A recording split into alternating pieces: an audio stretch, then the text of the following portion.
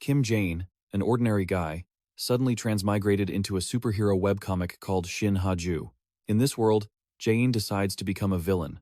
Adopting the name Kim Jaein, he secretly boosts Shin Ha-ju's power and proactively prevents all the tragic events from the original story for her sake. However, at the end of the day, Shin Ha-ju, the very first heroine who held a prejudice against him, actually develops feelings, perhaps even an obsession, for this villain, Kim Jaein. It all started one day when Jaein hatched a plan called Villain Hunt. Based on his knowledge of the story, these guys were going to get stronger later on. So, Jaein decided to take them out before they could wreak havoc on the city. Shin Ha-ju knew about this and supported the plan. Also assisting him was Kim Jaein-seon, a genius with super intellect. She talks to him through an earpiece. The target is in sight. He's sitting still on the sofa. Now is the perfect time. Kim Jaein locks and loads, ready to execute the plan. His first ability is teleportation. In the blink of an eye, he has his weapon pointed straight at Reno's forehead. Being an A-rank villain, Reno doesn't stand a chance. Kim Jaein sounds like a devil straight from hell. Not even a second for Reno to react, and Jaein sends him packing to the afterlife. After the cleanup, Jaein picks up the stack of papers the guy had been obsessing over. As expected, it was a plan for a terrorist attack. In the original work, this guy Reno was supposed to become an S-rank villain, wear a rhino mask, and slaughter hundreds of people at once. Kim Jaein-seon reminds him, the police and heroes have arrived. Before leaving, Kim Jaein swipes a message in blood on the doorframe. Soon, the police and heroes arrive. They deduce that the perpetrator of this case is the same person as the last one, and the message Kim Jaein left behind was to Shin Ha-ju. This successfully drives her crazy. The press starts reporting on it. In the comment sections below, many people actually support Kim Jaein's actions. They even complain about how the heroes do their jobs. Kim Jaein, sitting in his room reading these comments, feels very awkward. Seeing him pacing back and forth and scratching his head, Kim Jaein-seon peers over. Because it's getting too noisy, a fire of determination ignites in Kim Jaein. He can't just leave things like this. If he does, only his image will be boosted. And what will happen to Shin Ha-ju? Public opinion will surely turn against her. That is why Kim Jaein is determined to become the ultimate villain. From this moment on, the villain Kim Jaein officially makes his debut. He prepares a timer bomb and stuffs it into a backpack somewhere in the city. Everyone is staring intently at their phone screens, waiting to see the spectacular sight. Just as it's about to begin, Kim Jaein, in his villain persona, Kim Jaein, hacks into the screens. Everything electronic in the city is covered by his live broadcast. Kim Jaein introduces himself by revealing that he is the one who just took out Reno and Enzo Diak, two A-rank villains from before. He arrogantly points one hand toward the tower at 127 and the other toward the 61st floor observatory. People inside those buildings are watching the feed too. Kim Jaein directly reveals that he has planted bombs in both buildings. All the citizens instantly share the same look of sheer terror. Some scramble to find a way out, while others are so shocked they freeze in place. Before hundreds of cameras, Kim Jaein issues a challenge to the heroes. The person he wants to talk to is none other than Shin Ha-ju. He doesn't have to wait long. Shin Ha-ju arrives as fast as a gust of wind. Kim Jaein double-checks everything from his long cape to his pants, all the way to his mask. One thing is for sure, his hands won't stop shaking because this is the first time he has met the character he loves in person. Shin Ha-ju lands with speed and power. As soon as he sees her, Kim Jaein can't help but let out a wow. He can't be blamed. Shin Ha-ju is incredibly beautiful, like a goddess. Before that radiance, Kim Jaein freezes for a few seconds. Memories come flooding back to the moment he was first brought to this world. Kim Jaein, with his scratched-up body, looks at the chaotic scene around him. He wanted to go back to his old world, but when he reached a place where the screen's light illuminated his face, Kim Jaein recognized Shin Ha-ju, the heroine he had only read about in the book. At that very moment, Kim Jaein cast aside the desire to return. If he became a hero, he could be by her side. But as someone who had read the original story until it was worn out, he knew that even if he became a hero, he couldn't protect her. So, to protect Shin Ha-ju, Kim Jaein would become a villain, one meant only for her. Back to the present.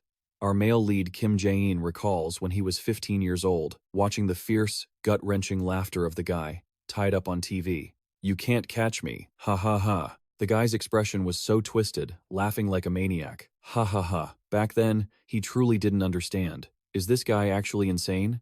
Even for a villain, this concept was a bit too much. Now that he understands the state of mind of a villain, he slaps himself by breaking into a maniacal laugh. Ha ha ha, ignoring the hero in front of him who is looking at him with angry eyes, ready to beat him to a pulp at any moment. The world seems to stop. Even the crowd down below seems to fade away. Only one hero and one villain remain on the rooftop. Cutting back. A few minutes before the two officially met, Kim Jaein points at Shin Ha-ju with a smug look. I know what you're thinking right now. Even my subordinates who are controlling the broadcast have the detonation trigger, so don't even think about suppressing me with brute force. The hero's footsteps falter at those words. He spreads his arms, gesturing to the drones, swarming behind the stage. I created this just for you, Shin Ha-ju. What do you think? The response is her scowling face. You lunatic! Let the innocent people go. We can just fight a few rounds, and then you can get arrested. Kim Jaein keeps that relaxed smile on his lips. He leans over, gesturing to the camera. Well, I should let them go, right? That's what the hero of justice, Shin Ha-ju, would say. Everyone, look at me. Now, I'm going to hack the elevators at the observatory. He snaps his fingers. A click sound echoes from the elevators of both buildings. Shin Ha-ju's brows knit slightly because she knows exactly how these villains think. It can't end this easily. The citizens in the building see the elevators working again and rush toward them. Is it for real? Hurry, hurry! A voice echoes, stopping them in their tracks. Hold on, this is still part of Kim Jaein's plan. If he just lets them go, where's the fun in that? The descend button is glowing. He says, excitedly, you all just need to press it. The bomb at the other observatory will explode. Simple, right? His tone is melodic. Let's see. 30 minutes until the bombs go off. He becomes extremely excited. Before that, hurry up and press the button. Kim Jaein becomes the devil seducing the weak-willed crowd. Hurry up, they're just complete strangers anyway, right? On the big screen, the chaotic scene in the building is shown, the sound of crying children mixed with shouting. Shin Ha-ju grinds her teeth, cursing, you bastard. Kim Jaein, as if he doesn't care about her mood at all, says, today, I will show everyone the depths of human selfishness. This is the game of. The egoists inside the building were in complete chaos. If the other side hits the button first, we're all going to die. We have to live. Once the timer hits 0, it's going to explode. Didn't you say we had 30 minutes left? No. Wait, so you want to kill everyone on the other side with just one click? The air was thick with tension. They were all anxious, terrified, and doubting whether the people on the other side would actually push the button. There's no time to think about this. The bomb will go off in 10 minutes. So, what now? Are they going to push it? The situation was a total mess. People were pacing, unable to sit still. Damn it. What is the hero doing right now? Shin Ha-ju. She can't just act recklessly. Even if she rushed in and took him down in a blink, it would be useless if there were other detonators hidden elsewhere. Damn it. If this keeps up, the hostages will. Her eyes were cold as ice, her voice dropping to a low, intimate tone. Is playing with human lives fun for you? Facing her, Kim Jaein chuckled, eyes squinting playfully. Haha, fun? That's not the point. Shin Ha-ju, one of the few A-rank heroes in South Korea who truly believed in justice and her own convictions, someone who would never compromise with evil. Honestly, I kind of respect you. That comment made her blush with anger. What nonsense are you spouting? He excitedly rubbed his nose, looking proud. I just wanted to compliment you while the whole country is watching you on TV. Kim Jaein's voice rang out, drawing all attention. Seeing her helpless, unable to do a thing, his expression turned manic as he stroked the bomb's button. This is truly fascinating. His figure began to blur and fade. I'll give you a chance to join the game too. I'm going to connect you to the people who are anxiously waiting for their hero. Shin Ha-ju stared at him, bewildered and on high alert. What? Kim Jaein continued his act. If you successfully persuade them, and within 30 minutes, no one pushes the button. He crossed his legs, a wicked grin spreading across his face. The bomb will not explode. Shin Ha-ju, naturally, didn't believe him. You want me to trust a scumbag like you? Far from being afraid, he egged her on. It's better than letting them just sit there, helpless, right? She clenched her fists at her sides in frustration. Kim Jaein didn't wait for her input, waving his hand to signal someone. All right, then. A loud shout echoed through the area. Ready. All the cameras swiveled toward her. 3, 2, 1. After the 3-second countdown ended, a dramatic show began. The hero's face appeared on massive LED screens across the buildings. The citizens immediately recognized her. She took a deep breath, steeling herself against the invisible pressure. She looked into the cameras as if peering straight into their eyes. Hello everyone, I am the A-rank hero, Shin Ha-ju. Every single person holds their own unique faith within their heart. His handsome face went blank. That's right, this is exactly what I wanted. A world that's half truth, half lie, just like a dream. I will be painted in the eyes of the public as the villain who caused the terror. His dream was becoming reality, and she would shine. This was her stage, the way she glowed, so that later, everyone can be proud of the choice they made today. Show this villain. Her voice was like warmth seeping into their hearts. That we are strong. Their eyes gradually regained their resolve. Our faith will not waver. We will never yield to evil. Thank you, everyone. Kim Jaein smiled faintly and mysteriously. The countdown on the screen hit 5.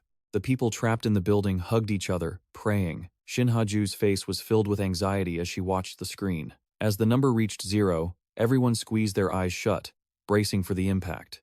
Everyone was on edge, caught in a state of tense uncertainty, wondering if the punishment would truly fall or if the villain had been telling the truth. That was the exact moment Kim Jaein took the stage. Suddenly, all the cameras dropped, and his voice erupted in a scream of disbelief. No way! Selfish human beings. The cameras caught his bewildered, pained expression. Why wouldn't you just rush out to save yourselves? No, this can't be. It's impossible. Surely at least one person should have pushed it, right? One selfish person like me should have pressed it. Kim Jaein clutched his head, muttering and acting his heart out. Humans can't be this kind. Why? At that moment, Shin Ha-ju spoke up. Kim Jaein. Humans aren't as selfish as you think. Her image appeared on screen, radiating a brilliant aura. No one is purely altruistic, but I believe in the kindness of humanity. Kim Jaein suddenly looked up. It's all thanks to you, Shin Ha-ju. You were the one who united them. His expression shifted again, and he chuckled. Interesting, isn't it, Shin Ha-ju? Before she could rush him, he bowed politely. The next game. Definitely, Kim Jaein took one last look at her. Wow, Shin Ha-ju's blue eyes are so full of resolve. It made him marvel. Her gaze was overflowing with justice. Finally, he vanished with a declaration. I will win. The entire population erupted in emotional jubilation. They wept with joy. They hugged each other, celebrating the hero's victory. Everyone was chanting one name in unison. Shin Ha-ju. Shin Ha-ju. Even so, the hero stood silently in the empty space. Kim Jaein had quickly teleported to another location. As soon as his feet touched the ground, he collapsed, powerless. Oh my God, I'm dying. He groaned. This was the consequence of teleportation. The deadly side effect of instant teleportation physical trauma, proportional to the distance traveled. His body felt so heavy he couldn't even crawl. I'll probably be bedridden for a few days. A girl's voice rang out. I told you not to wear that hat again, didn't I? The white-haired girl looked at him with a disgusted expression. It looks so ugly. Kim Jaein wheezed, pleading, Soa, I'm really about to die. Can you get me a glass of water? The girl turned and walked away mercilessly. Get it yourself. Leaving him frozen on the spot, the large LED screens announced breaking news. A terror incident at the building. But the number of casualties was 0. Shin Ha-ju floated in the air, grinding her teeth in hatred. Playing with people's hearts? Next time, I will definitely catch you, you jerk. She would remember this forever, until she got her hands on him. Kim Jaein. Early one morning at the Hero Association of South Korea, the association, the headquarters for South Korea's superpowered individuals. On the massive screens, countless tabloid articles were being posted online. These were the recent headlines. The kidnapper who hijacked the airwaves, watched by the whole country. Who is the hero, Shin Ha-ju? Let's review his actions. Who is the A-rank villain, Kim Jaein? Hot topic. No casualties in the terror attack. Truth spreads across the peninsula. Broadcasting hijacked to foreign countries. Is the security of South Korean media okay? The meeting host moved to the next page. Next is the analysis file on Kim Jaein. The file detailed the villain Kim Jaein, along with some information about Kim. Kim Jaein. Alias, Kim Jaein. Gender, male. Mask, equipped with identity deception functionality. Residence, predicted to be. A middle-aged man with a potbelly and a balding head spoke up. So, let's start the briefing. This was Park Jun-ho, the president of the South Korean Hero Association. As images of crime scenes in sealed rooms appeared on screen, he looked visibly sick of it all. Let's get this briefing started. This is Park Jun-ho, chairman of the Korean Hero Association. Scenes of a murder in a locked room flash on the screen, and he looks at them with pure exhaustion. All right, I've seen this part enough times. Let's move on. The host continued his presentation. In that case, I will explain the details of yesterday's incident. First of all, it seems the perpetrator took advantage of his teleportation ability to plant bombs on the exterior of the building beforehand. After disarming them, we confirmed they were high-performance homemade bombs. With enough destructive power to blow up the entire observation deck, we've concluded that he likely built them himself. Park Jun-ho rubbed his bald head in distress. Still no leads on the kidnapping? The secretary asked awkwardly. Yes, the fact that he bypassed modern security systems to broadcast his message remains a mystery. They still have some specific analyses, but since no AI with wave-related abilities has appeared before, we think it's highly likely he has an extremely tech-savvy assistant backing him up. That was only their preliminary guess. An assistant? The possibility that this person is the one who made the bombs is very high. The secretary's face was grave. There is one more thing I want to add. He seems completely obsessed with Shin Ha-ju. Everyone's gaze immediately shifted to the blonde heroine. Based on the scattered clues, he is certain to have left messages targeting her at the crime scene, addressed to Shin Ha-ju. And in this incident, it has also been confirmed that he mentioned her directly through the villain's speech. The A-rank hero in charge, Kim Jaein, also known as Shin Ha-ju. Hearing this, Park Jun-ho directly asked the person in question, "How does it feel to meet that guy in person?" He pointed directly at her. Shin Ha-ju stood up slowly and offered her perspective. He's like someone who suffers from a psychological condition where he prefers toying with human hearts. Furthermore, his ability to organize large-scale terrorist attacks makes him a truly dangerous villain. 2 days after that terrorist attack, in Kim Jae's room, he lay bedridden, groaning. "Oh God, I'm dying." He had to force himself to sit up and head to the kitchen to find something to eat. He had just gulped down a bottle of orange juice when a voice suddenly rang out. You're doing that again?" Kim Jaein jumped, spitting out the juice, and panicked. "Ah, it's not like that. Why are you here?" He hadn't introduced her yet. This is Kim Jaein, a girl with super intelligence. At first, he wasn't used to her calling him brother. According to the rules, in the future, she would grow up to be an S-rank villain, a genius hacker. Well, that's in the rules, but for now, he had managed to keep her by his side. She was annoyed and causing a scene. "This is my house. Don't act like it's your place." Because, in reality, they were currently in Kim Jaein-seoun's underground base.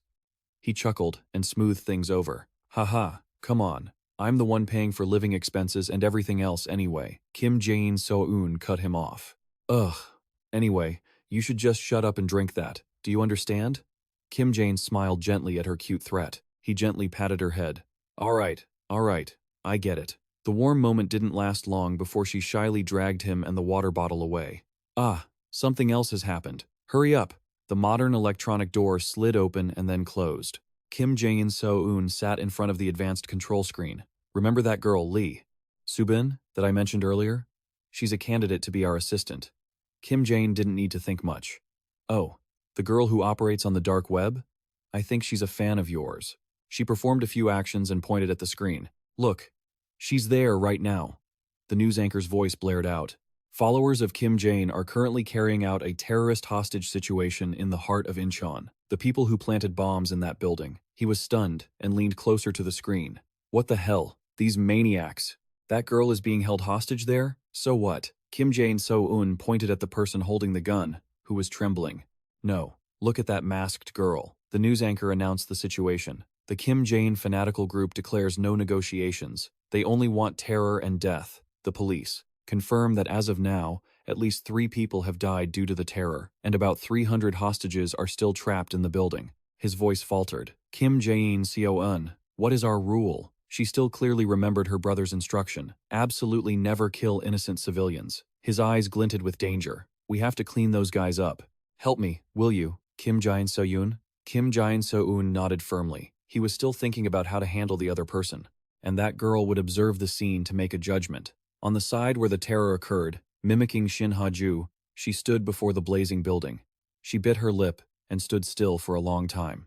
After that, she spoke into the radio. "Headquarters, I request permission to breach," but the other side didn't allow it. "Wait for instructions. After the police finish negotiations, we will allow a breach, with authorization to kill if necessary." This incident made her hate him even more. It was all because of that bastard, Kim Jaein. Previous terrorist attacks were mostly the privilege of superpowered villains. This drama, more or less, caused a huge stir in the villain world. But this time, he didn't focus on superpowers. He used explosives. and kidnapping as the spearhead to put pressure on the heroes. Clearly, the image of him cornering us has inspired other ordinary people. She seethed with anger. The very next day, copycat crimes occurred. Suddenly, a notification sounded on the radio. Shin Ha-ju. Kim Jaein has appeared at the scene and is live streaming the inside on YouTube. Check it immediately. She was startled. YouTube? She immediately opened her phone. Indeed, the new villain who mocked the script of others was appearing again. Viewers flooded in rapidly. What is this? A villain live streaming? Kim Jaein is live broadcasting a terrorist scene? The world's #1 villain is.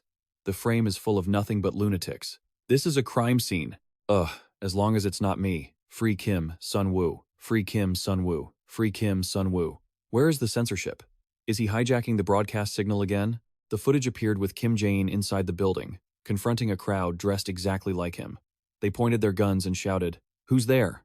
They quickly realized, and were immediately overjoyed, because our hero, Kim Jaein, had descended to this very place. Kim Jaein, Kim Jaein. They didn't know what they were expecting. He's here. He's really here. Whoa, he's going to kill all these idiots for us, just watch. Kim Jaein's face was sullen. He wasn't happy with this crowd at all. He thought, oh my god, I used teleportation for a long distance again, so my whole body is aching. It's all because of these guys. Damn it. The terrorists looked puzzled. Kim Jaein? Suddenly, a burst of laughter echoed. Ha ha ha. This is interesting. Ha ha ha. The terrorists didn't understand anything, so they just laughed along awkwardly. Ha ha. At this moment, Kim Jaein Seo-eun reported. Position at 3 o'clock. The guy standing next to the pillar is holding the detonator. He glanced at that person, confirmed it, and immediately, he received his end. His body was mercilessly carved into the shape of a donut. The terrorists were horrified and screamed, "No, this person isn't Kim Jaein. He must be the police in disguise." They quickly pointed their guns at him. "Donut!" the terrorists scream in a panic. "No, this guy isn't Kim Jaein. He's definitely some cop in disguise." They quickly aimed their guns at him. Before he could even pull the trigger, the gun was snatched right out of his hand.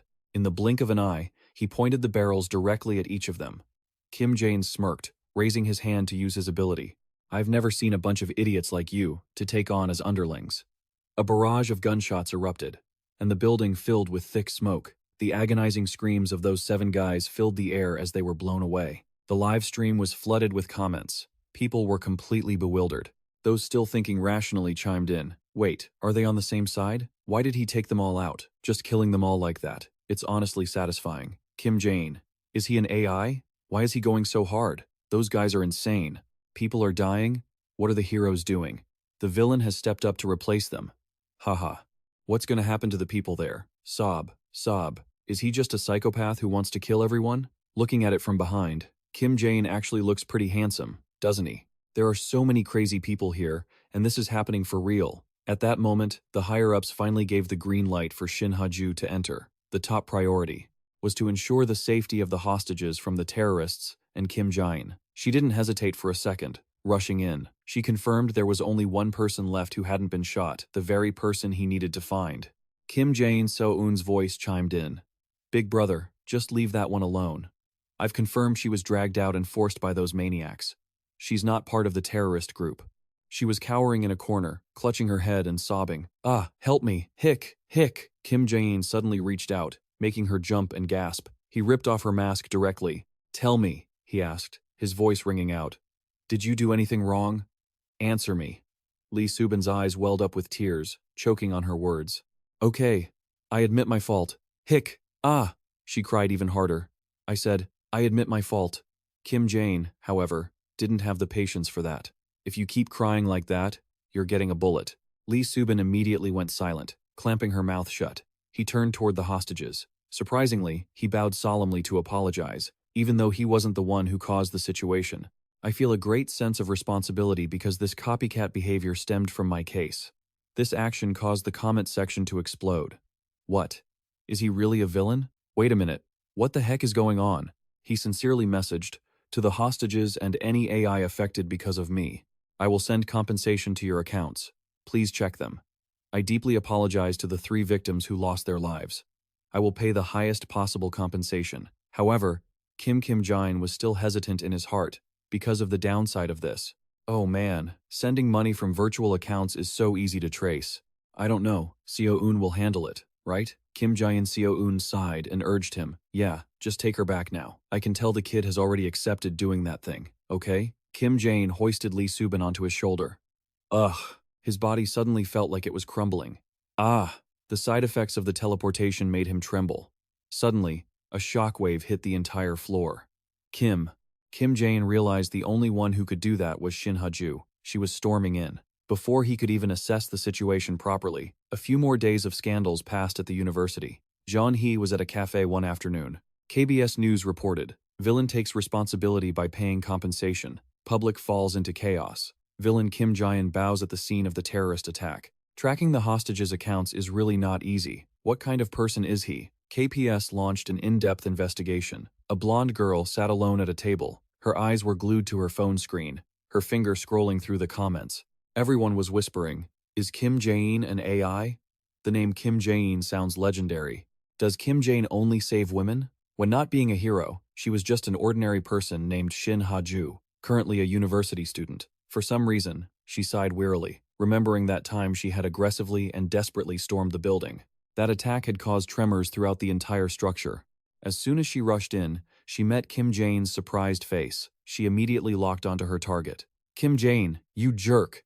This time, I'll definitely catch you. She suddenly changed direction and lunged at him. Luckily, Kim Jae-in's legs were weak at that moment, so he dodged just in time. Shin Ha-ju had been too impatient, so she couldn't react in time. Oh man, and just like that, she let the villain get away. I have to catch him! Thinking back, it made her even more furious.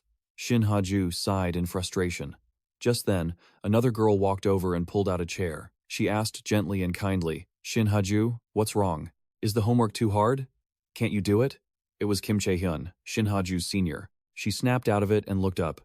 Oh, it's nothing, sis. She hurriedly turned back to her studies. I'm fine, just a little distracted. Shin Ha-ju, South Korea's A-rank hero, whose real name is Shin Ha-ju. When acting as a hero, she hid her identity with a perception-altering filter, so everyone thought she was just an ordinary university student.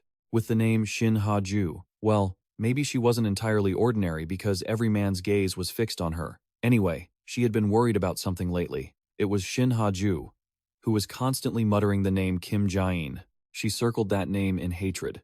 Human, AI, how can he be so selfish? A big question loomed in her mind. But why did he save the hostages? Suddenly, the person in front of her pinched her cheek. Look at you, making a sad face again. Kim Chae-hyun happily offered a suggestion. Forget the homework. Let's go get some mango bingsu, Shin Ha-ju's favorite. Shin Ha-ju's expression immediately brightened. She loved mango, but immediately, she was replaced.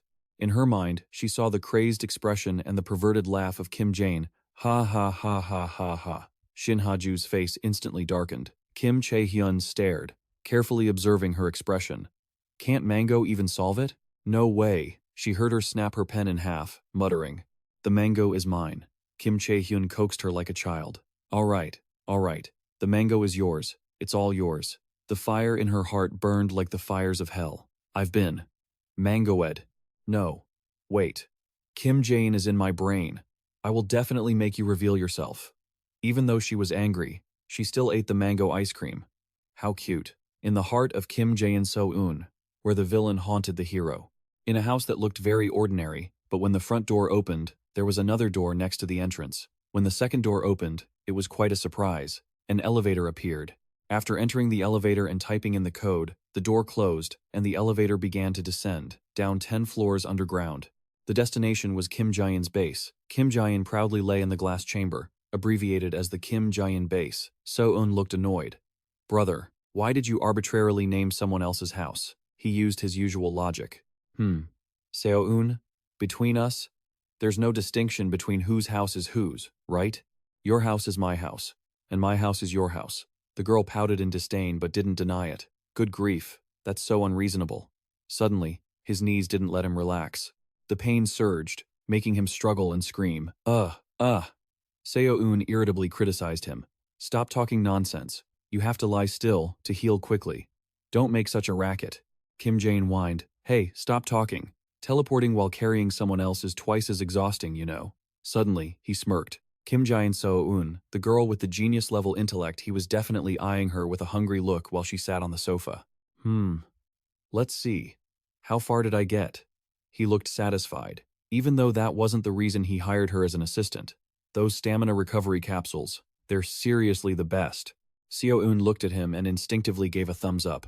Why are you looking at me like that? Suddenly, the door swung open. The person he'd risked his life to save walked in. I'm home. Seeing the empty fridge, Lee Subin asked sheepishly, would you guys like some snacks? Kim Jaein jumped, shouting, Wait, aren't you a wanted fugitive? She giggled, reenacting the moment.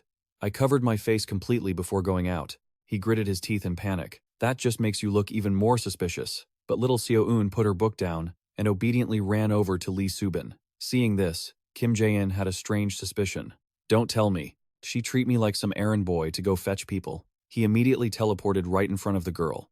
Why on earth did you tell me to bring her here? The girl peeled her popsicle and replied nonchalantly, Oh, I just intended to ask her for a little help with something. Kim Jaein stammered, What? Come again? He whispered frantically. You should only consider something like that before people turn into terrorists. I strictly object to bringing a terrorist home, Seo-eun. Are you absolutely sure she won't go on a shooting spree in our house?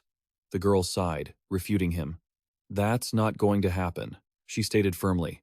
And she doesn't even intend to be a terrorist. She was basically forced out by your subordinates. It was practically a kidnapping. She then pointed straight at the girl. Sister. Wait, I mean brother? No, sorry, sister. You're Lee Subin, right? The girl was startled. Huh? How do you know my name? Seo-eun's demeanor was clearly all-knowing. I know everything. Miss Lee Subin, she said. The girl was stunned. Your parents were both researchers at the Kim Jaein-un Corporation, right? Her face turned pale. How do you know that? Seo-eun recounted calmly. I read the articles you posted on the deep web. Those security programs of yours have so many loopholes. Do you want revenge? The girl stepped closer to Lee Subin.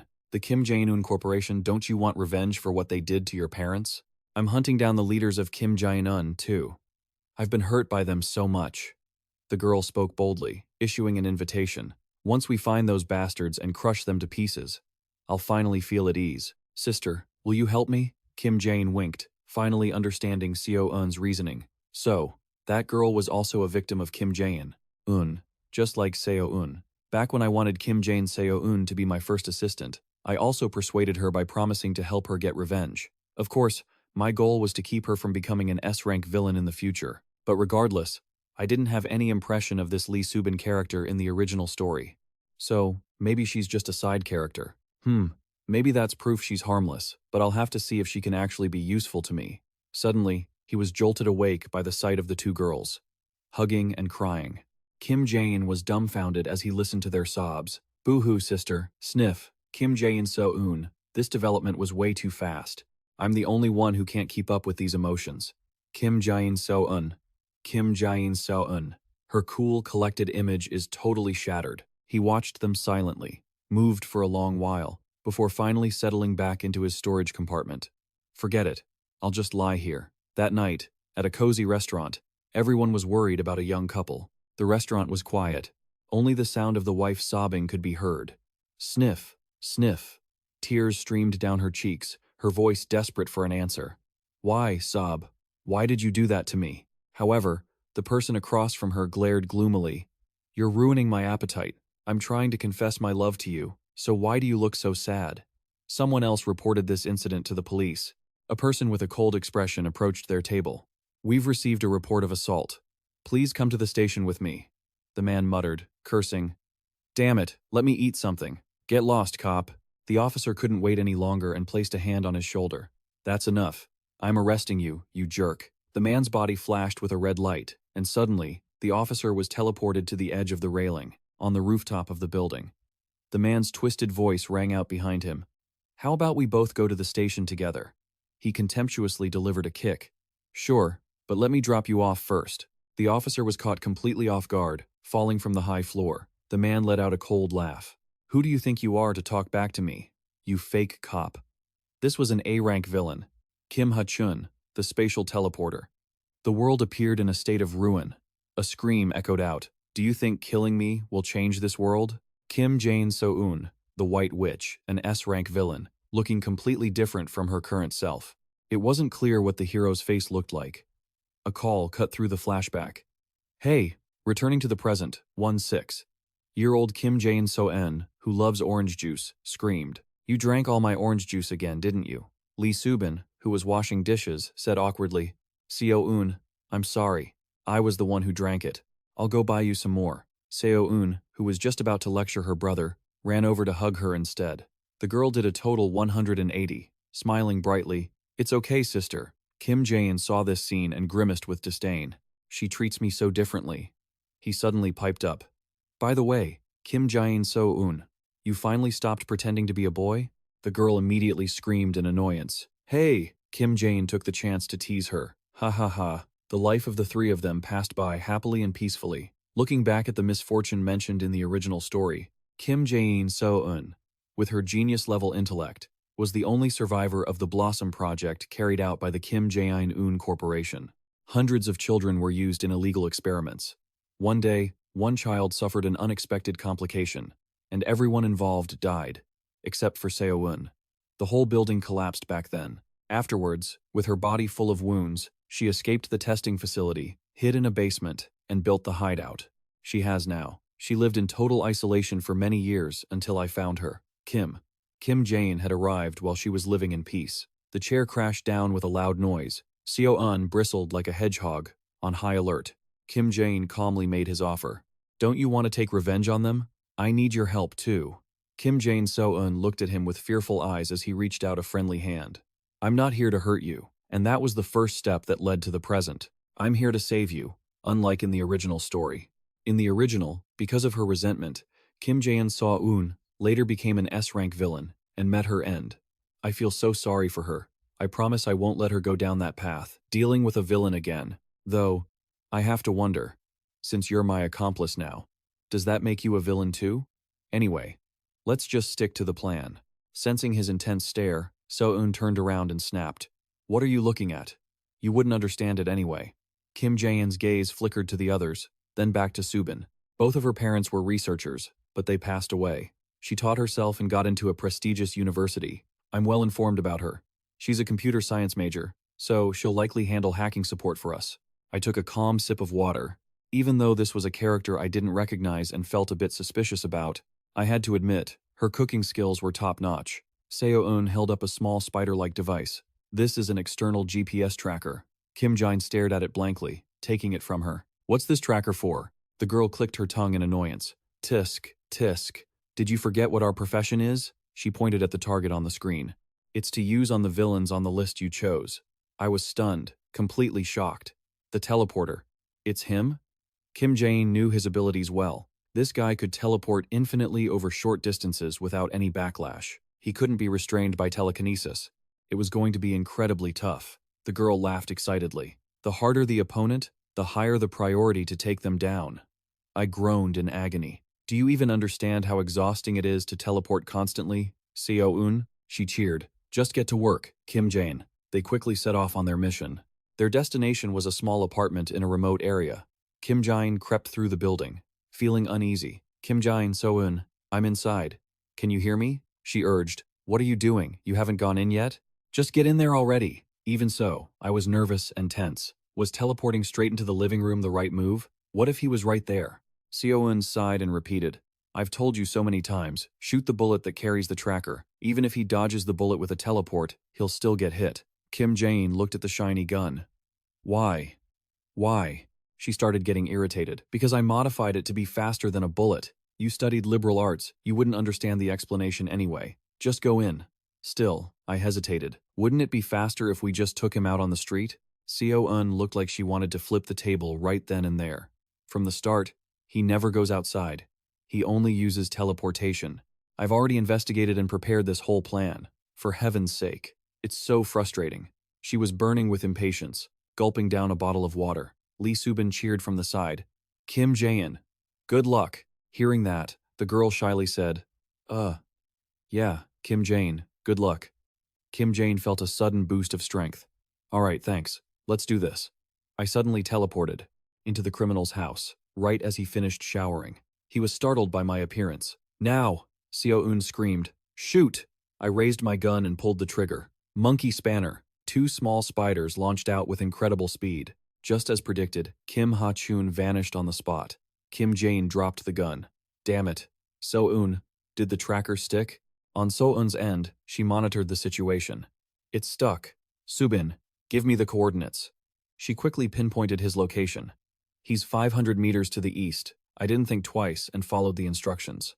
Okay. Suddenly, I appeared right in the middle of the street. Huh? Who's that? What's going on? The people around immediately recognized me. Hey, isn't that Kim Jaein? Yeah, it really is him. I frowned, observing my surroundings. Damn it. This situation wasn't part of the plan. My presence immediately went viral on social media. At the university lecture hall, Jeonhee, Shin, and Ha-ju were focused on their studies, unaware of what was happening. Suddenly, a voice crackled through the radio, announcing that Kim Jaein had appeared in the middle of the city. Superhero Shin Ha-ju prepared to depart under the association's orders. She jumped up, panicked, and shouted, "What?" Everyone in class turned to look at her. Sorry, everyone. Shin Ha-ju quickly packed her things and left. This is a disaster. She rushed out at full speed. What is he up to this time, Kim Jaein? So-yoon double-checked the tracker. Kim Jaein. Over there, at the intersection ahead. Kim Jaein quickly spotted Kim Ha-chun stumbling away. Did he get hit? Just then, the light turned red. I didn't care. I jumped out to block his path. Forget it. Just keep going. Seo-eun's panicked voice rang in my ear. Kim Jaein. The impatience to catch that A-rank criminal made me lose focus on the road. A truck was barreling toward me at a dizzying speed. I didn't know if I could react in time to save my life. While running away, Kim Ha-chun suddenly remembered that fateful day. Hey, Kim Ha-chun, is it fun taking our money and running away? Back then, Kim Ha-chun was helpless and weak, only able to whine. I'll pay it back, please spare me. Feeling he wasn't sincere enough, the leader started yelling, I'll pay it back. Those words only annoyed the ringleader even more. He couldn't take it anymore. He bluntly pressed a cigarette against the rope binding Kim Ha-chun. I don't need it anymore. Witnessing this scene, he struggled even harder. No, don't. I was wrong. Please spare me. Just this once. No matter how much he begged, the rope burned through, and he fell into the sea. At that moment, with nothing left to lose, Kim Ha-chun cursed out loud. Bastards! You jerks! Just as his face was about to hit the water, he used all the rage in his heart to scream, I curse you all to die. In that exact second, Kim Ha-chun suddenly vanished. And just as that group was about to leave, he suddenly appeared nearby. This strange phenomenon made the group turn pale with fear. What is this? Kim Ha-chun himself looked at his own body, bewildered, not understanding a thing. Huh? What? Once he calmed down, the group rushed toward him to grab him. In no time, Kim Ha-chun was surrounded. He hadn't even moved an inch. This ability. After standing still for a moment, Kim Ha-chun clenched his fist, his heart overflowing with joy. So now, no one in the world can catch me anymore. Thinking this, he quickly vanished, leaving the two sides to collide with each other. Then he ran away. Not a single person could keep up. Currently, the truck driver realized there was someone there and slammed on the brakes, but Kim Jaein had already vanished. I appeared in the driver's cabin, giving the driver the fright of his life. Seeing that I was still safe and sound, Kim Ha-chun was furious. Damn it. Realizing the situation wasn't looking good, he turned around and fled. The timing was perfect, and yet he still avoided it. Damn it. As soon as I got out of the car, Kim Ha-chun had already teleported to the roof of a nearby building, carefully observing the situation. He gritted his teeth in anger. Is that really Kim Jaein? Could he have finished off the two villains not out of personal vendetta? The more Kim Ha-chun thought about it, the more he couldn't swallow his anger. It was clear I had nothing to do with him at all. After standing still for a moment, Kim Ha-chun clenches his fists, his heart bursting with joy. Yes. Now, there's no one in this world who can catch me. Thinking this, he quickly vanishes, leaving the two sides to crash into each other, then makes a run for it. No one can track him now. The truck driver realizes there's someone there and slams on the brakes, but Kim Jaein has already vanished and reappeared in the driver's seat, scaring the soul out of him. Seeing that he's still safe and sound, Kim Ha-chun is furious. Damn it. Realizing the situation has gone south, he turns to bolt. I timed that perfectly. How did he still manage to dodge it? Damn it. As soon as he gets out of the car, Kim Ha-chun teleports to the roof of a nearby building, carefully observing the scene. He grits his teeth in frustration. Seriously. Kim Jaein, could it be that he didn't take out those two villains because of a personal grudge? The more Kim Ha-chun thinks about it, the harder it is to swallow his anger. We have absolutely nothing to do with each other, so why? As Kim Jaein stepped out of the vehicle, he was immediately surrounded by a crowd. Look, I'm busy with something important, so I can't really talk right now. Oh my god. Hey, don't be afraid. I'm not here to hurt you people. Now, off to hell with you, you A-rank villain. Teleporter. Hearing those words, a crazy thought flashed through Kim Ha-chun's mind. Could it be that he makes it his business to hunt down villains and finish them off? Before he could finish that thought, Kim Jaein appeared out of nowhere. Ever since that moment, Kim Ha-chun had been followed everywhere he went. Trash belongs in the trash can, and scum like you deserves to be wiped off the face of the earth. Come on, step up. That's one piece of garbage cleaned up for today. Damn it, he was getting sick of being stalked. The guy went berserk and grabbed a nearby civilian. Why can I still hear that guy's voice in my ear? Kim Ha-chun immediately tossed the person aside and bolted. Before the girl even hit the ground, Kim Jaein had already caught her. Oh my, oh my. While the girl was still stunned, he gently checked on her. Are you okay, miss? His gentleness made the girl blush a deep red. Yes, I'm fine. Kim Ha-chun, having used teleportation repeatedly, had exhausted most of his energy. He couldn't hold on anymore and officially collapsed. Why is it always me? Once the girl was safe, Kim Jaein shifted his focus back to his original target, the A-rank villain, the teleporter.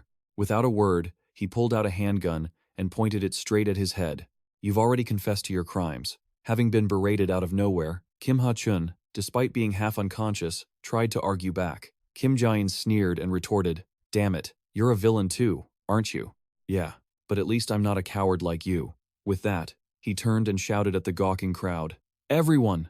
This piece of trash stole $10 billion and murdered 4 innocent people. Those people were someone's husband, father, friend, or son. Do you want to spare this cold-blooded murderer? When asked that, the crowd didn't hesitate to give a short, collective answer. Finish him. Yeah, finish him. Kill him. Kill him. Hearing this, Kim Ha-chun squirmed violently. You bastards! How are you any different from me if you're screaming for my execution?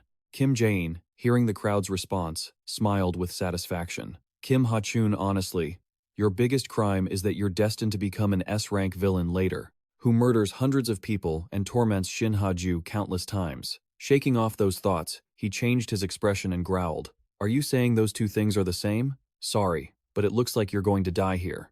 A second later, a painful scream echoed out. Once he was done, Kim Jaein cautiously scanned his surroundings. What caught his eye was the sheer joy on the faces of the civilians. This reaction caught Kim Jaein off guard. What the? Shouldn't they be screaming in terror after seeing someone get shot right in front of them? After finishing the job, he stood there blankly, observing the crowd's happy faces. Aside from having superpowers, this world really isn't much different from my old one. But it's moments like this that make me realize I'm truly in another world. People here are just hard to read. After a moment of contemplation, Kim Jaein pushed that thought aside, took off his mask, and greeted them. But, I'm a villain, aren't I? Aren't you guys scared? Seeing his expression, the crowd grew a bit hesitant. Just then, a familiar voice called out. Kim Jaein knew exactly who it belonged to. Kim Jaein quickly looked up at the sky. Shin Ha-ju, damn it, I lingered too long. Shin Ha-ju landed quickly and pointed right at him, scolding, You jerk, Kim Jaein. Kim Jaein didn't care at all, focusing entirely on the newcomer. Usually, she was just a somewhat cold university student, but when she became a hero, she changed her tone to sound like something out of a period drama. Thinking about that, his simple mode turned on. She's so damn cute. However, that look was completely misunderstood by Shin Ha-ju. What have you done? No matter how infatuated he was, Kim Jaein played the villain role perfectly. What do you mean? What have I done? I just took care of a vicious A-rank villain who was killing people and robbing banks. I'm just doing the hero's job for you, that's all. Faced with these words, Shin Ha-ju couldn't find a rebuttal. Watching her reaction, he continued, What? I didn't do anything wrong, did I? An A-rank villain is meant to be judged by a hero on the spot, right? Speechless, she completely changed the subject. Kim Jaein, do you think you're a hero? This question successfully left Kim Jaein stunned. Huh? I'm a villain. As he said that, he suddenly realized something. There must be tons of people filming and cheering for Shin Ha-ju right now, aren't there? This place is packed. Snapping out of his thoughts, he chuckled and clapped half-heartedly. You really are something, Shin Ha-ju. A villain like me. Punishing evildoers, it's against the law, sure, but I genuinely admire that rock-solid sense of justice of yours. Maybe I should just call it a day. These words, again, caused the people present to start whispering. They're right. Is villainy just supposed to be hidden from heroes? He sounds so cool saying that. Besides, she did show up late, right? She didn't take down the teleporter, did she? Honestly, what did Kim Jaein do wrong? These comments left Shin Ha-ju feeling confused and downcast. Not only her, but Kim Jaein also felt like the world had gone completely haywire. What's going on? Something feels off. Just then, Kim Jae-in urged him through his earpiece. Hey, stop rambling and get out of there. Being urged on, combined with the current situation, he panicked and explained, oh, no, I didn't mean that. I'm doing the right thing. I'll keep doing evil, and Shin Ha-ju can keep stopping me. Pausing for a second, Kim Jaein returned to his cool persona. Well then, humph. That's it for today. With that, he used his power and vanished. With nothing left to see, the crowd dispersed, leaving Shin Ha-ju behind, lost in thought. We should get going too, right? Yeah, let's go. Once everyone had left, she walked over to the lifeless Kim Ha-chun and sadly headed back to base. As soon as they returned, Kim Jaein collapsed. Kim Jae-in was prepared and shouted, Subin, over here, quick! Lee Subin called out, rushed over in a panic. What's wrong? She sat down, checked his condition, and explained. It's the side effects of his teleportation power. After the checkup, both girls dragged him back to his room. 1, 2. Just then, the phone in Kim Jaein's pocket buzzed.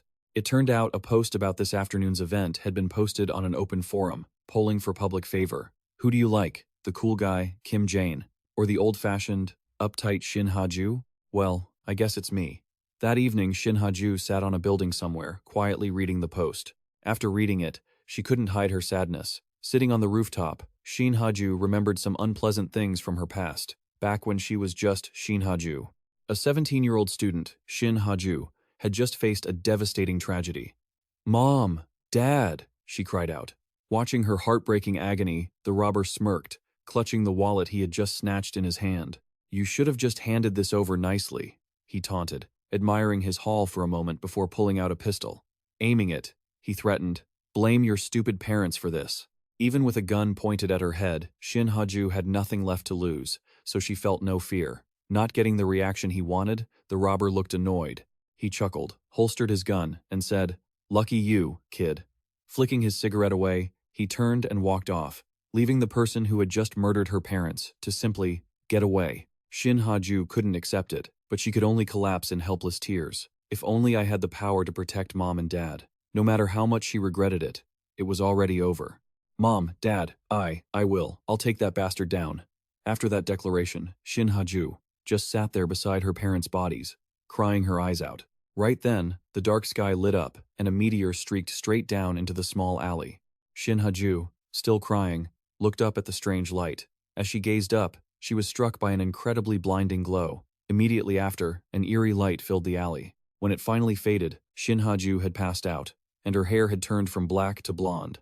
The next day, at the secret base, Kim Jaein finally opened his eyes after a long rest. Kim Jae-in had been watching by the glass, waiting for this moment to cheer. You're awake! Before he could even say a word, he was met by the girl. Seo-eun, I. Exhausted, he was treated to a hot meal, but while he was eating, suddenly, Kim Jae-in thrust her phone toward him. Eat and listen to this, okay? She immediately started reading an article from the screen to him. Fact check. The rank A villain, Kim Jaein. Let's look at the truth about the rank A villain, Kim Jaein. Reading the article carefully, Kim Jae-in recounted the numerous feats Kim Jaein had achieved. Eliminated the rank A villain, Life. Eliminated the rank S villain, Zodiac.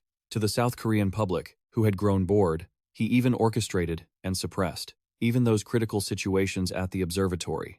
It seemed like the article might end there, but she continued, and he even suppressed the fanatics who were causing trouble and taking hostages. He even paid compensation to the hostages. She paused for a moment. Kim Jae-in finished the rest of the article. The rank A villain, the teleporter, has been in hiding for a long time. Even with a bounty on his head, authorities say catching him is extremely difficult. She added, honestly, Kim Jaein doesn't look like a villain at all. Feeling that wasn't shocking enough, the girl grinned and dropped another piece of info. 7,842 likes and 12 dislikes. What do you think? Hearing this, Kim Jaein panicked and frantically asked, What about Shin Ha-ju? Hearing that name, Kim Jae-in couldn't hide her annoyance. That Shin Ha-ju, huh? Look at the comments right below this. Not waiting for him to grab the phone, she just read them out. Actually, Kim Jaein is better than Shin Ha-ju. What has Shin Ha-ju even done until now? Hearing this, Kim Jaein, still chewing, froze in place. She didn't stop there. She kept reading. The king of Kim Jaein has already taken down 3 rank A villains. After calming down, Kim Jaein stammered, So, why is Shin Ha-ju getting roasted? To this question, Kim Jaein Seo-eun thought for a second and replied, probably because, out of the 3 rank A heroes, she's the one who does the least. In fact, Shadow Walker or Icicle have saved dozens or hundreds of people alone, but Shin Ha-ju hasn't done much. After reading everything, she hesitated, watching the reaction of the person beside her. See, that's how people are reacting. Hearing these comments, Kim Jaein felt hopeless. He couldn't hide it. Most of them are like that? Not done with the shock, Kim Jaein So-eun directly shoved the screen, with a picture of a strange mango at him, showing off. Kim Jaein even has his own fan club now. This piece of info officially made Kim Jaein collapse, kneeling down and pulling at his hair. No way, these crazy people. What do you mean? A fan club for a villain? This is unacceptable. Distressed by the situation, he stood up, his head churning with a plan. Alright, I can't leave it like this. After thinking it over, Kim Jaein decided to start preparing for his next act of terror. Kim Jaein So-eun Subin, can you two do this? Suddenly being singled out, the 2 girls were stunned and panicked. Huh? Again? Me? Ignoring the girls' dejected expressions, Kim Jaein was full of excitement and anticipation. Regardless, I have to let the people of Korea know who the real villain is. And who the real hero is. Just you wait, Shin Ha-ju. I'll bring you back to your peak. The person being anticipated was currently, happily enjoying her mango frappe. It's so delicious. While enjoying her drink, Shin Ha-ju suddenly noticed something. It turned out the cherry blossoms outside had bloomed, creating a romantic scene. Romantic and poetic, yes, but in her head, there were only the comments from the public. What a great hero. You only show up after the work is done? You couldn't even catch that teleporter? Recalling those words, Shin Ha-ju sighed. A tidal wave of negative thoughts washed over her mind. The public was so enthusiastic about Kim Jaein, the villain slayer, who was no better than heroes who only handle things with suspended sentences. I tried my best, so why am I still getting trashed? Not wanting to stay negative like this, Shin Ha-ju slapped herself a few times. Get it together. Just then, a familiar voice called out, Shin Ha-ju, why are you slapping your own face? Hearing that voice, she snapped out of it and looked at Kim Chae-hyun. She smiled gently, sitting down beside her. Seeing her senior, the girl brightened up. Kim Chae-hyun smiled and suggested, the weather is so nice. Let's take a break, shall we? Being invited like that, Shin Ha-ju didn't hesitate to accept. That's right. Since when did the cherry blossoms bloom so beautifully? Kim Chae-hyun pulled out her phone, all excited. Oh, right. Do you want to see this? It's really hot lately, but I'm sure Shin Ha-ju doesn't know yet. She held up a picture of a dancing mango. What do you think? Isn't it hilarious? I feel like Kim Jaein has a lot of charm lately. Seeing that image, Shin Ha-ju gritted her teeth, feeling indignant. Even senior Kim Chae-hyun likes him? While scrolling through her phone, she suddenly noticed something. Huh? What's this? Kim Chae-hyun held out her phone screen. Shin Ha-ju, Kim Jaein is live streaming right now. Hearing this, she was surprised. What? As soon as she took the phone, a familiar voice rang out. Kim Jaein is pointing his blade at Shin Ha-ju this time. Immediately returning to the association and rushing to the scene. As soon as the announcement ended, Shin Ha-ju slammed the table and stood up. Kim Chae-hyun, I've got an emergency, so I have to head out first. Sorry. Before Kim Chae-hyun could even say a word, she bolted out of the shop. Huh? Shin Ha-ju? As she ran, Shin Ha-ju gritted her teeth. Just you wait, Kim Jaein. This time, I'm definitely going to catch you. Meanwhile, on a cliff somewhere, a familiar screen popped up, followed by Kim Jae-hyun's voice. Long time no see, everyone. I'm the villain, Kim Jaein. Fresh off his intro, he stared eagerly at the chat. The comments were scrolling by at lightning speed. Wonder how they'll react? This is crazy. Do they think this is some kind of surprise event? Stop overthinking it, Kim Jaein. Kim Jaein switched his phone on and said, playing around. Getting a lot of news about me lately. Huh? I'm no hero, I'm a villain. I even have my own fan club now. He broke into a sinister grin and tilted his phone to show the train tracks below. Maybe you guys are all misunderstanding something. I'm a villain, remember? He pointed to the hostages, then gestured toward the distant train. Ah, the train's almost here. Are you watching, Shin Ha-ju? That question sparked a flood of comments. She's still such a hardcore Shin Ha-ju fan, isn't she? Ignoring them, he started laying out the simple rules. Make your choice. Kim Jaein aimed the camera at the tracks, turning up the pressure. Hold the lever in place to save one person at the cost of 5, or sacrifice one for the greater good. Pull the lever, and one person gets crushed. As he spoke, he thought of Lee Subin, who was piloting the train. He kept pushing her. Don't rush to think. If you try to drag these people off the tracks, I'll just derail the train immediately. Get it, Shin Ha-ju? Having laid out the rules, Kim Jaein invited her to choose. There was only one way. Pull that lever. No sooner had he finished speaking than Shin Ha-ju appeared. You jerk, Kim Jaein! Without a second thought, she dove straight down. Standing on the cliff, he watched with satisfaction. You've arrived, Shin Ha-ju. Shin Ha-ju looked at the hostages, her mind racing. If she tried to rescue them, then the passengers on the train would be in danger. Think, Shin Ha-ju, how are you supposed to save everyone? Watching her hesitate, Kim Jaein, going against his own conscience, urged her on. Come on, come on. The Pentagon train is pulling into the station. What will our dear Shin Ha-ju choose? She hadn't done anything yet, but the viewers were already speculating. Kim Jaein was very satisfied with the comments. As expected, everyone thinks Shin Ha-ju will pull the lever. But I trust the Shin Ha-ju, I know. She's not that kind of person. Right then, Lee Subin screamed in panic through the earpiece. Jaein! She's running straight at me. What do I do? Seeing her fly toward them, he comforted her, switching his mic off for the broadcast. Keep streaming. Don't worry. She isn't coming to hurt you, Subin. Keep moving forward. Having regained some confidence, Lee Subin replied, Okay. Having successfully comforted her, Kim Jaein went back to playing the villain. He turned the mic back on. Oh? Is this really happening? What is Shin Ha-ju doing? Can she actually pull this off? That's going to end in a total disaster. Shin Ha-ju, why are you diving in like you're committing suicide? Stop. Regardless, Shin Ha-ju and the train were headed for a direct collision. With all her strength, she tried to psyche herself up. Just hold on a little longer. But suddenly, the train accelerated. This development stunned Kim Jaein. The speed. It's getting faster. Realizing something was wrong, he panicked. Subin, wake up. She was completely knocked out and unresponsive. He freaked out. I didn't account for this. He looked at Shin Ha-ju, standing there, dazed at the foot of the mountain. Kim Jaein continued his psychological warfare. Come on. The Pentagon train is already hitting the station. What will our Shin Ha-ju choose?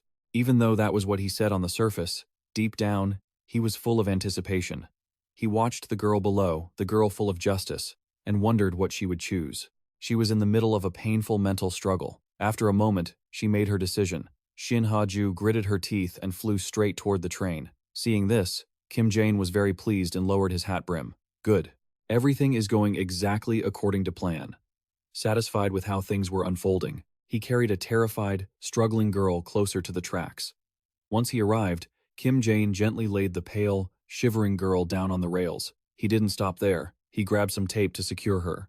Despite doing all this, Kim Jaein was internally groaning. Man, this is tiring. If I didn't have Shadow Walker, doing this at night would have been so much more comfortable. Having to handle a terrorist act during the day means having to watch out for everything. No matter how much he complained, he finished tying the final knot. With the hostages secured, Kim Jaein used his teleportation power to instantly warp to the cliffside to watch the show. Observing the 5 people he'd tied to the tracks, he was quite pleased with his handiwork. He felt a bit proud. Looking at the peaceful scene before him, Kim Jaein recalled some information from the original story. Shin Ha-ju usually gets weaker after clashing with a villain, but in return, she matures. So, if he cleared out the villains for her, she'd lose the chance to grow. Snapping out of his thoughts, he reached down to write a few familiar lines on the ground. Once done, Kim Jaein smirked to himself. Think of this as a special physical training session just for you. Back in the present, seeing Shin Ha-ju throwing herself at the train, he was a bit caught off guard and quickly tried to stop her. What are you doing? You're going to get yourself killed, Shin Ha-ju. That scene sent the fans at home into a frenzy. Reading through the comments, Kim Jaein felt desperate.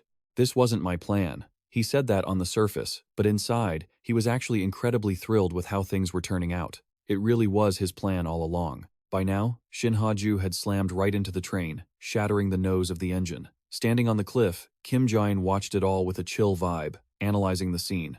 Her physical stats and flight capabilities are both lacking by about 2%.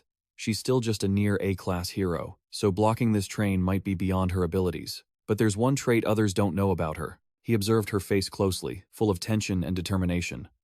Following Shin Ha-ju's lead, he admitted to himself. In all honesty, whenever she's in danger, her powers explode with incredible force. He thought so. But Shin Ha-ju was slowly being pushed back. Even so, he remained confident. So, she's definitely capable of stopping this. With that strong belief, the train's engine started rattling. However, instead of stopping, it actually pushed even harder. This phenomenon made Kim Jaein feel more than a little uneasy. Is the train's speed increasing even more? Realizing this, he quickly called his partner, but Lee Subin was long since unconscious. Subin! Subin! Wake up! Getting no response, Kim Jaein instantly fell into a panic. I didn't prepare for this. And just like that, the worst-case scenarios. It played out like a movie in his mind. What if the people tied to the tracks actually met their end? Even if it were a path paved with roses, Shin Ha-ju's brave superhero image would definitely be shattered. He thought about that scenario, Kim Jaein pacing back and forth, clutching his head. What should he do? Just then, the train drew closer to the poor girl. Realizing this, Shin Ha-ju gritted her teeth, pushing herself harder than usual. Seeing the train wouldn't stop, she used every ounce of her strength to hold it back. Even though the front of the train was nearly mangled, it hadn't slowed down one bit. Standing above, Kim Jaein watched her below, begging, "Please, please, please." As the distance between the train and the hostages shrank, he could only pray. "Come on, please." Suddenly, Kim Jaein noticed something. After all that effort, Shin Ha-ju finally managed to stop the train, and the whole thing was caught on camera. Witnessing such an unbelievable sight, Kim Jaein was visibly overjoyed. She stopped it. They had narrowly escaped a dead-end situation. Amidst the chaotic, desolate scene, he was bursting with anticipation. "Come on, make your appearance, Shin Ha-ju. Will she be okay?" The train was going so fast. Watching the live feed on his phone, Kim Jaein's mind started racing. Did she die? Did she? At that very moment, Shin Ha-ju's familiar silhouette appeared. Seeing the girl he had been worried about safe and sound, he couldn't hide his excitement and cheered. A moment later, realizing he was still the villain, he quickly composed himself. No. Wait. She actually stopped it? She really held it back? Well, my plan wasn't exactly like this, but watching Shin Ha-ju standing there, dazed, Kim Jaein rationalized it to himself. She found her own way to resolve the situation. Caught in a dilemma, she handled it her own way. Yeah, that's it. This declaration made the fans in the comments explode. Reading every single word. His face. Kim Jaein was beaming with excitement. Right, that's the reaction. That's it, see? With overwhelming pride, he took the opportunity to heap praise on the girl standing down there. This is the hero known as Shin Ha-ju. Look at how her power explodes, fueled purely by her desire to save people. After giving her absolute all, Shin Ha-ju finally collapsed from exhaustion. Seeing this, his eyes filled with genuine worry. Casting his image aside, Kim Jaein leapt down there to check on her. Approaching the girl, his heart sank as he heard a faint curse. "You jerk, Kim Jaein." No matter how sad he felt, Kim Jaein stayed focused on the moment. "All right, Shin Ha-ju. You did a great job, in a way I never could have imagined. This is your victory." With that, he gently closed her eyes to let her rest and gave a few final words. "I'm heading out now. Get some good rest. Other heroes will be here soon to help you." After making sure Shin Ha-ju was settled, he stood up, took off his hat, and paid his respects. Well then, my terrorist stunt ends here. Thank you all for watching. Following that, the screen went black. A shocking comment appeared. What's with the vibe between those two? So ambiguous. The next morning at the secret base, Kim Jaein Seo-eun was running around full of energy. Wake up, wake up! Come on, you sleepyheads. The two from the Kim family, along with Lee Subin, were utterly haggard and drained after yesterday's events.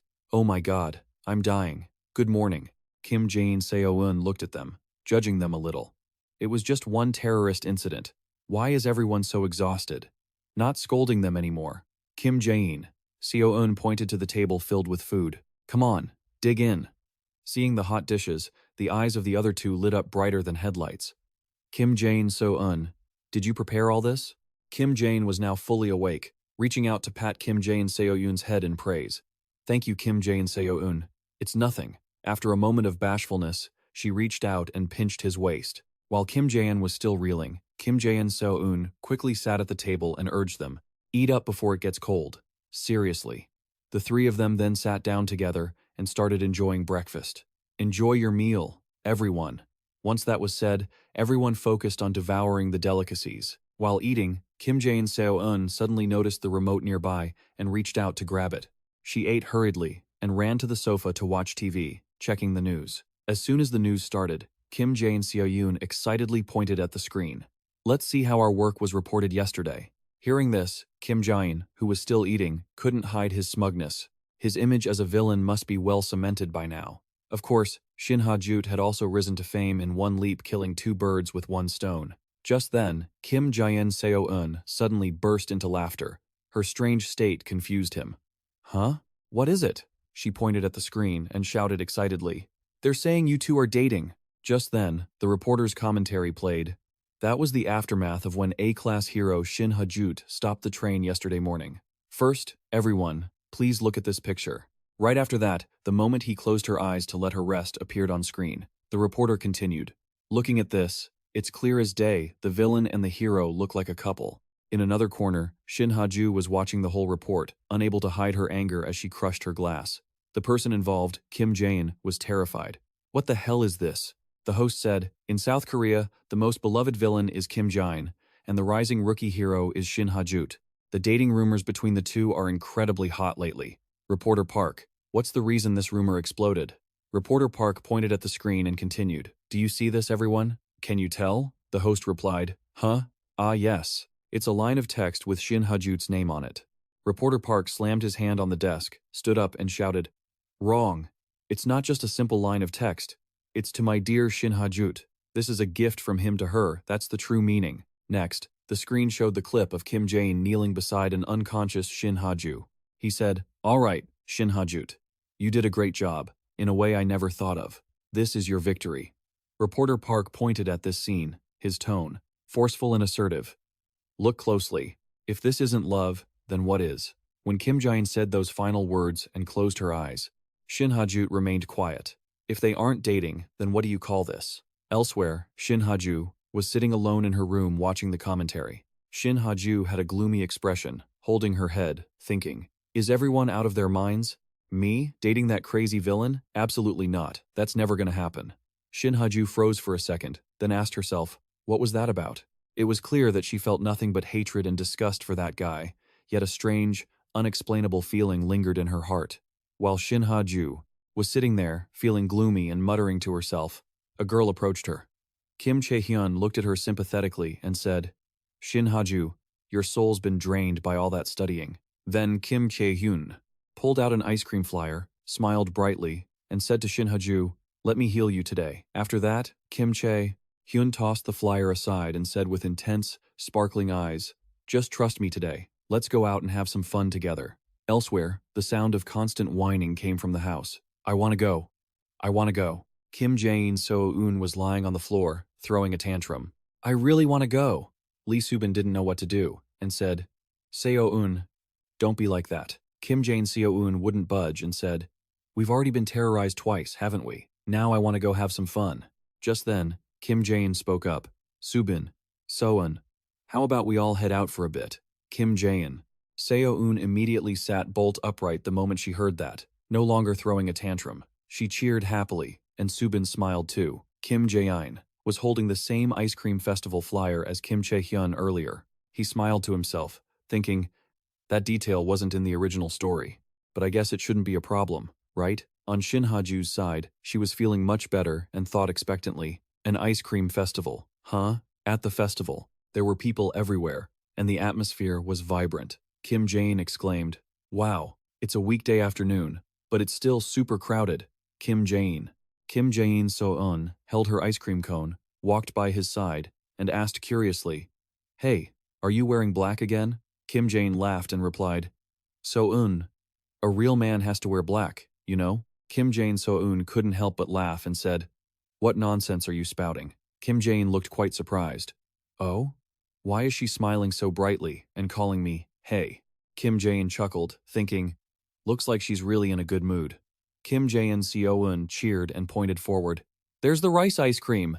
Then, Kim Jae So-eun excitedly ran toward the ice cream stall. Kim Jae laughed and said to Lee Soo-bin, "Coming out like this is worth it, right?" Lee Soo-bin smiled happily and replied, "Yeah, it really is."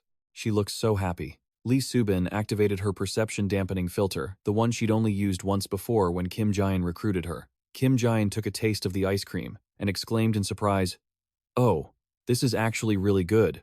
Kim Jaein scooped up another spoonful and said, "Subin, you try some too." Lee Subin blushed, looking shyly at the spoonful of ice cream Kim Jaein was offering. Kim Jaein So-eun stood nearby and asked innocently, "What's wrong? Hurry up and eat it." Lee Subin stammered, "Wait a second." Lee Subin shyly opened her mouth as she leaned toward the spoon, thinking, "Isn't this an indirect kiss?" Finally, Lee Subin took a bite of the ice cream. Right after, she looked absolutely delighted and exclaimed, "It's so good." Kim Jaein So-eun had already finished her ice cream cone and happily ran off to another stand. "Over there, mango flavor." Kim Jaein hurried after her. "Hey, wait for me." Kim Jaein So-eun stared at the ice cream through the glass with sparkling eyes. Then, she excitedly told the clerk, "One cone, please." The ice cream clerk took the ice cream, smiled, and said to Kim Jaein, "Oh my, she looks exactly like her parents. She's so cute." Kim Jaein was speechless. "What?" Then he just closed his eyes and played along. "Haha. Yeah, that's right." Lee Subin stood by, her face bright red. Kim Jaein So-eun turned around and teased him in a low voice. "This guy looks older than he really is, huh?" Kim Jaein didn't take it lying down and retorted, "That's probably just your height, not my age." Kim Jaein So-eun couldn't win the argument, so she huffed. The clerk brought the ice cream over. "Here you go, kid. 1 cone and 2 cups, right?" As they took the ice cream, Kim Jaein asked, "So-eun, did you order for us too?" The little girl replied, "Since you're the leader of the Kim Jaein Guild, of course, you have to eat the mango flavor." Kim Jaein was confused by this new identity of his and asked back, "The Kim Jaein Guild?" Kim Jaein looked at the clerk's smile and didn't know where to hide his face, shyly saying, "Ah, it's nothing." Suddenly, Kim Jaein's eyes went wide with shock. It turned out the clerk was showing off the back of his shirt, which had an image of Kim Jaein in his Kim Jaein identity. The clerk laughed and said, "I made it myself. Looks okay, right?" Kim Jaein had a headache and couldn't even comment. Kim Jaein So-eun generously gave a thumbs up. Absolutely cinematic. A while later, the three of them sat on a stone bench, relaxing and eating ice cream. Suddenly, Kim Jaein saw something. Kim Jaein asked, "So-eun, did you know I used to be a pro at darts?" Kim Jaein stood up, ready to show off his skills. "I'll show you what I've got." Kim Jaein So-eun seemed to catch him red-handed and asked, "Hey, are you planning to cheat by using your long-distance control ability?" Kim Jaein immediately froze, stiff as a board. The clerk said, "We have an event going on. If you hit the target 10 times in a row, you get the 10-layer ice cream prize." Kim Jaein So-eun said, "I actually like the second prize better. That teddy bear is so cute." Kim Jaein asked the clerk, "Anyway, the first prize winner gets to choose whatever they want, right?" The clerk agreed. "Yes." Kim Jaein confidently promised Kim Jaein So-eun. "So-eun, did you hear that?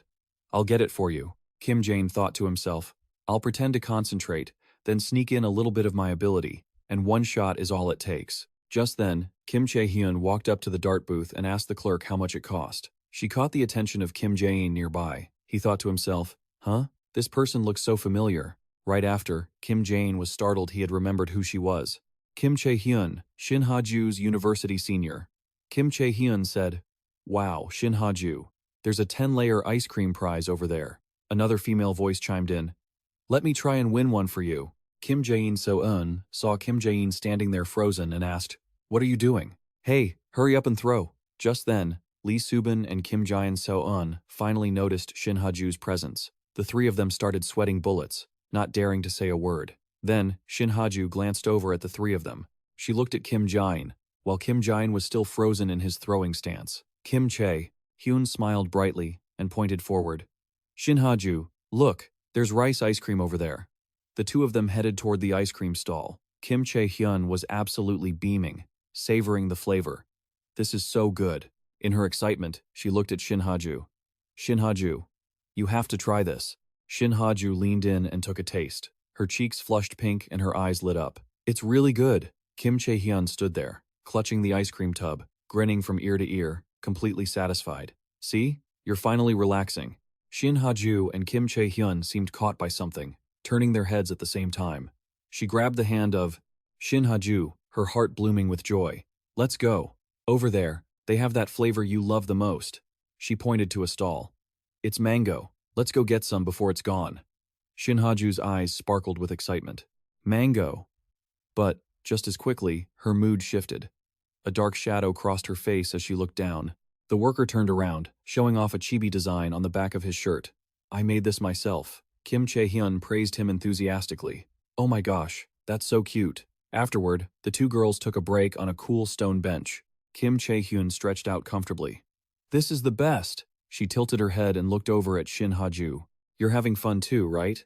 Shin Ha-ju's gloomy mood vanished, replaced by a smile. Yeah, of course I am. Then, Shin Ha-ju's eyes. Shin Ha-ju squeezed her eyes shut, savoring the moment under the massive cherry blossom tree as a few petals drifted down. She thought to herself, how long has it been since I've been out like this to enjoy the scenery? A soft smile touched her lips as she kept her eyes closed. It's wonderful. A moment later, Kim Chae-hyun pointed to a stall in front of them. Shin Ha-ju, once we finish this, should we go try that one? Shin Ha-ju watched her intently as she got all excited about the dart game. Oh! Shin Ha-ju immediately smiled brightly. That looks fun. Balloons were decorated and arranged neatly on the stall with vibrant colors. The friendly worker handed them the darts. We've got a special event going on. If you hit the target 10 times, you win. The 10-tier ice cream cone. She watched closely and replied, sure, okay. Her signature blue eyes darted around, and her gaze fell upon 3 players who were sweating bullets. They looked like a young couple. But why is the girl's hair silver? Maybe they're a granddaughter and her grandfather. That would make more sense. She stared at Kim Jaein, who looked anxious, and thought, and why does this guy look so familiar? Before she could think too long, Kim Chae-hyun shouted from behind, Shin Ha-ju, give it a shot. Shin Ha-ju heard her and immediately agreed. Oh, sure. Shin Ha-ju threw the dart, and it flew with a brilliant orange glow. Kim Chae-hyun laughed, her eyes crinkling. A direct hit. Kim Jaein watched, sweat dripping down his face, thinking to himself, Shin Ha-ju's power is super strength and the ability to fly. He kept looking at her, wondering, but this super strength isn't just about raw power. He gripped the item in his hand and muttered, to be more precise. Just then, Shin Ha-ju landed another perfect shot. A loud, excited voice echoed, 2 hits. He lowered his head, feeling a bit disappointed, and thought, right now, she only unleashes that terrifying power when necessary. But later on, she's going to become a superhero who transcends human limits. Shin Ha-ju kept throwing darts, clearly having a blast. It's not just her 5 senses, her 6th sense is developing too. In other words, her instincts will make her realize immediately when something is wrong. Shin Ha-ju felt curious, watching Kim Jaein, who kept looking so dejected. He kept overthinking it. That's enough to make her suspect that guy. Could he be Kim Jaein? If I reveal my identity as Kim Jaein right here, the image of Shin Ha-ju as a superhero flashed through his mind. She'll throw me straight into prison. Shin Ha-ju and Kim Chae-hyun hugged each other in joy, causing him to stumble backward. A dart that Shin Ha-ju had thrown with incredible speed popped a balloon. Kim Chae-hyun, standing next to her, praised her endlessly. Shin Ha-ju, you're amazing. You hit all 10. Upon hearing that, she immediately became bashful and shy. It's nothing, really, just a small thing. The happy worker handed them the 10-tier ice cream. Here is your 10-tier ice cream. The worker instinctively turned to Kim Jaein. Sir, are you not going to throw, dear customer? He was startled and replied, oh, well, the person next to me was so good, I was just mesmerized watching them. I'll throw now. Kim Jaein turned to look at Kim Jaein So-eun, then gave an awkward, nervous smile. So-eun, watch this. I'm about to lose it. I'm gonna throw this right now. Kim Jaein turns to look at Kim Jaein So-eun, then offers a strained, awkward smile. So-eun, look at this. I'll show you my dart-throwing technique. The girl cheered him on, though she was a bit skeptical. Hurry up. Kim Jaein picked up all 10 darts at once, his mind racing with worry. I don't need to use my powers. Just toss them and then bolt. He quickly threw them all in one decisive, swift motion, but, unfortunately, all 10 shots hit 10 balloons perfectly. Everyone was shocked, mouths agape. Kim Jaein, however, was the opposite. Why of all things now? Kim Chae-hyun held the 10-tier ice cream, looking at him with a surprised expression. The guest next to us is really good too. The worker brought out a stuffed bear. You wanted the bear more than the grand prize, right? Here, the bear is all ready, but Kim Jaein chose to bolt. The worker waved her hand to stop him. Wait a second. The 3 of them were already running, laughing awkwardly. It's okay. We're going now. Kim Jaein So-eun quickly joined in. Yeah, bye. Kim Chae-hyun held the long ice cream cone, grinning. Over there. We'll bring it over for Shin Ha-ju. Carry it over there, please. Shin Ha-ju took the bear and turned back. Sure, but halfway there, she tripped, and because the ice cream was so tall, it tipped over, spilling colorful layers everywhere toward Kim Jaein.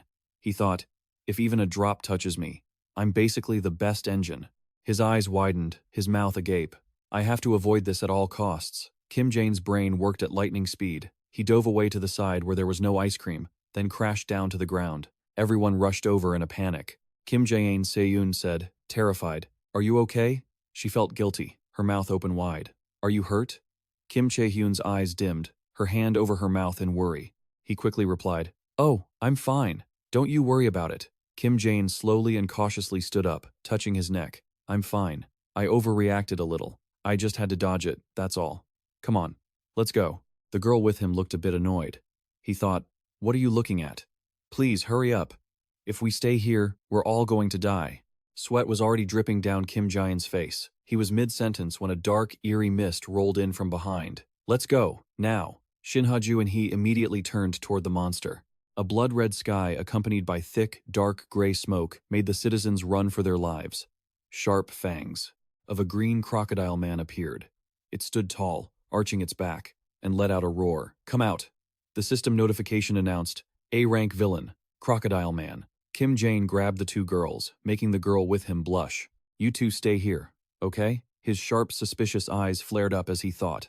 Following the original script, that guy wasn't supposed to show up yet, so why is he suddenly making his move now? Shin Ha-ju seemed to have grasped the situation and lunged forward. Kim Chae-hyun was startled. Shin Ha-ju. He gritted his teeth, the pain written all over his face. Running back to the association to get the perception filter now is too risky. If it's Shin Ha-ju, according to the original story. According to the story, the moment she reveals her face is the beginning of her path of misery and ruin. An image of a woman with golden hair covering her face appeared. No, I can't let that happen. In the original story, if she appears, something terrible will happen. Kim Jaein's body throbbed with sharp pain, and he gritted his teeth. Even if the sky falls, I won't let that happen, Kim Jaein yelled, and sudden purple light burst forth, enveloping his entire body. Kim Jaein the lights became more intense. Kim Jaein's regular clothes fell off and flew away.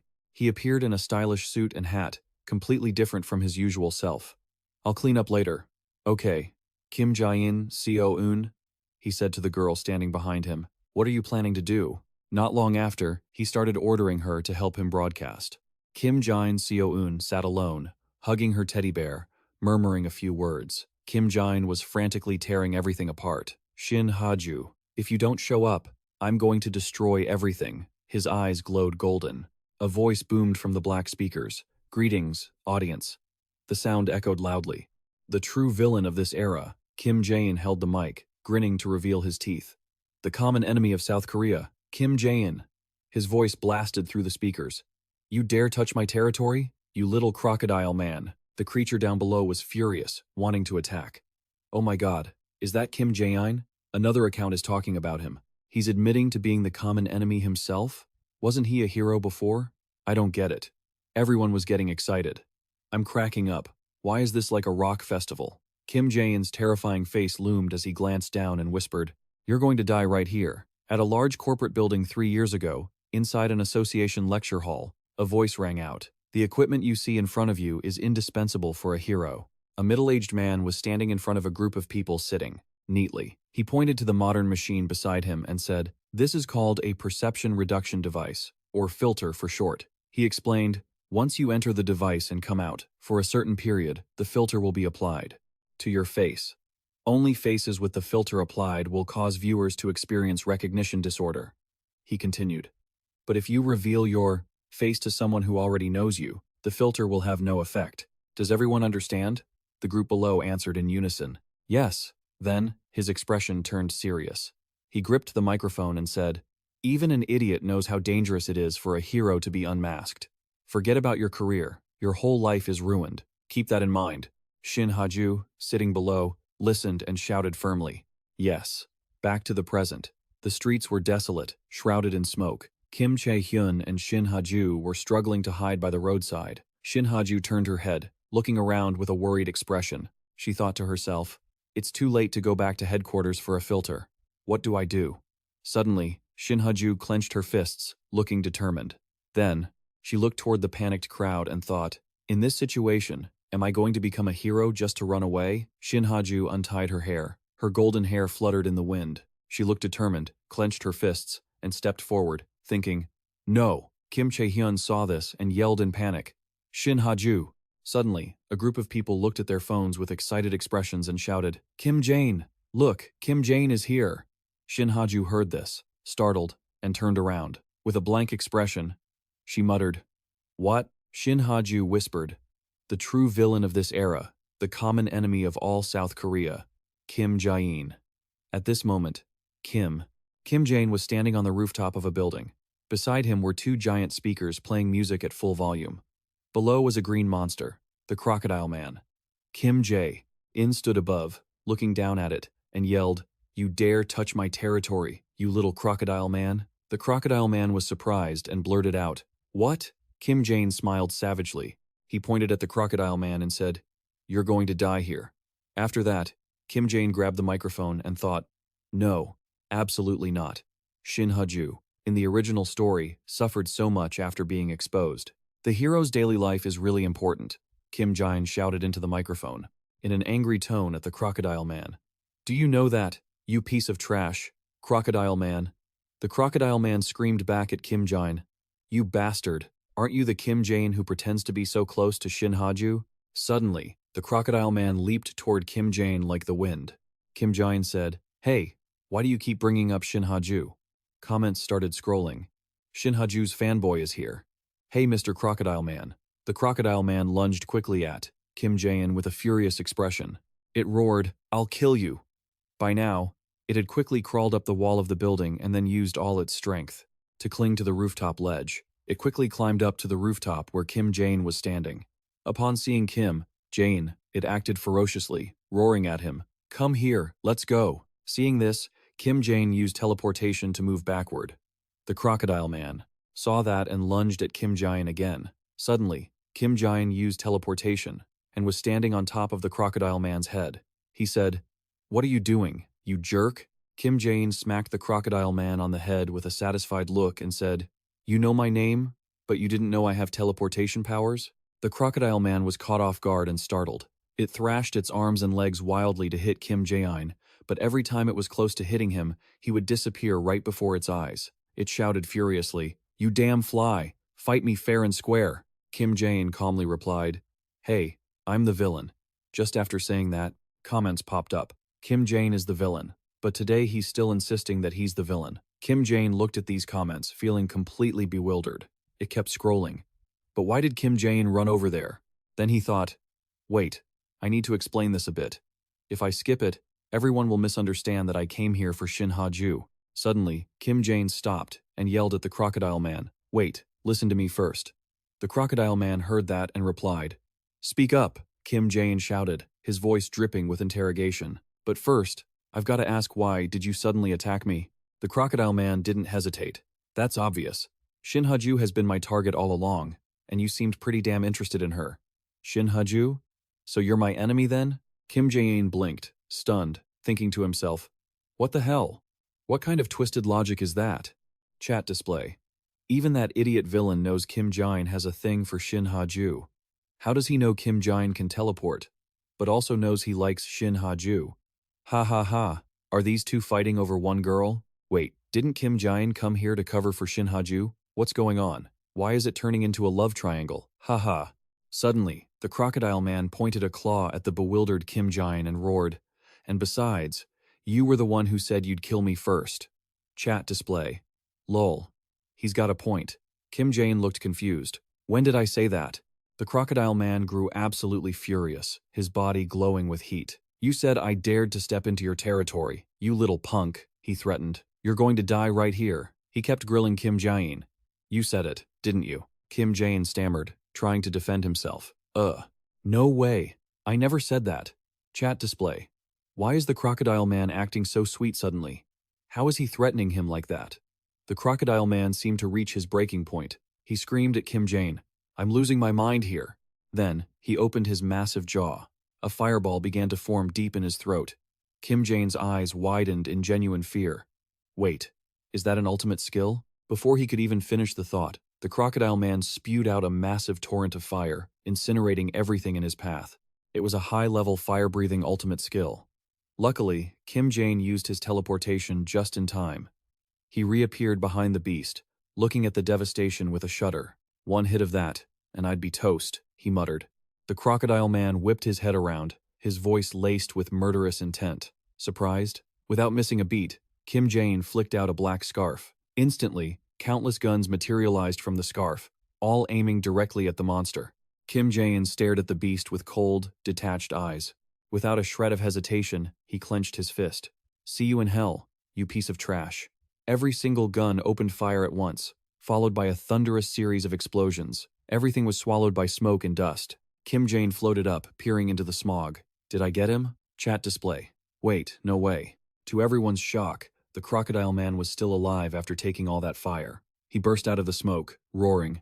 You think a few bullets can actually hurt me? Suddenly, Kim Jaein's mask fell off in front of the livestream camera. He quickly teleported away from the phone. He slowly pulled out a gas mask, stood on high ground, and looked down at the monster. I didn't do it to kill you.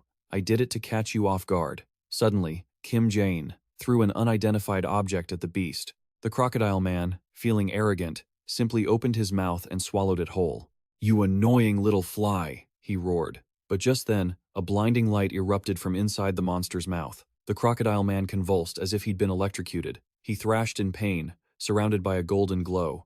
Kim Jaein watched, thinking, Hey, you. Did you really think I didn't know how much Shin Ha-ju suffered because of your thick hide? Do you think I came unprepared? The crocodile man, covered in blood from the internal blast, stumbled for a moment before collapsing, completely unconscious. Chat display. Kim Jaein. Kim Jaein. The association needs to make Kim Jaein a hero right now. And he calls himself a villain?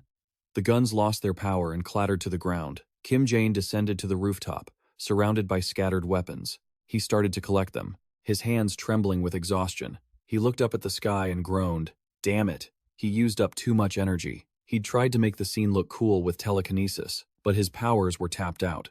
Even holding the phone was a struggle. That's when Kim Jaein remembered the livestream. He read a comment. So, Kim Jaein came here to take down the villain, huh? Kim Jaein panicked and started rambling. Right. No, guys, listen. I only came here because I hate that crocodile guy. Don't get it twisted, I didn't do this for Shin Ha-ju or the public good. Chat display. Sure, whatever you say. Suddenly, a golden light descended onto the rooftop.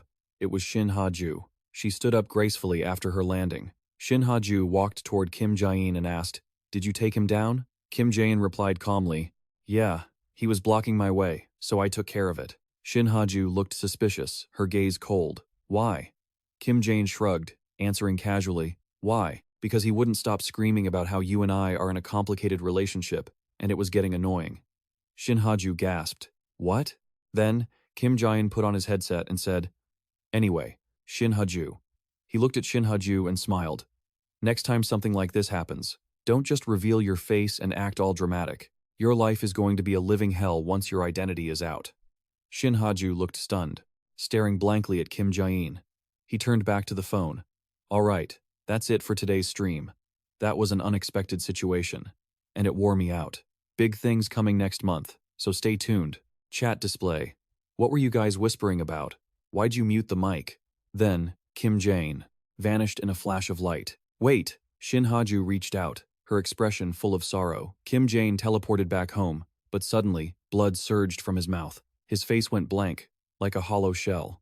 Kim Jaein, So-eun, and Lee Soo-bin rushed over, their faces full of worry. Big brother. Meanwhile, back on the rooftop, Shin Ha-ju found Kim Jaein's mask. She picked it up, staring at it pensively. How did he know what I was thinking? Who even are you? Shin Ha-ju sat in front of her computer, scrolling through the news. 2 hot topics were trending on KBS News, an exclusive report about the chaos at the festival and the A-rank villain, Crocodile. The monster had been captured. He was subdued by Kim Jaein and transferred to the Eastern Hero Detention Center. The building was destroyed by Crocodile Man 4 hours ago. A close-up of Kim Jaein. He's faster than any other A-rank villain. Is Kim Jaein a villain? Or what on earth is he? She whispered, searching for Kim Jaein. The search yielded about 2,030 results in 0.4 to 5 seconds. Official Kim Jaein Fan Club, Kim Jaein Society, Kim Jaein Hero Portal, and True Hero. The main character of this era, for Mango, by Mango, a fan club created to honor Kim Jaein, is a person named Kim Jaein, a god, and a comment saying, "I'm suddenly craving Kim Jaein so much today." Miga joined the Kim Jaein fan club. Kim Jaein, Kim Jaein, Kim Jaein. Someone named Kim Jaein replied, "I saw them, and I feel like lately, Kim Jaein is way cooler than those other heroes." The admirers of Kim Jaein were confused. "I used to praise Kim Jaein before, but I got banned for a month for supporting a villain.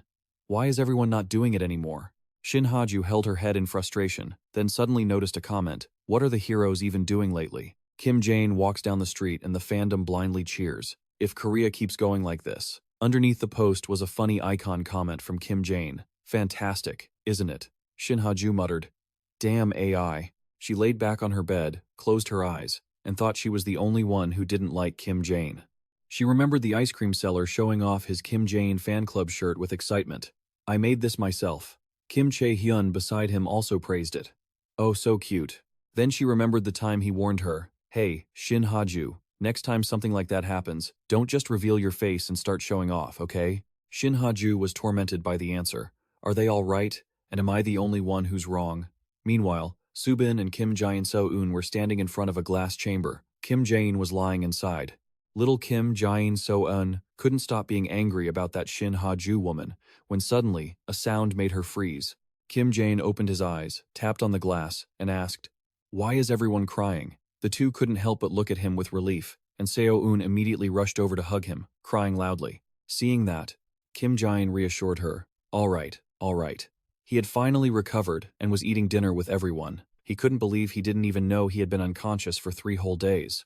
Looking back, it was probably due to using teleportation so much and lifting his body with telekinesis as well. It really was exhausting. Suddenly, Kim Jaein Seo-eun spoke up. "From now on, you have to take proper care of your body."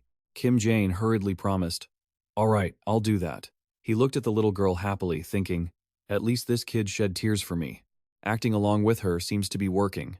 Across the room, Subin asked worriedly, "Hey Kim Jaein, why were you in such a rush? People almost thought you were a hero." Kim Jaein So-eun agreed and questioned him. "That's right. I don't get it at all. You're always talking about villains this, villains that." Kim Jaein calmly replied, "If I hadn't stepped in, Shin Ha-ju would have." The girl still didn't understand. "So what?" he replied, making Kim Jaein So-eun freeze. "It's dangerous." Kim Jaein explained, "If that situation happened while a hero revealed their identity, their personal information would be leaked completely. What would happen next? The villains who hold grudges or other bad guys would come to find and destroy that hero." Kim Jaein So-eun still didn't think it was important. "What does that have to do with us?" Kim Jaein patiently explained. "Seo-eun, the world we live in is an axis-shifted system. An axis shift between good and evil. Most heroes don't actually walk the path of a hero, they choose the villain's path. The rewards for the effort of destroying villains are too small, and they get harassed all the time. So instead of falling and suffering as a hero, many choose to be villains to live easier." According to him, in South Korea alone, there are only 3 A-rank heroes: Shin Ha-ju, Isakal, and Shadow Walker. But A-rank villains are everywhere, aren't they? Hearing that, Kim Jaein So-eun could only sigh. "So, that's why you plan to go destroy villains for them? What a hero. But still, what does that have to do with us?" Kim Jaein scratched his neck, tongue-tied.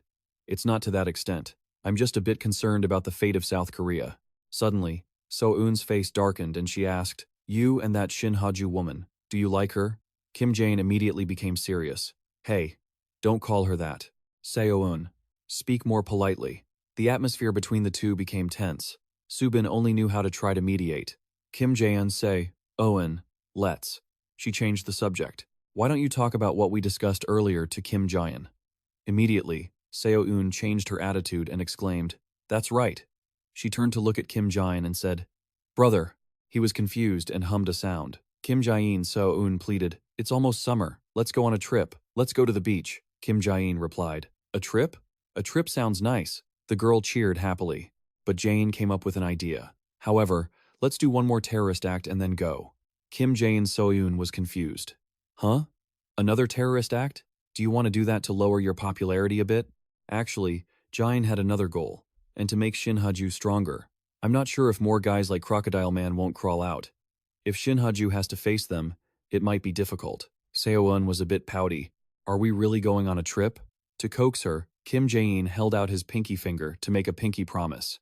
The girl cheered happily. You promised. Then Seo-eun happily sang and ran off. Yes, let's go pack our bags. The girl worked at full efficiency, saying, Actually, I've already thought of 10 plans. Seo-eun proudly declared, if I had to suggest one.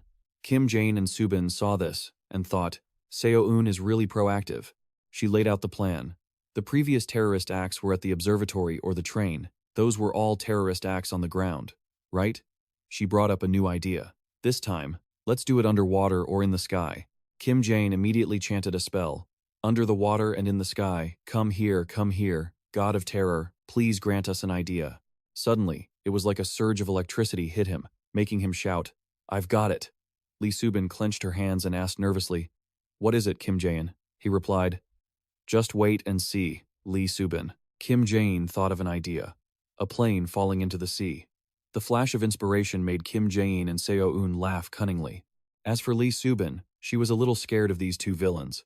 A plane was flying in the sky, and everyone on the flight was relaxed, not knowing what was about to happen to them. Suddenly, the plane lost power. Everyone was still optimistic, thinking, Look at this, the lights went out, the sky is clearer, it's just like a travel experience. The screen on the plane suddenly lit up. It showed the words, The Ego Live. A sound echoed throughout the cabin. Hello everyone. We are very happy to meet you all again. The biggest puzzle in the sky at an altitude of 25,000 feet. And, no, you have to call it the biggest trivia game in the air. Welcome to the Kim Jaein live show, a passenger angrily shouted. Flight attendant, what is going on? Kim Jaein continued to announce to them. Oh, that's right. And, of course, the plane you are sitting on. And look, a bomb's already rigged up on the fuselage. As the pilot just realized it, he couldn't help but wonder, what the hell? When did he plant that? Hearing that, everyone immediately panicked and started screaming. On the other side, Kim Jaein chuckled deviously. All right, let the game begin. Cut to the hero headquarters. Shin Ha-ju rushed into the room, demanding, How much time has passed since the incident began? Sitting in the room, Mr. Junho coughed and replied, Even if you go, it might already be too late to do anything. Those words instantly infuriated her. She slammed the table and shouted, That's what the association president says? I have to go right now. He turned around and said, Did I say you couldn't go? Daytime is truly difficult. Suddenly, someone walked in. Seeing who it was, Shin Ha-ju beamed and shouted, Kim Chae-hyun.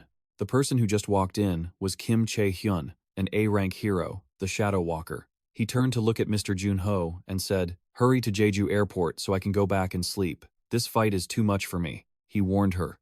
Don't overexert yourself. We can't save everyone. Shadow Walker activated his ability, while Shin Ha-ju replied, I'll keep that in mind. As soon as she stepped close to Shadow Walker, the two of them were enveloped in a flow of dark energy. Instantly, they transported to the scene of the incident. Shin Ha-ju quickly rushed off, not forgetting to say, Thanks for the hard work. Behind her, Shadow Walker was clutching his mouth, collapsing on the stairs, nearly throwing up. Shin Ha-ju raced outside immediately. When she looked up at the sky, she couldn't help but be horrified. Her legs, which were running, suddenly froze. Her face revealed a look of absolute despair. How on earth am I supposed to stop this? Before her eyes was the plane, currently engulfed in flames in midair. Cut to 1 year ago, at a building where some villains were holding a meeting. Everyone turned toward the guy sitting on high, who declared, The day I put Kim Jaein Seo-eun and the entire Republic of Korea under my heel is not far off now.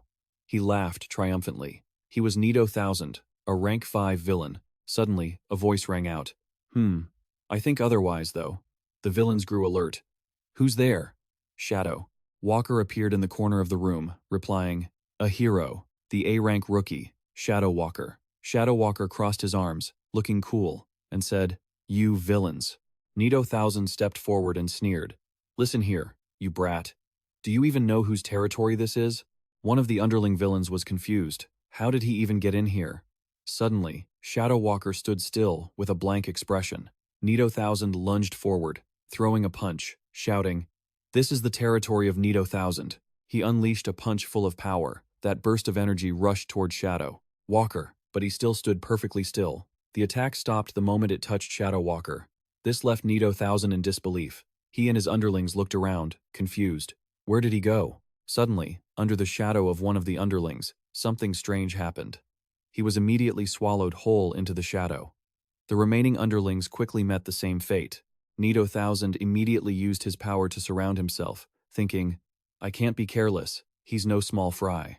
Shadow Walker's dark energy snaked toward his shoulder. He appeared from behind and lunged, but Nito 1000 also had some skills, firing power from his back like a porcupine toward Shadow Walker. You're getting too arrogant. He turned his head triumphantly, saying, this brat dared to bare his fangs at me, but when he turned back, Shadow Walker was lying on the ground, covered by the dark energy.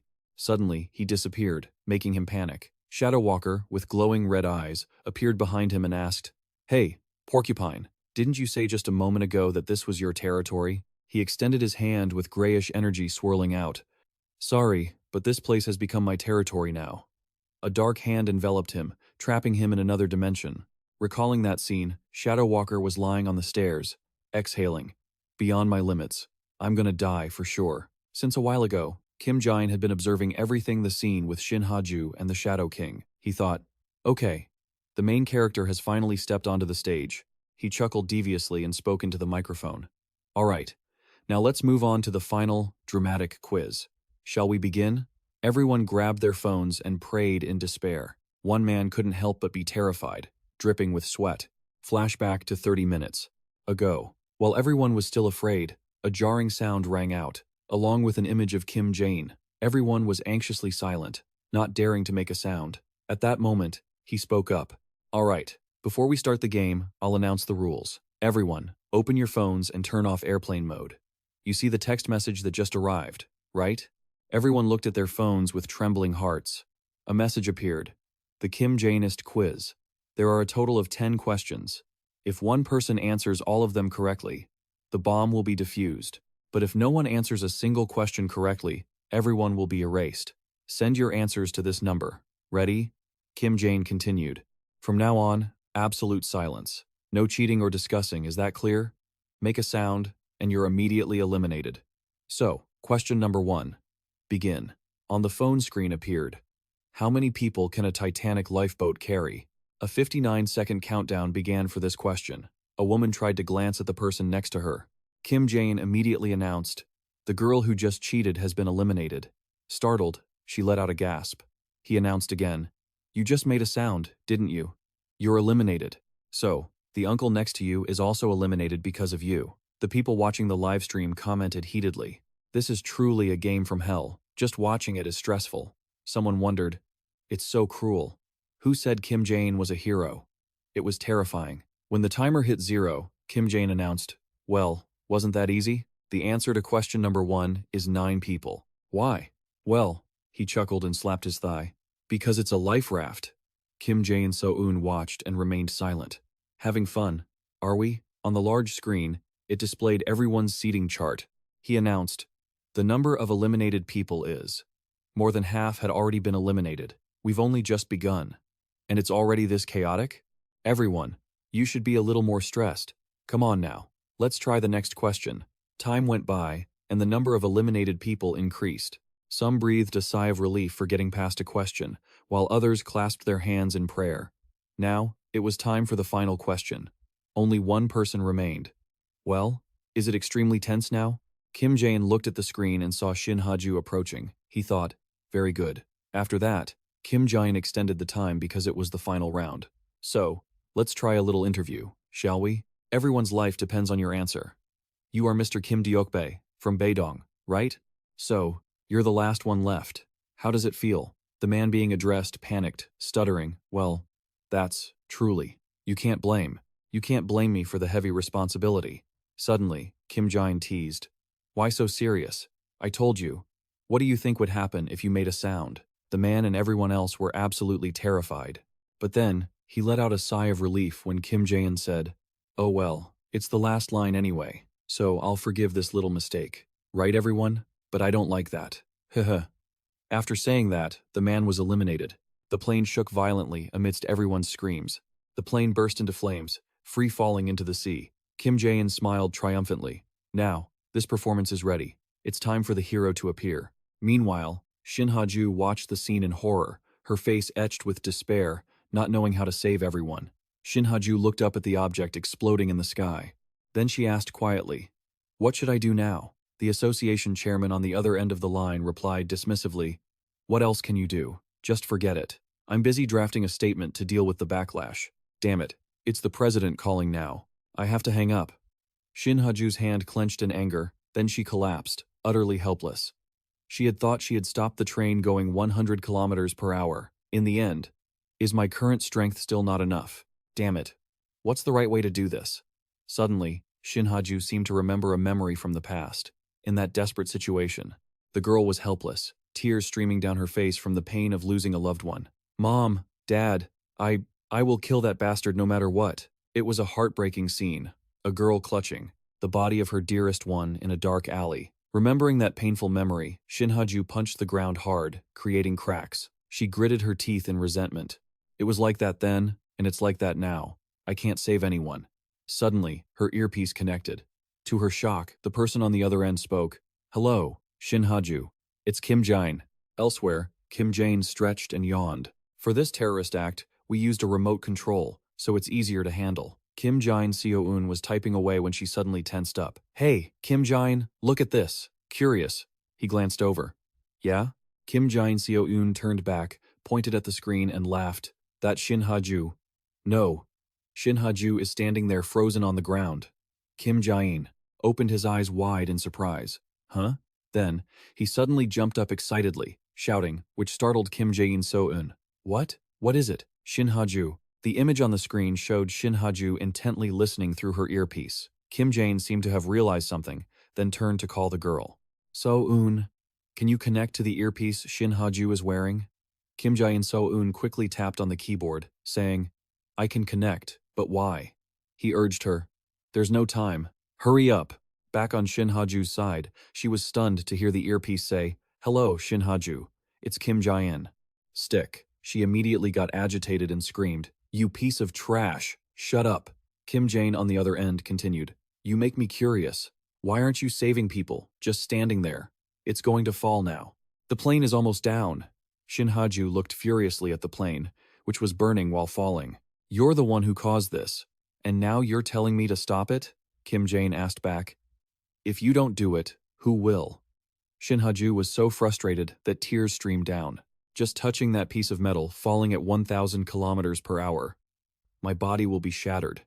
This was your plan, wasn't it? You're trying to send me to my death, right? On this side, Kim Jaein wore a dangerous smile. "You can do it, Shin Ha-ju." "What?" he continued. "Take action. Clench your fists, fly up there, and save everyone. You can do it. Because it's you, you'll be able to do it." Shin Ha-ju became even more confused. Damn it. What is this crazy person saying? In a white void, Kim Jaein walked toward her and asked, "Why would I want to kill you? Without you, Shin Ha-ju, I'd just be a mediocre villain. You're the one who helped me complete myself, Shin Ha-ju." Shin Ha-ju was momentarily stunned by these words. Then, she quickly propped herself up on her knees. "Even if this might be a trap set to eliminate me, I'll try it once." As she spoke, she pulled out her earpiece. On the other end, Kim Jaein was shocked. "What?" But Shin Ha-ju had already clenched her hand and crushed the earpiece, then pushed herself up. Following the flow of power, space began to shatter, flying off into tiny fragments.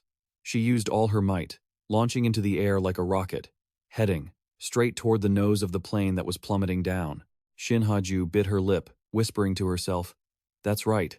If I just stand by and watch the people die like this, I'll live my whole life with the burden of guilt." The image of Kim Jaein appeared, confidently saying, "You can do it. Because it's you, you'll be able to do it." Shin Ha-ju's face was filled with determination. "I'd rather sacrifice myself to protect them than live my whole life in regret."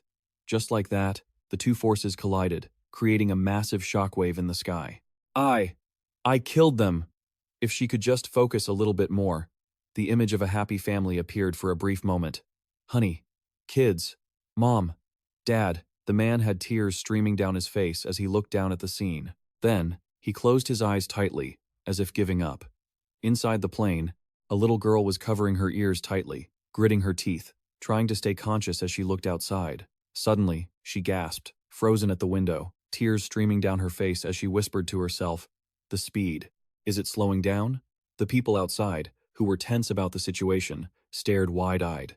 At that moment, the staff member nervously reported over the radio, "I'm not sure what happened, but the plane is currently being supported from the outside, so it's descending to the ground." A reminder played inside the cabin. "Dear passengers, please continue to fasten your seatbelts and wait for further instructions." In the air, Shin Ha-ju was giving her all to support the weight of the plane that was plummeting at such a terrifying speed. She gritted her teeth, the veins on her face popping out. Just a little bit more. The scene changed to another place. At this moment, a blurry vision was slowly opening. A flight attendant was anxiously watching the person waking up. "Mr. Kim Dok-bae, are you okay?" The man called Kim Dok-bae, having just woken up, was holding his head, exhausted. Then he looked around in confusion. "Where am I?" A moment later, the two of them stepped off the plane. The flight attendant was supporting the victim. Kim Dok-bae was looking around blankly, his expression filled with utter confusion. What is this? In front of him, Shin Ha-ju was currently kneeling on the ground. Amidst everyone's curiosity, Kim Dok-bae blurted out, "Is that really the flight attendant?" He looked at her in confusion. Tears of pure joy streamed down Kim Dok-bae's face. "She's the one who protected us. A true hero." On Shin Ha-ju's side, she was looking up at the sky, gasping for breath from exhaustion, tears streaming down her face as she murmured. The story quickly made headlines. Naturally, Shin Ha-ju's image was splashed all over the news. America was shocked, Japan was stunned, and China was buzzing with praise. Even France shuddered at the sight of this hero. Is Shin Ha-ju an AI? China was forced to admit that when it came to heroes, they were completely defeated by South Korea. They conceded that even if they combined 10 of their own heroes, they couldn't match Korea. The Japanese Minister of Interior made a shocking revelation. Accordingly, the news outlets quickly jumped on the hot topic. Hello viewers, this is the 9 a.m. morning news. Starting this morning, yesterday morning, the A-rank villain, Kim Jaein, used a remote control to hijack a plane and caused it to crash. Fortunately, all passengers were miraculously saved. The person who held the plane steady was none other than Shin Ha-ju, our pride and joy hero. Many experts predicted that given her known capabilities, it would be impossible for her to prevent this disaster. But in the end, the plane slowly came to a stop. Finally, Shin Ha-ju returned home. She heard the news about herself, quickly turned off the TV, and took a sip of water. Shin Ha-ju had just finished showering, looking incredibly relieved and cute. Suddenly, her phone rang. She quickly picked up. "Hello?" After hearing what the person on the other end said, she asked back, "Really?"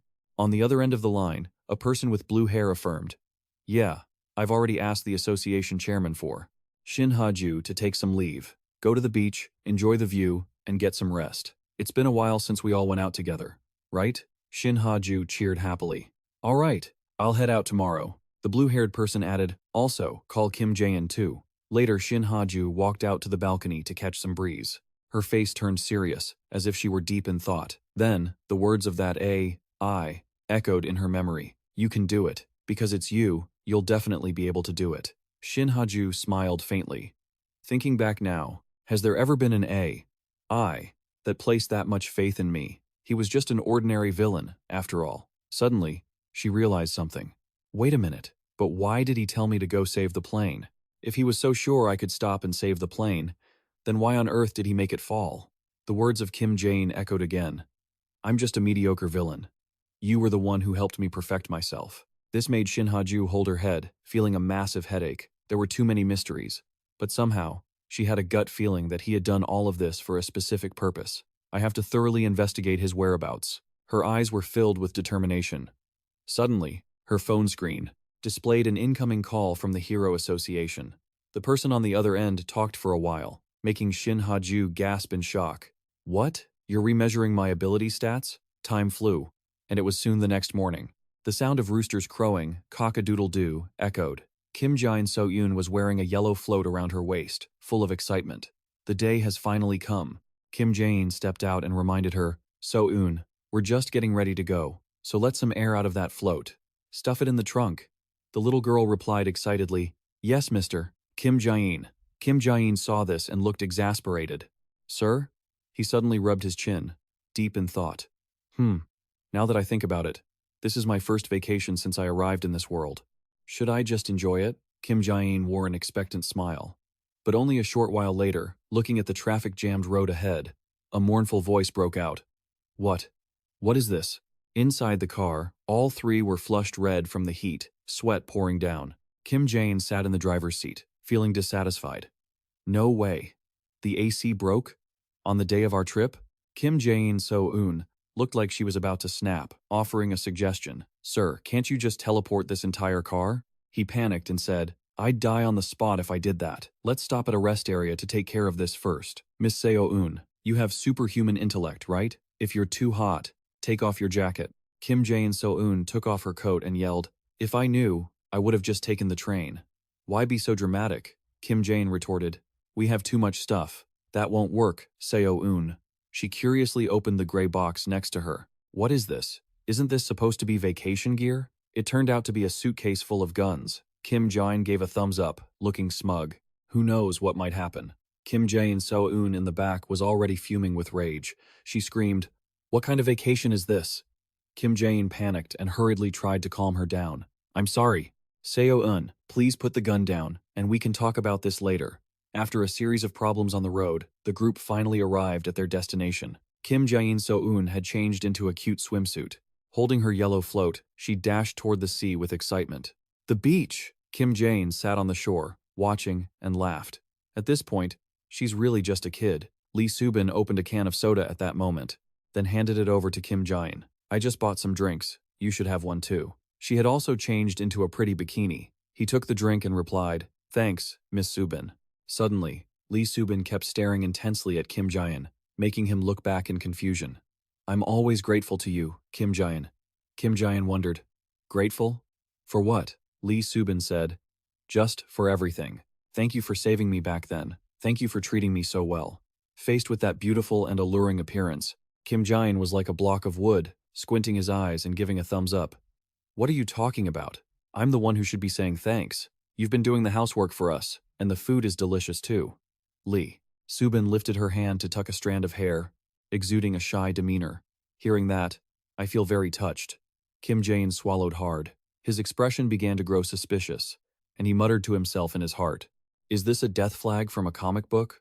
Or is it betrayal? He then looked down at the soda can in his hand, confused. Could I have been poisoned? His twisted expression made Lee Subin look at him, completely bewildered. The scene switched to a large building in the city. Shin Ha-ju had arrived there.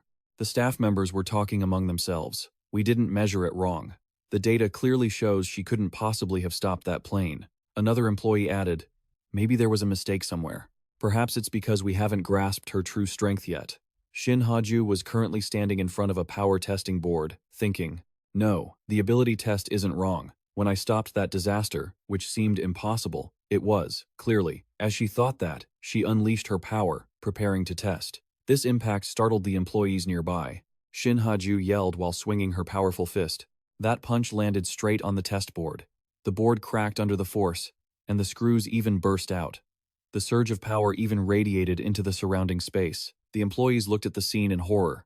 Shin Ha-ju stood in front of her own fist and murmured, I've become stronger. On Kim Jaein's side, Lee Subin sat beside him, tucking her hair in a shy manner, saying, Hearing that, I feel very touched. Kim Jaein saw that expression and immediately pursed his lips, feeling tense. He thought, could this be the death flag from a comic book? Lee Subin, sitting next to them, tucks her hair back shyly and says, Hearing that, I feel so touched. Kim Jaein sees that expression, bites his lip, and thinks, could this be a death flag from the webtoon? Or is it betrayal? Kim Jaein's face went pale, as if he'd just realized something terrible. The sun was still beating down on Kim Jaein So-eun, who was sitting on a floaty, enjoying the ocean. She noticed Kim Jaein on the shore, responding tensely to Lee Subin. Haha, looking forward to your help in the future, Subin. Kim Jaein So-eun quickly climbed onto the shore and pointed at the two of them, exposing them. Hey, you two. Are you planning to get all lovey-dovey and leave me alone? Lee Subin panicked, blushing and retorting. Lovey-dovey? What are you talking about? Kim Jaein just stayed calm, looking confused. Oh, you little brat, he said, firing back. If this is a family trip, we're supposed to hang out together, right? He flashed a sinister grin. Is that so? Kim Jaein So-eun made a sour face, confused by that expression.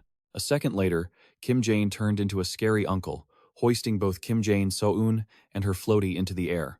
The girl panicked. Hey, Hey, what are you doing? Wait, Kim Jaein.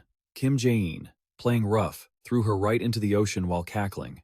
What am I doing? Just playing together. Kim Jaein Seo-eun fell into the water and struggled to get back up. Immediately, she threw a piece of seaweed into Kim Jaein's face, screaming, "Water got up my nose. Seriously, this guy is the worst." Kim Jaein awkwardly wiped the stuff off his face, thinking to himself, well, it's been a long time since I've had this kind of peace. I really like this. Then, flashing a demon-like grin, he dove in to splash Kim Jaein Seo-eun. Lee Subin sat on the shore watching this scene, laughing joyfully. Time passed quickly, and it was already evening. On the road, strange cars were speeding along, accompanied by voices. A voice rang out. Where are we raiding tonight? The Busan Mario Royal Hyperion Hotel, or the Grand Ambassador? A bald guy in a dark room shouted, Let's pull off something massive. The scene shifts to the Mario Royal Hyperion Hotel, where Kim Jaein's group had returned to the hotel to rest after a fun day at the beach. The receptionist asked, Welcome. May I have the name for the reservation, please? Kim Jaein replied, it should be under Kim Jaein Seo-eun. The receptionist smiled brightly and held out a room card. Yes, I've confirmed it. Here is the key for room 2708. Kim Jaein asked in confusion. Wait, there's only one room? Kim Jaein Seo-eun walked up, stood beside him, pouted, and whistled. Well, saving a little money is good, right? Kim Jaein let it slide. The three of them went out to wait for the elevator. Suddenly, Kim Jaein Seo-eun cheered. Oh, right.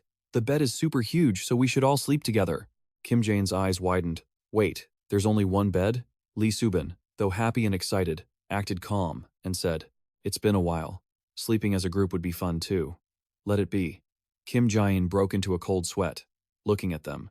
Well, I guess we've never slept together before. Then, he silently started praying in his heart. It'll probably be fine, right? There's really nothing that's gonna happen. What am I even expecting? Haha. The three of them really ended up sleeping on the bed. Kim Jaein Seo-eun was in the middle, fast asleep and snoring loudly. Kim Jaein was resting with his eyes closed when, suddenly, whispering voices came from outside the door. Wait, I want to get into this room. Then came the sounds of them counting down to charge. 1, 2, 3. Two robbers, fully masked and carrying guns, kicked the door in, shouting, FBI, open up.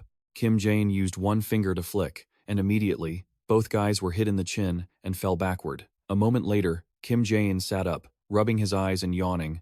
Where the hell did these guys crawl out from? The two guys were already knocked out cold on the floor. Kim Jaein carefully peeked outside and saw guests from other rooms, still in their pajamas, being dragged away by those FBI thugs. Move it! Hurry up, Kim Jaein grumbled. Are these terrorists? Seriously? Then he ground his teeth, crushing the doorframe. Damn it, I only go on vacation twice. And every time, I run into some garbage. Why? On his phone screen, Kim Jaein was looking up information. Wait, Shadow Walker is still here, and they dare to cause trouble at night? On the screen, the news read, Shocking report, A-rank hero Shadow Walker discovered collapsed in western Incheon. Oh my god. Kim Jaein Seo-eun had woken up by now, yawning. What's going on? Are there terrorists? Kim Jaein replied, Yeah, while internally rolling his eyes. At this point, I'm not even surprised anymore. He vanished from his spot, calling out, Hold on, I'm gonna check the parking lot. You call Subin and Jaein, then wait in the room, okay? Kim Jaein Seo-eun was still bleary-eyed, rubbing her eyes. Are we really encountering terrorists even on vacation? Okay, I'll follow instructions. Kim Jaein had already appeared inside his car. He looked outside and saw the terrorists prowling around the cars. He couldn't just leave without dealing with this. Thinking that, Kim Jaein searched for something in the car and pulled out a creepy mask. He flashed a sinister expression. I didn't expect the spare mask I brought would come in handy so soon. Serves you losers right for ruining our vacation. Come out and show your faces. Let me have a look at you. After grabbing his gear, Kim Jaein returned to the hotel room. The two girls were already awake and waiting properly. Kim Jaein tossed the gear toward them and announced, Orders received via the AR. Let's go, everyone. He looked extremely thrilled. Kim Jaein Seo-eun sighed with a sour expression. He looked so excited at times like this. Outside in the hotel lobby, the terrorists had piled up chairs into a small mountain. The leader sat on top, while his subordinates below held guns pointed in every direction. At this moment, the bald guy, Monkey Spanner, an A-rank villain, stroked his beard and spoke up. Is it ready yet? The two men below nodded in response. He praised them. Good. Then he shouted, pointing downward. Announce this to the Hero Association and the government. We are currently holding hundreds of hostages here. If you don't transfer the money into this account immediately, everyone gets eliminated. Below him were the guests, held hostage, and tied up on the floor. Monkey Spanner was still screaming. The account number is 10020. Suddenly, a noise echoed, causing both the hostages and the terrorists to look in one direction. Monkey Spanner was also alert, closing his mouth to listen. Kim Jaein, now wearing the orange mask, walked out while clapping and cheering. Enough! That kind of amateur terrorism ends here. Then he raised his hand, creating a surge of energy. Instantly, a gun in a terrorist's hand was yanked away by that power. After that, countless guns were controlled by that same power, pointing their barrels at the foreheads of the terrorists themselves. Then, Kim Jaein swung his fist. A surge of power erupted from the vast hotel lobby.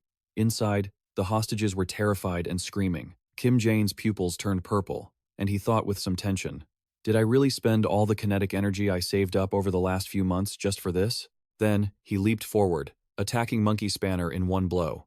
Kim Jaein kicked him to the floor, took his seat, and looked down from above with a demonic grin. How ridiculous. Weaklings like you dare to commit acts of terrorism? Suddenly, Monkey Spanner's eyes flashed red as he pulled out a gun.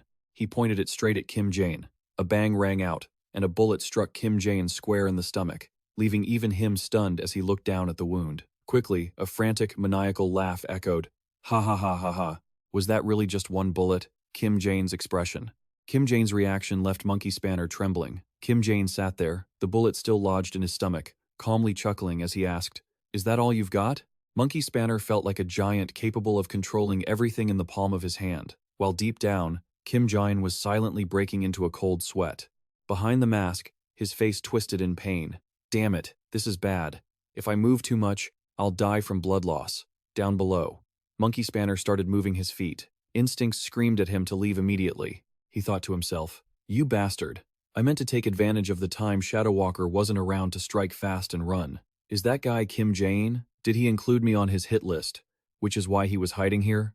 Above, Kim Jaein tried to suppress the pain and laughed. You seem pretty tense. I'll give you a chance to run away if you can. Monkey Spanner gritted his teeth, raised his fist, and demanded, What are you plotting? Huh? Kim Jaein, still sitting there, thought, Plotting my ass. The thing you're racking your brain over is the real conspiracy here. You've ruined my vacation. Don't bother me. Just retreat while you still can. Inside, he was feeling the pressure, urging the opponent. Please, stop overthinking, and just get out of here. Even just opening my eyes is making me dizzy. Monkey Spanner calculated, This is my chance. That's right, I just need to boost my ability and I can recover anytime. Then, to the shock and panic of the hostages, he turned into a blur like the Flash, and dashed straight toward the hotel exit, whispering to himself, I, Monkey Spanner, will one day become the king of South Korea. I can't die in a place like this. But from outside the door, a fist swung in, accompanied by shards of sharp glass. That fist sent Monkey Spanner flying backward with a massive force. His body distorted.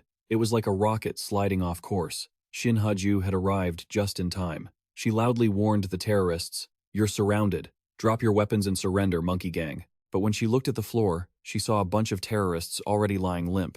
Just then, a pair of slender legs stepped in. Shin Ha-ju was bewildered by the scene. Icicle, an A-rank hero, spoke up with a cold expression. Huh, they're all dead? Where's Shadow Walker? The other A-rank hero next to him looked bored. So boring, so boring. They're all down? Just a false alarm that turned into a terrorist act. Then he noticed Kim Jaein. Kim Jaein was sitting on a high stack of chairs, but who is that guy? Kim Jaein, currently blank-faced with a pink bubble aura, looked down and thought to himself, Why is she here? Shin Ha-ju frowned and looked up, asking, Who are you? Did you take down these terrorists? Kim Jaein tried to press his wound shut, thinking, If I don't focus, I'm going to die right here. Kim Jaein thought, Luckily, it seems they don't know I'm Kim Jaein, so I have to stall for a bit more time. I just need enough strength to teleport twice, that's all. On the other side, Kim Jaein, So-eun, and Lee Subin were tense, listening to the voices through their earpieces. Outside, Kim Jaein kept acting dangerous. He asked, You're asking who I am? I'm an S-rank hero secretly operating in South Korea. This made the three below look up in shock. Shin Ha-ju quickly pointed her finger to debunk him. There's no record of an S-rank hero at the association. What kind of nonsense are you spouting?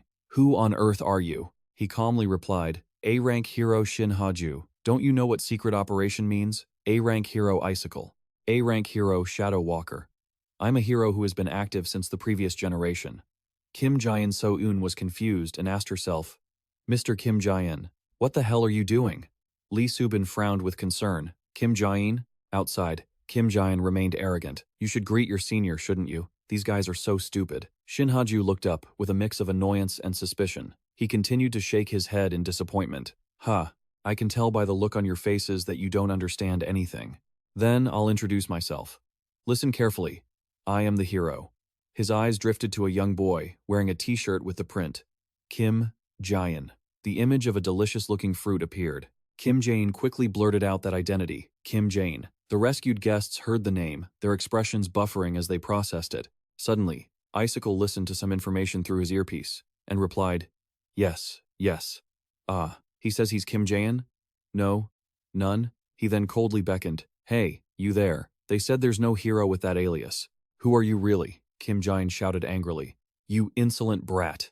I even know the association president's real name is Park Jun-ho. It's Park Jun-ho now, isn't it? My name was too old-fashioned, so I changed it. Go check it out already. This left all three stunned. Inside, he was extremely tense. I didn't expect the original work's info to be this useful. Icicle replied, Regardless, the president said he doesn't know you. Just then, a guest spoke up. Hey, you heroes. I've been watching and it's frustrating, so I have to say something. The voice sounded incredibly dissatisfied. That guy in the mask took down these bad guys to help us. So who he is shouldn't even matter, right? Icicle was flustered, breaking into a cold sweat. I mean everyone, please calm down. Kim Jaein screamed internally. Oh God, you're the best, sir. I just need to recover a bit more strength and I can escape, the man continued. And I saw that person make the gun float in midair and shoot wildly. What was it again? He looks like that guy who keeps appearing on TV. Shin Ha-ju caught the main point. Kim Jaein froze awkwardly. Sir. The man below gave him a thumbs up. And if that's the case, so what? Thinking about it, I'm already shivering, he screamed internally. Stop it. Icicle smiled coldly.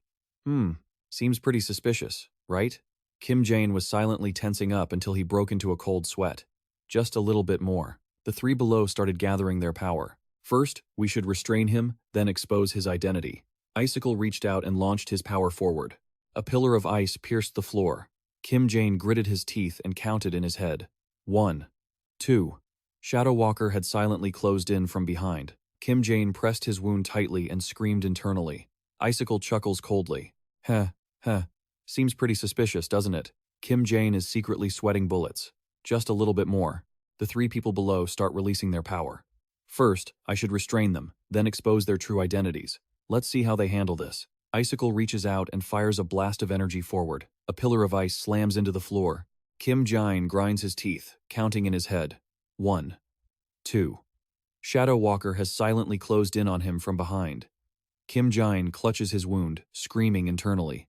Please, just move. Shin Ha-ju's eyes narrowed sharply as she locked onto her target, then launched herself toward him like a missile. Kim Jaein's face was twisted in deep, anxious concern over the situation. Right at that moment, Kim Jaein managed to use his teleportation power to drop down, barely evading the restraint. Kim Jaein, So-eun, and Lee Subin had appeared just in time to catch him.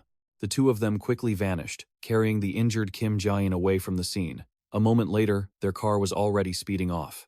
The group scrambled into the vehicle, and Kim Jaein So-eun, her eyes spinning, barely able to sit straight, hurriedly asked, Are you okay? Kim Jaein's face contorted in agony. So-eun, hurry, erase every piece of evidence that we were ever in Busan right now. The hotel guest logs, the CCTV. They find out. He couldn't finish his sentence. Both girls looked at him, panicked. Hey, what's wrong? Blood poured endlessly from the wound on his abdomen. Lee Subin screamed, We have to get him to a hospital now. Kim Jaein tried to stop them. No, I don't have the strength to teleport anymore. We'll definitely be caught and hauled back to Kim Jaein base. Lee Subin gritted her teeth, straining to stay focused. She gripped the steering wheel tight and shouted at Kim Jaein So-eun. So-eun, first, get the first aid kit and start patching him up. Kim Jaein So-eun was on the verge of tears, haunted by the scene. Lee Subin turned back and roared, "Hurry it up." The girl pulled herself together and wiped her eyes. "Yes, yes." Lee Subin's expression hardened as she floored it. "I'll get us out of here." The car zoomed into the dark, empty road like a bullet. Back at the hotel lobby, the police were busy calming the hostages. Icicle stood to the side and sighed. "Man, seriously, that was a rare vacation. And these villains just won't give us a single day off, huh?" Shadow Walker's face darkened. "Should I go get some rest?" She turned to him and replied, "Yeah, go ahead. You've worked hard. It's my fault for dragging you here just to clear your head." Icicle turned to Shin Ha-ju. "Well, since we're already here." Meanwhile, Shin Ha-ju was biting her lip, lost in thought, completely oblivious to her surroundings. Out on the road, a driver was yawning repeatedly, exhausted. "Man, I'm so sleepy. Better chew some gum." Suddenly, he saw another car in his rearview mirror. It was closing in fast. "Wait, what the? That car is going so fast it's smoking." As it zoomed past, the driver screamed, "Is that driver insane?" The speedometer was already topping 220 kilometers per hour. Kim So-eun was frantically trying to treat Kim Jaein's wounds, while Lee Subin gripped the wheel with a terrifying expression. Kim Jaein was covered in blood. Despite the bandages, the wound wouldn't stop bleeding, and sweat dripped down his face from the pain. Meanwhile, Shin Ha-ju clenched her fists, speaking seriously, "Kim Jaein, we need to look into his movements." Flashback to the past. In Kim Jaein's room, a voice cried out, "Another villain. It's always the villains. They harass Shin Ha-ju in every way possible." Kim Jaein slammed the book shut. He lay on his bed, looking completely hollow. So, this is how it ends? This was 19-year-old Kim Jaein in the past, dark circles under his eyes. This story is honestly just completely depressing. And that ending. The book fell to the floor. Kim Jaein rolled around on his bed, moaning, mumbling something to himself before drifting off to sleep. Just then, a streak of light flashed across the night sky, outside his window. Cut to the present. In a secluded house, Kim So-eun sat quietly by Kim Jaein's hospital bed, her face pale from exhaustion. Combined with above Lee, Subin brought in a tray of food, but the girl refused. "I'm not eating." She tried to comfort her. "So-eun, please, just have a little bit. Kim Jaein will wake up soon." Kim Jaein was lying unconscious on the bed. Kim So-eun buried her face in her hands, sobbing. Lee Subin sat beside her, heartbroken, trying to soothe her. As she was crying and trying to force down the rice, a voice suddenly rang out. "Still eating well, huh? Our So-eun." Kim Jaein looked over, grinning, and said, "While I'm on the verge of death here?" Both girls stared in shock. Then, Kim So-eun started bawling again. She wailed, kicking and punching at Kim Jaein. Lee Subin sat nearby, moved to tears. He could only force a bitter laugh, saying, "Ouch, ouch." Outside, the sky remained pitch black. Images of Kim Jaein, wearing a white mask, and another hand holding a gold mask flashed on screen. The news was spreading everywhere about him. Is the Kim Jaein terrorist attack that caused 0 casualties actually a terrorist act? Shin Ha-ju sat in front of her computer, chatting. "Yeah, the airplane incident didn't have any casualties either. If Kim Jaein didn't do it, and I couldn't intervene, then what?" Kim Jaein's image appeared, smiling. "It'll be fine. Because it's you, you'll be able to do it." Shin Ha-ju hung her head, stressed. "He thinks I can definitely do it." As if she had known beforehand that her powers would be enhanced, she suddenly smirked. How could he know? It must just be a coincidence. Then, she clenched her hand into a fist again. "But there's no denying I've gotten stronger." She picked up an AI profile. "There's one more suspicious point. The villains that Kim Jaein killed. This guy once had the power to cause a massive disaster one day, and he saw that too. Kim Jaein, he's definitely not a hero. But calling him a simple villain doesn't feel right either. I have a hunch. He's playing some kind of massive game. Next time he commits a terrorist act, I'm going to expose his true identity no matter what." Shin Ha-ju was incredibly determined. On Kim So-eun's side, she was also lost in thought, checking her phone.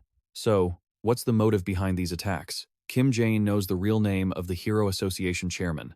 Park Jun-ho? Is it Park Jun-ho? Could Kim Jaein have been a rank 5 hero in the past, and after a conflict with the association, switched sides to become a villain? It's a conspiracy theory. Kim Jaein is at odds with the Hero Association. Are you saying you don't know?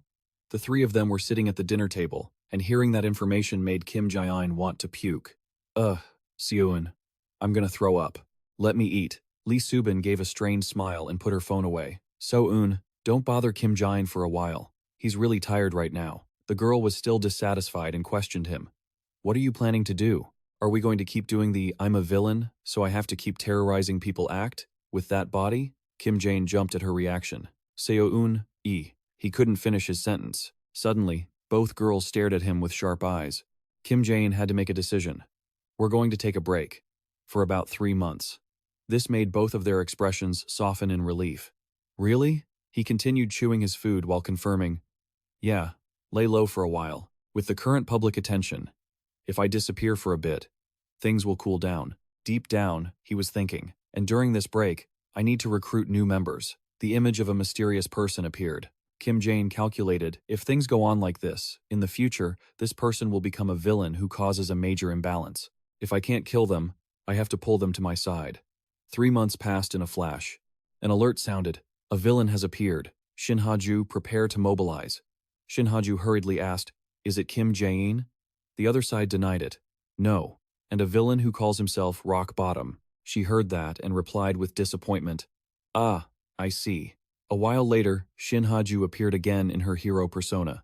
She lunged through the air like a missile. As she moved, she wondered to herself, Kim Jaein, where have you been and what have you been doing for these past 3 months? The scene shifts to Kim Jaein's house.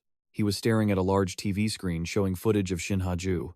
Oh, it's starting, Kim Jaein said, snacking on popcorn, as excited as if he were watching a movie. Kim Jaein So-eun sat next to him, looking at him with an expression of weary annoyance. Just then, a monster called Rock Bottom, an A-rank villain, was unleashing his power and roaring. Kim Jaein cheered through the screen. Go get him, Shin Ha-ju. While she lunged to attack Rock Bottom, she shouted, Are you Kim Jaein? No? Shin Ha-ju, now seemingly in a frenzy, punched her opponent until he was a shattered mess. Moments later, a bald guy with his eyes rolled back in his head lay unconscious on the ground. Kim Jaein was so thrilled he tossed his entire tub of popcorn into the air, shouting, Look at that. Getting stronger was totally worth it. Shin Ha-ju. Kim Jaein So-eun frowned, unimpressed. Is that really that much fun? Kim Jaein jumped, looking guilty. Yeah, kinda. But the girl's stern voice reminded him of something, making him jump and spit out his drink. Time to get to work. Now, man. I can't stand you constantly loitering in Shin Ha-ju's fan club anymore. He looked over, confused. What? So-eun? Kim Jaein So-eun spoke in a gloomy tone. Kim Jaein, leader of the Shin Ha-ju fan club. You thought I didn't know?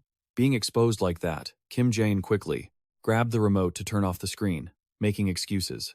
It's just a little hobby, the girl reminded him. Anyway, we already planned to work today, didn't we? Kim Jaein sat up and asked, Let's see. Today is the 17th, right? The girl grew excited. What is it? A terrorist attack? Kim Jaein denied it. No. Kim Jaein So-eun asked again. Then are we taking out a villain? He denied that too. Nope. Then, Kim Jaein smiled brightly and said, We're going to recruit a new member. The scene shifts to a high corner overlooking the town. An elderly couple was admiring the view below. The man sighed in appreciation. Oh, this place is still the same, isn't it? This scene hasn't changed a bit compared to 25 years ago. Just then, someone suddenly bumped into the man. The person was wearing a hat, head bowed, face unclear. They said, Ah, I'm sorry.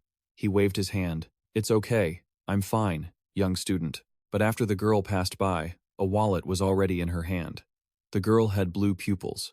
When she glanced down below, she saw a group of people. These were obviously a bunch of thugs, each with a cigarette, looking up at her with rowdy, hooligan expressions. The girl gritted her teeth in anger. Right at that moment, a young boy with blue pupils as clear as hers appeared and ran over, smiling brightly as he called out, Sister, this boy's name is Lee Cha-yoon, 13 years old. She pinched her younger brother's cheek and asked, Did you have fun playing? The boy replied happily, Yeah. She noticed the scrape on her brother's knee. Your knee is scraped? Oh, you got hurt? Lee Cha-yoon innocently replied. I slipped and fell on the road. The girl held out her hand, letting out healing magic, and reminded him, Honestly, be more careful next time. Okay? Lee Cha-yoon saw the wound on his knee slowly healing and shouted in amazement, Whoa! A moment later, the tear had completely vanished. The girl took off her hat and put it on. Cha-yoon, saying, You head back first. The boy obediently nodded. Okay. She took off her hat, revealing a beautiful orange-haired girl. She smiled brightly. I'll go buy some good food and come back. Introducing the girl. This is Lee Ha-yoon, who later becomes the villain known as Lee Ha-yoon. A while later, it was dark. Ha-yoon was on her way home with a bag of food. As she opened the door, she smiled, calling out, Lee Cha-yoon, I bought some delicious tteokbokki for you. Suddenly, Lee Ha-yoon's face turned pale as she saw the scene inside. A voice came from inside the house. I knew it, this kid. The bag of food fell to the ground. Inside was the gang, the stray dogs from the dam area. Lee Cha-yoon was being held by a masked man. One of them spoke up. Daring to pickpocket in our territory? If I find out you're hiding anything else, I'm gonna send you to the afterlife. You hear me? This guy had one eye larger than the other, which looked ridiculous, yet he acted dangerous. Lee Ha-yoon, though terrified, still screamed, That's enough. Let Lee Cha-yoon go, and take all that stuff and get lost. This guy sighed, acting bored. Look at that tramp. Then, he grabbed Lee Cha-yoon's hair tightly, causing the boy to scream in pain. This guy took joy in others' pain. Hey, you little brat. Lee Ha-yoon was also being held by two other guys. You bastard. The man continued grabbing Lee Cha-yoon's head, saying, Look at that. Looks like your sister doesn't understand what's happening, does she? The scarred man held a knife to the boy's throat. Today, I'll teach you a lesson. Lee Ha-yoon saw this and screamed in terror. No, I was wrong. Please. The cruel scarred man swung the knife. Too late, you bitch. Lee Cha-yoon squeezed his eyes shut in despair. Suddenly, some force sucked the knife right out of his hand. He was stunned, glancing behind him, only to be hit by a force that sent him flying forward, slamming into the wall. Afterward, the heads of the stray dog gang at the dam were all staring down the barrel of a very dangerous gun. Cha-yoon took the opportunity to break free and rush forward. Lee Ha-yoon hugged the boy tightly, calling out excitedly, Lee Cha-yoon. Just then, Kim Jaein appeared outside their yard. He thought, the 17th, Friday. Normally, Lee Cha-yoon would have been killed by that gang today, and Ha-yoon would have been corrupted and gone down the path of a villain. Lucky I arrived early. If I had been even a bit later, it would have been a huge disaster. Lee Cha-yoon looked outside and saw him, exclaiming in shock, Could it be? Lee Ha-yoon turned to stand in front of Cha-yoon protectively, questioning him. Are you Kim Jaein? Kim Jaein broke into a villainous smile. It's so nice to meet you, Ha-yoon and Lee Cha-yoon. I've come to take you two with me. Hearing that, Lee Ha-yoon's face darkened, and she snapped, Why would you take us? You're clearly that cruel villain, Kim Jaein calmly explained. Why? To save you too, of course. Didn't you just see that? Besides, if the police swarm in, it'll be a hassle. She intended to refuse. I won't go, even if I die. You bastard, what are you planning? But Lee Cha-yoon had already rushed outside like a gust of wind. Lee Ha-yoon was struck like a lightning bolt at this sight. She hurriedly screamed, Lee Cha-yoon, no. The image in her eyes was Lee Cha-yoon rushing toward a dangerous, evil demon. At that moment, Lee Cha-yoon ran up to Kim Jaein, grabbed his hand, and blurted out, Kim Jaein, am I in the Kim Jaein guild? The boy looked at the other person. Even Kim Jaein felt flustered by the boy's immense admiration and pride. But soon enough, Kim Jaein brought the two siblings to his hideout and introduced them to the others. All right, these are our new members. Say hello, guys. Lee Cha-yoon's eyes sparkled.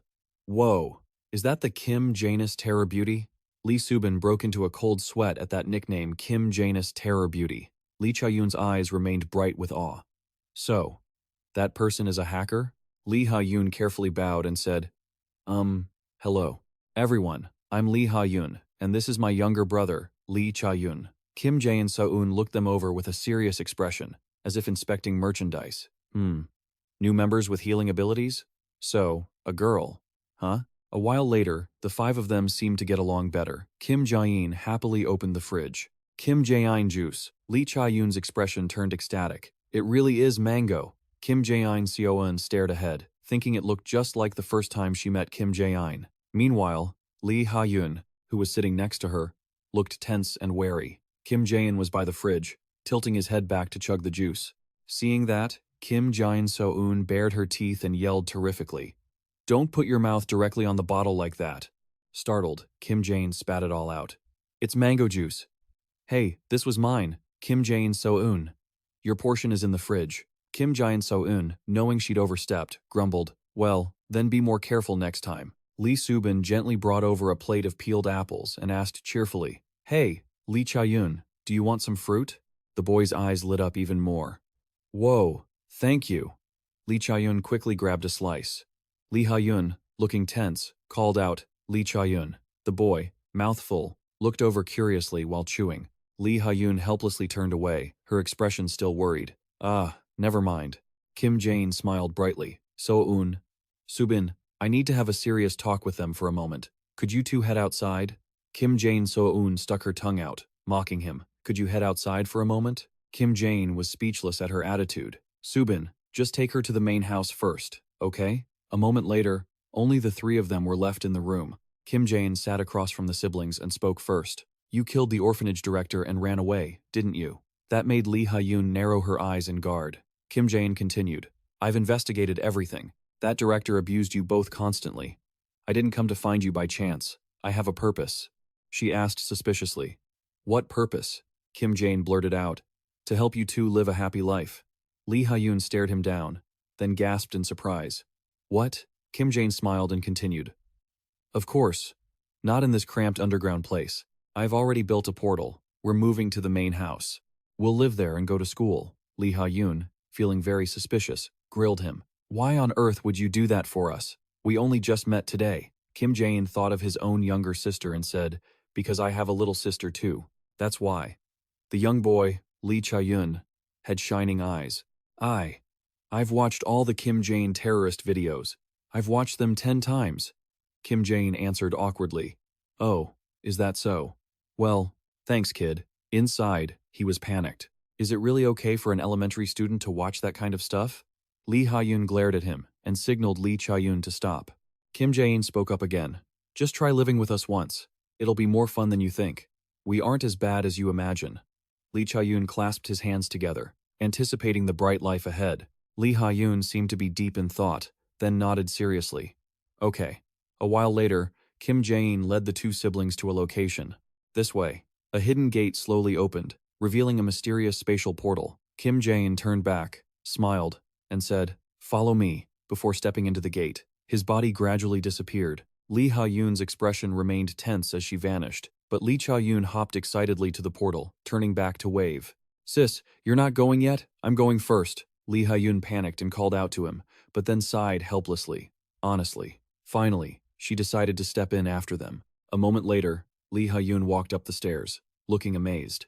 In front of her, Lee Cha-yun was standing, looking out the glass window. The light shining in was incredibly bright and warm.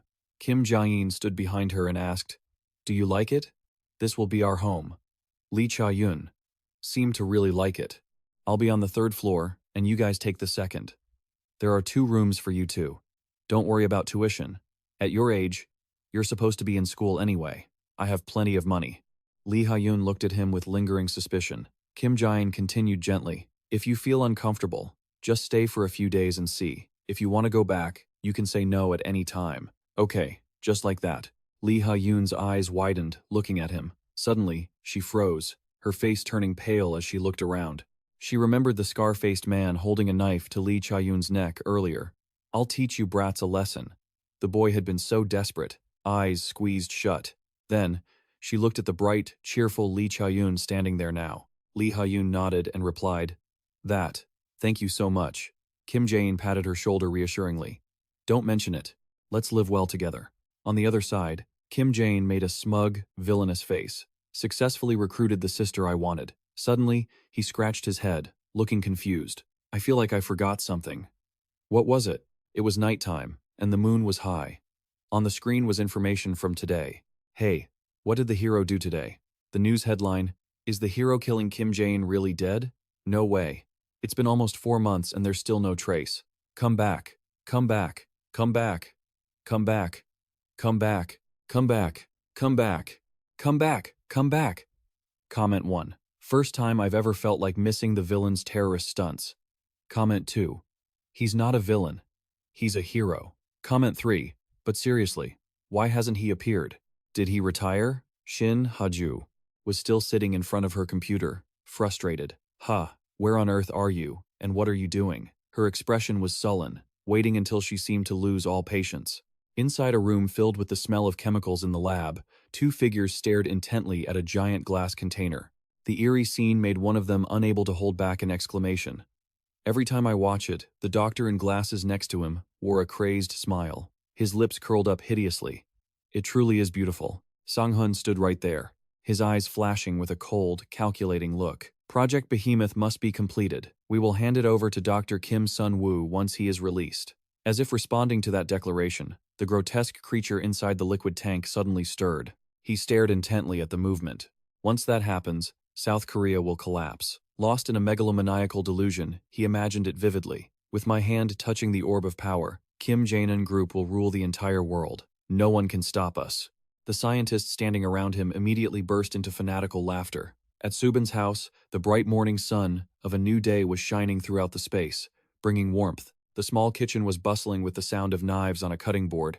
Her hands moved nimbly and skillfully, slicing every mushroom into thin, perfectly even pieces. Seeing that diligence, Subin smiled softly. Stepping closer, she gently said, "Lee Ha-yun, you really could have just stayed home."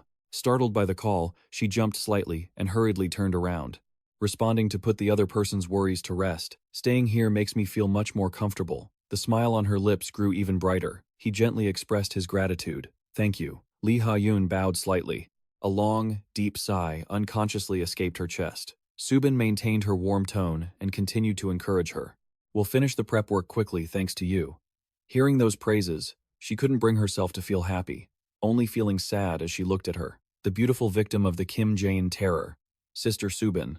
In her mind, she recalled a newspaper article she had read 4 months after that incident. She was living a life so happy and prosperous that it completely dispelled the ominous rumors that she had been harmed. Those chaotic memories made Lee Ha-yun shudder. Just then, the peaceful atmosphere was shattered by a whining cry from afar. "Hey, can you help me get up?" Faced with that pouting, Kim Jaein immediately spoke up with a strict tone. "Try to stay awake while walking, Kim Jaein So-yoon. You're going to get yourself hurt." She looked at Kim Jaein, who was struggling, putting in the effort to support and grapple with a Kim Jaein Seo-eun, who was still half asleep, the true identity of Kim Jaein. Kim Jaein pulled her shirt sleeve. While grumbling in confusion, "We spent so much effort finding a place with plenty of light, so why are you still sleeping in a dark basement? You need to wake up." Kim Jaein So-eun pouted, letting him drag her along while muttering back in broken sentences. "You're the one who keeps talking about the Kim Jaein base." Seeing that, he pulled her shirt harder to urge her. "Let's eat." As the hot plates of food were set on the table, he cheered excitedly. "Breakfast with meat. Amazing." Seeing everyone happy, Lee Ha-yun's heart grew heavy again. "One day, if he returns injured, with my healing abilities." As she slowly bowed her head, intently observing her own small hands, she then fell into silence. Suddenly, Lee Ha-yun clenched her fists, showing clear determination as if she had just made a decision to do something very important. After breakfast ended, Kim Jaein returned to his room and lay sprawled on the bed. The time had come to prepare for the black catastrophe that those bastards at Kim Jaein Group had created. That heavy feeling made him depressed. Kim Jaein looked up to study the calendar, silently counting down on the wall opposite him. The quiet atmosphere in the room was suddenly broken, when the door was violently pushed open by someone. Right after the noise, there was a somewhat irritable voice. "So, this is where you've been hiding, Kim Jaein." As soon as Choi Se-hee finished speaking, she slammed her hand against the sturdy wall nearby. "Now, let's go do some terrorism. I'm bored out of my mind." Faced with her agitation, Kim Jaein was initially pensive, but then he suddenly changed his attitude. "All right, we'll go commit some terror." This change even made Kim Jaein So-eun pause in surprise. She asked blankly to confirm, "For real?" Kim Jaein wasn't joking. He sat bolt upright on the bed. Then he broke into a mysterious smile. He shifted his gaze toward the door to announce to the others, "Kim Jaein team, all members assemble." A while later, in the common meeting room, Kim Jaein stood solemnly before a large white board, arms crossed over his chest with the air of a commander. Just then, Lee Ha-yun hesitated, raising her hand to ask a questioning question. "But why do we commit acts of terror in the first place?" Her core question made everyone in the room freeze. Hearing that, he didn't get angry at all. On the contrary, he happily responded, "If you're curious about the reason for our terrorist acts, the world's compassion is the answer." But before he could ramble on, someone sitting below immediately shouted to interrupt. "Stop it!" Kim Jaein Seo-eun also appeared rude and impatient, cutting him off. "And you, stop using that tone." Kim Jaeин's emotions, which were surging, were completely extinguished by her nagging. Now it wasn't him anymore, but that guy. After that preemptive strike, he turned his focus to answering the previous question for Shin Ha-ju. "Actually, we are the villains."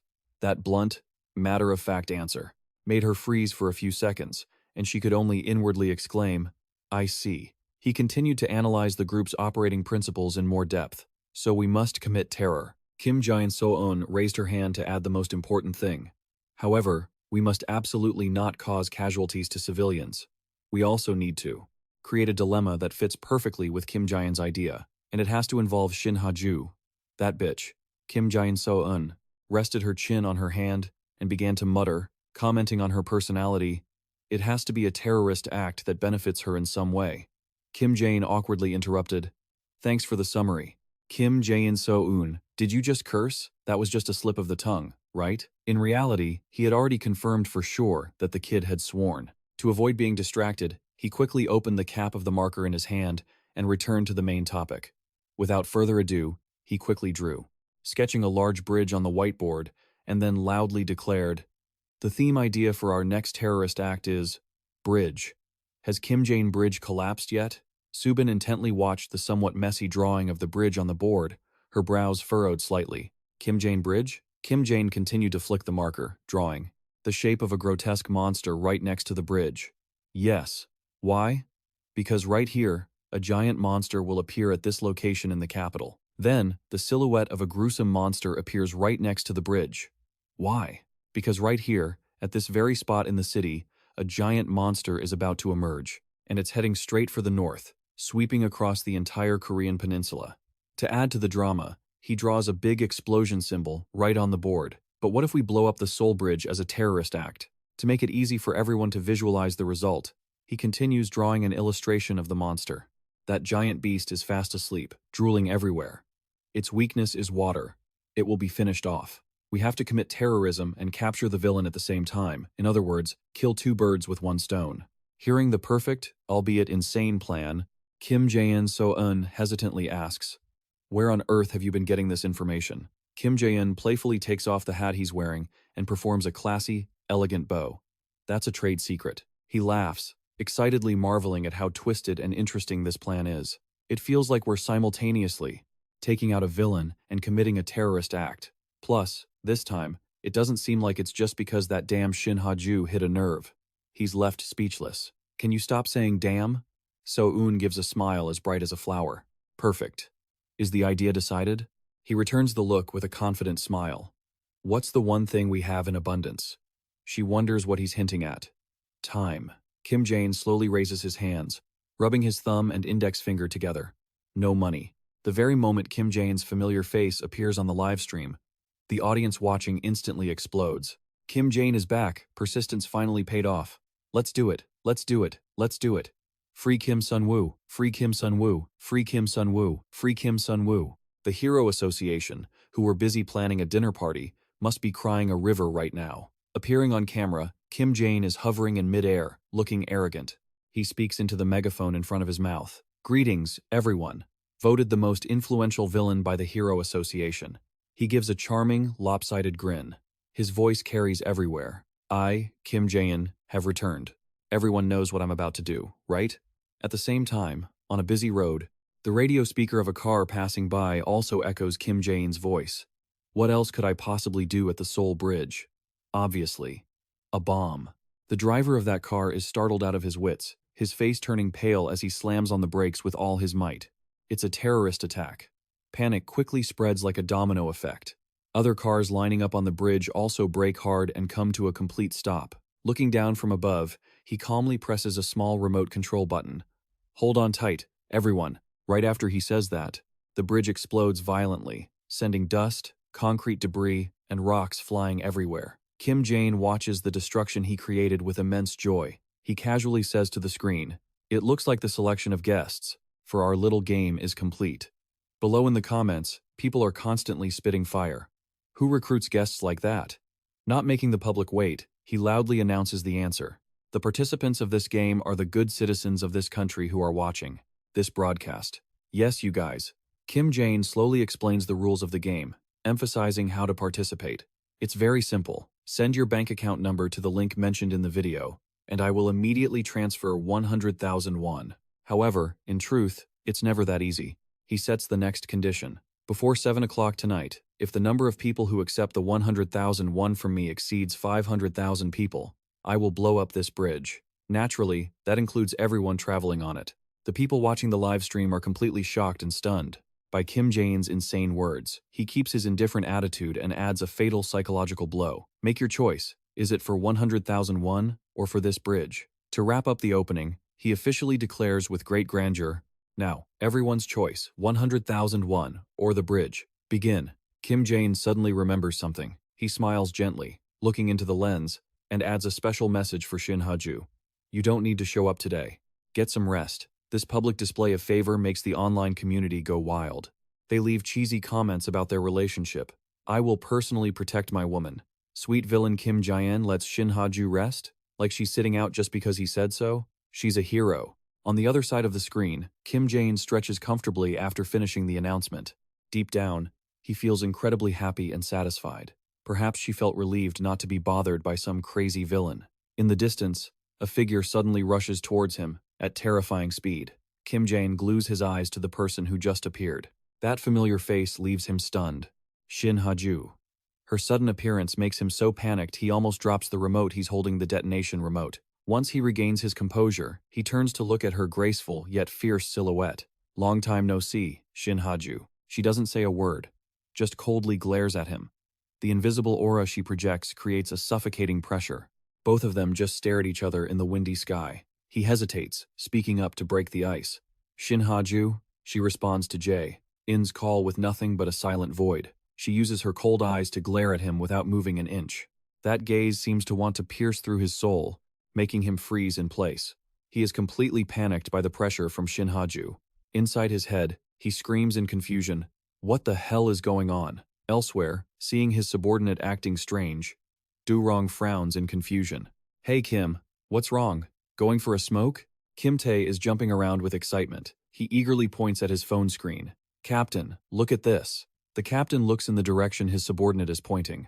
"What is it?" He excitedly explains the easy way to receive money. If you fill in your bank account number here, he will actually send you 100,000 won. He carefully reads the terms and conditions to see if more than 500,000 people receive it, he will blow up the Seoul Bridge. Kim Tae scrolls down the screen a bit more, opening the post that forwarded the live broadcast taking place.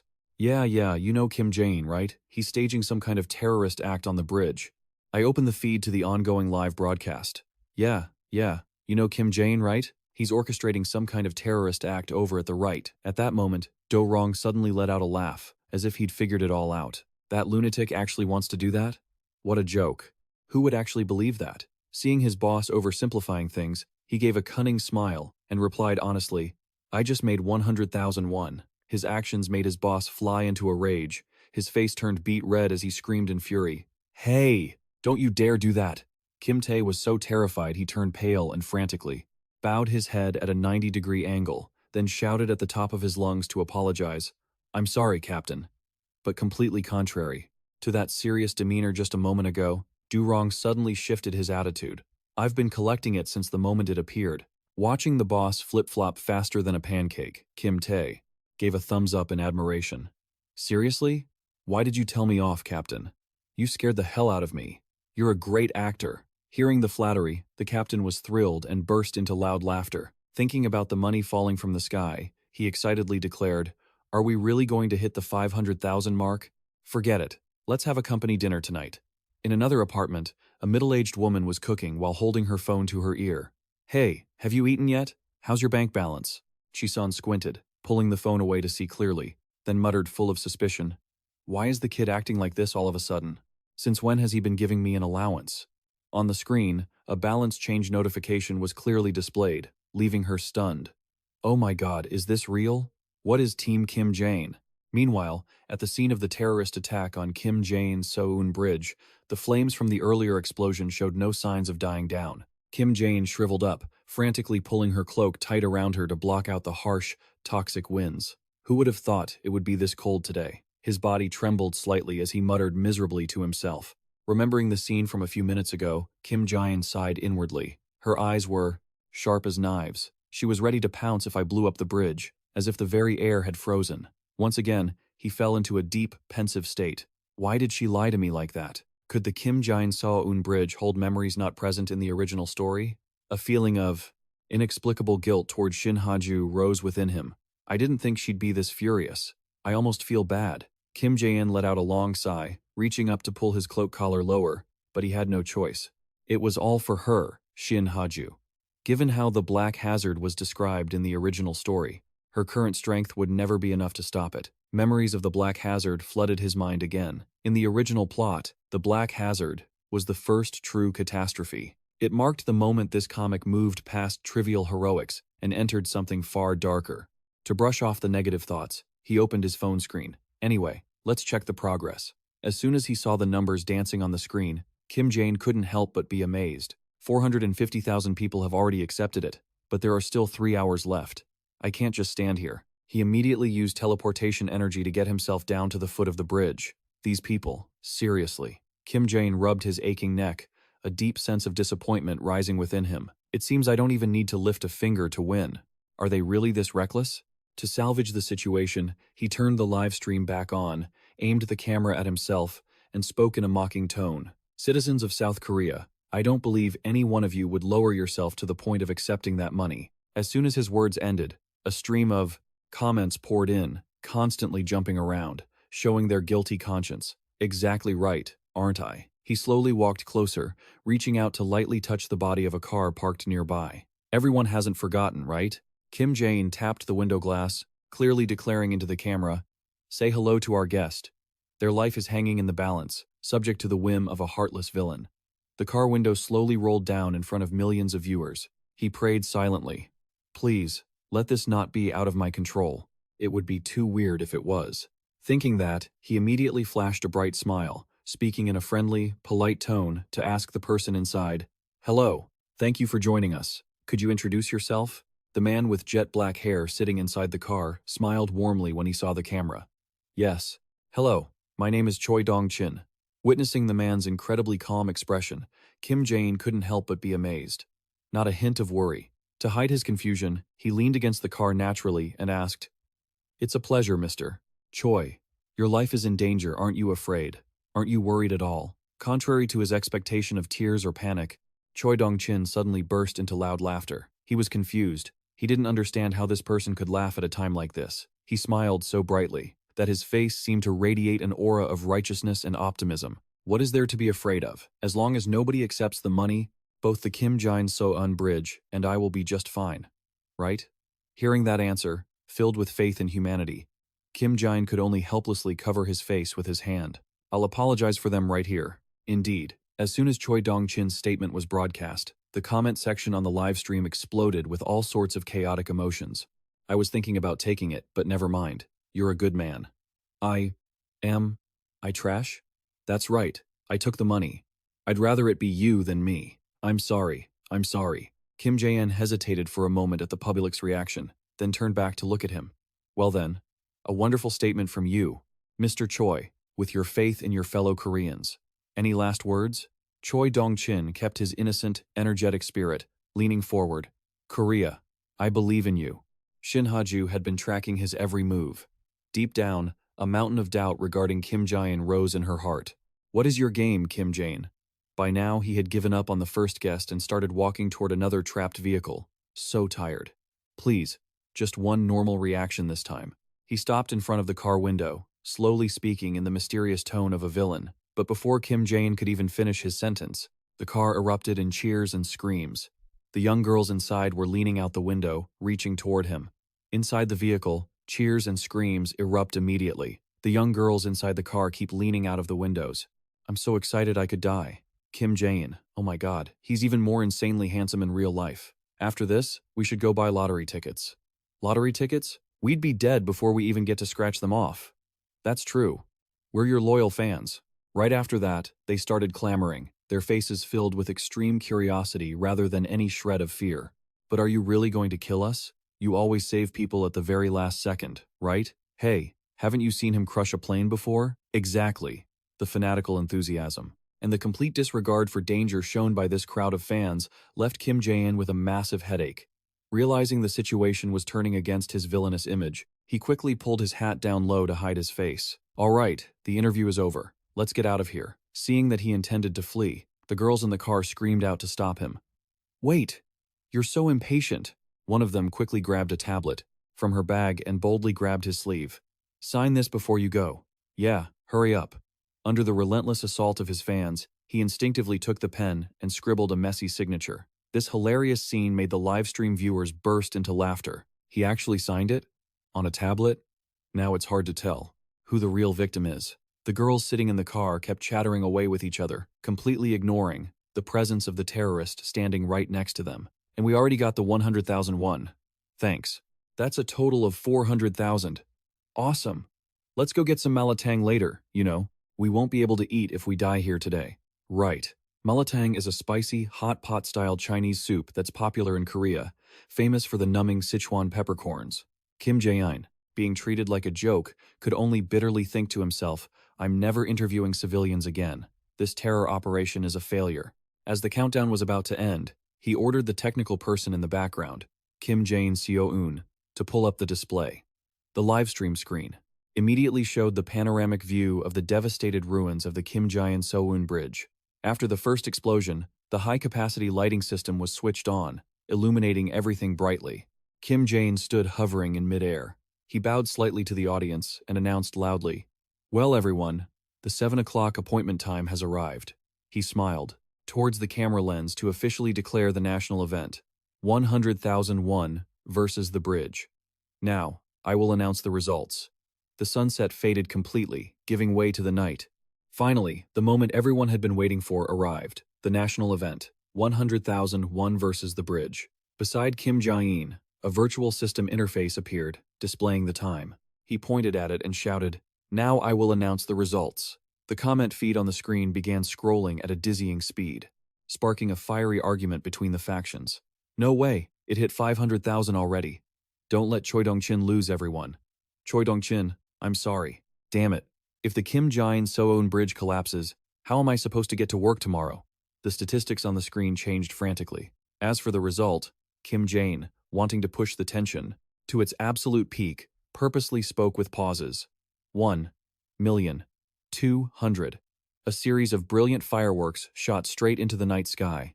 The streaks of red and blue light intertwined, creating a magnificent scene against the night sky. 50,000 people chose the 100,001 option. Faced with their consensus, he happily shouted with excitement into the megaphone, "Unbelievable, citizens of our beloved Great Korea." Contrary to his joy, the people still trapped on the bridge were panicked. What is this?" He snapped his fingers loudly.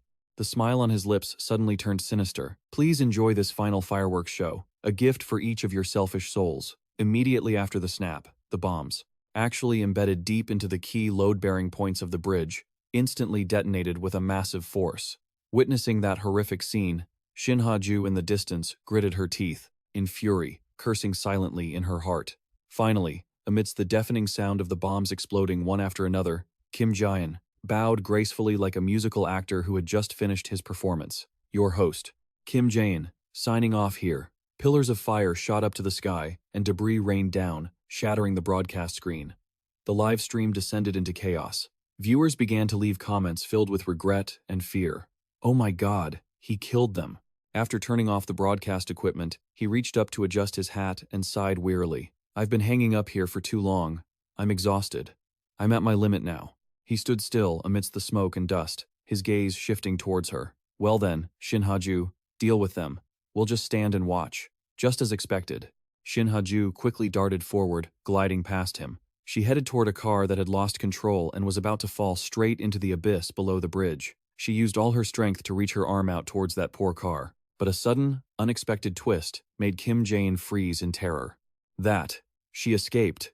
With no other choice, he was forced to intervene. The energy in his body surged wildly and compressed into a sphere. Damn it. At the same time, Shin Ha-ju had also rushed over to coordinate. The heavy car was still, falling freely toward the river. At this moment, both of them were pouring all their remaining strength into trying to lift that heavy vehicle. She braced herself, using her hands to pull back the teetering car. Their efforts paid off. Although it was a struggle, Shin Ha-ju successfully saved the car. Kim Jae-in, after pouring all his final energy into supporting her, began to breathe heavily. He muttered in his exhaustion, "Everyone." A stabbing pain deep in his chest struck him, making his vision spin and his head swim violently. Losing his support, Kim Jae-in's body went into freefall in midair. Just at the moment he was about to hit the icy water below, a familiar spatial rift suddenly appeared just in time. It wrapped tightly around him and swept him away. Thanks to the spatial rift, Kim Jaein successfully teleported back to the group's secret base. Seeing him appear in such a terrible state, Subin and Kim Jae-in rushed over in a panic. No, no. The side effects of pushing past his limits caused blood to constantly pour from his nose and mouth. After emergency first aid, Kim Jaein was placed inside a special medical glass chamber to sustain his life. Kim Jaein, So-eun, and Subin stood silently outside the glass, looking at his battered body. Please, just open your eyes. Through the thick glass, Lee Ha-yoon stood silently in a corner outside the medical room, her head bowed and body trembling. She clutched her own arms tightly, watching him in agony as he lay completely motionless inside. In her heart, she prayed for a miracle. Please, Shin Ha-ju. She couldn't do anything but remain silent. Tilting her head back, she took a deep breath to suppress the rising pain in her chest, then used her fingertips to gently wipe away the tears welling up at the corners of her eyes. On a breezy balcony of another building, Shin Ha-ju stood all alone under the moonlight, her eyes staring vacantly into the void. In her heart, she whispered the young man's name, Kim Jaein. She opened the stack of newspapers she had kept, carefully, and cherished.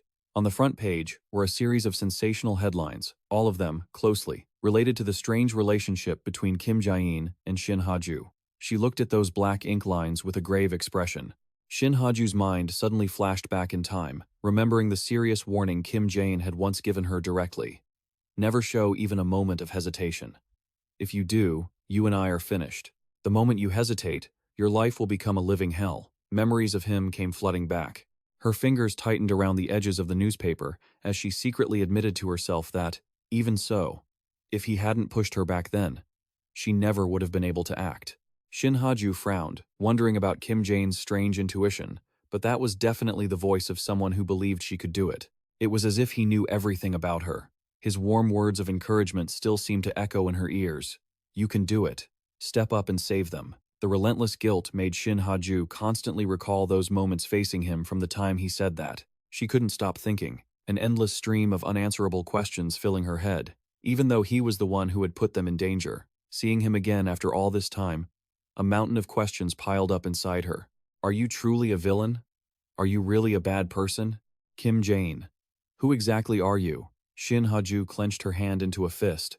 She couldn't understand her own heart, but because of some strange emotion.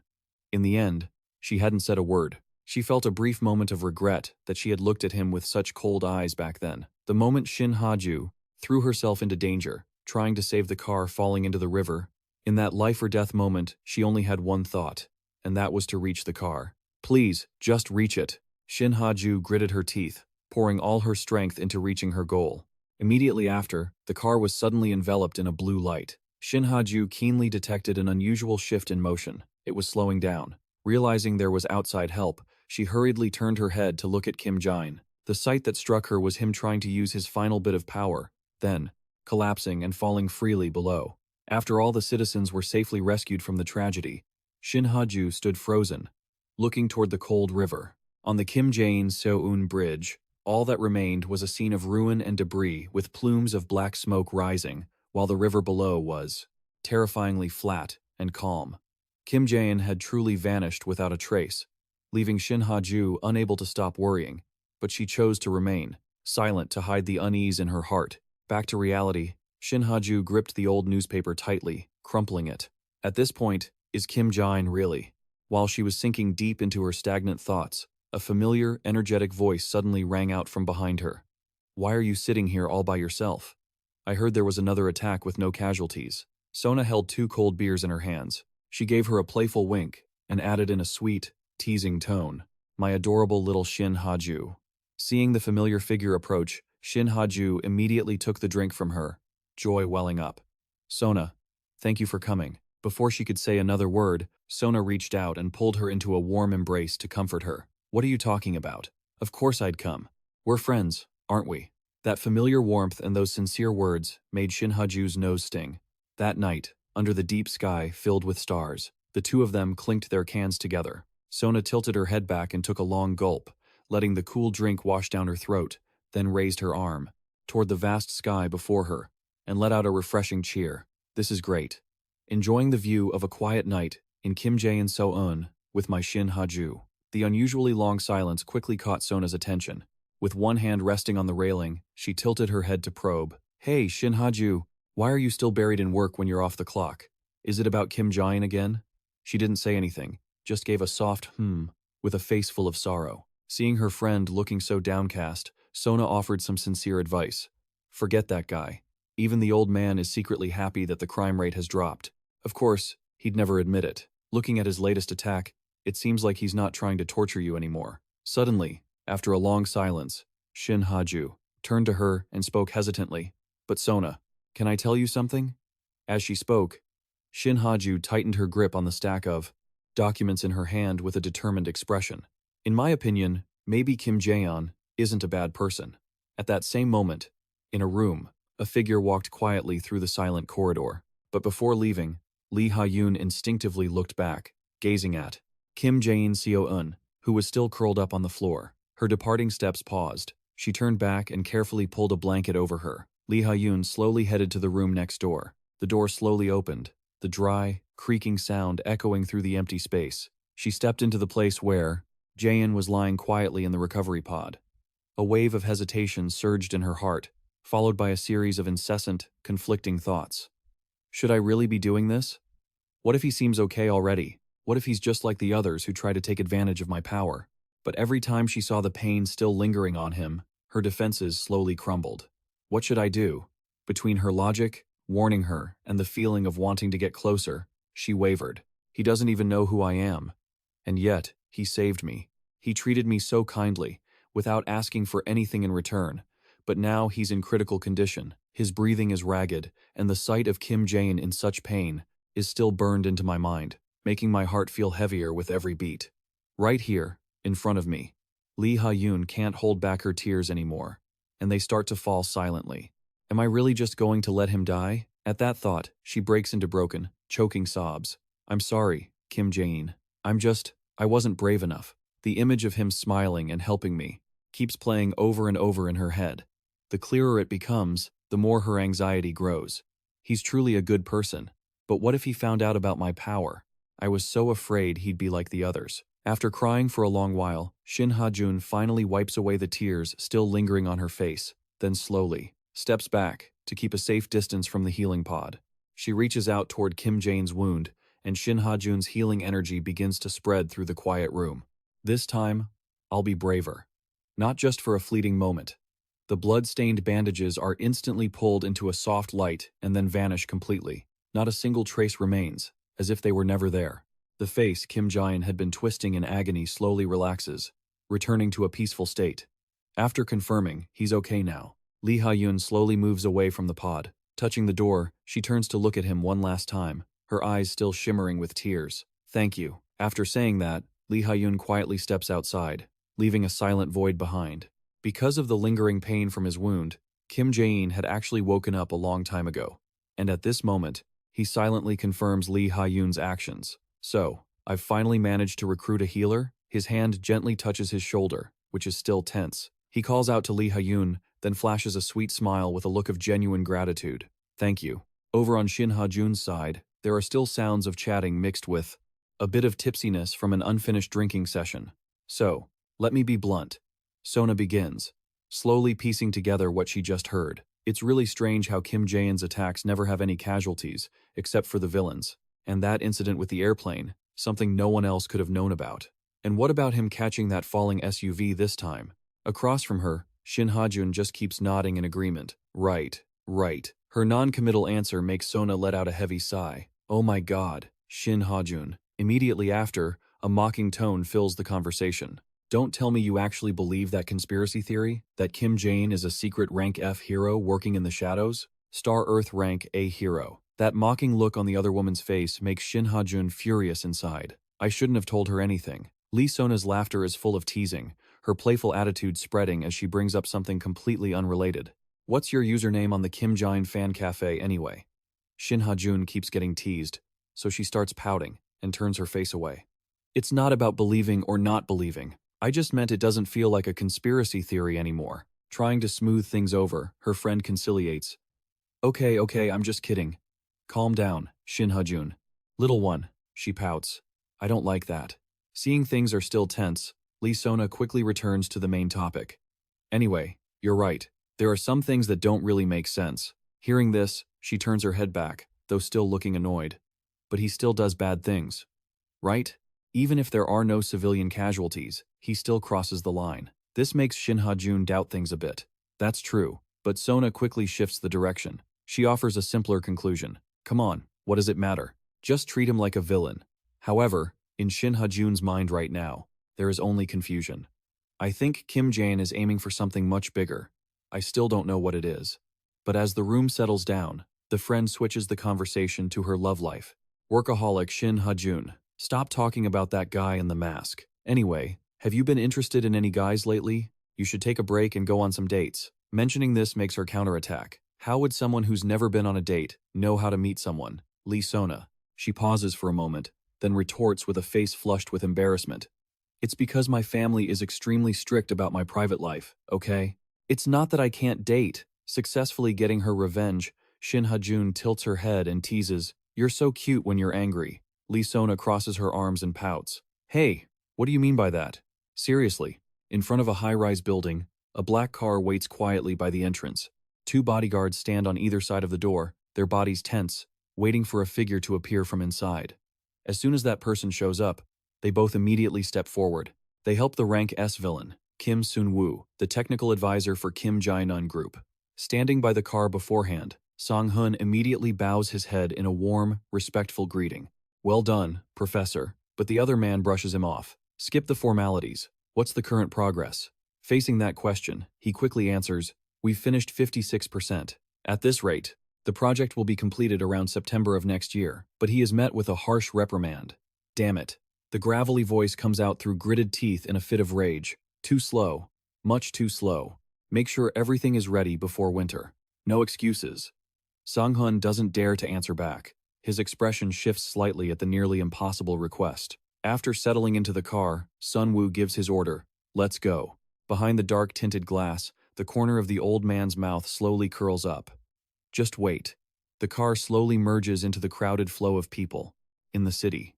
Inside, he silently lets his ambition and near-infinite arrogance rise. Before this winter ends, everything in this Republic of Korea will kneel before me. Professor Kim Sun-woo. At the same time, at a white building standing out under the sunlight, stretching from the clear sky, the TV screen displays an image. The person being mentioned, along with an official announcement. The news reports say, Dr. Kim Sun-woo, who was once accused of hiding unethical human experiments, has been released as of 7 o'clock this morning. Dr. Kim Sun-woo is expected to return to the Kim Jae-nun Group's main research lab. As the report concludes, a cryptic smile slowly appears on Kim Jae's face. All right, the players are stepping out onto the field. 3 months later, when the weather has shifted to winter, thick snow covers the ground. Jun runs out excitedly in his thick, bundled-up clothes. It's snowing, so fun. While Kim Jae-seon follows behind, angry and shouting, Come back here. I got here first, you know. The atmosphere becomes even cozier when, in the distance, under the cover of a large umbrella, two beautiful women are leisurely enjoying hot tea in the freezing weather.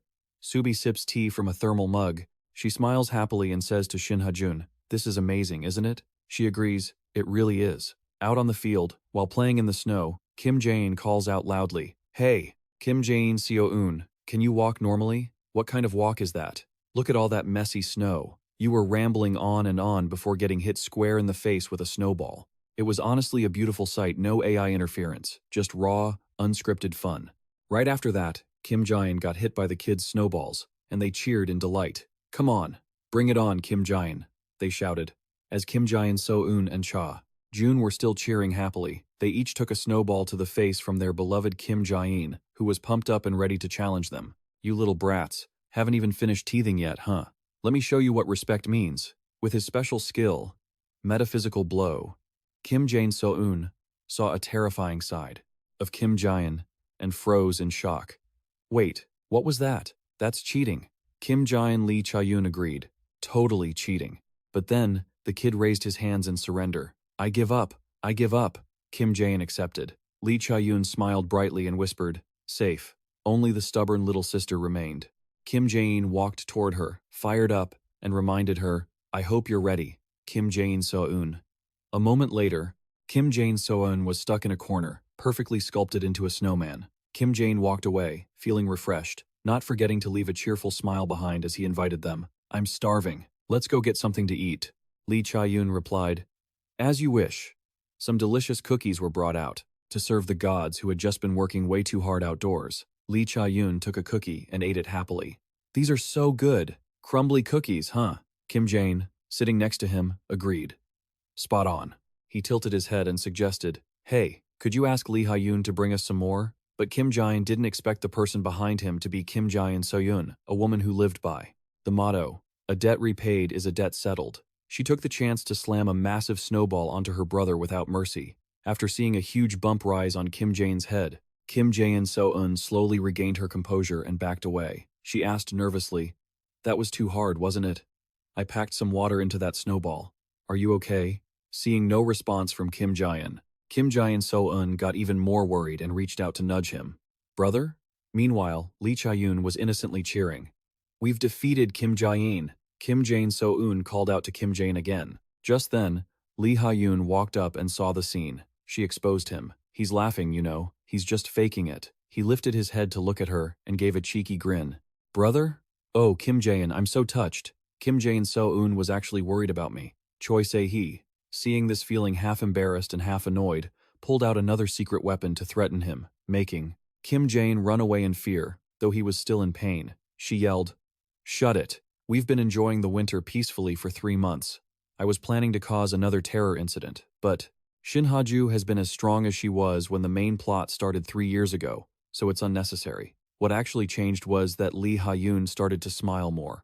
Bet you can't catch me? Perhaps she had opened up to us little by little, and I had also been receiving mixed opinions about myself. Everyone was criticizing Kim Jaein for the bridge collapse. Kim Jaein So-eun. My reputation had completely tanked. It meant that 1.2 million people who got paid had to blame someone. Everyone at the time kept whispering to each other that Kim Jaein had orchestrated that terrorist deal. That's right, he manipulated everyone and called us accomplices. I thought, how convenient, right? Whatever. Since my goal is to be a villain, now I just have to wait for the next catastrophe. And during that long, drawn-out wait, Kim Jaein tried to live the fullest, happiest life he possibly could. He played around with Kim Jaein So-eun, like a bunch of kids. Gotcha. She cheered in delight after seeing Kim Jaein lying defeated on the ground. I won. All right.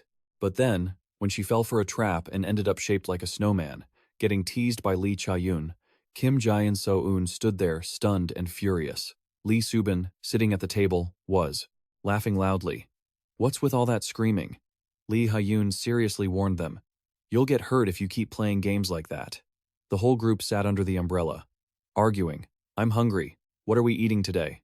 We played so hard today. Let's have BBQ. Awesome. Then let's get inside. It's freezing out here. Well then, grab onto Kim Jaein So-eun first. Hurry up. In sharp contrast to that warm, peaceful family scene, was something else happening elsewhere. Sirens were blaring non-stop, and the entire space was being rocked by massive tremors. Everything was collapsing and falling apart, causing people to panic and run in all directions.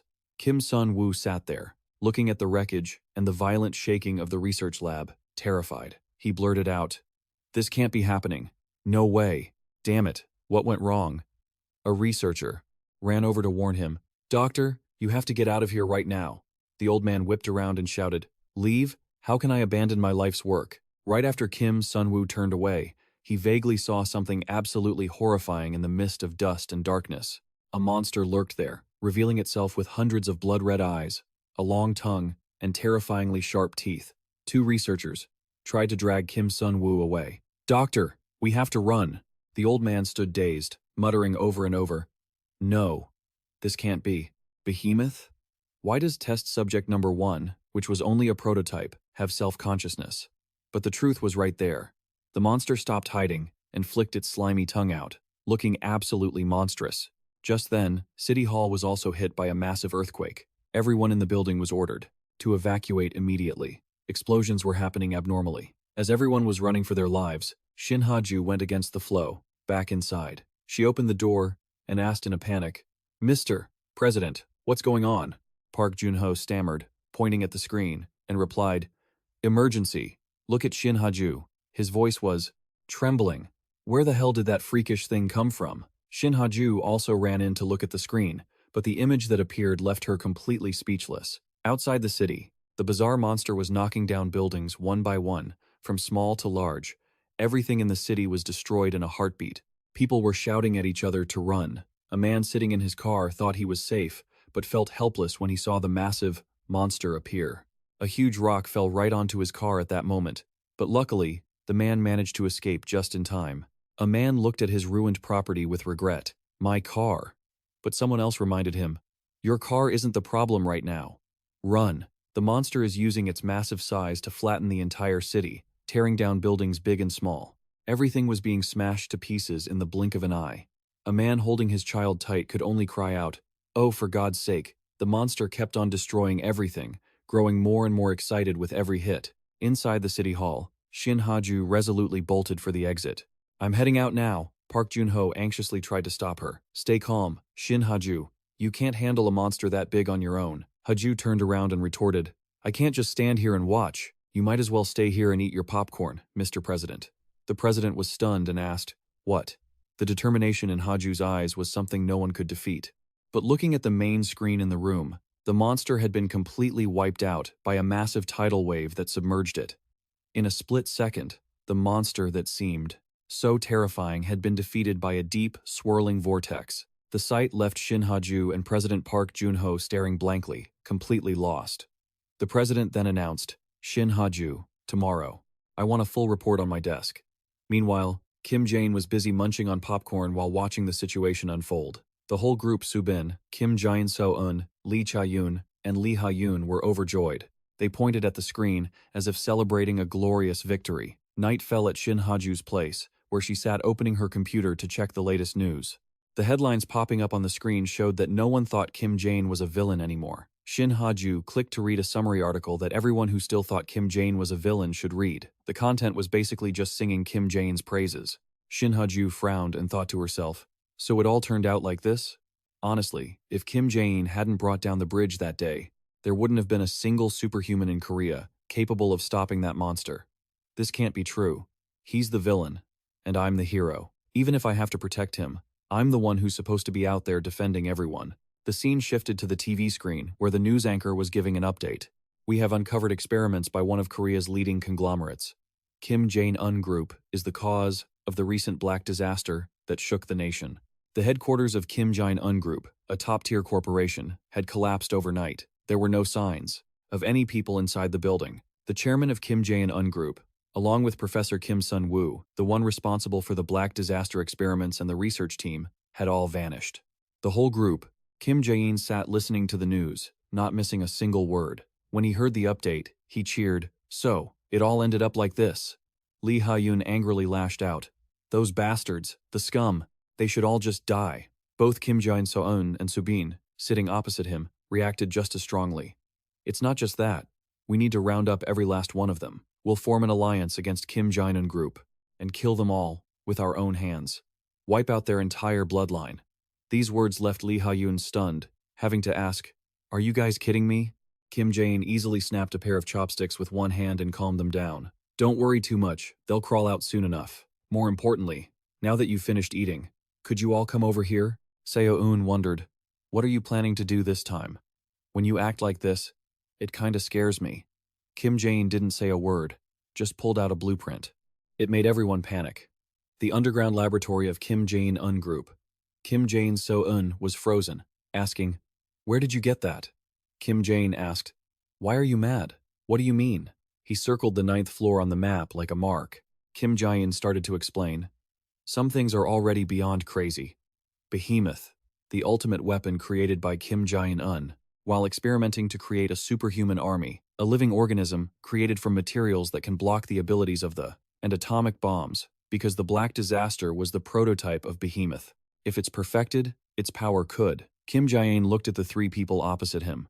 They were blankly scratching their heads, completely confused. Seeing the three of them looking so annoyed, he asked, "Why? Why are you all like that?" Kim Jae-in frowned and asked, "So what now? This time it's a superhuman monster army? Breaking your limits again?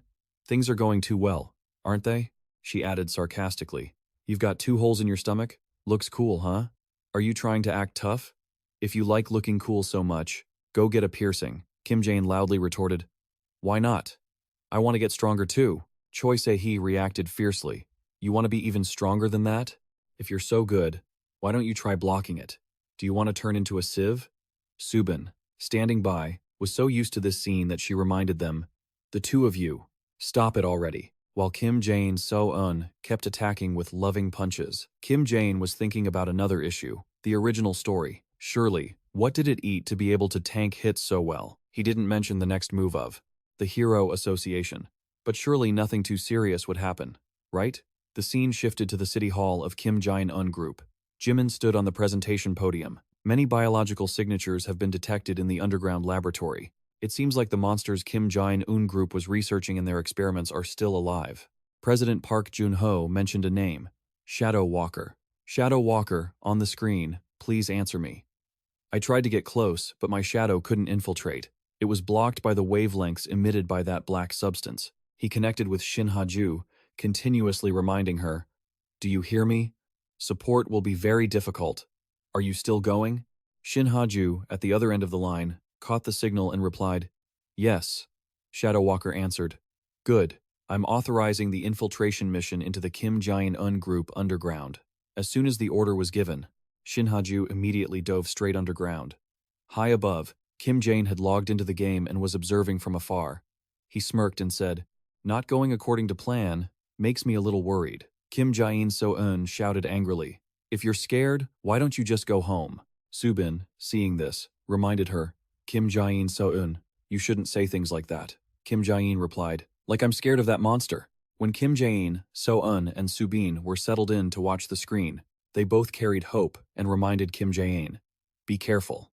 After saying that, Kim Jaein entered the plan with a greeting, nice to meet you all. This is Kim Jaein. Is it terrorism? What's going to happen today? You're all curious, aren't you? Unfortunately, it's not terrorism today, but we're going to go explore. This is the underground of Kim Jaein Group. Indeed, this is the place that created that disaster. What the hell are they doing down here? I'm so curious, I can't stand it. Let's go explore together, shall we? On the display screen of Kim Jaein Group, both the signals of Shadow Walker and Shin Ha-ju disappeared, making Park Jun-ho flustered as he shouted, Shin Ha-ju! Shin Ha-ju! Can you hear me? Lee Ha, sitting next to him, carefully deduced. It seems she has gone so deep that the signal can't reach. Park Jun-ho angrily slammed the table and yelled, damn it! Who would have thought that Kim Jaein guy would suddenly show up here? He then ordered his assistant, bring the popcorn here, half salted, half caramel. Lee Ha, hearing that, could only helplessly comply. Yes. On Kim Jaein's side, he was still busy live streaming. Everyone, look at this. What the hell are those bastards doing here? Kim Jaein carefully observed his surroundings, feeling a little bit of low-key anxiety. The livestream viewers kept posting comments.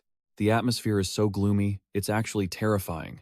But wait, where did all the things that were supposed to be here go? Stay sharp, Kim Jaein muttered to himself, taking the lead.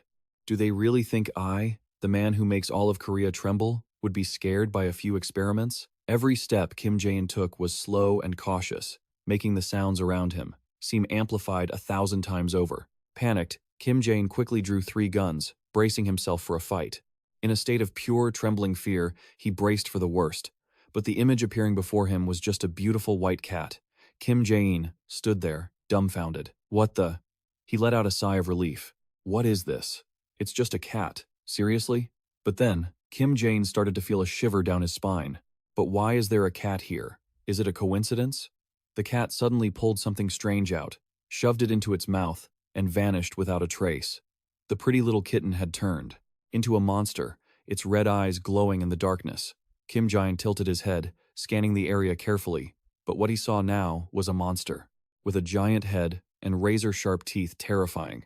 Just this one sight made Kim Jaein's jaw drop in horror, and he fell flat on his back. Elsewhere, Shin Ha-ju was walking slowly, observing her surroundings. Suddenly, there was the sound of a gunshot in the air. She turned her head, having recognized the sound instantly. The current situation made Kim Jaein think back to Kim Jaein So-eun's scolding earlier. Are you kidding me? You should have just punctured your own eardrums instead. I wanted to be stronger, he muttered, blaming himself. I shouldn't have come here. I should have listened to Kim Jaein, So-un. Stronger, my foot. I should have just stayed home and practiced my telepathy. The monster lunged forward with terrifying momentum, its hideous face chasing Kim Jaein closely. He whispered to himself, "There's no point in regretting it now." Kim Jaein gritted his teeth, trying to keep his mind as calm and clear as possible. He told himself that since things had already turned out this way, he had to get the behemoth before leaving this place. Kim Jaein's footsteps were swift as he took off running. In the gloomy hallway, Kim Jaein desperately used his light foot technique, tumbling and twisting, doing everything he could to dodge the fierce pursuit of the enraged beast. He suddenly spun around, clutching his camera tight, determined to capture the terrifying image of the creature lunging at his back. The monster's true, hideous form was revealed, eyes glowing red with fury, its maw filled with evil energy, roaring as if ready to swallow anything that stood in its way. Kim Jaein whispered, "I'm not dying here. No way." He activated his hidden weapons, unleashing a barrage of projectiles, a hail of fire, and explosions raining down on the giant beast. But the damage was tiny, like a drop in the ocean. The projectiles had no effect at all. Against the beast's incredibly tough protective armor, Kim Jaein sat there, trembling, looking up and sensing a shift. Everything was collapsing. Smoke and fire filled the ruined battlefield. The energy dissipated, leaving behind nothing but broken weapons and a shattered camera, scattered miserably on the ground. After falling into a different space, Kim Jaein trembled, walking along the wall and muttering to himself, "How deep does this place go? In the chaos, I lost my gun and the camera." He tried to connect to his earpiece. "Right, Kim Jaein So-un. Kim Jaein So-un, can you hear me?" But no one answered. Kim Jaein realized helplessly, there must be no signal here. Okay, now I'm genuinely scared. Well, not that scared. Maybe just a little. Suddenly, a loud noise nearby made him jump, and he realized. In front of him, a female hero's silhouette flickered into view, accompanied by a massive explosion that sent dangerous debris flying everywhere. Shin Ha-ju stood still and whispered, "This familiar feeling. Don't tell me." Kim Jaein also recognized her instantly. "Shin Ha-ju," he called out in the suffocating darkness. Shin Ha-ju wondered, "What are you doing here?" Kim Jaein suggested, "Wait, Shin Ha-ju, let me ask you, what are you doing here?" She replied, "I'm a hero, so I'm cleaning this place up. Nothing strange about that, is there?" Hearing this, he could only offer a wry smile. True, but... Looking at Shin Ha-ju, Kim Jaein felt incredibly confused. She whispered, "Actually, this is perfect timing. An unexpected gain. What should I do now?" But Kim Jaein's soft heart had already folded at the sight of the woman's smile, thinking, "Shin Ha-ju is smiling at me? Wait a minute," Shin Ha-ju warned. "If you're a good boy, it won't hurt too much." A half-hearted remark that left Kim Jaein bewildered. Wait, what? But it was too late. Shin Ha-ju went straight on the offensive, throwing a series of lightning-fast punches. Kim Jaein, terrified, could only run for his life without looking back, shouting, "Wait, stop, hold on." But Shin Ha-ju had joined the fray with great enthusiasm, so she wasn't about to let him go. She chased after him, launching continuous attacks just to test this handsome guy. And the handsome guy had no choice but to run. There was nothing else he could do. Shin Ha-ju, the escape plan failed. Kim Jaein decided to stop and turn around to look at her. He raised his hands in surrender. "Wait a second, stop," Kim Jaein stammered. "I know in your eyes I'm just a villain, but..." Kim Jaein thought frantically. "Damn it, what should I do?" Shin Ha-ju wondered, but he tried to steady himself. "Look around us. This place is genuinely dangerous. You know it, but you don't even know where this place is, right? Since we're both here anyway, how about we form an alliance? Until we reach the deeper levels?" Shin Ha-ju set a condition. "Why don't you tell me why you're here first?" Kim Jaein answered, "Call it intellectual curiosity, perhaps. They are the ones who created that dark disaster, so I think they might have set up something else here." She heard his answer and smiled back. "All right." This face and expression left Kim Jaein wondering. "Huh?" Ha-ju suggested. "Then, let's form an alliance. Follow me. I'm having trouble dealing with these monsters alone, so you can help me." Kim Jaein, hearing this, only knew how to agree half-heartedly. "Huh? Sure. Okay. That sounds good," he thought to himself in confusion. I was just making that up. What the hell is going on? Not to mention, if she couldn't catch him by force, he might escape. It was better to keep him close and travel together. This type of Sool scheming behavior was fairly standard. Perhaps all the questions he had about Kim Jaein's true intentions as they reached the archives Shin Ha-ju pulled out some printed A4 sheets, while Kim Jaein was still dazed, curious about the room they were in. But just as he was standing there, looking totally clueless, Shin Ha-ju suddenly slammed an unstoppable punch right toward his face. Shin Ha-ju snapped in anger. "What are you doing skulking around here? You villain! I'm going to grind you into dust. This is a restricted area. Get out." Kim Jaein was terrified and quickly replied, "Yes, I'm going right now." He clutched his head, thinking, that was terrifying. But when he looked at the girl, Kim Jaein froze, his heart whispering, "But still." Kim Jaein realized that being stuck together like this actually changed his perspective. He kind of liked it. Shin Ha-ju then led Kim Jaein to another room. This way, Kim Jaein noticed she was actually navigating the place herself. It was surprisingly easy. Her extrasensory perception has developed to this level already. The two stepped into a room designed to suppress superpowers. He looked at the sign on the door, "Superpower Suppression Room." He stood there blankly. Shin Ha-ju stopped and turned her head to call out, "Kim Jaein." He felt flustered by how close she was and awkwardly replied, "What is it?" she suggested. "Get in." Kim Jaein was startled and asked, Me? I have to go in?" "Of course, I'll go in. Obviously, I should be the one to go in." Looking at the fist still hovering near his face, Kim Jaein had no choice but to go along with it. She was treating him like a lab rat. He obediently stepped through the door into the mysterious room. He tried tossing his hat away to test the room's reliability, and Kim Jaein realized his telepathy wasn't working at all. His teleportation didn't work either. The silent, pitch-black space forced him to calm down and think. Kim Jaein looked at his own hands and wondered, "Is it really not working?" Shin Ha-ju spoke up from behind. "Are you kidding me?" Kim Jaein wondered about the principles behind this. But while he was thinking, Shin Ha-ju smashed a crack into the wall behind him with a single blow, leaving Kim Jaein wide-eyed.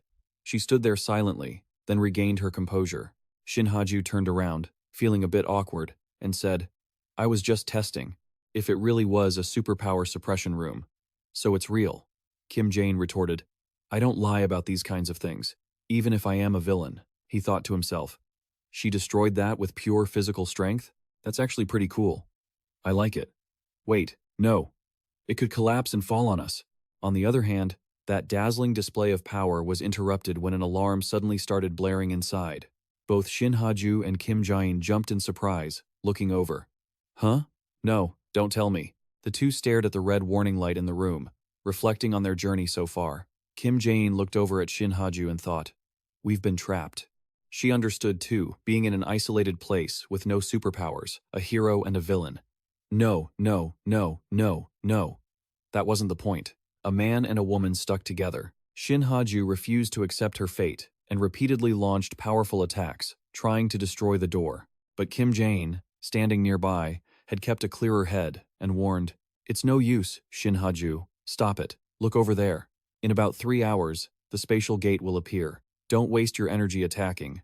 Let's just wait until then to get out." Shin Ha-ju stopped when she heard this, standing motionless as she looked at him. Her fingertips started to ooze blood drop by drop. It fell heavily. Kim Jaein's sharp eyes caught it immediately. He sighed with concern. "Honestly, why are you so stubborn? In this situation, when we can't even use our powers?" Shin Ha-ju said nothing, just weirdly held her hands up. Kim Jaein suggested, "Give me your hand." While he was prepared for a fight, the sudden offer of care left Shin Ha-ju momentarily stunned. He gently wrapped the wound with a bandage with such tenderness. Shin Ha-ju looked down, her eyes welling up, choking back tears. But she didn't stay touched for long. She turned away, coldly muttering, "I'm not going to thank you." Kim Jaein teased, listening to that tone. "It sounds like you're saying thanks. All right, I get it. This wound. Careful with that hand, okay?" No matter how much he reminded her, she was still the same, so Kim Jaein could only let out a weary sigh. He sat down, exhausted, and said, "I'm going to lie down for a bit." Shin Ha-ju was stunned by his ease. "What? You're just going to lie down like you're at home?" he suggested. "There's nothing to do for the next 3 hours. Anyway, Shin Ha-ju, if you aren't busy, get some sleep. Save your energy." Shin Ha-ju frowned and pondered for a long time. The room then fell into silence. Shin Ha-ju obediently sat leaning against the wall. An hour later, Kim Jaein was still wide-eyed, unable to fall asleep. He thought to himself, "Even though I said that, how the hell am I supposed to sleep?" The truth was, he didn't dare let his guard down for even a second. He was a special-grade criminal, after all. And Shin Ha-ju was physically stronger than the average adult man. Even without superpowers, if he happened to let his guard down, he was dead meat. Kim Jaein tilted his head slightly to look at Shin Ha-ju, which made her feel a little awkward. The air between the two became even more awkward afterward. He could only lie on his side, wearing a sheepish, strained smile. 2 hours later, after Kim Jaein had sat up, he thought, "It feels like the oxygen levels are dropping. I'm so tired." Shin Ha-ju looked at her. It seemed like she was having trouble breathing too. Suddenly, Shin Ha-ju spoke up. "The Kim Jaein Soon Bridge." Kim Jaein started, looking over with a blank face.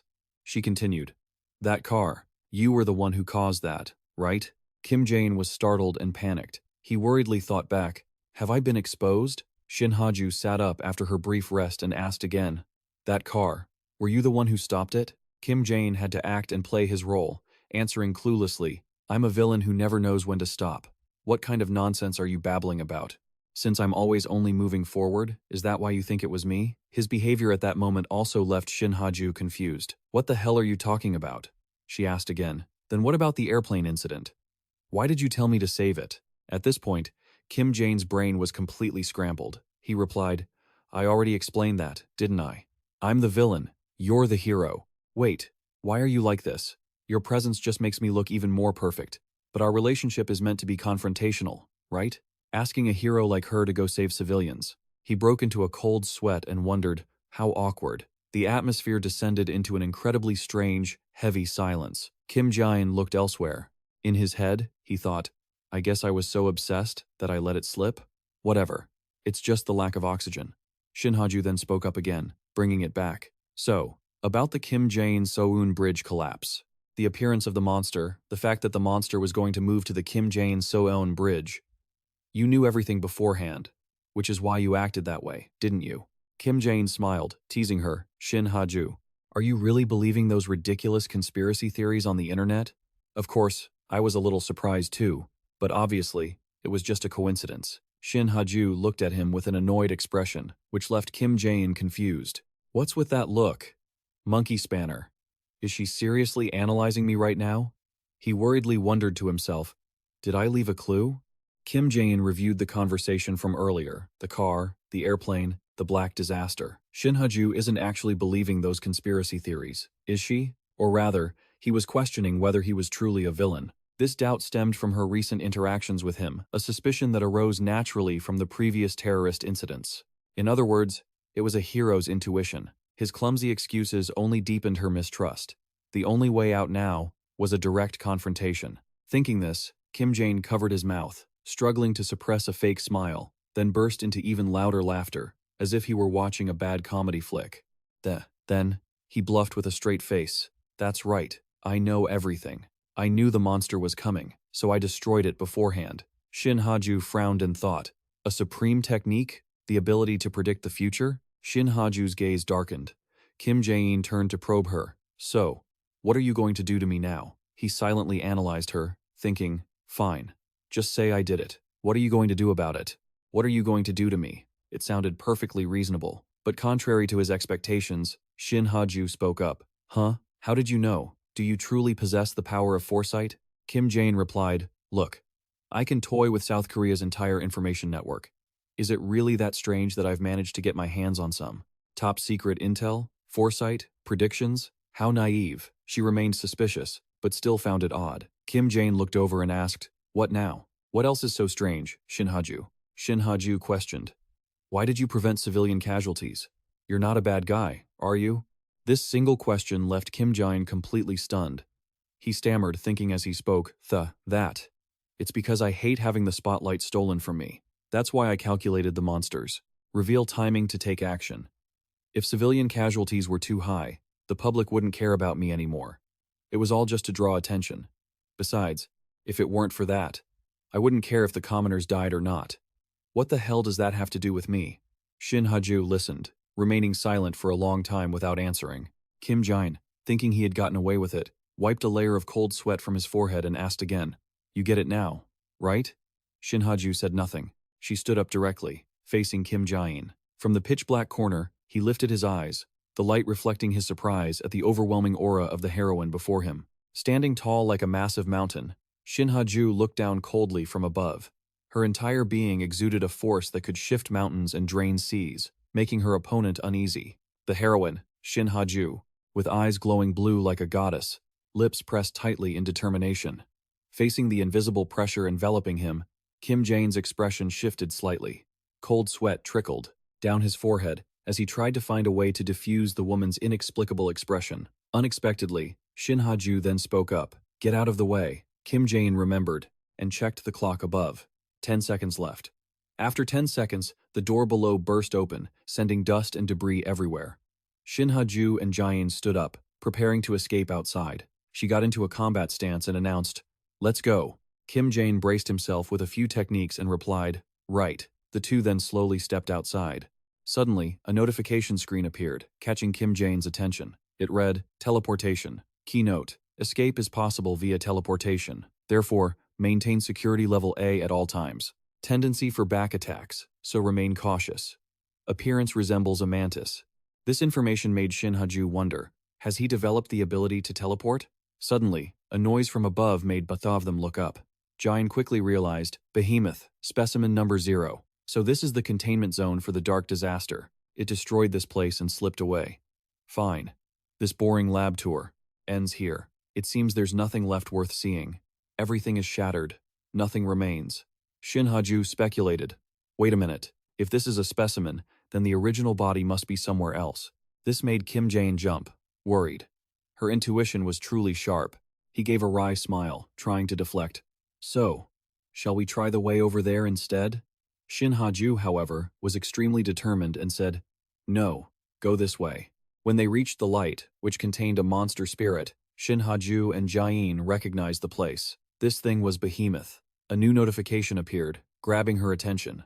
Shin Ha-ju continued to observe her surroundings, making Kim Jaein anxious. Where did she go? How could you leave me here with Behemoth and just walk off on your own? He looked at the woman's casual demeanor and wondered, even though we are allies now, didn't she insist that she's a pure villain? Is she completely oblivious? She turned her back on me, way too casually. The pride of a villain is feeling a bit insulted here. Words alone don't seem to be enough. Let me prove to you just how much of a villain I can be. Afterward, Kim Jaein stood in place, gathering his strength. Shin Ha-ju asked in a panic, "What the hell are you doing?" He answered nonchalantly. "Isn't it obvious?" Kim Jaein declared. "I'm double-crossing you." She choked, unable to say a word. You. Kim Jaein recalled that according to the original script, there was a scene where Dr. Kim Sun-woo controlled Behemoth to battle Shin Ha-ju. This meant that the two stood facing each other in the small control room. Kim Jaein, with his eyes glowing deep red, suddenly smiled cryptically. Shin Ha-ju lunged forward in anger, declaring, "I'm going to beat you to a pulp." Channeling his evil arts, the veins in Kim Jaein's arm suddenly erupted, wrapping in blood-red bandages, radiating a terrifying, violent, killing intent.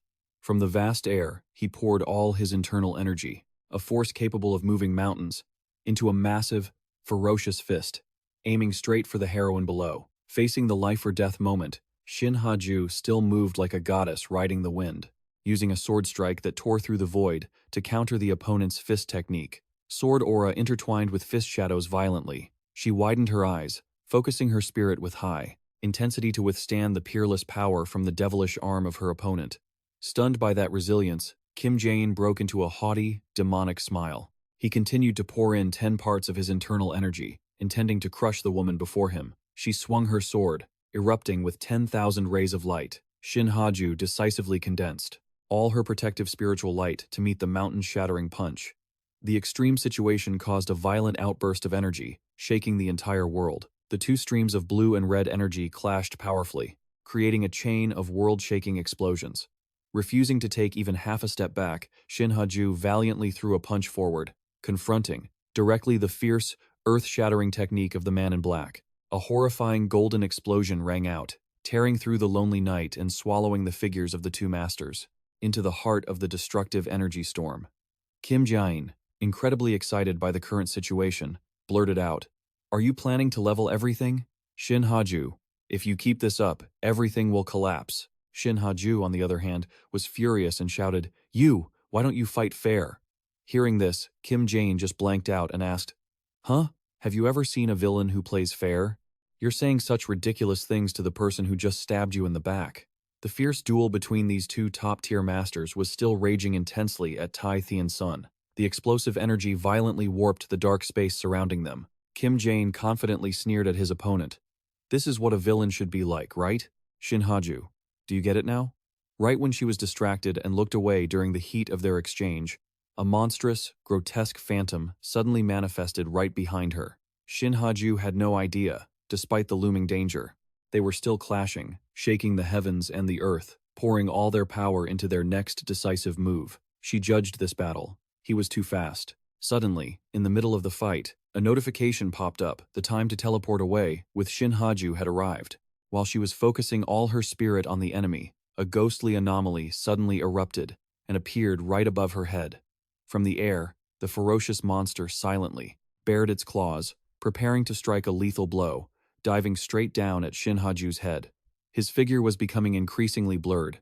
In the middle of the battle, his protective magical barrier dissipated, leaving the former demon lord unable to control his corrupted body. It's too late! Before the eyes of the heroine. What? Kim Jaein's real body turned into sparkling streaks of light, and then completely faded, ready to vanish from time and space. In the nick of time, he desperately used the last of his remaining strength to lunge out and take the brutal hit to protect Shin Ha-ju, causing her to panic and cry out. Kim Jaein? Ha-ju stood frozen, her voice weak as she asked, "What have you done?" After taking a strike from the tainted beast, his chest was drenched in blood, instantly staining the desolate wasteland red. Kim Jaein weakly spoke, "Just now, it was you. You promised you owed me a life." Cutting to the present day, in the real world, Kim Jaein, Seo-yoon, and the others were still waiting endlessly for Kim Jaein. Sighing in frustration, this guy just disappears without a trace, and he doesn't even bother to check his messages. He doesn't care at all that people at home are worried sick. I'm going to get wrinkles from waiting. Suddenly, there was a sound. Kim Jaein Seo-eun stood up happily, calling out, "You're back." It was true. He had suddenly lost all contact. "Why are you back so late?" But the scene before her eyes left Kim Jaein Seo-eun completely stunned. She screamed in terror, shaking the whole house, making Ha-yoon and Subin jump up in worry. The two rushed into the room to check the situation. Kim Jaein Seo-eun was just staring blankly, seeing Kim Jaein lying in pain on the floor. He was unconscious, not knowing where he was, what he was doing, or what he was turning into. Subin saw him, and was so confused she began to tremble, saying, "Call an ambulance quickly. Call 119. Kim Jaein Seo-eun was also frantic, shaking Kim Jaein. "Big brother, please wake up. Please." She looked in distress, at the blood still flowing from his mouth. "What do we do now? He's losing so much blood." Lee Ha-yoon, as if she had prepared herself mentally, urged, "Step back, Seo-eun." She was crying, her whole body trembling, looking at her as if she were the final hope. Lee Ha-yoon channeled her internal energy from her palms into Jaein's body. A brilliant blue light enveloped the space. Lee Ha-yoon was fully focused on healing his wounds. The entire room was bathed in a beautiful blue glow. Meanwhile, Shin Ha-ju was sitting in silence, looking at the pool of blood on the ground, her heart aching as she realized his blood loss was extremely critical. Why did he save me? Kim Jaein. Who on earth are you? Kim Jaein looked at the person opposite him with pleading eyes. Subin, please. He shyly refused. Please, let me eat by myself. She was still persistent, holding out the spoon. Be good, open your mouth. At the door, Lee Ha-yoon put her backpack on and waved to everyone. I'm heading out now. Kim Jaein gently called after her. Lee Ha-yoon paused, then bowed her head. I'm sorry for hiding my powers all this time, and for letting me go back to school. He smiled and shook his head. What are you talking about? I'm actually grateful to you. Have a great first day at high school. Choi Se-hee stood beside them, happily waving. Take care, sister. Lee Ha-yoon smiled back. I'm going. Subin also didn't forget to remind them. Lee Ha-yoon, travel safely. And you two, be careful of traffic on your way home. Just as she got to the door, she immediately turned around to warn. If you dare to sneak out again, I'll kill you. Choi Se-hee noticed the item nearby and curiously asked, What did you bring back? It looks really heavy. Kim Jaein reached out, saying, Choi Se-hee, that's just a pressure point massager. Let me see it. She tilted her head, confused. Why would you use this round thing to press your points? As soon as she touched it, Choi Se-hee felt her palm burn, so she threw it away. He caught the item and said in a low voice, Wake up. Looking at the strange sight before them, Can I use this round thing for acupressure? Just as she touches the sole, she feels her palm getting hot, so she immediately tosses it. He catches the item and says in a deep voice, "Wake up." Behemoth looks at the strange statue in front of him. Kim Jaein, So-eun, and Subin were both terrified, looking in that direction. Right after that, a high-pitched scream suddenly echoed in the air. The handcuffs instantly popped open and fell to the floor. The long cord, as if it had a life of its own, quickly writhed in the air. Before they could recover, everyone heard another, ear-piercing scream. After everything was over, she sternly asked, "Do you know what you did wrong?" She hung her head low. "I know I was wrong," he continued to ask. "Do you dare to do it again?" Kim Jaein So-eun hurriedly shook her head. "I won't dare to do it again." Night fell. Outside, the apartment complex was sunk in a quiet atmosphere. Shin Ha-ju lay on her bed, trying to close her eyes to quickly fall asleep. However, the previous memories suddenly came back, making her jump up. Shin Ha-ju silently curled up beside the cold window. She placed her hand on her chest, trembling slightly from an indescribable unease. Shin Ha-ju sighed softly and said, "Kim Jaein, that guy will be fine, right?" Time passed silently. 1 month later, in the classroom, she sat quietly by the window. With a faraway look in her eyes, Jiun looked at her friend with worry. "Shin Ha-ju, you've been so absent-minded lately. Is something bothering you?" She shook her head and replied, "It's nothing." She immediately leaned in close. "What do you mean? It's nothing. Tell me about it. Come on." Shin Ha-ju hesitated for a moment, then suddenly asked, "Hey." She turned to look at Jiun. "If a villain saves a hero, what does that mean?" She was stunned by the strange question. "Why are you asking something so weird?" Shin Ha-ju hurriedly added, "If. Just if, okay? If there was a villain who saved a hero." Speaking up to here, she immediately tried to backtrack. "Never mind, it's nothing. It's probably just because, lately, I'm just a bit too absorbed in the novel I'm reading." Chaehyun nodded, as if she understood. "Oh, is that so?" She suddenly remembered something and said excitedly, "Actually, I've been obsessed lately with a novel, and the content is pretty similar to this one." Kim Jaein quickly took a book out of her bag. "Look at this." She held up the book cover proudly. A strange love affair between the villainous Kim Jaein and the heroine Shin Ha-ju. Chaehyun gasped when she saw her bang her head on the table. Shin Ha-ju buried her face in her hands, still deep in thought. "I wonder if he's okay. He couldn't actually be dead, right?" But quickly, Shin Ha-ju dismissed that thought. "No way. That cunning, manipulative bastard sees the entire Republic of Korea as his own personal game. He's definitely still alive and kicking out there." She clenched her fist. "When will the next terror attack be?" Elsewhere, Kim Jaein calmly reached a conclusion. "There won't be any more terror attacks for the time being." Hearing him say that, Kim Jaein So-eun instinctively stiffened for a moment. She asked again, "Really? Are you sure?" Kim Jaein nodded slightly. "I'm going to take a break for a while." Seo-eun tilted her head, confused. "Why don't you just quit entirely?" He closed his eyes to rest and replied, "I'm not doing that, but someone else will do it for me." She became even more curious. "Someone to take your place?" Kim Jaein silently pondered the current situation. "I can't stay on the front lines forever. Currently, if we're talking about pure power within the team, I'm the strongest, but that's exactly the problem." He recalled the previous battle. "Just looking at how easily Shin Ha-ju stopped Behemoth, it's clear we need a stronger team for the challenges ahead." The corner of Kim Jaein's mouth curled up. "Shin Ha-ju, I've already prepared an opponent for you." Elsewhere, Choi Se-hee smiled professionally, looking toward the door. "Please, come in." As soon as he entered, Du-rong hurriedly knelt down. "I love you, Miss Choi Se-hee. This is a bouquet of pure white flowers that holds my entire heart for you. Please accept it. Please, I beg you, accept my feelings." He bowed deeply, pleading, "Please take it for me." Watching from afar, he couldn't help but laugh to himself. This exact scene is in the original work, too. Of course.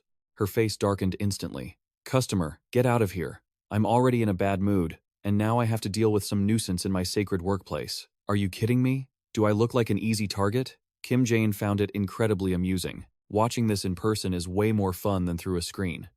After shooing the annoying customer away, Choi Se-hee rubbed her forehead in fatigue. His gaze stayed on her. While tidying up, Choi Se-hee kept muttering about the strange customer from before. Kim Jaein recalled the information about her. Later, in the original story, she operates under the alias Choi Se-hee, an A-rank villain. He kept reminiscing about what he knew. Of course, right now, She's living as a decent citizen, struggling against her rising destructive instincts. The part-time job is just a temporary way to suppress it. Kim Jaein squinted as he looked at Choi Se-hee. Frankly speaking, she's a ticking time bomb. That night, she went outside and groaned, "Damn it, how long do I have to live like this? Part-time, part-time, part-time. To finish one shift and go straight to the next one. And then another shift." Choi Se-hee immediately looked around cautiously. No one's here. After confirming she was alone, she quietly channeled her power. Waves of magical energy spread throughout the space, lighting up the area. The power radiating from her palms surprised even Choi Se-hee herself. She stared intently at the sparks dancing around her. "It's so beautiful." Just then, a round of applause suddenly echoed from the side. Kim Jaein stepped out of the shadows and spoke up. "Choi Se-hee, I've been looking for talent like you for a long time. Miss Choi Se-hee, with that kind of power, would you be interested in participating in terror attacks with me?" Choi Se-hee's eyes widened. "What? Terror attacks?" Her face immediately twisted in annoyance. "You crazy jerk. Do you think every superpowered person is a villain like you?" Kim Jaein just chuckled and gestured for her to bring it on. "Come on, let's try. Let me see how strong you really are." Without hesitation, she released the power that had just awakened within her. She swung her hand, firing a surge of energy straight at Kim Jaein. Facing the attack, he calmly gripped Behemoth and channeled his internal energy. Immediately after, bolts of violent lightning erupted from both sides simultaneously. Kim Jaein stood firm amidst the raging electricity. "Is that all you've got?" Choi Se-hee became even more excited. "That's it. This is the feeling. The feeling of being completely free." Her lips curled into an excited grin. "You bastard, fight with everything you've got." After a while of trading blows, he suddenly stepped back and spoke. "My invitation is still valid for another 7 days. During that time, please think it over carefully, Miss Choi Se-hee." Choi Se-hee immediately called out after him, "Wait, hey." But at that moment, Kim Jaein's figure blurred and vanished from the scene. The lightning on her hands hadn't fully faded yet. Choi Se-hee thought sadly, "It was just getting fun. Why'd you run off?" Sitting in front of the game screen, Kim Jaein suddenly exclaimed in horror, "Why? Why is it like this?" Seo-eun declared coldly, "I'm really sorry. But," she continued in a firm voice, "it seems like things between us end here." "Kim Jaein, I'm sorry." He immediately started playing the victim. "Kim Jaein So-eun, how could you do this to me? Do you know how much I've loved and protected you?" She played along. "Brother." Seo-eun smiled and delivered the finishing blow. "Goodbye then." Right after that, she burst out laughing at the panic on Kim Jaein's face. "Brother, please, just beg for forgiveness one last time. Kim Jaein So-eun, I'm really about to go bankrupt." She clutched her stomach, laughing. "You're so pathetic, Kim Jaein." Kim Jaein So-eun quickly switched to a serious tone. "Go do the dishes, brother. There are 3 days' worth of dishes for a family of 5. Kim Jaein could only remain speechless. "I'm literally feeding a viper in my own home." She suddenly remembered something important and asked, "Oh, right, brother. You said you were going to recruit new members, but it's already been 3 days. Can you really just leave it and do nothing like this?" Kim Jaein So-eun tilted her head, looking at her brother with confusion. He smiled cryptically and replied, "I'm sure the fish has already taken the bait I cast." At the coffee shop, a customer stood at the counter to order. "1 iced Americano. Hot." Choi Se-hee maintained her professional smile. "Yes, I understand. Yes. Are you using points?" "Oh, you don't want to collect points?" "Yes. Yes." After finishing the conversation, she tilted her head back in exhaustion. While distracted, the coffee from the machine spilled over. Seo-eun saw this and asked worriedly, "Miss Choi Se-hee, you look a bit pale. Do you want to go outside and get some air?" Choi Se-hee bowed slightly to thank her. "Sorry, thank you so much." Leaving the shop, she quietly sat down on the curb. She bit her lip, nerves mounting, her hand clutching her phone tightly. As she scrolled through the news, she couldn't stop thinking about all the gossip surrounding this villain. She'd expected him to be some kind of monster, but honestly, looking into it, he was actually accomplishing quite a lot. Her eyes locked onto a headline, "Person Injured." She tightened her grip on the phone, telling herself, "If he can do it, I guess I can too, right?" The profile for Choi Se-hee slowly appeared. Lightning Attribute Ability User. Choi Se-hee. The shocking thing was, before meeting Kim Jaein, she had never actually used her powers properly once. Memories flooded back. Her parents, who absolutely despised superhumans, had strictly suppressed her abilities. That burden had weighed Choi Se-hee down for years. Because of that pressure, the electricity in her body couldn't be released. She was like a battery being overcharged. Choi Se-hee's instinct for destruction had become an unshakable obsession. As she pondered, she recalled their meeting the other day. My invitation will remain valid for another 7 days. Within that time, you should think it over carefully, Miss Se-hee. 4 days passed, and she remained restless. While cleaning the shop on the 5th day, Choi Se-hee still forced a smile to serve customers as if nothing was wrong. By the 6th day, that name popped into her mind again. Kim Jaein. That evening, Choi Se-hee returned to the spot where she had met the mysterious man alone. Just as she was waiting, she suddenly felt a surge of energy. Choi Se-hee whipped her head around. Why so long, Kim Jaein? Right behind her, a cat suddenly appeared, growling in annoyance. Seeing that, she just stood there, stunned. Choi Se-hee thought, terrified and anxious. Kim Jaein? Right at that moment, a familiar voice called out from behind. Choi Se-hee, have you thought carefully about my invitation? Without hesitation, she replied, I'll do it. He looked taken aback. Huh? She stared straight at Kim Jaein and continued, I said I'm joining. I'll do whatever you say. She clenched her fists, her voice heavy with frustration. Terrorism or whatever, just please let me smash something right now. Hurry up. He blinked a few times, then burst out laughing. Sure. With that, Kim Jaein immediately activated his teleportation power, and in the blink of an eye, the two appeared in front of a luxurious mansion. As soon as they stepped inside, he cheerfully announced, All right, everyone, say hello. Kim Jaein gestured to the person next to him. This is the newest member joining our family, Choi Se-hee. She bowed slightly to everyone.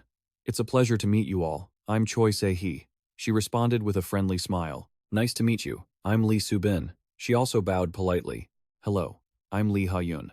Kim Jaein So-eun glanced at the newcomer and sighed. What? A girl again? Jaein pointed at her and introduced her. And that kid over there is Kim Jaein So-eun. Kim Jaein started to continue. And I am. He cleared his throat and introduced himself seriously. I'm Kim Jaein. She suddenly froze. Wait, you are. A familiar memory clicked in Choi Se-hee's mind. She pointed at him, surprised. Are you the handsome guy who stopped by my coffee shop last week? Realizing things were going south, Kim Jaein immediately turned pale. Choi Se-hee nodded awkwardly. Yeah. Kim Jaein quickly waved his hands to stop her. Miss Se-hee, stay calm. At that very moment, all the lights in the house went out at once. Power cut? He looked around, panicked, and shouted, Someone turn the lights back on. Get your phone flashlights out, quickly. Kim Jaein So-eun shook her head and said, It won't work. It must be because of the electricity she just discharged. Soo-bin curled up slightly. Is anyone else feeling that tingling sensation? Lee Ha-yun seemed fascinated. How amazing. Just as the room was plunged into darkness, a flash of light suddenly erupted. It was so intense that Choi Se-hee had to shield her eyes. Lee Ha-yun stared blankly at everyone. Hey? She sighed helplessly. What are you all doing? More importantly, I have homework to do. Can you turn the lights back on? That night, the lights from the apartment complex cast a dim glow. In her private room, Shin Ha-ju stared intently at her phone screen, her heart racing as a notification popped up. Shin Ha-ju had just been automatically promoted to a full-fledged member of Kim Jaein. She blushed and immediately turned off her screen. What is happening? At that moment, she imagined Sona laughing gleefully and clapping. Shin Ha-ju actually got promoted on the Kim Jaein fan cafe, truly an elite member. So elite. After a few seconds of silence, Shin Ha-ju pulled the blanket up. Stop it, just go to sleep. But another thought involuntarily popped into her head. Is that guy okay? Shin Ha-ju recalled their previous encounter. His voice was still ringing clearly in her ears. You owe me a debt of gratitude. She gripped her blanket, whispering, Kim Jaein. Everyone quickly gathered in front of the breaker box to check the situation. Se-hee bowed her head, her voice full of regret. I'm sorry. It's my fault. Kim Jaein So-eun shrugged with a casual smile. Don't worry about it. I was bored anyway, so this is better. Kim Jaein tapped her shoulder, signaling Choi Se-hee to follow him. He tilted his head and lowered his voice. Miss Se-hee, come with me for a second. A faint moonlight covered the quiet night sky. She followed Kim Jaein in silence. Choi Se-hee suddenly stumbled to a halt when she saw the scene ahead. He spread his arms slightly and smiled into the empty space. There we go. It's deserted here. Just the two of us. She frowned, her eyes filled with confusion. So what? Kim Jaein said softly. Let's see it. Go ahead and attack me. You've been longing to do that, haven't you? Show me your full power. Hearing those words, Choi Se-hee's eyes widened in shock.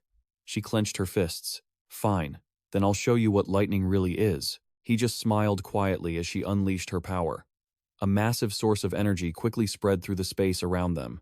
Bright sparks of electricity flashed continuously around her. A massive bolt of electricity exploded, tearing through the silent night. Kim Jaein watched the scene with great interest. As expected, her power is no joke. Floating high above, he silently observed Choi Se-hee below. She dropped to her knees, her breathing heavy after the strike. Kim Jaein landed on the ground with a satisfied smile. Are you satisfied now? If you join me, you can use your powers to your heart's content. Choi Se-hee looked up at him. This terrorism you mentioned, it won't hurt anyone, right? Kim Jaein put his hand over his chest. Absolutely. I'm a pacifist, you know. She crossed her arms, her eyes full of suspicion. Liar. If no one bleeds during your attacks, you call that peace? By the way, how old are you? He scratched his head, thinking, then started counting. I'm 22. No, wait. I turned 23 this year. Choi Se-hee's eyes went wide. What? We're the same age? Didn't you look through my background before you came to me? Why are you still using honorifics? It's so exhausting. She waved her hand dismissively and laughed. Let's drop the formalities, okay? Just talk normally. Kim Jaein nodded without a second thought. All right, Jiang. It felt like welcoming a new member. Welcome to Kim Jaein. Choi Se-hee immediately frowned. Kim Jaein? What kind of ridiculous name is that? Are you seriously sticking with that cheesy name? The next morning, Kim Jaein stood at the training ground. Exactly like that. From that position, try imagining your energy wrapped in electricity, then launch it straight into the ground and see what happens. A surge of electricity flared under her feet, launching her into the air. She lost her balance midway and crashed hard onto the concrete floor. Choi Se-hee had just walked out and witnessed the whole scene. I just woke up. What on earth are you two doing? He put his hands on his hips and replied, I'm giving her special training, because she's going to be the one facing Shin Ha-ju in the upcoming mission. She rubbed her aching wrist, her expression full of doubt. Is this attack move even feasible? Kim Jaein answered immediately with absolute confidence. It's real. You just have to do it. Then, he remembered that feeling and blurted out, That's it. Kim Jaein started demonstrating while trying to explain. I remember the feeling now. It's that feeling of gathering electricity around your feet and compressing it into the floor. Get it? Did you get the hang of it? Choi Se-hee said, confused. Focus on the feet? I'm not really sure. Suddenly, a familiar sensation coursed through her body. Choi Se-hee's eyes lit up. This feels right. He immediately clapped his hands, satisfied. Approved. That's good. Let's call it a day. He handed a cold water bottle to her. Here, water. She took the bottle. Thanks. Choi Se-hee downed a few gulps, sweat glistening on her toned body. She immediately narrowed her eyes, catching his gaze. What are you staring at? Kim Jaein teased her instantly. Go take a shower already. You're starting to smell sour. Choi Se-hee was furious. You jerk. Sweating is normal when you're training. What's the problem? You use those fancy superpowers, so you probably always smell nice, huh? He raised an eyebrow, the corners of his mouth curving slightly in provocation. Choi Se-hee, are you looking to spar with me now? She cracked her knuckles and took a step forward. If you're asking for it, fine. Kim Jaein stepped back immediately, his face clearly panicked. Wake up! Wait a second. Kim Jaein So-eun, help me. She rubbed her forehead, tired. Please, act your age. Time passed quietly, and in the blink of an eye, nearly a month had gone by. Choi Se-hee kept his eyes glued to the screen, pointing continuously. Hey, 9 o'clock. Move to 9 o'clock right now. Can you try talking to that guy? I'm so curious. Sitting next to him, she said impatiently. Press button A. This one. You have to press it right now, immediately. She didn't take her eyes off the screen. Oh, look at that. Try talking to him. He held his head, looking like he was about to lose it. Choi Se-hee. This is so frustrating. What kind of targeting is that? She gripped the controller tight. Her expression was helpless. What do you want me to do then? It's so distracting. Kim Jaein slammed the table in frustration. Just shoot. I told you to shoot. Do it again. Choi Se-hee immediately objected. No. Why would I shoot that? Suddenly, all three turned pale as they realized something. He pointed straight ahead in a panic. Forget the controller. Put it down now. Kim Jaein So-eun turned her head frantically. Hey, turn on the desk lamp. Kim Jaein pretended to nod continuously. Right. That's exactly it. Exactly. Kim Jaein lit from that point like this. She nodded, showing agreement. That feels right. Subin just walked in, her voice cold. Good grief. Today is the day of the operation, and you guys are pulling an all-nighter? We haven't gathered in a long time, so everyone's just a bit hyped, you know? Lee Subin gave a cold smile and said, "You guys are really passionate, aren't you?" The sound of the game blared. "Dirty demon." She crossed her arms, her eyes filled with reproach. "Tone it down, you guys."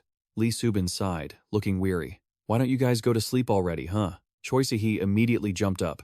"Yes, I'm heading to my room now. Good night." She also hurriedly left. "Me too. I've got to sleep and save my energy for tomorrow's fight." Kim Jaein stood up, preparing to slip away. "Well, I'm going to sleep too. Everything for tomorrow's mission victory." Just as he was about to leave, her cold voice rang out. "Kim Jaein, stay right there." She shuddered slightly. Sister Subin looked truly terrifying when she was angry. Kim Jaein Seoeun nodded repeatedly, completely agreeing. "I never want to be lectured by Sister Subin." The radio suddenly beeped rapidly. "Emergency! Emergency! A terrorist attack by criminals has been detected in the city center. Kim Jaein So-eun has finished evacuating all citizens within a 350-meter radius. There are no casualties. Where is the hero Shin Ha-ju?" Mid-air, Shin Ha-ju immediately responded to the signal, moving to the scene. Her eyes flickered slightly when she remembered a familiar name, Kim Jaein. Choi Se-hee raised her head, the corners of her lips curling into a smile. "For Shin Ha-ju, right?" Shin Ha-ju turned her face away, trying to keep her composure. She said sternly, "Listen up, criminal. Cease your terrorist actions and surrender immediately. If you resist, I will be forced to use brute force to suppress you." She laughed. "Surrender, huh?" Electric sparks began to dance around Choi Se-hee's body. "Don't even dream of it." She stood up, her eyes burning with intense determination. "My name is Choi Se-hee. I am here to duel you. It's all for him." Choi Se-hee pointed straight at the heroine above. Shin Ha-ju. 1 week before Choi Se-hee's attack, Choi Se-hee frowned at him with a puzzled look. "What? Wasn't the training session supposed to end yesterday?" Kim Jaein smiled confidently. "That's because I haven't taught you the ultimate technique yet." He held up a finger as if announcing a major secret. "Its name is the Lightning Smash." She blinked, dazed. "Lightning Smash? Is this?" Jaein nodded repeatedly, looking extremely proud. "Exactly. Just hearing the name makes it sound majestic, doesn't it? You're curious, aren't you?" She rubbed her forehead, looking helpless. "Is your hobby of naming things beyond saving?" A thought that was hard to say crossed his mind. "Actually, the one who named this was you." Kim Jaein began to explain more seriously. "Instead of shooting electricity outward, try imagining it curling into the palm of your hand, clench it tight, and then throw a punch." He continued to guide her step by step. "From there, focus your will into the punch, thinking about compressing the electrical energy to its maximum limit. Let's see." She took a deep breath and began to channel. "I'm doing it." Lightning surged and converged at Choi Se-hee's fist, emitting blinding rays of light. A terrifying power immediately erupted, crushing everything in its path. Kim Jaein was extremely satisfied. "How does it feel? This is the peak of the lightning smash, right?" She opened her eyes wide, looking at it. "This is truly terrifying." He put his hands on his hips, quickly laying out the plan. "In the 1 week remaining before the attack, we'll only focus on honing this move." The corners of Jaein's mouth curled up, full of excitement. "Try giving Shin Ha-ju a taste of it and see." She laughed and said, "You maniac. Why are you treating her like that? You're truly heartless," she said, hand pressed against her chest like an actress. "I'm just a villainess with my own share of burdens, you know?" Choi Se-hee sighed in annoyance. "What kind of nonsense are you spouting? You're hopeless." She curled her lip. Her eyes, sharp and confident, locked onto her opponent. "An A-rank hero, and this is all you can manage?" A series of lightning bolts erupted, forcing Shin Ha-ju to constantly dodge in the distance. Kim Jaein calmly observed the entire fight through his binoculars. He looked incredibly satisfied. "It's so comfortable, sitting safely here, in the front row, enjoying a free live show that's just for me." She gritted her teeth. Constantly weaving through the thick barrage of electricity, Shin Ha-ju inwardly assessed the situation. "To get close to her, I have to endure this insane electrical intensity." Choi Se-hee saw her opponent pushing forward. She's already surpassed her limit? The electrical aura around her intensified, crackling violently. If that's the case, Choi Se-hee raised her hand, channeling all her energy into a new attack. Then, how about this? A massive sea of electricity surged straight toward her. She watched the scene, confident of her victory. Easier than I expected. Through the intense currents, Shin Ha-ju still struggled to take a step forward. She gritted her teeth hard, pushing straight toward Choi Se-hee. A familiar energy began to converge around Shin Ha-ju's body. Choi Se-hee suddenly panicked at the sight. Divine power was engulfing Choi Se-hee's entire body, yet the corners of her mouth curled up. From the air above, Shin Ha-ju watched her opponent below in silence. Choi Se-hee stared intensely at the opponent ahead, a strange feeling rising in her chest. She's a real monster, isn't she? Has Kim Jaein been playing with an opponent like this all this time? From afar, Kim Jaein didn't take his eyes off the battle. Is she starting to adapt to Choi Se-hee's attacks already? His gaze turned serious. Shin Ha-ju. The reason I've been pouring my heart into strengthening Choi Se-hee, Kim Jaein tightened his grip on the binoculars, is precisely to increase Shin Ha-ju's endurance. He remembered what Shin Ha-ju had been through. Compared to the countless trials she had faced before, this was nothing. But at that moment, Choi Se-hee gritted her teeth, pouring all her remaining strength into the fight. Her gaze was fixed firmly on her opponent. You call yourself Choi Se-hee, right? Surrender now. If you do, I'll take you into custody, without hurting you. She hesitated at the offer. What? Immediately after, Choi Se-hee gritted her teeth in frustration. Damn it. Shin Ha-ju lowered her stance. Power began to surge. You brought this on yourself. She erupted with energy and launched herself straight at her opponent. Standing her ground, she didn't retreat an inch. The two forces collided, creating a terrifying explosion. Even Kim Jaein, watching from afar, was hit by the shockwave. He immediately used his ability to move away from the danger zone. Then, Kim Jaein landed gently on a nearby roof, watching the events on his monitor. He frowned slightly. Through the thick smoke, a figure still stood firm. Shin Ha-ju's eyes were filled with determination, directed ahead. A surge of intense power rolled forward. She glared at Choi Se-hee, the one you called him earlier. Shin Ha-ju clenched her fist. Who exactly is it? In her mind, she recalled the opponent's words. I'm here to deal with you because of him. Shin Ha-ju spoke angrily. So, there's a mastermind behind you, huh? She curled her lip in annoyance. Tell me, you think I'll just talk? She remained calm. Fine, then I'll just have to extract the information myself. Just then, a hand suddenly appeared behind Choi Se-hee. A portal of light materialized out of nowhere. Seeing that familiar sight, Shin Ha-ju's pupils contracted. No way. He smiled and said, Hello, Shin Ha-ju. She quickly looked up at the figure who had just appeared. That face was all too familiar to Shin Ha-ju. Kim Jaein, wore a calm smile. Yes, it's me. He adjusted his gloves and looked straight at her. It's been a while, hasn't it? As soon as he appeared, the comment section exploded.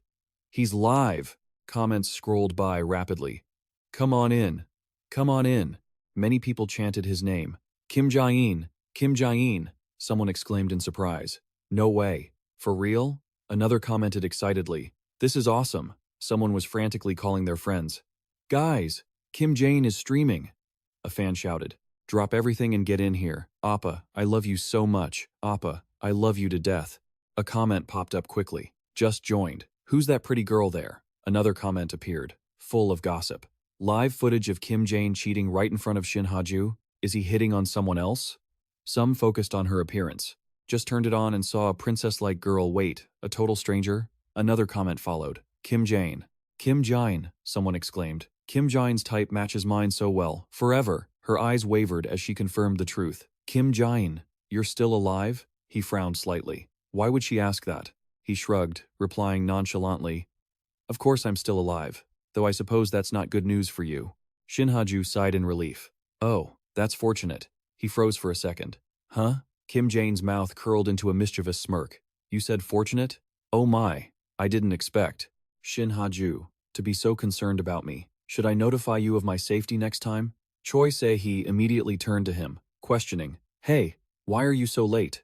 He replied calmly. Sorry, I needed to observe until the very last second. Shin Ha-ju opened her eyes wide in shock as she looked at the two in front of her. Suddenly, he noticed something unusual below. She yelled in a panic. Hey, what's wrong with her? She looked so strange. He looked on, serious. Let's see. It looks like she wants to tear us two villains standing in front of her to shreds. Kim Jaein even pretended to be deep in thought like a scholar. That is the wrath of a hero. Shin Ha-ju clenched her fists, her eyes never leaving him. What reason do you have to be here, Kim Jaein? Kim Jaein shrugged, wearing a calm smile. Me? My purpose for being here is to rescue my partner. She was taken aback by that answer. Partner? He raised his hand like an MC. Let me introduce you all properly. Kim Jaein's lips curved with amusement. Kim Jaein. He spread his arms wide before thousands of people watching the broadcast. That is the League of Villains. Shin Ha-ju frowned upon hearing the name. A league of villains? Kim Jaein nodded confidently. Exactly. Accompanying me right now are comrades who possess powers that are not the least bit inferior to the young lady Choi Se-hee I'm holding here. His gaze became more serious. That means from now on, I won't be carrying out these terrorist attacks alone anymore. Kim Jaein pointed straight at her. You all had better prepare yourselves and start worrying. For Shin Ha-ju. No. For this whole country. He suddenly shouted. Attack! Choi Se-hee! Unleash 1,000,000 volts! Choi Se-hee immediately glared at him. I told you not to do things like that. Under his pressure, she reluctantly unleashed a violent current forward. He laughed as the electricity covered the entire area. You're still too weak to catch us. Try harder. Shin Ha-ju immediately lunged forward. Hey, stop right there, you two. Don't you dare run. Furious, she punched the wall next to her. Shin Ha-ju gritted her teeth, a sense of frustration constantly rising. What is this terrible, uncomfortable feeling? In Shin Ha-ju's mind, a scene suddenly appeared. He said, I have so many cute comrades. Of course, Choi Se-hee is still the cutest in my heart. She turned her face away and hurriedly protested. What are you saying? I told you not to do that. She clenched her fists tightly. In our next rematch, I swear, I will destroy you completely. Standing in front of a dark hallway deep in the tower, Kim Jaein slowly observed. This is the place, right? He glanced at the silent space. Is there any AI present here? Kim Jaein put force into his arm and slammed a punch into the ground. Feeling the backlash of magic power from below, he nodded slightly. Found the right spot. Kim Jaein slowly recalled the information. The 30th floor belongs to the infinite staircase area. To the right of the camouflaged wall, there's a passageway with an ancient vibe, with burning green candles and… His gaze stopped before a massive object, a gate made of obsidian. Kim Jaein smiled politely and greeted, Hello. A woman with a mysterious aura slowly appeared. A childlike face? That's quite unusual. What is your purpose in coming to this place? He took out an item and handed it to her. I hope you can use your magic to seal this item for me. Kim Jaein silently looked at the two items.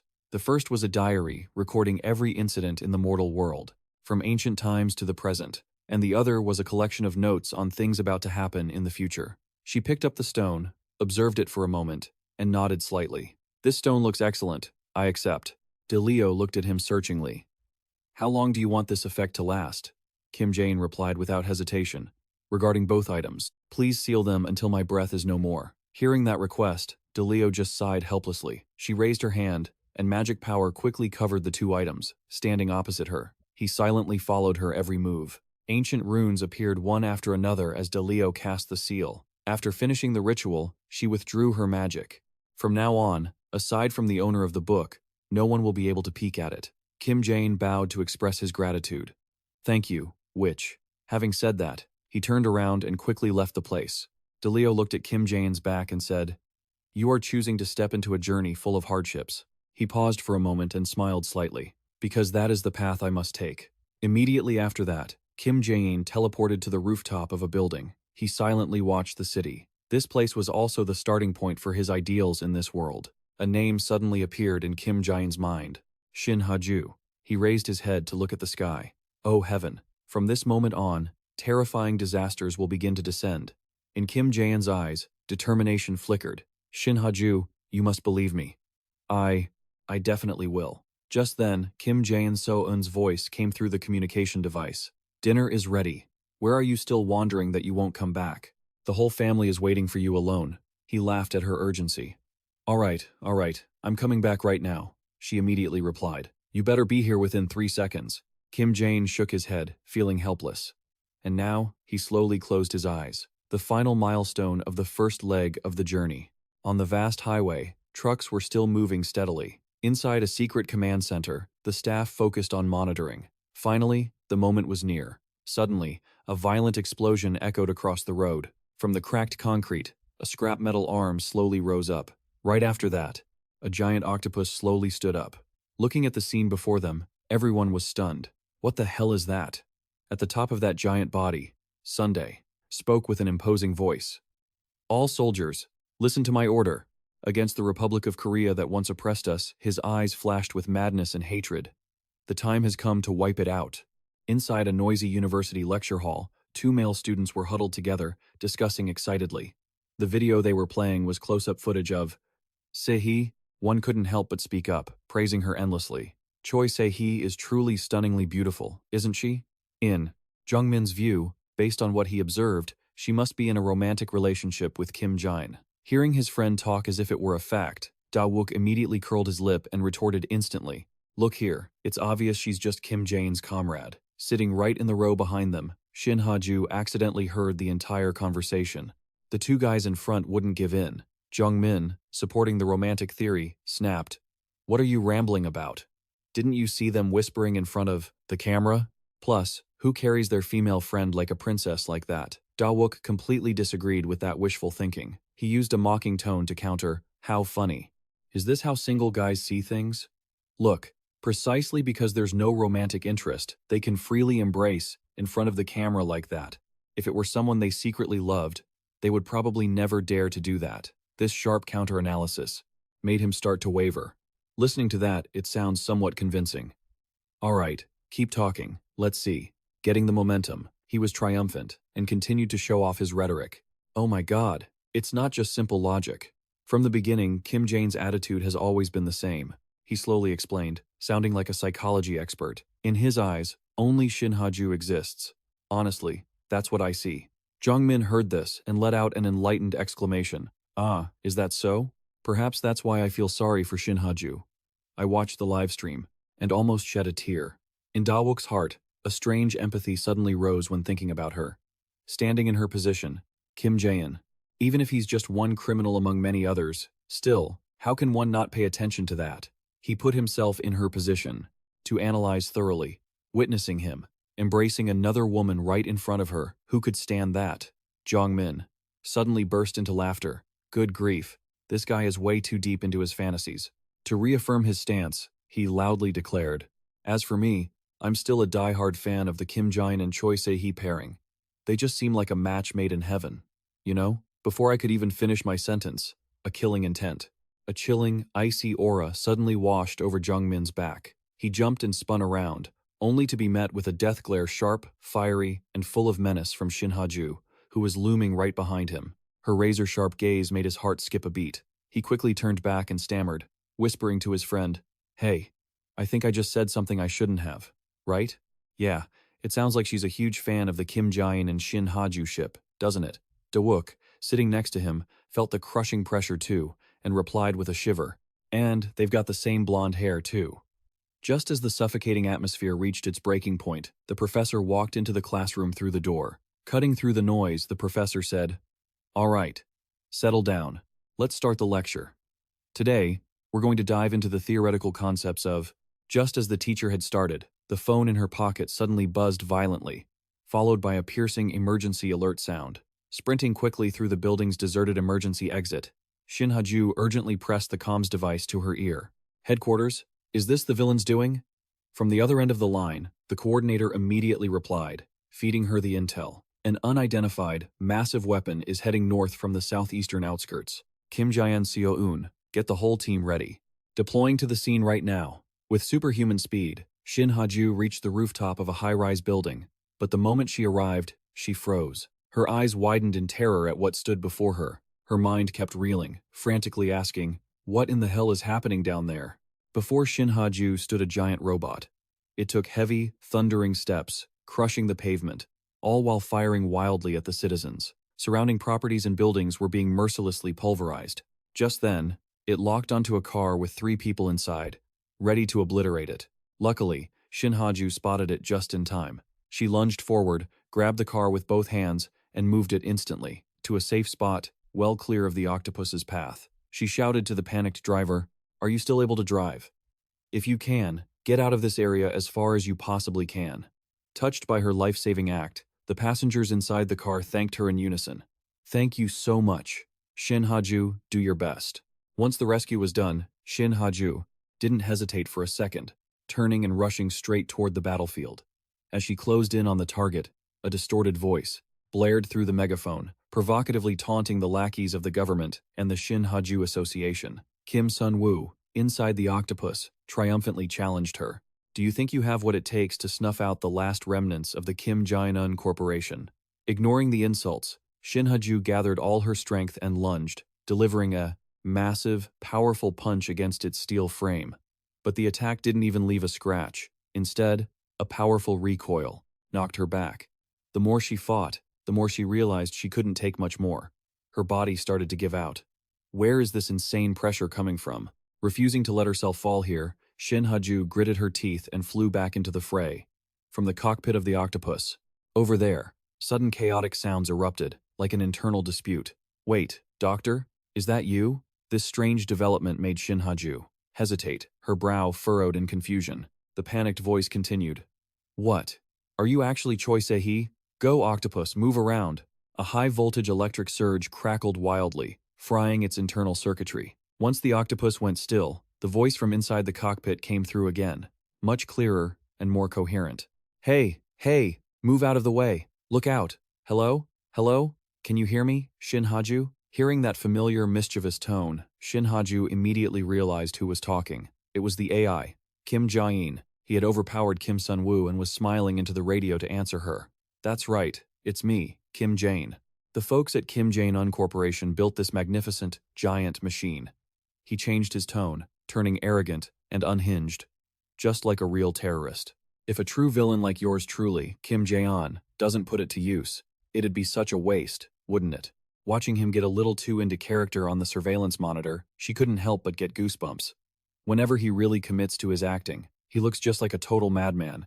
Kim Jaein So-eun, already used to Kim Jaein's antics, just said calmly, "You'll get used to it soon enough." He continued to act, his voice booming with arrogance as he provoked Shin Ha-ju. Hey, Shin Ha-ju, I'm in the mood to level this city with this beautiful, giant toy. Do you think you have what it takes to stop me? Watching his clumsy but well-intentioned play to bail her out, she didn't get angry. Instead, she laughed out loud. To finish the scene, she straightened her face and declared loudly, "I will absolutely stop your destruction, Kim Jaein. You're going to pay for this."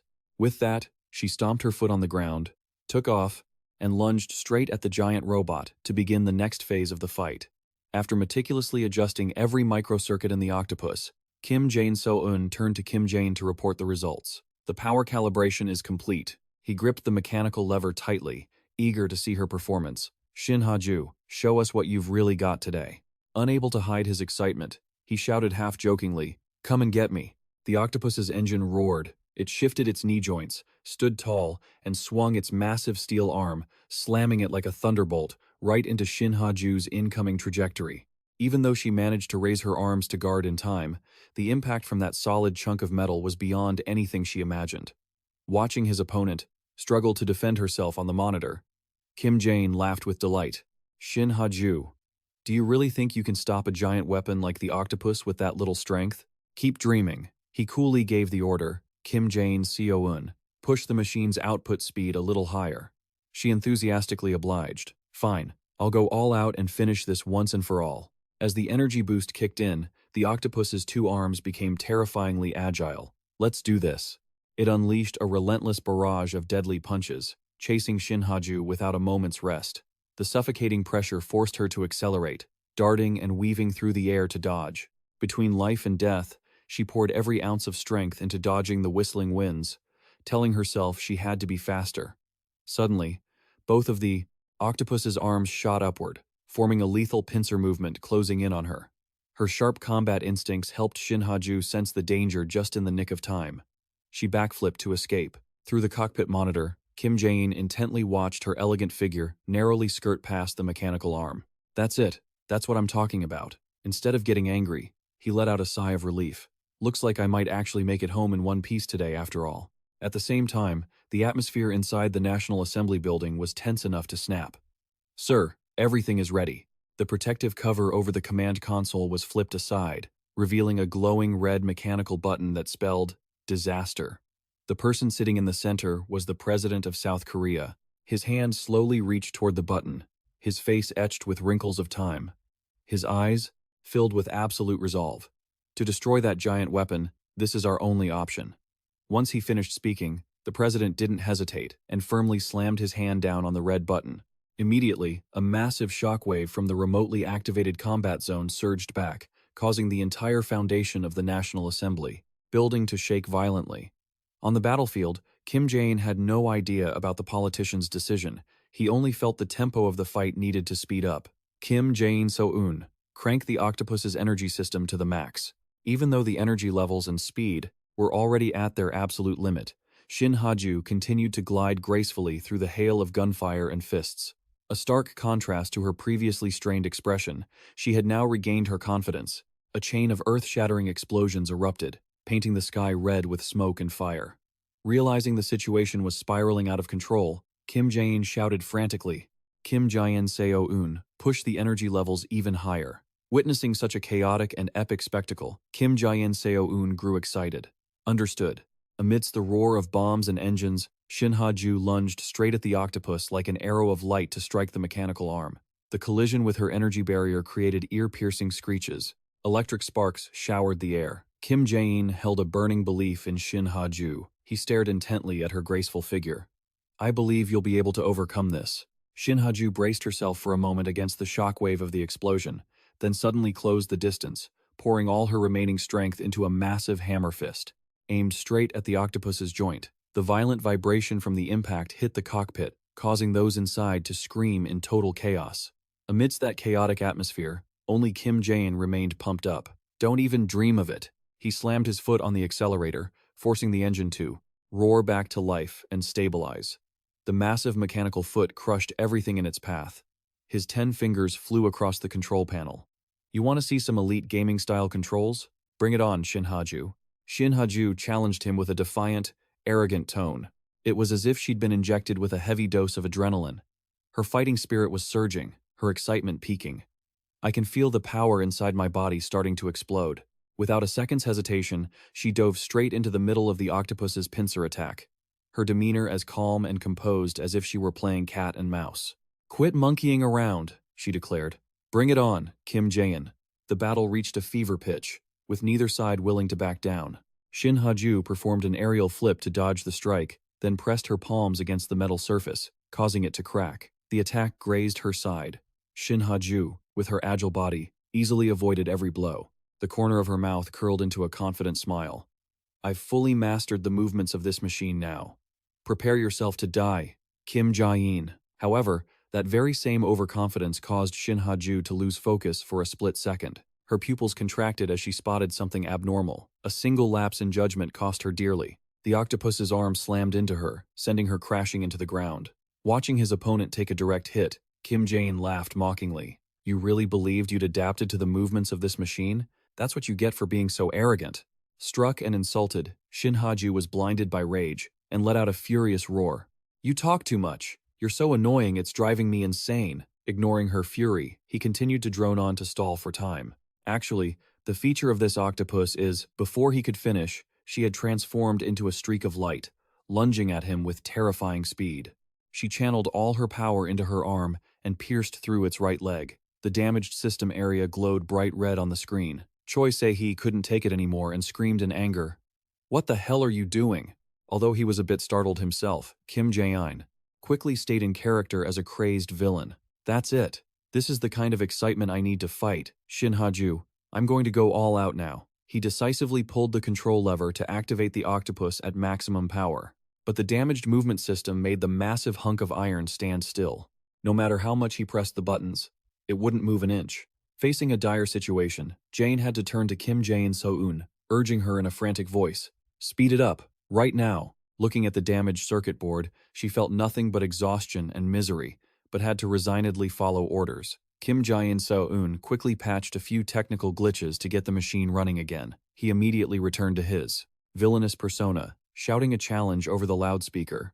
Can you keep up with this terrifying speed of mine? Since she hadn't managed to find the octopus's next core weakness, Shin Ha-ju didn't dare risk a close-range approach. She was forced to constantly maneuver in the air, tracing complex curves to dodge its sweeping strikes. The high-intensity movement over a long period of time was causing Shin Ha-ju's energy to dwindle. Her chest heaved violently. Seeing her opponent reduced to purely defensive maneuvers, Kim Jaein let out a mocking laugh that echoed across the battlefield. Is that really all your power amounts to? Witnessing the earth-shattering duel via the live broadcast, viewers began to buzz with excitement.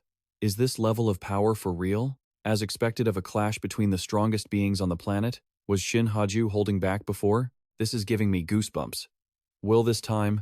Shin Ha-ju, do you have any idea how to break through to S rank?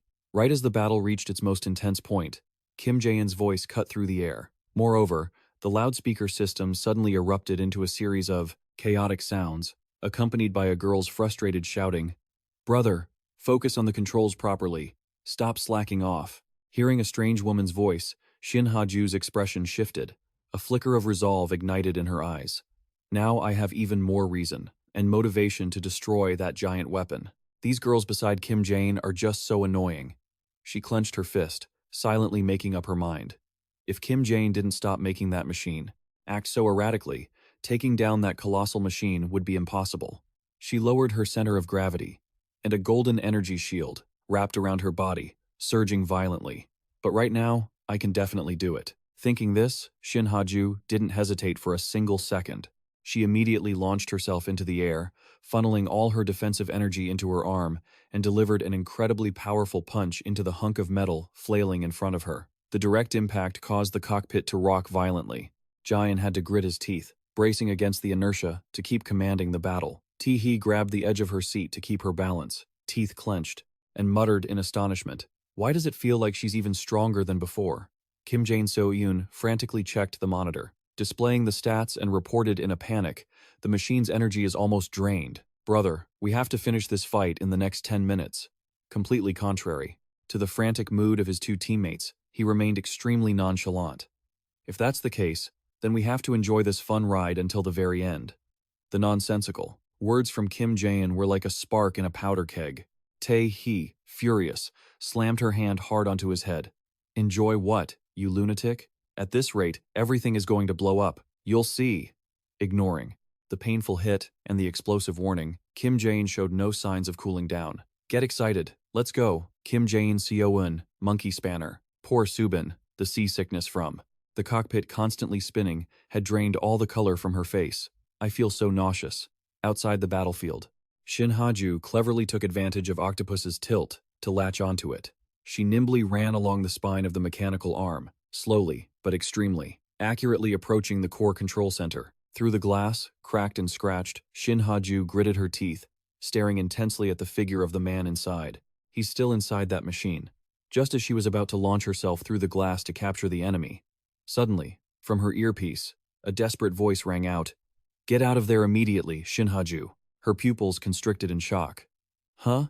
Without daring to delay for even a split second, she hurriedly kicked off the machine's body and leaped back to a safe distance. "Why are you telling me to leave all of a sudden?" The coordinator, at the other end of the line, faltered in panic and hurriedly reported the situation. "The president has ordered a launch of a tactical nuclear missile at the giant weapon. If you stay there, you'll lose your life." Shin Ha-ju couldn't suppress the rage bubbling up inside her. She furiously shouted through the comms, "Has everyone lost their minds? If that missile explodes here, the lives of the citizens will be threatened. Not to mention, I'm strong enough to take it down. Why are you doing this?" The other end was silent for a moment, then sighed in explanation. "It's surely because they are afraid that if they just stand by and watch, the government's image won't look good, right? We can't predict these political schemes." Deep down, she refused to believe this cruel reality. Even so, this action was just too irrational. Noticing the time counting down, the officer tried to use a desperate tone to persuade her. "Stop questioning it, just retreat from there now."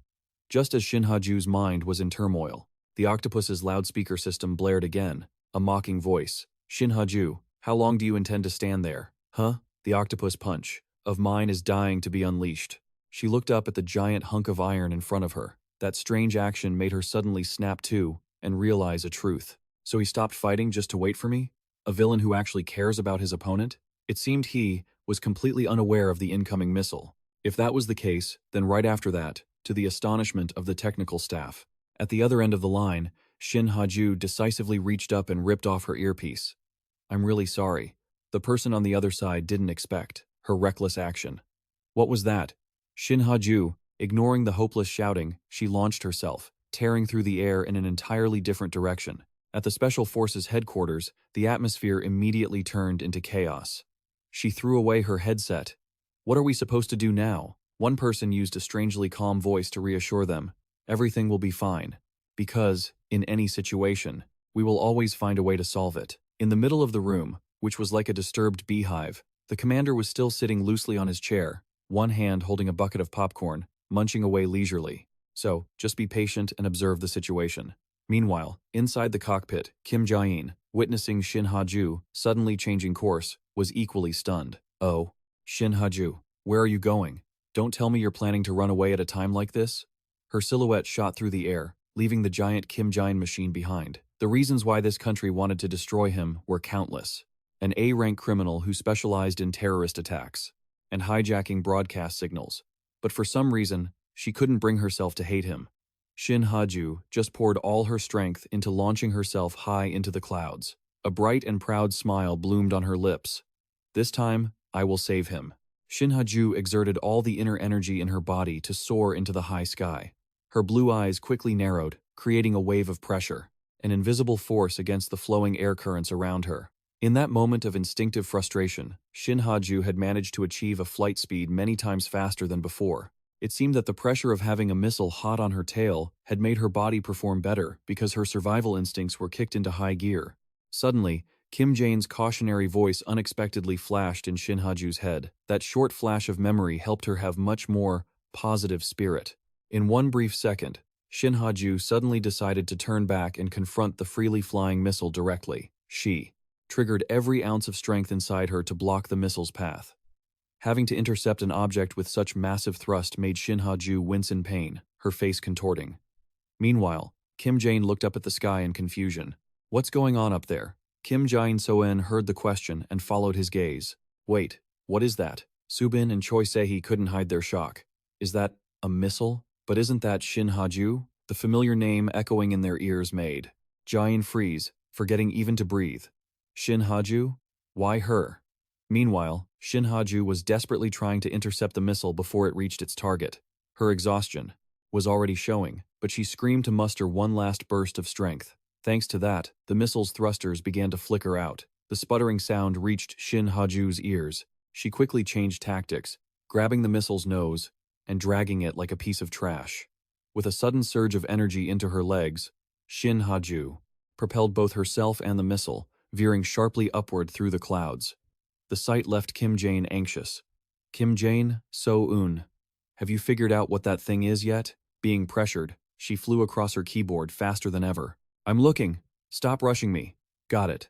It was launched from the presidential palace. The override code is. Kim Jaein So-eun suddenly hesitated, her voice trembling. There's no time left. It's going to blow in 10 seconds. The harsh truth hit hard, and Kim Jaein's face turned deathly pale. What? Meanwhile, the president watched the number 9 counting down on the screen, unable to hide a wicked smile. Every passing second was a moment of pure agony for Kim Jaein and the others, worrying for the life of Shin Ha-ju as she held the missile, soaring straight into the sky. Meanwhile, people with absolute power, like Sona, were busy with their own self-serving agendas. Jaein stared, dazed, as the clock ticked down to 3. His heart turned cold. Shin Ha-ju! His brain screamed in desperation.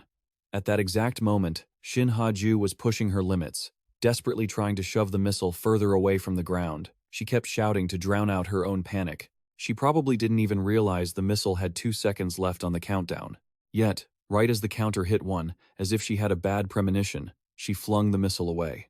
When the clock finished its countdown, the atmosphere of the Earth was suddenly witness to a strange flash of light before a section of the sky erupted, forming a mushroom cloud. Its sheer explosive force didn't just deafen those at the scene. Even people as far away as Lee Ha-yoon were left in shock. Given the level of destruction caused by that missile, even high-ranking figures like Park Jun-ho were just sitting there eating popcorn, watching the show. For the president, even though he knew this would happen, seeing it unfold in real time was still something that defied human description. However, some people didn't care about the missile. Kim Jaein, So-eun, and Jaein were focused on something more important. It blew up. Where's Shin Ha-ju? In a state of pure panic, Kim Jaein shouted into the air. In the distance, the body of Shin Ha-ju was drifting through the thin air. Seeing her from afar, Kim Jaein hurriedly flew up, reaching out his hand so the girl could rest in his arms. Why? Why did you do that? At that very moment, Shin Ha-ju blinked open her eyes and muttered, seriously. But before she could finish, Jaein, angry, cut her off. Who told you to intercept that missile? What if you died because of that? Suddenly, the air around the two of them fell deathly silent. Seeing Shin Ha-ju say nothing, Kim Jaein unconsciously tightened his grip. She unleashed such terrifying power, and now her body is so weak. She looked like she might get angry at him. But as Kim Jaein looked closely into Shin Ha-ju's eyes, filled with hidden thoughts, a vague realization flickered through his mind. Why are you looking at me with that gaze? You're currently being held in the arms of a villain, you know.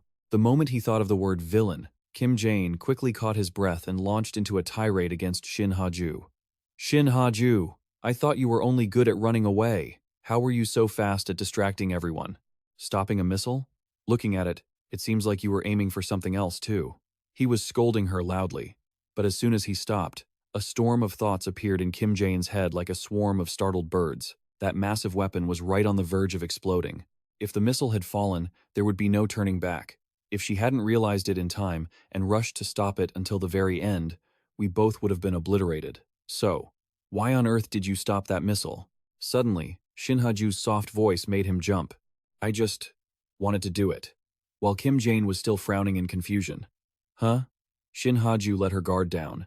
Besides, like this, I guess you could say we're even now. Kim Jaein's heart stopped for a few seconds. He stared blankly at her as she closed her eyes and turned away, his heart in total disarray. Oh no. What does that smile mean? Did she realize it? Shin Ha-ju. That I'm not actually a villain? Kim Jaein thought as he landed gently. He was very delicate, leaning down to lay the unconscious Shin Ha-ju onto the flattest ground he could find. Kim Jaein sat silently, watching her, sighing in deep thought. Luckily, it seems her life isn't in danger. She's always been tough. Just as he thought that, his earpiece suddenly signaled, forcing Kim Jaein to speak. Kim Jaein So-eun informed him anxiously. Sir, I checked, and the president was the one who directly launched it. Jaein sighed in frustration. What an unpredictable world. It was clear the whole world had seen Shin Ha-ju stop the missile. Even now, people couldn't understand the connection between the two of them. This situation can't go on like this. With that train of thought, Kim Jaein cleared his throat and gave the order. Kim Jaein So-eun, start the stream. She excitedly clenched her fists. I've been waiting for this. A split second later, a new live stream opened. He slowly appeared before the public. Hello everyone, I am Kim Jaein. Kim Jaein's appearance quickly drew nearly 7,000 viewers. A flurry of comments flew by faster than the wind. He's live. Why so late, man? That battle made my heart race. I haven't seen it yet. Where is it? I was watching until Shin Ha-ju flew up, and then you cut the feed. What's going on? Why are you outside? Where's Shin Ha-ju? Why did Shin Ha-ju's hair turn dark earlier? I'm dying of curiosity. As the comments piled up, Kim Jaein deepened his voice, preparing to play the role of the villain perfectly. Shin Ha-ju. Where did she go? Everyone is dying to know, right? As I panned the camera back to Shin Ha-ju, who was fast asleep on the ground, there was a crowd of people looking completely baffled and lost. What the hell? Star Earth lost? That's insane. Kim Jaein, you've gone too far. Seriously, this is madness. Before the comment section could turn into a total bloodbath, Kim Jaein cleared his throat. Let me drop a dark truth about South Korea. I wasn't the one who did that to her. The presidential office said they would capture me, and they actually launched a nuclear missile at Kim Jaein So-eun. That's the president of South Korea for you. Willing to throw away the entire population just to wipe out a villain like me. Kim Jaein So-eun's chilling promise didn't just shock the public. Even the president was left in complete disarray. Meanwhile, Shin Ha-ju lay there in the middle of a battlefield filled with rubble, listening to every word Kim Jaein said on the live stream. Her anxiety spiked, causing her to knit her delicate brows together. Kim Jaein, following that horrific nuclear missile incident, news reports have been broadcasting live all across the streets, big and small. Since the new administration took office, we have been facing the most terrifying grand crisis in history. In the midst of constant petitions demanding the president's resignation, field reporters are seizing this opportunity to work at full capacity. They're able to bring us this breaking news. At the headquarters of the Global Hero Association, international sources say they are discussing the rank promotion for the hero Shin Ha-ju. Lee Sona leisurely stroked her cat and muttered, Our Shin Ha-ju really is just incredible. While the reporter continued seriously, adding, There are rumors that the villain Kim Jaein is also on the list under consideration for rank 5. Contrary to Shin Ha-ju, who had only just been brought up for discussion, Kim Jaein's case had actually been under review for months now. The association representative revealed that the final confirmation might be announced by the end of this month. Suddenly, there was a knock at the door. "Excuse me, Miss Sona, may I come in?" Sona hurriedly turned off the TV and said, "Come in." She gently pushed her chair back to its original spot and spun it toward the door, perfectly embodying the poise of someone born into wealth, as her secretary gave a serious report to her boss. "I have completed the purchase of the potential candidates for the next presidential term.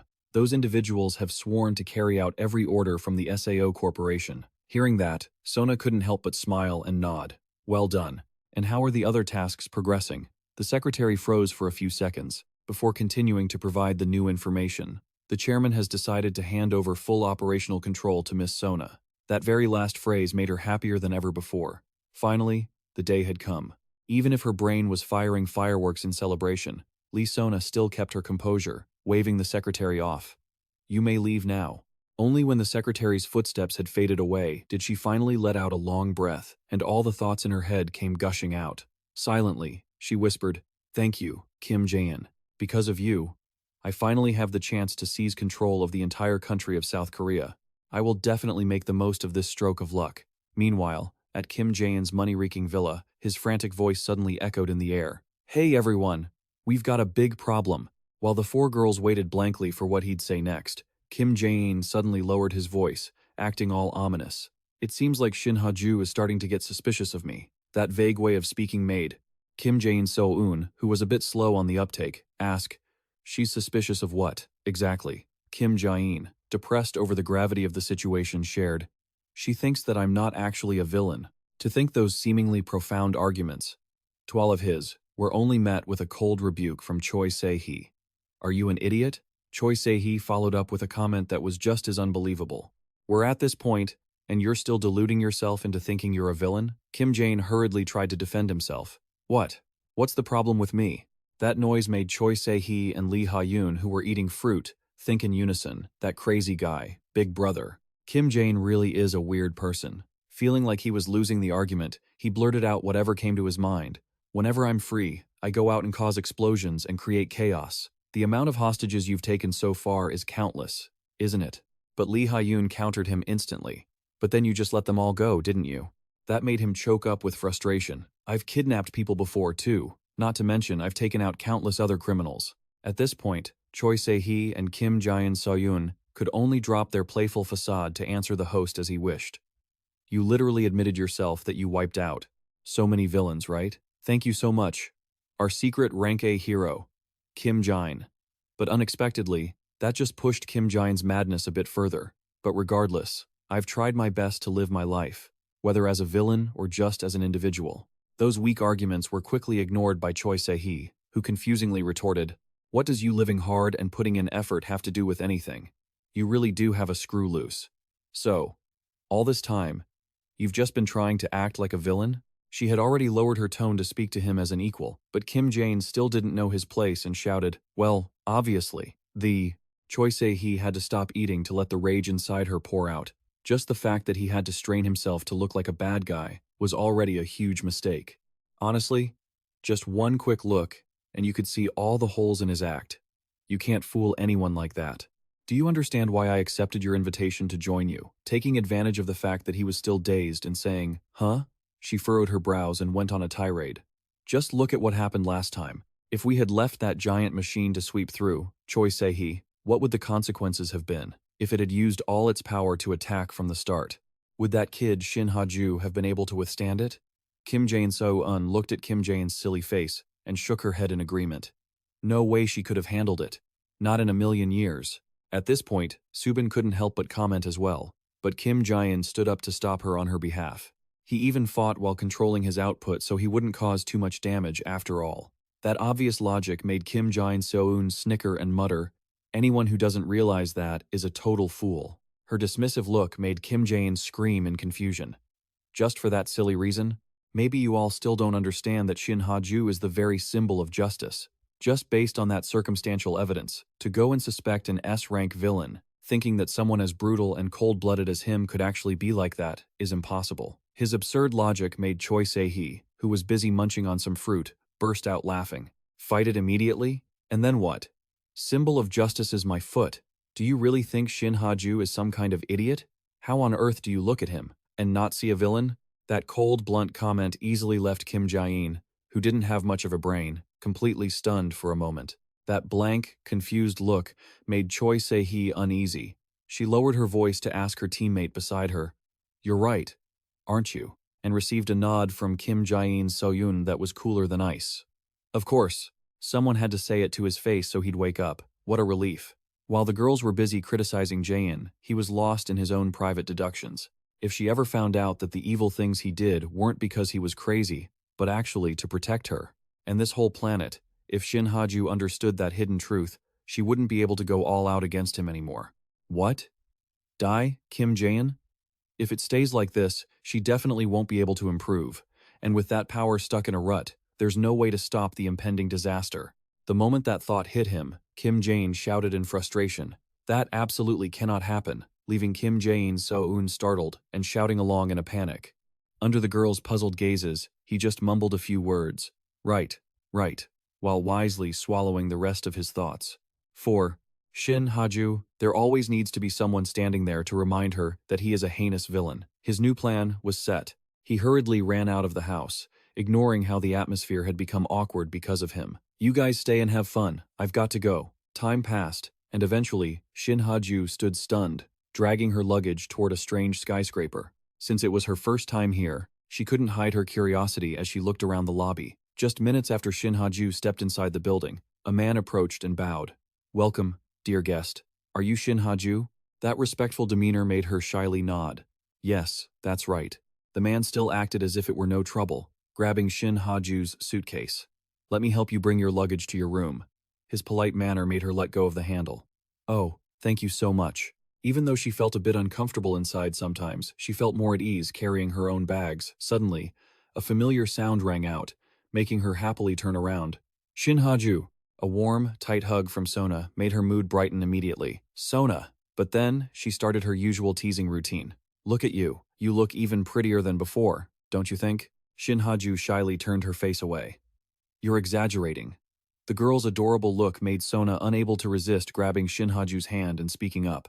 Come on, we're going all out today. Let's celebrate the appearance of the first S-rank female superhero in our country.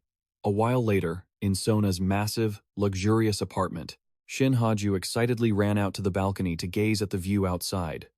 With that killer ocean view, the complicated feelings she had earlier quickly faded away. That look of pure enjoyment quickly caught Sona's eye. Isn't it wonderful? As soon as that question was asked, Shin Ha-ju couldn't help but nod in agreement. It really is. Taking advantage of the fact that she was in a good mood, Sona quickly pulled her aside. Come on in. A marble dining table was quickly filled with all sorts of dishes by top-tier chefs. But the only thing Shin Ha-ju cared about was the shaved ice with mango on top. A while later, after the chefs had left, she happily enjoyed that luxurious dessert. Shin Ha-ju's head bobbing with happiness made Sona laugh out loud. Do you really like mango that much?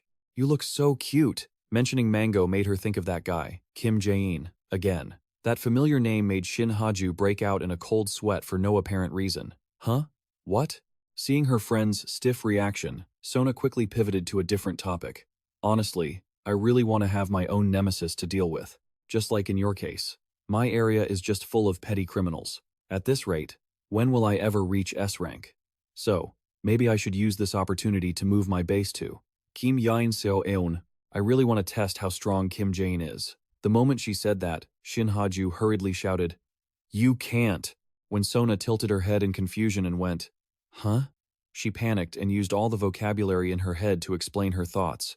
No, you know full well he's obsessed with me. He targets me, but if someone else suddenly gets involved, who knows what crazy things he'll do. That raid on Kim Jaein So-eun, remember? That guy occasionally causes uncontrollable incidents. Sona heard that and nodded, mumbling, That does make sense. He has no reason to pick a fight with me. Seeing her friend follow her lead, Shin Ha-ju added, Exactly. And most importantly, if you leave, who would be left to protect Busan? Sona paused, suddenly having to cancel an alarm on her personal watch. A stressful thought quickly flashed through her mind. Someone touched the desk in my office. Is there something wrong?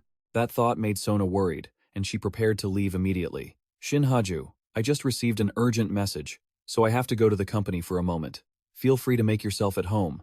Shin Ha-ju didn't understand what was going on, so she just sat still, enjoying the delicious food. Sure, go ahead. A moment later, as Sona stepped into her office. She began checking the room by herself. However, a hard truth that annoyed Sona was that the system had glitched suddenly. Her pet cat flew in front of her. That led Sona's sharp face to look confused. As she reached out to pick up the cat, Jaein casually spoke up. It wasn't a technical error. The appearance of a stranger in her room forced her to switch to alert mode immediately. "Who are you?" Even seeing the intimidating look on his face, she wasn't scared at all. Instead, she leaned back on the sofa and spoke softly. "I was the one who bypassed your secret defense. The goal was to meet you. It's a pleasure to meet you, Miss Sona. I am Jaein." Sona frowned and questioned him. "Why did you show up here? Do you intend to surrender in front of a hero?" That made Jaein laugh in amusement, mocking her. Surrender? How ridiculous. He immediately regained his serious demeanor, exposing her. "I only came here because I was curious about the person using the name of a hero to secretly take over South Korea. Miss Lee Sona, the real power standing behind the Dusung group." She couldn't hide her sarcasm upon hearing this. "I thought our egoistic friend, the one so dedicated to protecting South Korea from the shadows and acting like a nanny to Shin Ha-ju, had finally gotten bored of playing the villain and wanted to turn himself in to serve time." The room suddenly fell into a chilling silence. Even the cat watching the conversation began to yawn, unimpressed and looking down on the other party. Truly, Lee Sona is a villainess just like in the original script. She's not someone to be trifled with, but no matter what, right now she's still just a rookie. Sona kept a calm exterior, but her mind was reeling. This mysterious man, Jaein. Exactly what are you plotting? He didn't waste time, getting straight to the point. "Miss Lee Sona, I have a proposal for you. What are you guarding against?" "A proposal, you say?" Jaein replied with a smirk, fully confident. "Let's join forces. The two of us, working together." That was exactly what he meant. Deep down, he already had a strategy for a villainess like her. His goal wasn't to destroy her. Her existence was something he could lean on to get things done. At that moment, Shin Ha-ju was enjoying her meal when a sudden shiver ran down her spine. She turned her head, a seed of doubt forming. What was that? It felt like something ominous is about to happen. Inside the office, the two continued to exchange unfriendly glares. Outside the building, images of Sona were broadcast repeatedly, a testament to her influence. "I, Lee Sona of the Dusung Group, am here. Isekal will always stand with the people of Busan." This was Jaein beginning to weave the trap he had painstakingly prepared. "A hero of justice, you say? I know full well it's all just a fake mask. Your ambition is to take over all of South Korea, isn't it?" Then, he lowered his voice, alluring and seductive. "I will help you achieve that." Sona stood up abruptly, naturally disbelieving. "All nonsense without a shred of proof. Meeting a villain like you here. I see no reason not to punish you right now, do I?" But suddenly, Jaein placed a dark USB drive on the desk, then calmly stood up and turned to leave. "You must be very busy taking over companies after the Jaein group collapsed, not to mention greasing the wheels with the political world now that the new government has launched. Just think of this as a small token of my sincerity." As soon as Jaein finished speaking, he vanished from the room. "Take care. I'll be back in a week." Sona suddenly slumped slightly onto the desk, her whole body trembling because she had been forcing herself to hold back this entire time. She was scared to death. The image of Jaein was still burned into her mind. Sona's eyes slowly moved to the USB drive on the desk. She couldn't help but be confused by what she had just witnessed. Jaein. She silently recalled the information about him, his massive financial resources and superior information-gathering abilities, plus a large, fiercely loyal fanbase. A villain creating such a massive impact on the entire political and cultural system of South Korea? Honestly, he felt more like an anti-hero than a simple villain. A character like that could see through her ambitions and wanted to cooperate? She suddenly felt so small and scoffed at herself. "So, all this time, I've been led by the nose, like a pawn in his hand." Lee Sona stared at the object on the table, wondering, do I even have any chance to refuse this now? Finally, she plugged the USB drive into her computer. A large folder appeared, containing the essential data for Lee Sona to seize the destiny of South Korea. She frowned, wondering what on earth it contained that. But the moment she clicked the folder, Sona couldn't hide her astonishment. It was filled with tens of thousands of important and top-secret files. She froze for a few seconds, her lips twitching with satisfaction. With this much material in hand, before this year ends, a calculating, satisfied smile appeared on her lips. The entire country of South Korea will be completely under my control. Outside, Jaein stood under the scorching sun, sighing. Do I really have to keep doing this? It's so troublesome. Time flew by, and a week later, he kept his promise and returned to talk. Are you satisfied with the gift I sent? Lee Sona let out a sigh of relief and promised, Fine, I won't ask where you got it. He brought up what he had said before. As for the previous proposal, she now had her own decision. I have no reason to refuse this partnership, he exclaimed, satisfied. Good. This left her confused. Why is he suddenly acting so intimate? Kim Jaein immediately and firmly explained, After all, we're allies now. You should change how you address me. Sona handed over a stack of papers and requested, Hurry up and look over this contract. He took it, agreeing in his heart. Fine, let's just say both sides will cooperate happily. But when he actually read the requirements, he was shocked. What? A meeting once a week? Every week? We have to meet every week? Kim Jaein frowned, questioning her. What the hell is this? She looked away, explaining her reasoning. Didn't we say we were allies? If we're on the same team, we need to meet often to exchange information. He broke into a cold sweat, helplessly questioning. Are you planning to make me trek down to Busan every week? Is Dusung Group that free these days? Even if you have free time, you should save some. Lee Sona was adamant, not changing the rule, but changing the method. If you don't like traveling, I can come up to Kim Jae-in-Seoul to find you. But Kim Jae-in firmly refused. Once a week is out of the question. Let's settle on meeting once a month. She wasn't happy and bargained, every 10 days. He leaned forward, countering with, 20 days. Lee Sona continued. Half a month. Kim Jae-in had to try really hard to accept meeting every 2 weeks. Suddenly, she wondered, but why do you seem so obsessed with Shin Ha-ju? This caught him off guard, as he didn't expect to be asked that. Me? Sona was calm, her lips curling up, practically exposing how the other party operated. Yes, you. Isn't everything you're doing just to push our Shin Ha-ju to develop? It feels like you're grinding levels for a character in a game, right? Every villainous action of yours is also part of that calculation, isn't it? Correct. If you don't like coming here, I can go to Kim Jaein Seo-eun to see you instead. But Kim Jaein firmly refuses. Once a week. That's not going to work. Fine. Let's settle on meeting once a month. She's not satisfied and tries to negotiate. Every 10 days? Then, he leans forward, countering with, 20 days. Lee Sona continues. Half a month. Kim Jaein has to really struggle to finally accept meeting every 2 weeks. Suddenly, she wonders, but why are you so obsessed with Shin Ha-ju? She's really like that, isn't she? It catches him off guard since he didn't expect to be asked that. Me? Sona stays calm, the corners of her mouth curling up, almost as if she's exposing exactly how the other person operates. That's right, it is you. Isn't everything you're doing just to push our Shin Ha-ju to grow stronger? It feels like you're power leveling a character in a game. All your villainous actions are calculated, aren't they? Am I right?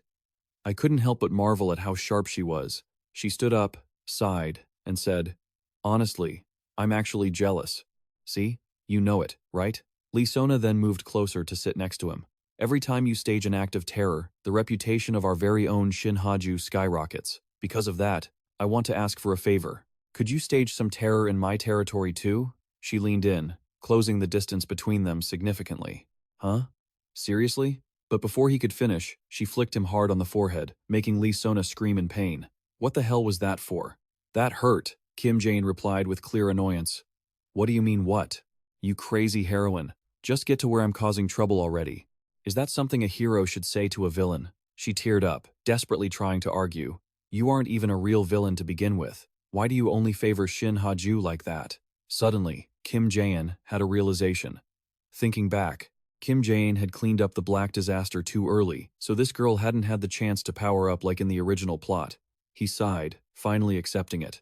Fine, I'll agree to it. Lee Sona's eyes lit up. Really? When do you start? Kim Jaein suddenly turned serious. Soon. But first, you need to do me a favor. She was surprised and curious. What is it? He explained it in detail so she would understand. If you ever meet or talk on the phone with, Shin Ha-ju that is, Shin Ha-ju, make sure to badmouth me as much as you can. You have to do it constantly, okay? She was stunned that this was what he wanted. Excuse me? Kim Jaein leaned in to repeat himself. I said, keep badmouthing me behind my back to her. Lee Sona raised an eyebrow and asked bluntly, are you some kind of pervert? Kim Jaein explained his motive. It's so that Shin Ha-ju won't harbor even the slightest suspicion about you. Sona frowned, echoing his request back to him. So, just insult you and paint you as a despicable criminal in her eyes? Hearing that, he nodded, confirming it once more.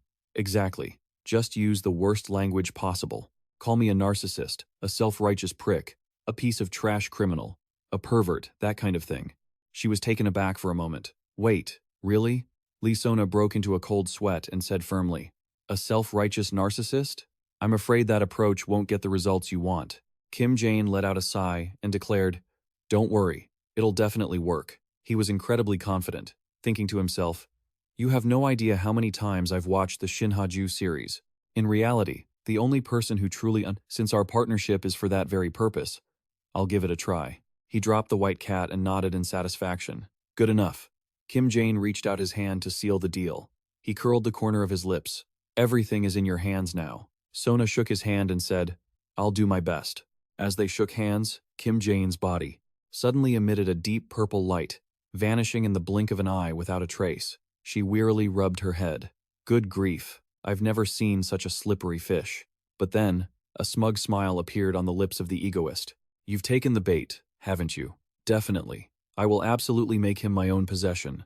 That evening, at an apartment complex, Sona's voice rang out excitedly. Shin Ha-ju.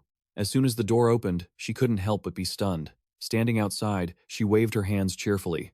Shin Ha-ju, she shouted in shock. Sona even had a bunch of bodyguards following and protecting her. Without waiting to be invited, she ran straight into the house. I missed you so much, Shin Ha-ju. I just had to run over here for a bit. I'll stay and hang out for a while before I head back, okay? She was still flustered and stuttered. Huh? Oh, sure, that's fine. But what about your work in Busan? Lee Sona grinned brightly, reassuring her. Don't worry about that place. It's all small fry anyway. The B-rank heroes are. More than enough to clean up the thugs there. She thought to herself. It's thanks to my absence that they even have a chance to shine. It's a win-win, right? The bodyguards outside bowed respectfully. Please take good care of our young miss. We will take our leave now. Shin Ha-ju could only shyly bow back. Yes, travel safely.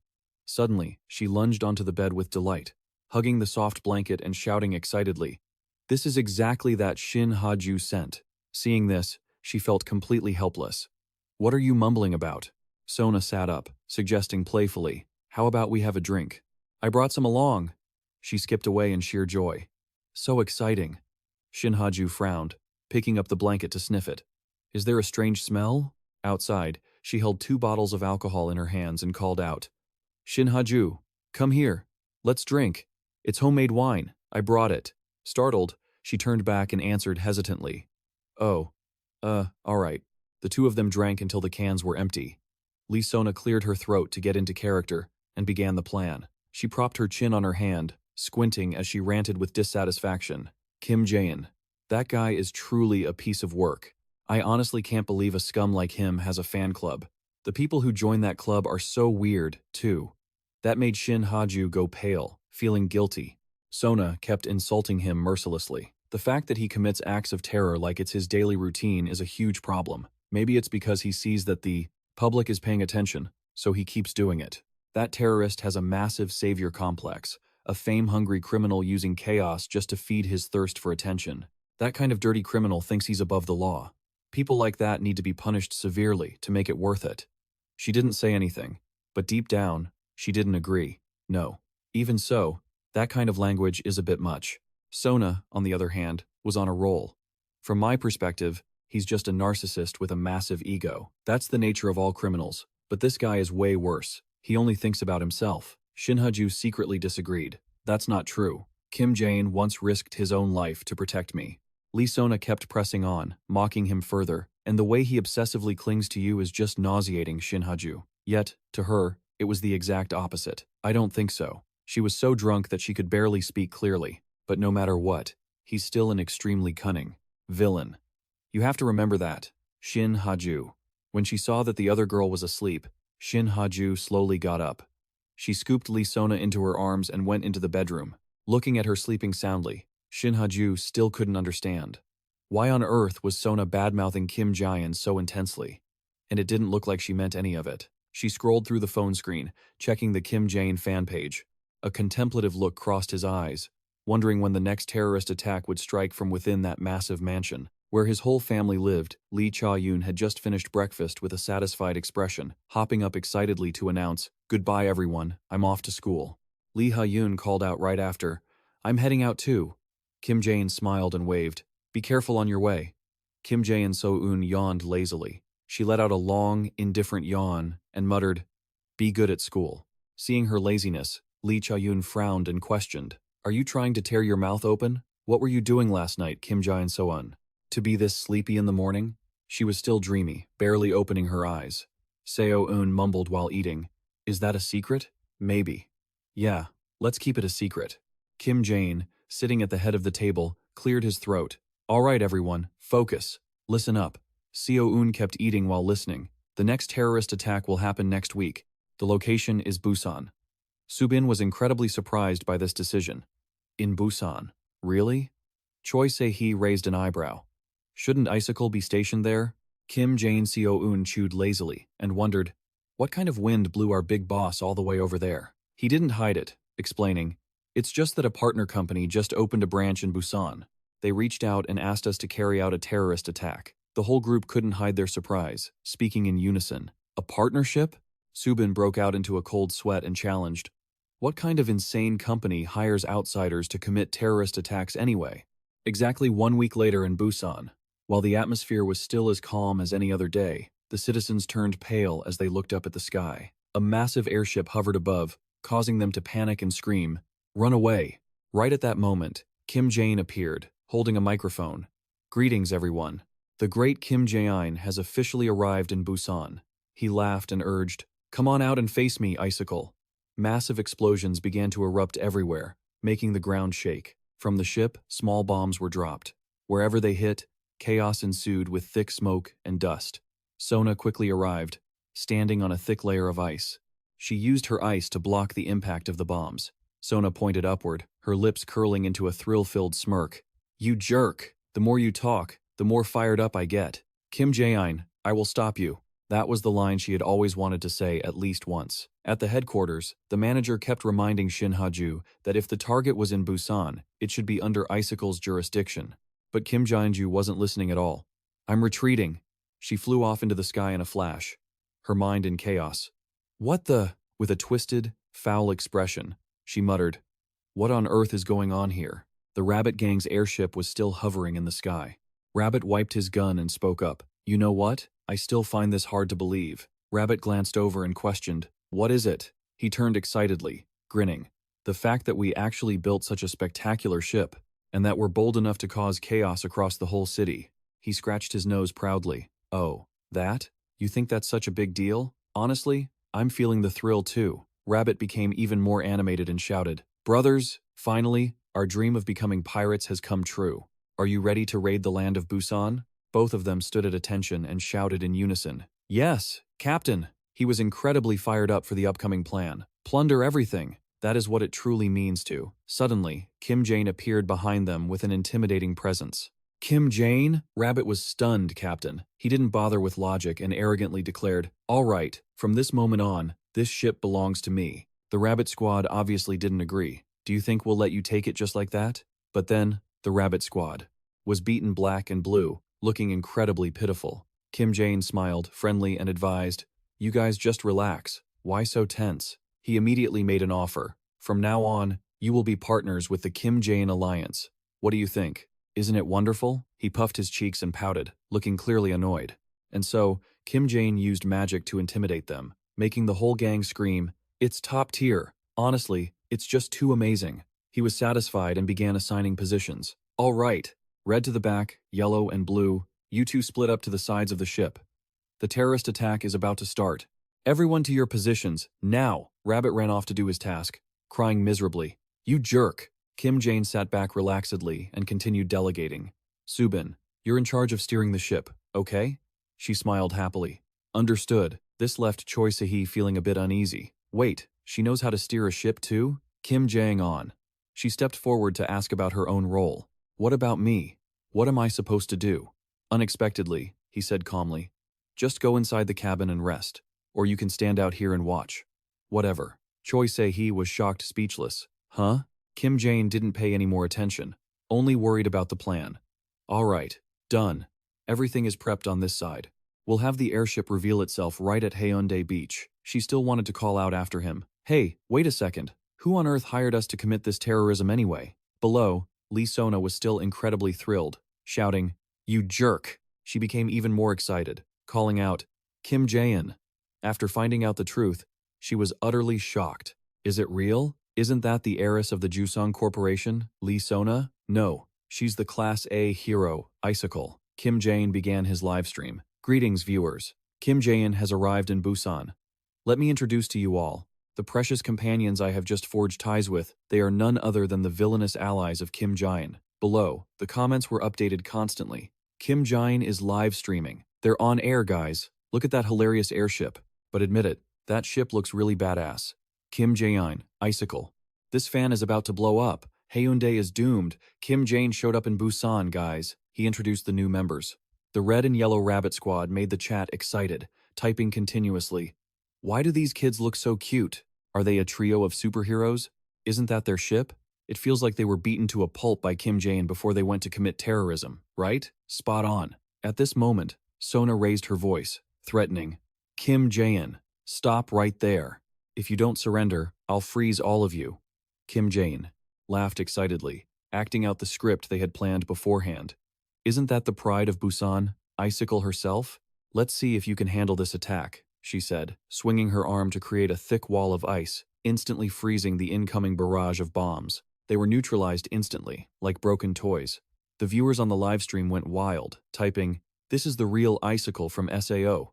Hey, freeze my heart next. From today on, I'm a fan of this AI." The viewer count skyrocketed, and Sona continued casting magic, aiming straight at the airship.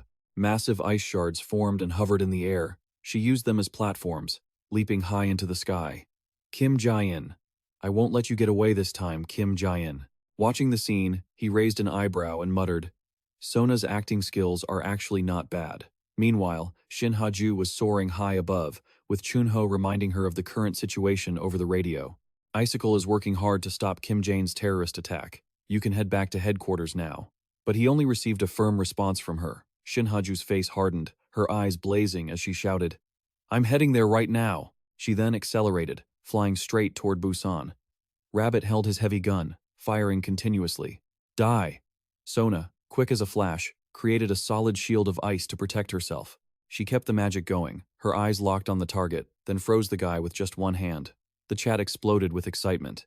He's just a nice golden rabbit, and the ice magic she shot out, Icicle's fighting style is seriously satisfying to watch. Kim Jaein stood high above, watching the scene, his lips curving into a smirk as he muttered, I have to give her credit. I didn't expect her ability to control her powers to improve this much. Lee Sona did a mid-air flip, dodging all of the enemy's bullets. Knowing they were terrified as she aimed her magic at them, she warned, Don't you dare come any closer. Suddenly, more than 5 or 6 gun barrels appeared, aimed right at Sona. He had finally joined the fight, controlling the weapons to attack. I'm not going to hand over my pawn that easily, you know. The viewers laughed as if it were a comedy. An ally? What kind of ally? She just turned into his pawn. My condolences to Rabbit.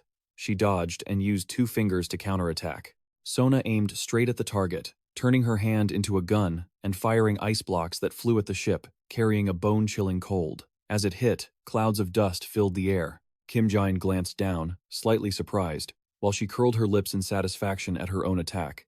Suddenly, a large block of ice clamped onto the tail of the Alex airship, making it tilt in mid-air. He looked at the situation, highly intrigued. I didn't expect you to charge directly at the airship like that. You've been hit, Icicle. Lee Sona, wearing an expression of triumph and excitement, challenged him. What are you going to do now? This ship is about to explode. Kim Jaein paused for a moment. What will I do? Well, I'll just retreat, obviously.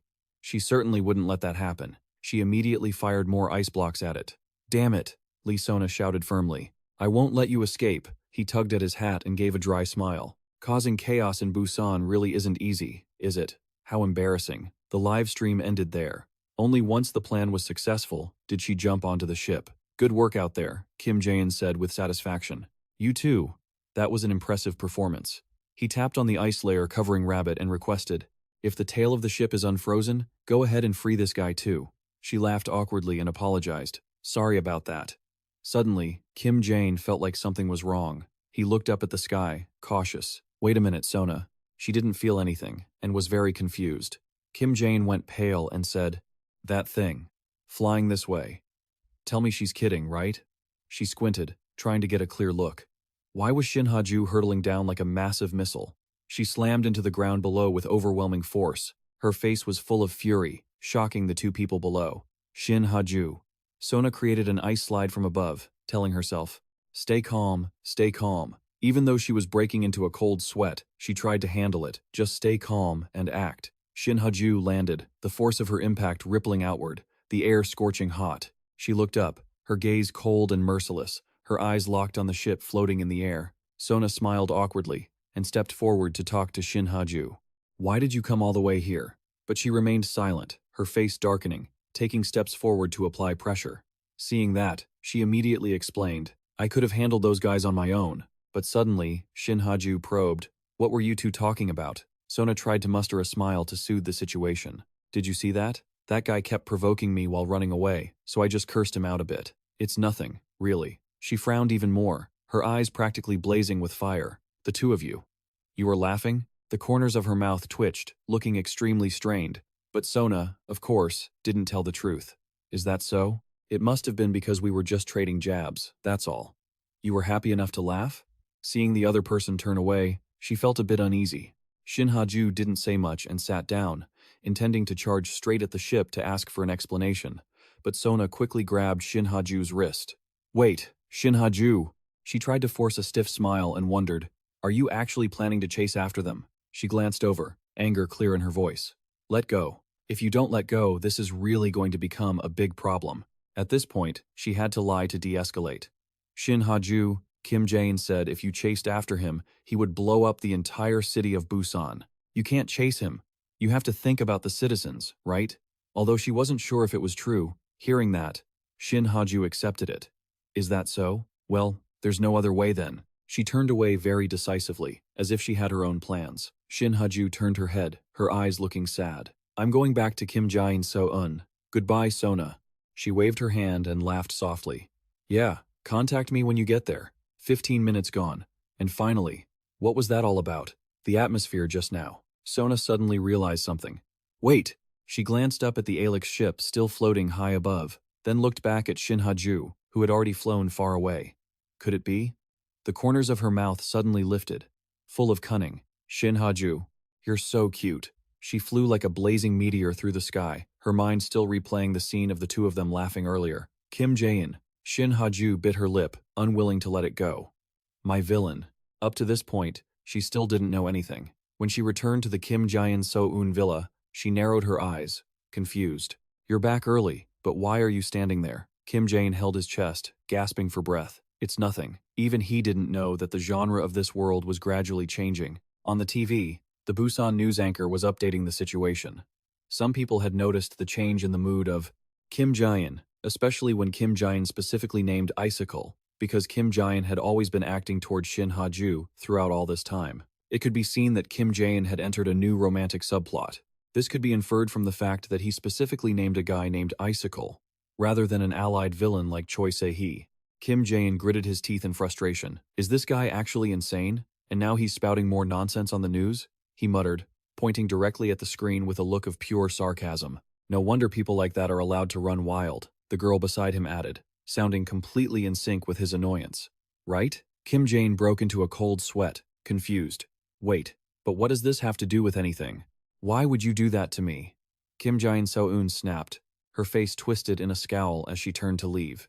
Just go eat a ton of mango bingsu, she yelled. Kim Jaein watched her go, completely bewildered. What are you doing? Where are you guys even going? Before he could finish, a spoonful of mango was shoved right in front of his face. Huh? Lee Subin glared at him with pure murderous intent. Eat it. The mango bingsu. Kim Jaein felt a chill run down his spine. He knew he had no choice but to eat it immediately. Suddenly, he spoke up with an invitation. Oh, right, Lee Subin. Want to go somewhere with me? The abrupt question made her knit her brows. Go where? She asked, looking at Kim Jaein. He explained with a serious tone. The eco-auction house. It's where all the wealthiest people in the world gather. It's also where everything falls apart, he added. The place where a certain villain is born. Subin immediately realized what he meant. Wait, don't tell me. Today? He glanced over, his voice filled with excitement. Yep, the next item is it. The ring that the rank B hero of South Korea always wore while he was alive. The eco-auction house managed to get their hands on it from the exact spot where they dropped it at the very end. The starting bid is $10,000. There's so much hidden power in that ring. It's what will turn someone into a rank S villain. So, in this situation, the thing I need to do is... He raised his bidding paddle. 25,000. The host immediately jumped on it. We have a bid of 25,000. Do I hear any higher? Kim Jaein raised his paddle again, quadrupling the price. 100,000. Deep down, he felt incredibly smug. Hello there. Well, the person who almost became a rank S villain, right? Seeing the guy shaking with rage, he acted like it had nothing to do with him. The old man refused to lose and bumped the price to 105,000. The host announced it again. Yes, we have a bid of 105,000. Kim Jaein didn't hesitate for a second, raising the price to 150,000. The auction manager looked shocked. Any higher bids? With that, the item was sold for 150,000. After snatching up the prize, he couldn't help but act like a total jerk. You bastard. That ring is mine.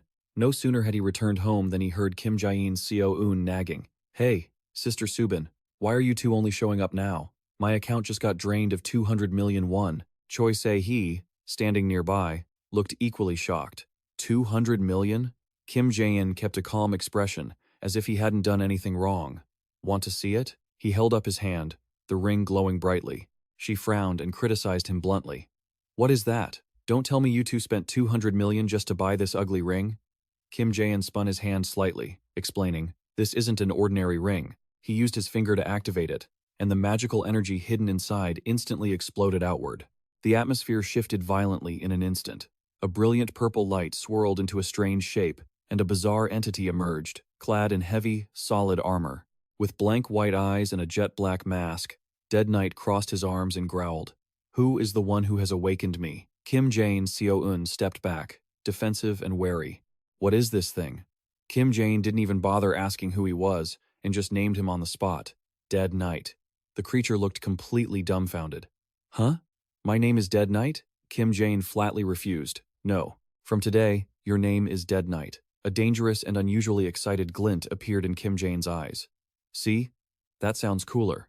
From today on, you are Dead Knight. Kim Jaein, once again, gave the ring on his middle finger a light twist, and Dead Knight was released, looking completely refreshed. This atmosphere, these rays of light, this is wonderful. The scenery was truly stunning. He lay back on the chair, lazily calling out, Hey, Dead Knight, come here.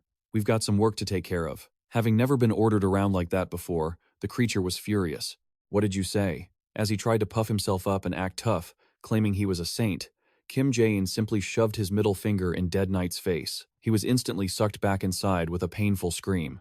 Choi Se-hee, standing by and witnessing the whole thing, couldn't help but ask, What kind of game are you playing? He just flashed a dangerous smile. Just training him. A little later, even Dead Knight started to get scared and had no choice but to submit. Hey, Master, I beg of you, please, don't make me go back into that space in the ring again. He sighed and complained. You have no idea what it feels like. Inside that stuffy, dark place. Kim Jaein sat up and nodded sympathetically. All right, I get it. I'm sure being locked up for so long makes you feel pretty restless, doesn't it? I'll find you an opponent so you can really let loose on the battlefield. Dead Knight's spirit immediately picked up, feeling encouraged. Is that true? He smirked, his expression full of calculation. Exactly. You'll be fighting on my behalf. Choi Se-hee heard this and sensed trouble, frowning as she asked, Wait a second, are you really going to let that suit of armor, that guy covered in dust and smoke, go up against Shin Ha-ju? Kim Jaein remained completely calm. Yep, she sighed, waving her hand to warn him. This isn't going to end well. Her power is beyond imagination. How long do you think that guy could even last against her? He crossed his arms, finding the perfect opportunity to provoke the creature. Did you hear what she said? Dead Knight, show this lady what you're really capable of. He immediately summoned his massive, razor-sharp axe. Understood, Master, Dead Knight replied. He gripped the handle tight and began building up power. A fierce wind started to whip up. He leaned back, lowering his stance to prepare for the swing. Dead Knight slowly raised his weapon, his gaze filled with determination. In the blink of an eye, he had sliced through a dozen tall trees nearby. Choi Se-hee's eyes widened in shock. Good heavens, Dead Knight laughed with pride. You're pretty surprised, aren't you? And that was just the basic stuff. Kim Jaein was extremely satisfied, thinking to himself, well, he was a rank S villain back in the day, after all. Suddenly, a cry of regret rang out. No way! Subin was shaking with frustration. Not this again. The mountain behind them had been deformed into this mess. She turned around, furious, and started shouting. Do you have any idea how hard I worked to make the greenery? Grow back on those trees you two destroyed while you were training. Kim Jaein was scared, so he tried to play the blame game. This time, it was that guy's fault. Dead Knight, not understanding the situation, was still feeling hyped. Are you satisfied now, huh? If you don't like it, I don't mind performing another demonstration. And then, he realized the space had gone strangely quiet. A moment later, Subin punished him by making him kneel. Raise your hands straight to the sky, right now, Dead Knight. Feeling wronged, whispered. This is already the highest limit, though. The scene cuts to an apartment complex in the city. Shin Ha-ju is hovering her mouse over the search terms, new alcohol, new label, and only photos of Kim Jaein and Sona appear, along with many photoshopped pictures of the two being affectionate. Look at this. The combination of those two top-tier beauties. This country is definitely heading in the right direction. She gritted her teeth in anger. But wait, maybe the Kim Jaein star couple is actually my one true love? I can't be wrong about that. Right? You've caught yourself a fan of Shin Ha-ju. Are you actually the true love of my life, aren't you? It can't be wrong. Caught a Shin Ha-ju fan red-handed. The scene shifts to the Hero Union headquarters. A staff member is heading to work when she spots Shin Ha-ju and greets her with a warm smile. Oh, Shin Ha-ju, you're stopping by? Is there something you need help with? Shin Ha-ju smiles back and replies, I'm just here to get ready for deployment. The friendly staff member says, keep it up. At this rate, if later on, Kim Jaein actually announces a terror attack in Busan, what are you going to do? Shin Ha-ju is clearly annoyed, and just as she's about to respond, a red light flashes, and an emergency announcement blares. An explosion has just occurred in the heart of Kim Jaein So-eun. A look of satisfaction spreads across her face. Finally, that's more like it. Shin Ha-ju launches herself into the air, flying straight toward the blast site. This is exactly what she's been waiting for. Dust and smoke fill the air at the old apartment complex slated for demolition. She hovers high above, scanning the area to identify the enemy. But then, Shin Ha-ju realizes something is off. Dead Knight appears and introduces himself in a deep voice. I am the Death Knight, the guardian of death, sent by Kim Jaein. Who is brave enough to be my opponent? The viewers in the chat laugh, commenting, who else would it be but Shin Ha-ju? Kim Jaein, sitting at home eating popcorn, watches the drama unfold with delight. She's here. She's finally here. Note, this line continues from the previous context. He points his axe directly at Shin Ha-ju and declares, you must be the heroine Shin Ha-ju that he always talks about, right? I am Dead Knight. The Death Knight will be your match today. But Shin Ha-ju keeps glancing around, searching for a familiar figure. However, in this place, aside from the two of them, there is no one else. Dead Knight grips his weapon and charges. Come on then. Even so, Shin Ha-ju is only focused on looking for Kim Jaein, so she bites her lip, unhappy. Where is that Kim Jaein guy? The two begin to clash, shaking the very space around them. They are moving so fast that all you can see is flashes of light, instead of the actual fighters. The sheer force of their blows triggers multiple, massive explosions. He dives down from above and exclaims, I'm impressed. I never expected you to be able to fight on par with a Death Knight like me. This scene leaves the chat room incredibly hyped. This is truly a clash between the world's strongest. He's actually going toe-to-toe with Shin Ha-ju. Where on earth does Kim Jaein find such extraordinary people? Because he is the king of villains, that's why. But it feels a bit empty without Kim Jaein's commentary. Where did Kim Jaein go? Did the old man really not show up today? He'll definitely show his face. He's never missed a single terror broadcast before. In the back of Shin Ha-ju's mind, one question is burned deep. When is Kim Jaein finally going to show up? Her eyes hold a mix of sadness and regret. From now on, is he only going to operate in the Busan area? The battle rages on, each collision sending shockwaves through the air. Dead Knight lunges forward, praising her. Kim Jaein was right, you really are strong. Shin Ha-ju isn't even focusing on the fight. Where is that Kim Jaein guy? He grows more excited as they fight. It's been centuries since I've encountered an opponent of this caliber. She is the only one seething with rage. Why did you show up here instead? Shin Ha-ju clenches her fists and screams. I asked you, where is Kim Jaein? Is he hiding somewhere nearby watching this? The viewers are buzzing, sending constant messages. For real. I'm only watching to see the mastermind. When is the mastermind going to show his face? This feels so refreshing. Dead Knight laughs heartily and bluntly declares, "You're asking about Kim Jaein? He won't be stepping foot here. He said that I alone am more than enough to send you to your grave." She is completely stunned by his answer. Shin Ha-ju stands frozen, her voice stuttering. "He's not coming?" He raises his hand, channeling glowing purple magic into the air. Dead Knight is fired up, declaring, "Now, let's end this fight right here." But she cuts him off sharply. When he was in Busan, he even personally piloted a warship. He doesn't understand what she's saying. What? Shin Ha-ju bellows in frustration. And yet, for me, he only sent a single underling? Dead Knight grips his weapon and challenges her. "What are you mumbling about? I didn't hear you clearly." The more she speaks, the more furious she becomes. Does he think I'm not even worth his personal attention? Kim Jaein, watching from home, breaks into a cold sweat. Wait, is that an awakening effect? So sudden? Right at this moment? Shin Ha-ju's entire body erupts with magic. With piercing, murderous eyes, she declares, "If that's how it is, I'll prove to you that you're nothing on your own." Before the battle, Kim Jaein had given very specific instructions. To summarize, 4. Hold back your power during the fight. If you feel the fight has lasted long enough, pretend to be defeated and retreat. Got it? Dead Knight, hearing this, is naturally annoyed. You're making a noble knight like me lower himself. To fake a loss to a mere human, and you dare force me to act out such a ridiculous play? But when he sees him raise his middle finger, he chickens out and stops being difficult. "Ah, I understand. I will do as ordered." After all, this isn't exactly hard. Back to the present. The two are still facing off on the battlefield. His gaze is firm. "So, you're planning to use your full strength against me from now on? If that's the case, then I will too." Dead Knight. He grips his giant axe, his voice booming with intensity. "That's right. The real battle officially starts now. Come at me, hero Shin Ha-ju." Dead Knight suddenly freezes when he notices something strange. Shin Ha-ju pours all her power into her fist and lunges. "Take my full power." She grinds her teeth, using every ounce of her strength to deliver a lethal blow. He only has time to think, "I was too careless," before he takes the hit full on and crashes into the ground. Shin Ha-ju looks down at her enemy with sharp, unforgiving eyes. Dead Knight squints, trying to act out his defeat. "But this is not the end for me.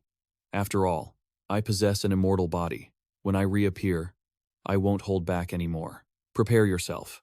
With that, he vanishes from the scene.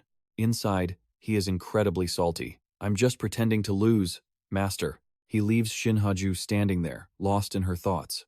That evening, at Kim Jaein's villa, he looks at his work on his laptop, excitedly, shouting, "Done! Upload complete! I'm so happy." He checks the comment section to see how it's going, but as soon as he opens the chat, the smile vanishes from his face. Huh? A comment reads, "The real reason Shin Ha-ju awakened today is this. Because a super strong immortal enemy appeared? Not at all. It's just because Kim Jaein didn't show up today." Kim Jaein is absolutely livid, his face twisting as he grinds his teeth. "Careful what you say. One slip of the tongue, and you'll be blocked instantly. That guy, the one I'm talking about, is already being watched, and has been warned. Don't even think about getting a second chance. But thinking it over, I still don't get it. By the way, why did Shin Ha-ju suddenly awaken like that? Dead Knight definitely held back, you know." I sighed and picked up the phone when it started ringing. From the other end, Sona's voice called out, "Oh my god, please, Kim Jaein, why did you show up in person instead of sending someone else?" "Kim Jaein, don't you get what's going on? Viewers won't stop talking about this incident." Watching the stream today, it's clear Kim Jaein has switched over to pursuing AI cycle. Traitor! It sounded like the Nightmare faction was screaming their lungs out. She sighed to herself, thinking, whatever. Then, Lee Sona smiled and reminded him, "Do you remember that we have plans tomorrow?" She only meant to remind him, so she didn't keep him long. "I'm hanging up now." A smirk of amusement curled her lips, not bad at all. That night, at the familiar apartment complex in the city, Shin Ha-ju couldn't seem to get any sleep, her mood heavy. Kim Jaein. The next day, at the headquarters of the Dusung Group in Kim Jaein So-eun, Kim Jaein appeared and sat down across from Sona. He tossed a USB drive straight at her. She easily reached out and caught it with a relaxed smile. Kim Jaein calmly announced that it was the final set of files. Hearing that, Lee Sona couldn't help but exclaim, "Geez, why do you have to push things this far?" He didn't really care, just reminding her that it was the last one and she should handle the rest herself. She slowly stood up, her voice calm as she replied, Of course. Lee Sona took a few steps toward him and raised a question. How were you able to get your hands on this so easily? This is classified information that even the Dusung Group, the most powerful conglomerate in Korea, couldn't find. Kim Jaein naturally wouldn't reveal his sources, only saying, knowing too much only invites trouble. Suddenly, she leaned in closer and whispered, "Hey, Kim Jaein." He glanced at her, raising an eyebrow.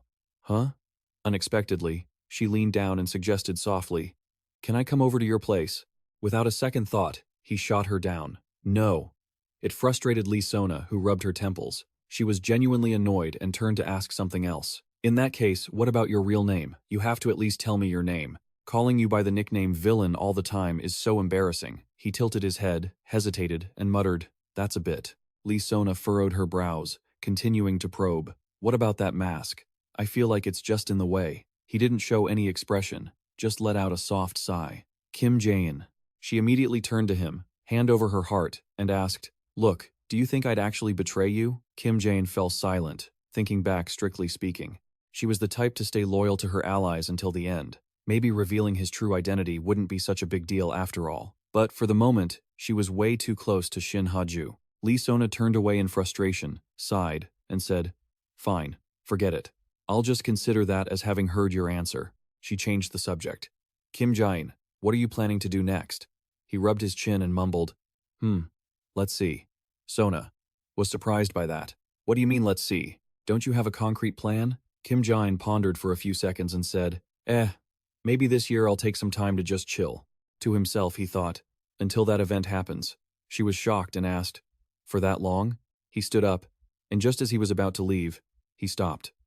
"I'm going now. Make sure you keep meeting up with Shin Ha-ju."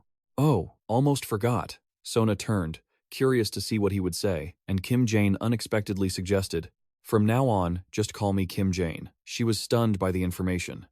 What was that? He only left her with one final sentence. "That is my name." Sona stood frozen, watching the glowing purple magic slowly fade away. She turned and walked toward her desk. The room fell into silence.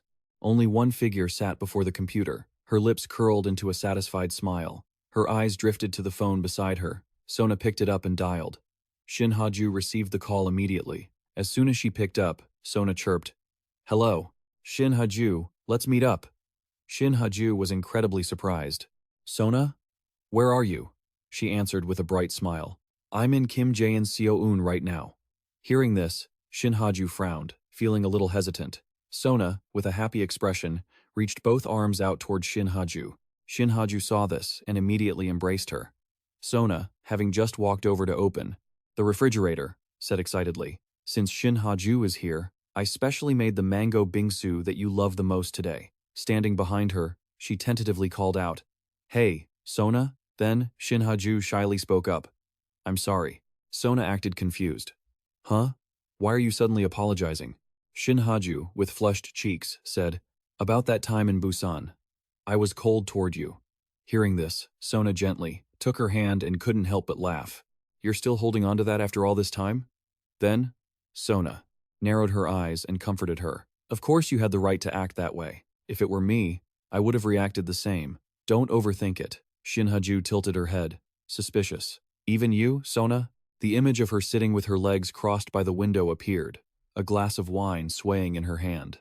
Sona stared out at the city at night, while Shin Ha-ju had already fallen fast asleep. With sharp, cold eyes, she thought to herself, "That day, Kim Jaein's expression still keeps me up at night." Sona imagined Kim Jaein's contemplative face and wondered curiously, maybe he really will choose to take the whole year off. If so, what will happen next year? She had a gut feeling that something bad was going to happen in the coming year. Scene changed to the moonlight cult. The sight of people, cloaked in black robes kneeling on the ground, appeared. On the wall was an image of someone lifting up the moon, and below, others were lifting that person. The cloaked figures were reenacting the exact same movement. At the same time, someone with a staff stepped forward, their voice filled with a man's firm determination echoing through the space. "This world needs to be cleansed." The high priest, with his staff in hand, loudly declared, "With our moonlight." Afterward, he loudly asserted, "When the giant moon covers the night sky, the day the moon god descends will begin." The people below shouted in unison, "Moonlight! Moonlight! Moonlight!" Right at that moment, the high priest signaled for silence. Instantly, everyone present stopped shouting. The air went deathly quiet. Everyone showed signs of fear. At the same time, a girl gently stepped forward. The cloaked figure, the dark figure kept trembling, head bowed low, sensing that person slowly approaching. The girl with raven black hair walked calmly right up to him. Next, she stepped past him gracefully, eyes scanning those gathered below. Kwang saw this and let out a slight smirk, his voice dropping to a low, heavy tone. On the day the world is shrouded in dark energy, the moon dancer will descend to deliver their punishment. Unko's cold, emotionless face appeared. Scene change. Kim Jaein, in Jun's body, gritted his teeth and hissed, "It's freezing, man." Kim Jaein So-eun, standing inside, yawned and tilted her head in confusion. Did everyone sleep well? Beside her, Choi Se-hee waved a sleepy hand, wishing everyone a good morning. Seeing this, he broke into a sweat, wondering, "Wait, where's Lee Cha-yoon?" Shin Ha-ju replied while chewing. She said her house is nearby, so she left early. Just then, Subin happily brought breakfast for Kim Jaein. "Morning, Kim Jaein. It's starting to get chilly lately, isn't it?" She frowned as she looked at his bean rice. "Hey, isn't there way more beans than rice in this bowl?" Subin just grinned. "Enjoy your meal, everyone." Suddenly she shrieked, "Oh, come on. Kim Jaein So-eun. I told you already, no sneaking extra veggies in. Eating like that is good for you. You're growing up. You need a balanced diet." The girl jumped, startled by the outburst while she was busy picking out the beans. Beans went flying everywhere. Subin then turned to scold Choi Se-hee. "Choi Se-hee, you stop it too. I saw everything." Choi Se-hee's plan was exposed, so she frowned and muttered, "I thought you didn't notice." Subin flared up. "Get your elbows off the dining table. Right now." Jaein stared at his bowl of bean rice, frowning as a question formed in his mind. Why does this feel so familiar? Beside him, she still wore a smile. "It looks like you're really enjoying that, Kim Jaein. You need to eat well to stay lively." He swallowed a mouthful of rice, sweating as he thought to himself, "This feels just like being scolded by my mom." Then, Kim Jaein glanced around, silently affirming, "Still, our Team 5 is truly a reliable bunch. Kim Jaein So-eun, the one with the S-rank superintelligence, right? And Lee Ha-yoon, the only healer of her kind in all of South Korea, also S-rank." Choi Se-hee's face turned pale as she gritted her teeth. "I hate this so much." Kim Jaein sighed, thinking, "Are we in kindergarten?" Choi Se-hee is currently in charge of combat, ranked A, but she'll soon grow strong enough to reach S-rank. The two brothers, if the original rules hold, were S-rank and definitely still are. He nodded happily. "I'm really proud of this lineup." Kim Jaein So-eun was trying to stuff beans into her mouth. Seeing his expression, she made a confused face. Just then, Lee Ha-yoon stood up gracefully. "I'm finished. I'll head out first. I still have to study." Seeing this, Kim Jaein broke into a sweat and cheered her on. "You're fast. Being a senior is tough, huh?" Kim Jaein in there. She sat back down for a second, stretched, and laughed. "That brings back memories. Good luck to you too." She looked a bit tired and dejected as she replied, "Thanks, everyone." After finishing the bean rice, she excitedly kept cheering, "Lee Ha-yoon, you can do it." Afterward, she immediately turned to Choi Se-hee. "All right, let's get to work too." Choi Se-hee seemed to understand that look and gave a slight nod. Subin saw their behavior and let out a sigh. What have those two been doing lately? They've been stuck in the basement all day. The days are getting shorter now. We should take advantage of the sun while we can. Kim Jaein looked out the window at the scenery, deep in thought. Now that you mention it, the first snow is probably coming soon, and that's when their large-scale terrorist attack will. Suddenly, he called out to Subin. She was busy washing the bowls. Hearing him, she started and looked back. Kim Jaein declared with a firm, confident look, "I'm not sure if I can let them soak up the sun, but I'll make sure they get a nice, long bath in the moonlight." Subin squinted, confused by his cryptic words. In the dark of the night, a piercing scream echoed. She, with her body trembling, gritted her teeth. "I didn't expect it to be this cold." Jaein, standing nearby, frowned and scolded. "I told you to wear something warm, but you wouldn't listen." Choi Se-hee looked impatient, frowning as she questioned him. "You called me out in the middle of the night just to look at the night view?" He laughed out loud. "No, not at all." Then, Kim Jaein asked, "Have you two ever heard of the Moonlit Sect?" She gave him a bewildered look. "The Moonlit Sect?" She trembled, guessing. "Is it some kind of religion?" He immediately lowered his voice to explain. "They're a bunch of cruel fanatics. They're about to swarm here to wipe out this country, and..." Kim Jaein looked dead serious. "No one in our country has the ability to stop that. The two heard this and broke into a sweat. Startled, they looked at each other, while he smirked smugly. Except for me, of course. Then, Kim Jaein raised his voice. Kim Jaein So-eun, get the goggles out. Kim Jaein So-eun immediately reached into her backpack. Okay. In her hands were 3 pairs of goggles, and then Jaein signaled in a serious tone. Put one on. Everyone. We're going to hunt down the magic circles they've laid out around here.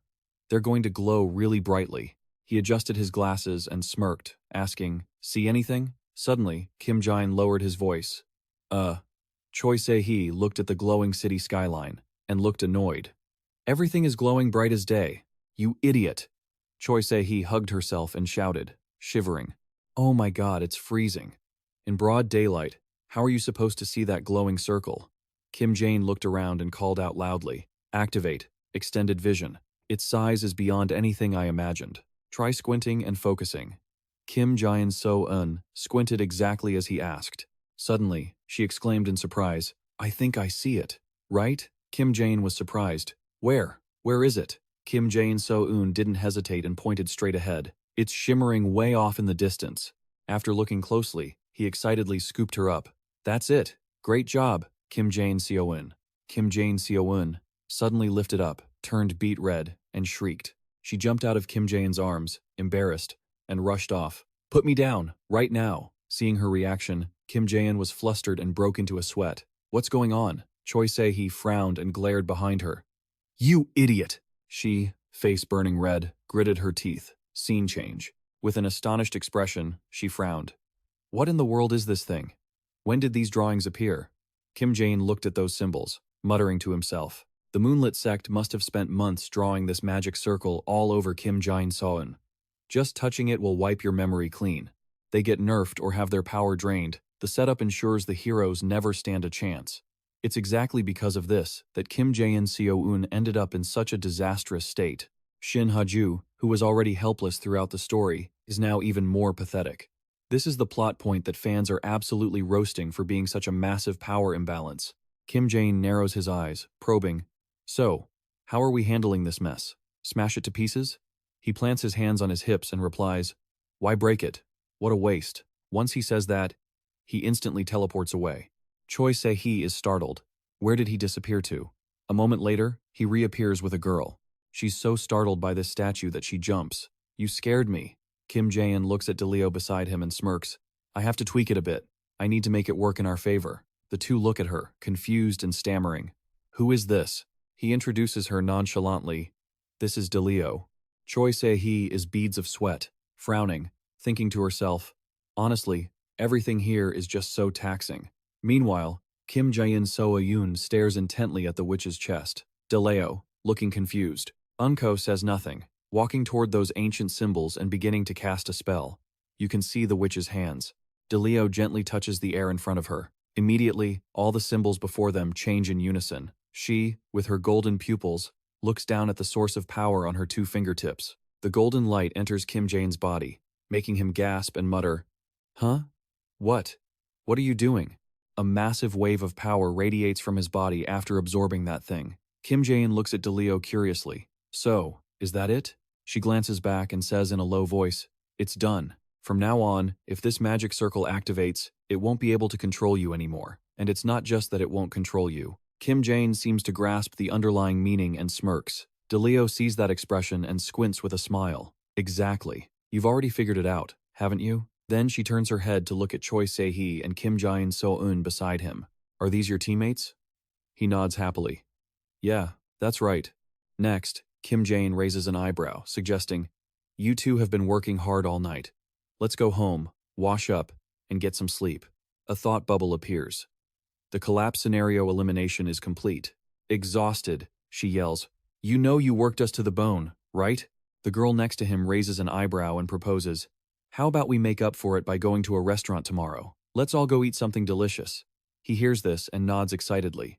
Deal, let's have a real feast. Seeing that both of them are a total mess, DeLeo watches the scene in silence, while Kim Jaein So-eun yells angrily, Whose fault is it anyway? Seeing that, he just laughs. Just take your time picking a restaurant for tomorrow. At that moment, she gently plants a kiss on his cheek and affirms in her heart, Perhaps this man is the one who will change the world.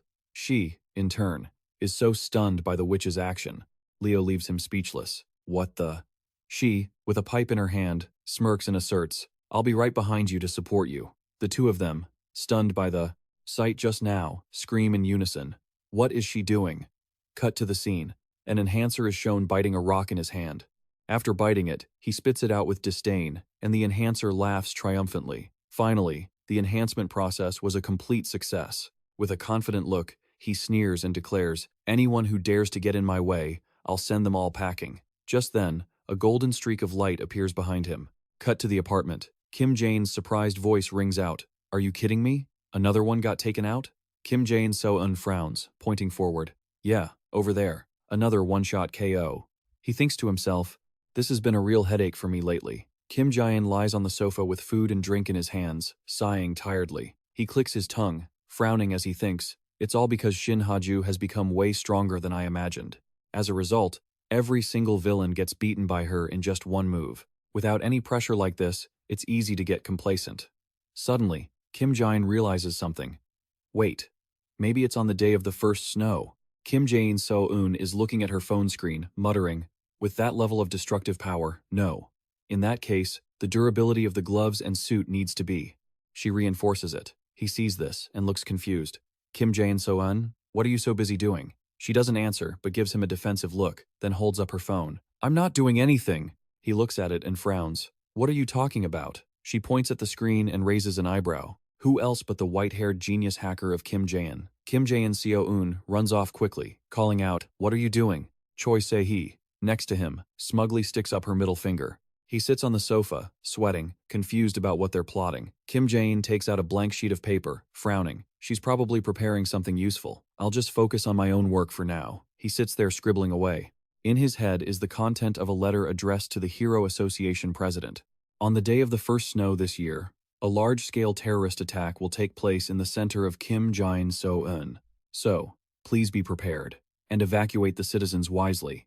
Subin, behind him, looks a bit worried. A letter? Kim Jaein is in a good mood. Cut to a large restaurant. Kim Jaein says excitedly, Lee Ha-yun, you've worked really hard. Lee Ha-yun replies shyly, thank you all so much. Suddenly, he wonders, how did the exam results turn out? Choi Se-hee asks angrily, are you crazy? Why would you ask a student that? She laughs awkwardly, and Subin smiles gently. Lee Ha-yun, it's fine to take your time and check your scores later. Choi Se-hee curiously raises an eyebrow. Which department did you apply for? He, sitting next to them, is slightly surprised. Come to think of it, I don't think I've heard anything about this. Lee Ha-yun, with flushed cheeks, hesitates to reveal. I applied to medical school. She hears this and cheers excitedly. Medical school? Wow, that's amazing. Keep it up. Kim Jaein scratches his head in confusion. You have healing powers, and you're applying to medical school? Seriously? Medical school? Why would you choose that? Seeing him keep asking, she angrily stuffs a spoonful of food into his mouth.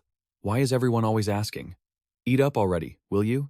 Just focus on your meal. Kim Jaein sighed, rubbing his neck with a grimace. He hated how he always seemed to be the one stuck dealing with all the mess. Kim Jaein So-eun frowned at him. Could you pass me a new spoon, please? Just then, a phone buzzed, making Kim Jaein jump. Huh? On the other end of the line, Lee Sona's voice was gentle. What are you doing, Kim Jaein? Let's grab a meal together. It's snowing out here. Actually, I'm with before Sona could finish. Kim Jaein cut her off. I'm already eating. Suddenly, he broke into a cold sweat and shouted, Wait, snow, you said? It's the first snow of the season? At that exact moment, a surge of intense pink energy erupted outside. Watching the scene unfold, he broke into a cold sweat and lowered his voice. It's starting. Amidst the surging power, a small silhouette emerged. She slowly opened her eyes and cast a cold glance downward. Below, the Shadow Walker was being forced back by the violent pink whirlwind. A splash of black liquid slammed into the ground. Sweating profusely and gritting his teeth, the Shadow Walker demanded, Why? Why is this happening? Unable to suppress his anger, he shouted, Kim Jaein So-eun, are you still okay? Lee Sona rushed to land nearby. Shadow Walker. He glanced over, teeth clenched.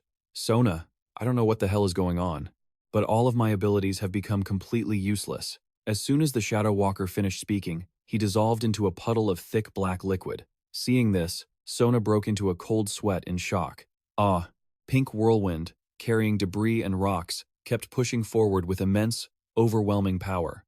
It slammed directly into the Shadow Walker. He took the hit, instantly transformed into black liquid again, and collapsed in front of Sona. Shifting back into human form, the Shadow Walker cried out in frustration. Why the hell is this happening? With a defensive expression, he suddenly whipped his head around. Sona looked at the whirlwind with concern. Meanwhile, what about Shin Ha-ju? Just then, a brilliant flash of light shot out from inside the storm. Startled, Sona screamed, "Shin Ha-ju! Shin Ha-ju!" Her body covered in scratches, scowled and gritted her teeth. She looked ahead. Next, she lifted her head. Watching the scene on the screen, Choi Se-hee muttered, "They can't fight back at all." Comments began flooding the chat. South Korea is truly finished. Man, it's the middle of the night, but look at that. They're just standing there helplessly. 3, 2, 1. Let's wait for Korea's only S-rank hero, Kim Jaein, to show up. Kim Jaein So-eun broke into a nervous sweat and shouted, "Kim Jaein, shouldn't we go check it out? All three of them are getting absolutely wrecked." Kim Jaein didn't seem to care. He calmly shoved a mouthful of black bean noodles into his mouth. The others in the room stared at his indifferent attitude, sweating in silence. Only the sound of him slurping noodles filled the room. Finally, Kim Jaein looked up and smiled, reassuring them, "Just stay calm and finish your meal first. It's not time for us to step in yet." His words left Kim Jaein So-eun frowning in confusion. He kept eating, his face flushing slightly as he thought, after the Moonlight Cult incident. "We plan to recruit the Moon Dancer, so she needs to rack up a bit more sin first. That way, it'll be much easier to pull her over to our side." More importantly, Kim Jaein chewed his noodles and shrugged, and honestly, it's for Shin Ha-ju's own good. She needs to face a truly formidable enemy once. No, maybe twice to be enough. Choi Se-hee darkened. "Are you her mother or something? Why do you care so much?" He raised his chopsticks and sighed. "Even if a kid is adorable, you shouldn't coddle them too much. You know? If you always keep them on a safe path, they'll just become lazy and reliant on others. People need to walk on rocky, uneven roads every now and then, right?" Everyone was stunned by this philosophy. They all stared at Kim Jaein with suspicious eyes. This guy has finally lost it. Meanwhile, Sona, with ice forming under her feet, was rushing straight toward the pink whirlwind. She brought her hands together, gently condensing her power. Then, Sona unleashed a powerful attack forward an ice spike. The massive blue shard was instantly shattered into tiny fragments by the vortex. A silhouette flickered inside the whirlwind. Her eyes widened in surprise as she thought, "Is there someone inside there?" Sona's powerful strike had been destroyed in an instant. She was knocked back by the sheer force of it. But Sona didn't give up. She immediately created a path of ice to stop herself from sliding further.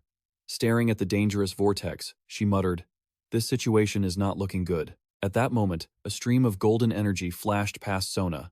Shin Ha-ju, with an immense surge of power, dove straight into the whirlwind. Her eyes filled with determination, she furrowed her brows as she plunged inside. Behind Shin Ha-ju was a pink crystal. After she swung a punch, the crystal shattered into pieces. Shin Ha-ju stared at the flowing pink energy, confused. What the hell are these things? She showed no mercy, throwing punches continuously at the broken pink shards. Sweat beaded on her forehead as she bit her lip. They're no different from missiles. Shin Ha-ju hesitated, wondering, are these the things that caused the impacts that leveled the buildings? As her thoughts spiraled, she realized the deeper she went, the more her energy felt like it was being drained. With eyes burning with rage, she turned her head. Shin Ha-ju looked at the shadow at the center of the vortex with suspicion. A child? She didn't hesitate and charged forward. Suddenly, Shin Ha-ju jumped. As if she had just sensed something strange, the pressure was different. With a wary expression and beads of sweat, she looked down. Shin Ha-ju saw a pink light flash and immediately turned. She was hit by a massive wave of force, sending her reeling backward. After taking the hit, Shin Ha-ju collapsed to the ground. The gray smoke gradually cleared. Covered in exhaustion, she let out a pained groan. Seeing this, the Shadow Walker broke into a cold sweat and called out, "Shin Ha-ju." Sona, nearby, asked worriedly, "Kim Jaein, are you hurt anywhere?" Seeing the other two remained silent, they slowly approached. Shin Ha-ju sat on the ground, grimacing as she gasped for air, trying to recover her strength. She stared at the whirlwind and thought to herself, all this time. It turns out Kim Jaein was holding back whenever he fought me. Ha-ju's eyes went wide with terror as she realized, this This is what true, unadulterated terror is. With an overwhelming power that felt like a force of nature, I think I'd become too complacent in the peace and quiet. I've been so careless, treating it all like one of those terrorist games. Kim Jaein made me get way too cocky about my own strength. Lee Sona wiped the sweat from her brow, frowning as she wondered, how on earth are we supposed to stop something this powerful? Suddenly, she flinched and glanced down. Shin Ha-ju, are you crying? Shin Ha-ju, eyes welling up with tears, knitted her brows and shot back. What are you even talking about? The others in the room witnessed the scene and jumped in surprise. Kim Jaein couldn't take it anymore and boldly declared, Shin Ha-ju, I'm coming for you right now. The rest of them rushed to hold him back, while the other guests around them stared with judgmental eyes. He was sobbing, tears streaming down his face, teeth gritted. Let go of me, you guys. If anyone should be crying, it's me. Why are you crying instead? Kim Jaein-seon clung to him, shouting, this is so embarrassing. Stop it. At the same time, Choi Se-hee radiated a powerful energy and sternly ordered, get out of my way. The three of them immediately scrambled away. Kim Jaein, still crying, rushed forward, shouting, I'm coming for you, Shin Ha-ju. But before he could get far, he was zapped by lightning so hard he looked like a skeleton. The three of them were sweating buckets while dragging Kim Jaein away, while Subin, trailing behind, hung her head in total shame. I am so sorry. Everyone. Truly sorry. Even while unconscious, he kept muttering, Shin Ha-ju, Ha-ju. Shin Ha-ju gritted her teeth, looking helpless. Her eyes burned with frustration, and her voice wavered with concern. The city of Kim Jaein-seon is suffering massive damage, but thanks to the early evacuation, everyone is safe. However, the citizens who lost their homes and jobs are suffering greatly. On top of that, everyone is talking about Shin Ha-ju's tears. Public opinion is deeply concerned about her apparent weakness. As Kim Jaein silently observed the news, Kim Jaein-seon chimed in, yeah, it's honestly just pathetic. Then, she raised an eyebrow and looked at the person next to her. Didn't you say that villain would appear again? He nodded, furrowing his brow. Yeah. Kim Jaein-seon broke into a cold sweat. If you don't step in and do something, she's not going to be okay, even though I personally love watching her cry. She frowned again.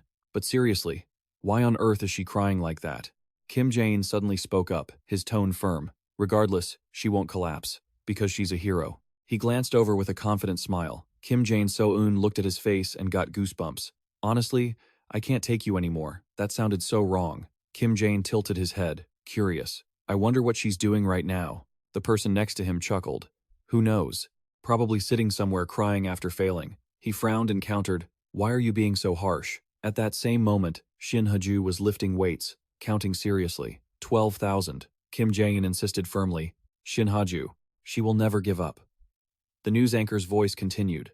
The pink cyclone is currently continuing its destruction of Kim Jaein-seon. This is the third terrorist attack, and the Hero Association is still powerless. However, this time, there's a message attached. A chilling atmosphere hung over the entire sky of Kim Jaein-seon. According to analysis, this terror attack was carried out by an organization calling itself the Moon-Facing Cult, Sona. Right now, she was still trying to use her powers to hold back the cyclone. Sweat dripping down her face, she frowned and asked, how did it come to this? I've run out of strength after just a little bit. Shadow Walker sat on the ground, tears streaming down her face, full of self-reproach. I'm just so useless. A blinding light flashed from inside the pink cyclone. Sona glanced back and shouted, Shin Ha-ju. Shin Ha-ju, hit by the attack, struggled to sit up. From the rubble, she spoke with a worried expression, loudly urging, stop it already. You've reached your limit. You can't take any more. A surge of incredibly powerful energy erupted from her fist. Shin Ha-ju, eyes filled with determination, lunged forward. Without a hint of fear, she threw herself straight into the cyclone. The pink vortex. Shin Ha-ju frowned, gritting her teeth in pain. The next moment, she used all her strength to slam down onto the ground.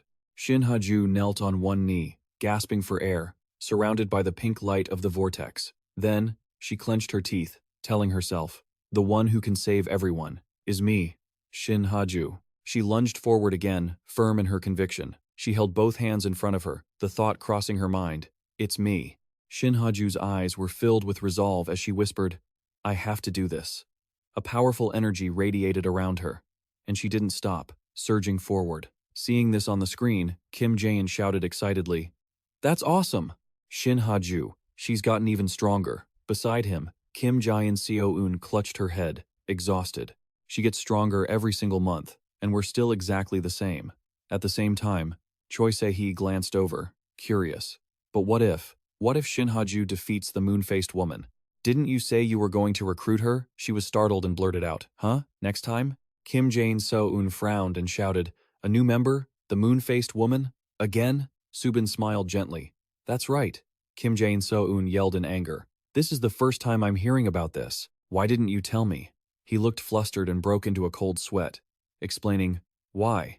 Well, you've been so busy lately, so She gave him a menacing look, her face turning dark. If there's anything else you haven't told me, you better watch out. Kim Jaein shivered in fear at her expression. I'm sorry. Just then, she startled him, announcing, she's already near the center of the cyclone. An image appeared of Shin Ha-ju frowning and striking at the floating pink stones. She was floating in the eye of the storm, and below her appeared a young girl with pitch-black hair. Choi Se-hee turned pale, pointing anxiously forward. It looks like Unko is about to get caught, but Kim Jaein shook his head, denying it. He had tears all over his face, but he still tried to smile. If she were that easy to catch, it wouldn't be worth mentioning. The four of them were speechless at his reaction, while Kim Jaein insisted firmly, she is incredibly strong. Shin Ha-ju's eyes had accidentally drifted to the girl's back. Seeing the sight, she broke into a cold sweat, on guard. At that moment, the young girl spoke in a low voice. I'm sorry. Shin Ha-ju was still stunned by what she was seeing. Unko turned around with eyes welling up with tears. It's my fault. Transparent, pale pink bubbles appeared all around the girl. Shin Ha-ju. Witnessing this, her eyes suddenly widened in shock. A tear rolled down Unko's cheek. She closed her eyes and reached a hand out toward her, releasing a massive surge of power. The young girl launched herself straight at her target with lightning speed. The target of the attack was none other than Shin Ha-ju. She didn't have enough time to react, and took the full force of that powerful blow. Shin Ha-ju. Unable to brace herself, she slammed hard against the ground. But she wouldn't give up. She struggled to stay upright, refusing to let her body collapse. Seeing this, Sona cried out in worry. Shin Ha-ju. She then gently lifted Shin Ha-ju up, while that energy source continued to radiate relentlessly. Sona frowned, confused, and shot a glance over. What is it this time? Before her eyes appeared the small figure of Unko. An image of the girl with her delicate face and eyes tightly shut appeared. In midair, a blinding pink streak of light was emitting massive amounts of energy. Shin Ha-ju's frail face appeared on the screen, and C broke into a cold sweat upon seeing it. Slowly shifting his gaze, he coughed once. Kim Jaein turned and called out. Subin looked over, worried. Suddenly, Kim Jaein stood up abruptly from his seat. He then declared in a serious tone, finally, the time has come. The Kim Jaein squad. Everyone was startled to hear this, and then Kim Jaein clenched his fist and shouted an order to assemble. Seeing Shin Ha-ju's pathetic state, everyone turned to look at her. With a pale face, she suddenly leaned against the wall. A girl nearby noticed and worriedly asked, Kim Jaein? Shin Ha-ju, are you okay? Shin Ha-ju didn't answer, just gave a faint wave of her hand. With flushed cheeks and teary eyes, she quietly wondered to herself, where is he exactly? What is he doing? In the empty corridor, she was all alone. Suddenly, a loud alarm blared, making Shin Ha-ju jump. There's a terror attack. There's a terror attack. A pink tornado has been confirmed to be forming in Nan District. Hearing that, she gritted her teeth in anger. Without a moment's hesitation, Shin Ha-ju darted off. Before her was the tornado. A powerful pink vortex was swirling up cars along with rubble and debris. Shin Ha-ju knitted her brows, looked down, and pursed her lips, thinking to herself, that guy, he won't come, will he? I absolutely have to stop this. The scene shifted to a ship, and a commanding voice rang out. All right. Is everyone ready? The rabbit squad shouted in unison. Yes, Captain. Then Kim Jaein looked back, curious. What about Lee Ha-yun? Seeing her approach, he smiled and asked, Kim Jaein, are you ready? She, wearing a white dress, answered shyly, yes. Kim Jaein nodded gently. Good, then. And then he loudly declared, set off, the others shouted. Yes. Kim Jaein looking disgruntled, pouted and grumbled. Damn it. Even a healer like Unko is officially debuting as a villain? Hell. Subin pinched her cheek while frowning. Kim Jaein, you need to use polite and decent language. She frowned back. I'm sorry. At the same time, Lee Ha-yun looked over, worried. Can I do this well? Even the heroes can't hold out. Jaein smiled to reassure her. Don't worry. I'll clear the path and come pick you up. In the meantime, just feel free to play around here. She turned pale and clenched her fists. But, being mind-controlled and forced to commit a terror attack against my will, he bowed his head slightly and said in a low voice, Indeed, perhaps even the heart of the moon goddess is being shaken right now. Kim Jaein reached out to pat Lee Ha-yun's head and smiled as he declared, Let's help her.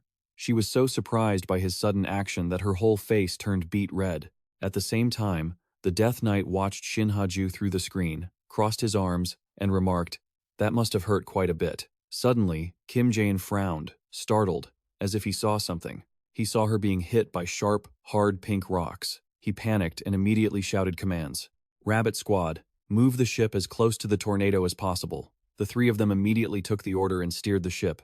Yes, sir. Jaein watched the wind speed and frowned, reminding himself, The wind is no joke, but we're almost there. Just as Shin Ha-ju was swept away by the power of the tornado, she appeared. With an exhausted body, she drifted past the ship's network. He looked at this sight and instinctively widened his eyes, not knowing what to do. Shin Ha-ju was thrown hard by the force of the tornado towards the back. Unko, at this moment, seemed to be reaching her absolute limit, but Shin Ha-ju didn't give up and kept struggling to drag her body forward. Her face showed signs of not wanting to believe the reality. Choi Se-hee saw this expression, crossed her arms, and sighed. Why does she look even worse than last time? Choi Se-hee saw Kim Jaein disappear and exclaimed in surprise, Where did Kim Jaein go? Lee Ha-yun beside her couldn't hide her surprise either. Huh? At the same time, Shin Ha-ju, looking miserable, gritted her teeth and bowed her head on the ground. With eyes void of any fighting spirit, she slowly lifted her body up. Thoughts raced through her mind. Just a moment ago. Is this hell? If I can't stop this villain, Kim Jaein Soyun, the whole of Korea will collapse. I've tried my best, but Shin Ha-ju's hand reached forward as if to grab some glimmer of hope. She couldn't. Keep going. And she collapsed, wondering in her head, Is it all over? Right at this moment, Shin Ha-ju's entire body was gently lifted by someone. Kim Jaein carefully laid her down and whispered comfortingly, Shin Ha-ju, you've worked hard. Hearing the voice by her ear, Lee Ha-yun cracked her eyes open, her mouth stuttering, You. Why are you here? He smiled nonchalantly. My hero is in this situation, and I'm the arch-villain. Naturally, I had to come see. Lee Ha-yun couldn't help but burst into laughter upon hearing this. Seeing her state, Kim Jaein breathed a sigh of relief. It's a good thing you still have the strength to laugh, huh? She closed her eyes gently with a flushed face, while he looked at the girl in front of him with affectionate eyes. You've done well all this time. The rest. Kim Jaein looked at Shin Ha-ju and cheerfully offered, Leave it to me from now on. After saying that, he walked alone toward the pink tornado. Shin Ha-ju still lay there, gently turning her head to watch. Her heart beat loudly, one pulse after another. With a flushed face, she kept her eyes on the young man standing in front of the camera, eyes wide as she shouted, Live news from the terror site. Kim Jaein's ship is currently being broadcast on the screen. Kim Jaein is heading toward the tornado. Is this his provocation, or the start of a new terror attack? Those watching this on screen were silent. Park Joon-ho, with an expectant look, broke into a cold sweat and smiled. If it's that guy. Kim Jaein, with a calm demeanor, slowly approached the pink tornado, his eyes devoid of any emotion. Back in the past, Kim Jaeon had cautiously asked, Is everything done, DeLeo? He looked back and shrugged. Yeah. Now, if this magic circle is activated, you'll be free. You can walk inside it. Everything will be as you wish. After hearing this, he smiled triumphantly. Next, she blinked and spoke up. Surely you already know. Within that magic circle, you will be Kim Jaein. With his body glowing in a blue light, he confidently stepped into the heart of the tornado, calmly flicking his index finger to wave away the incoming surge of power. DeLeo's firm voice echoed out, Kim Jaein. What a bunch of flies buzzing around. Kim Jaein sneered with a look of disdain. After seeing it with his own eyes, he was stunned, thinking to himself, Wow, it really works just like DeLeo said. DeLeo's deep, low voice echoed in his head. Now, as you touch this magic circle, I'll reverse the curse for you. The principle is simple, he said, moving deeper into the tornado with a confident look. It drains the enemy's power. Kim Jaein smiled, triumphant, as he punched through the incoming pink rocks. And let that power flow into you, she added, her voice serious. Before his eyes, countless pink streaks of light were spreading everywhere. Suddenly, a glow erupted from his chest, and Kim Jaein startled, letting out a gasp. He stared at the energy surging in his palm, murmuring to himself, "So this is what it feels like to have Choi Se-hee's power?" Next, Kim Jaein smirked, feeling smug. "If I had that power, would it feel like this?" After absorbing the pink energy, he looked incredibly excited. Then, Kim Jaein, eyes filled with confidence, cracked his knuckles and grinned. "Guess it's time to go meet the Bak Unko." The scene showed Kim Jaein stepping into the tornado alone. Outside, Shin Ha-ju blushed, smiling as she whispered, "He's so egoistic." Though the force of the tornado showed no signs of stopping, Unko was shocked when she saw Kim Jaein's appearance. How? How is that even possible? The analysis shows the energy from the pink tornado is being transferred to Kim Jaein, the man beside her said, sweat, pouring down like rain, screaming in fear. Could it be that Kim Jaein has yet another ability we don't know about? Suddenly, Park Jun-ho rubbed his chin. "So that's how it is, huh?" She looked down at the chairman with a worried expression. He, meanwhile, was sweating, thinking to himself, "I knew you could do it, you rascal." An apologetic voice, filled with Unko's guilt, suddenly echoed in her mind. "I'm sorry." The girl's eyes were filled with sorrow as she lowered her voice, begging, "Please, just kill me." Unko, tears streaming down her face, whispered to herself, "More people are hurt because of me. I shouldn't be alive." Suddenly, she slowly shifted her gaze. Unko looked in that direction, thinking, "Someone is coming. Who is it? Is it that hero from before?" But then she shook off the thought. No, this newcomer is much faster than him. Who on earth is it? Unko watched the approaching figure, silently concluding, "It must be an incredibly powerful hero. Finally, this terror might end. And I really just need to die." Kim Jaein saw the person before him and broke into a sweat, remarking, "It's surprisingly quiet at the center of the storm, isn't it?" The girl's eyes went wide with surprise the moment she saw him. Tears kept falling. Kim Jaein stepped forward, opening with a warm greeting, "Hello." Unko gasped. He took off his helmet and squinted, introducing himself. "Nice to meet you. I'm Kim Jaein, here to stop you." Hearing this, Unko frowned, thinking, just as I thought. She fired a powerful attack directly at him, but Kim Jaein didn't hesitate for a second. With a confident smile, he casually raised his hand and blocked the blow. Unko watched, eyes wide, thinking, "He's so strong." After shattering the attack, he slowly closed the distance. Ignoring the remaining strikes, he walked forward, step by step. He showed no fear at all. In fact, he even wore a look of utter contempt. Kim Jaein approached her and spoke up. "Bak Unko." Unko was startled, wondering to herself, "How does he know my name?" Kim Jaein continued. "The Bak Unko of the lunar sect, raised by the sect leader, able to use magic gifted by the moon god. You don't like the lunar sect, and you oppose the leader's ideology. But, because of the curse, you're forced to carry out these terror attacks, Bak Unko." The girl's eyes widened in shock at these words. He reached out his hand, gently proposing, "Stop doing things you don't want to do, and come with me. Abandon the lunar sect." The girl seemed to hesitate. He kept persuading her, "Come with me. Leave the sect leader to me."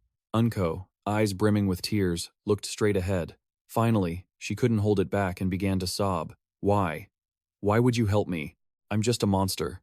Kim Jaein patted Unko's head and comforted her gently. "Even though you're being controlled by the sect leader, aren't you still holding on with all your might, refusing to give in until the very end? How could someone like that be a monster?" Then, he smiled. "So, please don't cry anymore." The girl, her face flushed red, bit her lip, thinking, Do I really deserve to keep living? Someone like me? Really?" At the same time, Kim Jaein grinned. "Well, I'll be back in a bit." He finished speaking and disappeared. Unko looked bewildered.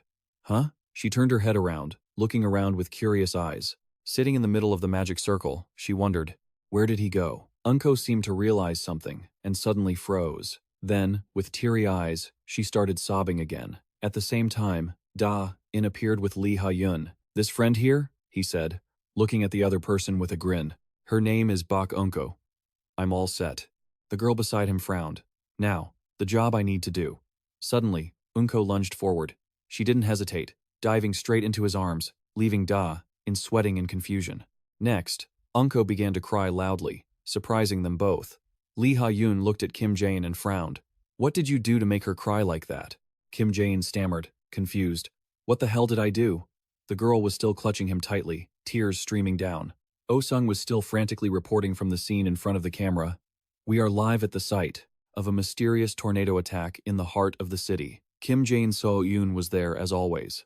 A pink swirl crashed down, ravaging the entire city. The camera lens followed Oh-sung's words toward Shin Ha-ju, who was lying unconscious while being treated by rescue workers. Shin Ha-ju has been discovered completely unconscious. Oh-sung then shifted his focus to the ship, hovering in midair. Meanwhile, the airship carrying Kim Jaein was hanging motionless in the sky, completely separated from the violent tornado. He was fighting the brutal winds of the vortex while updating the situation. There's still no sign of Kim Jaein, and there's no live commentary as is his habit whenever an incident occurs. I wonder, where on earth could Kim Jaein be right now? Two small, fair hands suddenly reach out to embrace someone. Unko feels shy and awkward about the hug, not knowing how to react, while Best Aino sheds a tear. As tears roll down her beautiful face, he gently pushes her away and warmly reassures her, "I'm not going anywhere." She looks up at him with a sad face, tears streaming down. So he immediately introduces the person beside him to help stabilize her emotions. "This person here will help lift the curse of the Moonlight cult that's been weighing you down," he explains. Lee Ha-yoon quickly steps forward with a bright smile. "Hi there." She automatically raises her hands, preparing to do something, while observing and assessing the situation. Unko's complexion is looking terrible right now, so it's easy to tell. "Your heart is in turmoil, isn't it, child?" A voice echoes in her mind, terrifying Unko. At the same time, a green mist swirls around Unko. "You think you can run away from my grasp, do you?" Seeing things getting worse, he urges Ha-yoon, "Everything depends on you now." Lee Ha-yoon, caught off guard, stammers, "Wait. What?" The voice keeps ringing in Unko's head. It makes the poor girl even more terrified as she clutches her head. "Answer me, child. Answer me now." He quickly gives clear instructions. "Just do what you always do. That'll be enough. Please, save her." She understands and stammers back, "Yes, I understand." She stretches both hands toward Unko's tear-stained face and begins to cast a brilliant green light. The dark energy recoils and dissipates as Lee Ha-yoon intervenes. She places both hands on the girl's head, and the light feels incredibly warm. It works, making the girl blink in surprise as the voices in her head fade away. Lee Ha-yoon looks back, confused, only to see him giving a thumbs up with a cheerful smile. Did it work? Unko continues to cry, but now out of joy, not pain. She speaks with gratitude. "Thank you, truly. Thank you all so much." The two look on, relieved, and Kim Jaein gently announces, "Welcome back to Kim Jaein, everyone." Over there, Shin Ha-ju is still unconscious. Suddenly, her eyes slowly flutter open, but she looks incredibly sad and gloomy. Ozan, sitting beside her, urgently stops her from moving. "Shin Ha-ju, don't move too quickly." Her mind is fixed on only one thing. Kim Jaein, how is he doing now? Everyone is drawn to the situation, and stares in surprise. Shin Ha-ju sees the scene and lets out an unreadable laugh, while Ozan remains confused, wondering, no way, the tornado has disappeared? She looks toward the sky and realizes, he actually did it. It is Kim Jaein. A figure suddenly appears in midair, with a warm greeting to the audience. He appears confidently before the crowd, carrying both Unko and Lee Ha-yoon, and introduces himself. Kim Jaein is back. Shin Ha-ju's expression shifts to anger upon seeing him and the other two. Kim Jaein's image appears on the live stream. He nonchalantly criticizes, "I can't believe the things that have happened while I was away." The comments section goes wild due to his sudden appearance. Honestly, seeing this stream go live makes me want to cry with joy. Who is that saintess beside him? Is she a new member of Kim Jaein? Look, the viewer count is skyrocketing. Why are you only showing up now? I was going crazy waiting. A new member? There's a new member. But where did the tornado go? While Kim Jaein is giving his speech, the camera pans to Unko's cute face. It turns out, this mysterious girl dared to borrow a villain's name to carry out these terrorist acts? All the viewers are questioning her presence. What is this? Who is that? Oh my god, she's so cute. She's crying. Please tell me she's the new member. Could she be the culprit? Kim Jaein begins the main part of his stream and introduces Unko. Everyone, this is the person who possesses the power known as the Moonlight Priestess, the one who caused that recent tornado. Kim Jaein stands before the camera and loudly declares the truth behind it. But in reality, this girl was manipulated by the leader of the Moonlight cult, and the true mastermind pulling the strings. Behind everything is that hidden cult leader. Harsh insults suddenly echo from the camera. How ridiculous. A person like that wants to be a villain? Kim Jaein points to himself nonchalantly and says, Not at all. If you're going to be a villain, you have to be confident enough to show your face, right? Just look at the worst villain of all time, me, using a child like that? How despicable. People watching below also notice his behavior and mutter, annoyed. Why does he look so excited? Probably because it's been a while since he was on air. In adjusts his tone slightly, then emphasizes, placing his hand on Unko's head and gently affirming, "From now on, Unko here belongs to me." Kim Jaein looks at the girl, confirming, "Is that right, priestess?" Unko is dazed by his words and only manages a soft, "Yes." The screen fades to black. Everything comes to an end. The broadcast is paused here. Thank you all for following along. Cold, white snowflakes are covering everything. Unko is slowly enjoying her meal. She swallows the food and realizes it's so delicious it makes her cry. Is this the first time in my life I've had such a feast? Tubin stands by, comforting her. Just eat as much as you like. We'll have more once you're done. Unko tears up, saying gratefully, "Thank you so much." Choi Se-hee turns away, feeling moved. Kim Jaein laughs, teasing, "What's this? Are you crying again?" She slaps him hard, ignoring his laughter. Goodness, why is this guy so insensitive? I don't know. He rubs the spot where he was hit, though his mind is still calculating many things. So, the scenario of Kim Jaein So-eun being flattened has been prevented, and the tragic end of Shin Ha-ju has been salvaged, plus he's recruited a new member.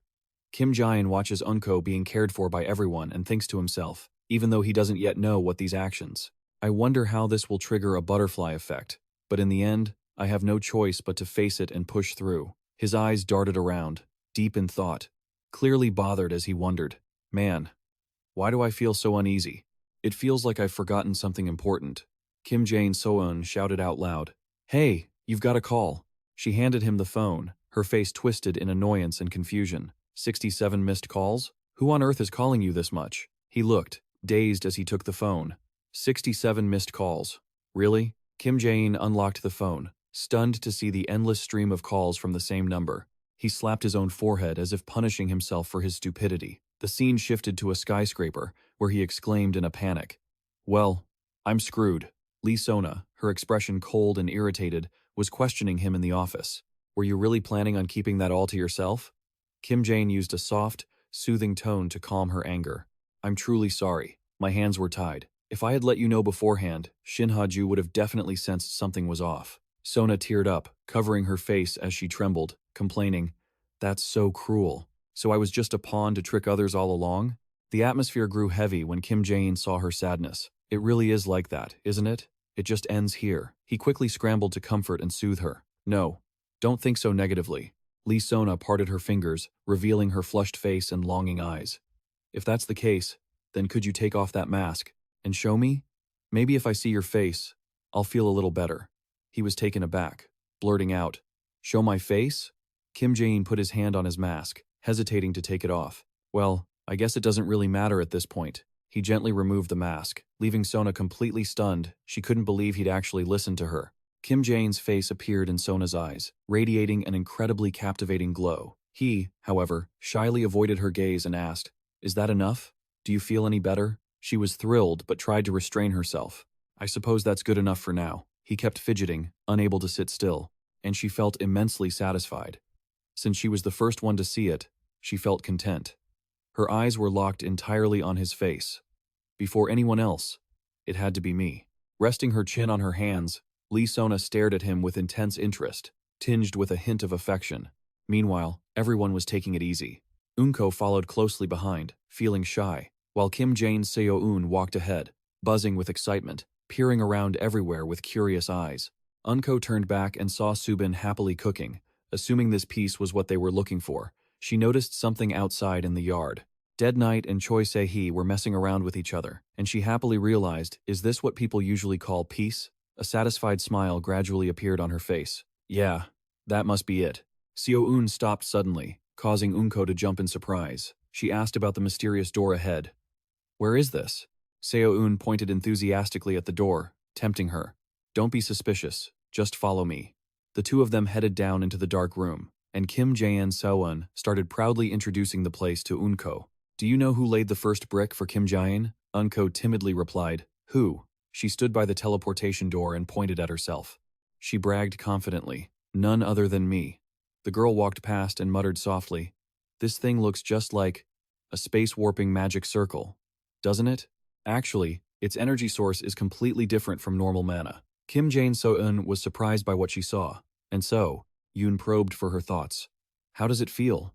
You've already had the chance to face it once before, haven't you?" The girl looked up at the massive machine in front of them, and Kim Jae-in excitedly slapped it, exclaiming, "If we use this guy, do you think we can teach him a lesson he'll never forget?"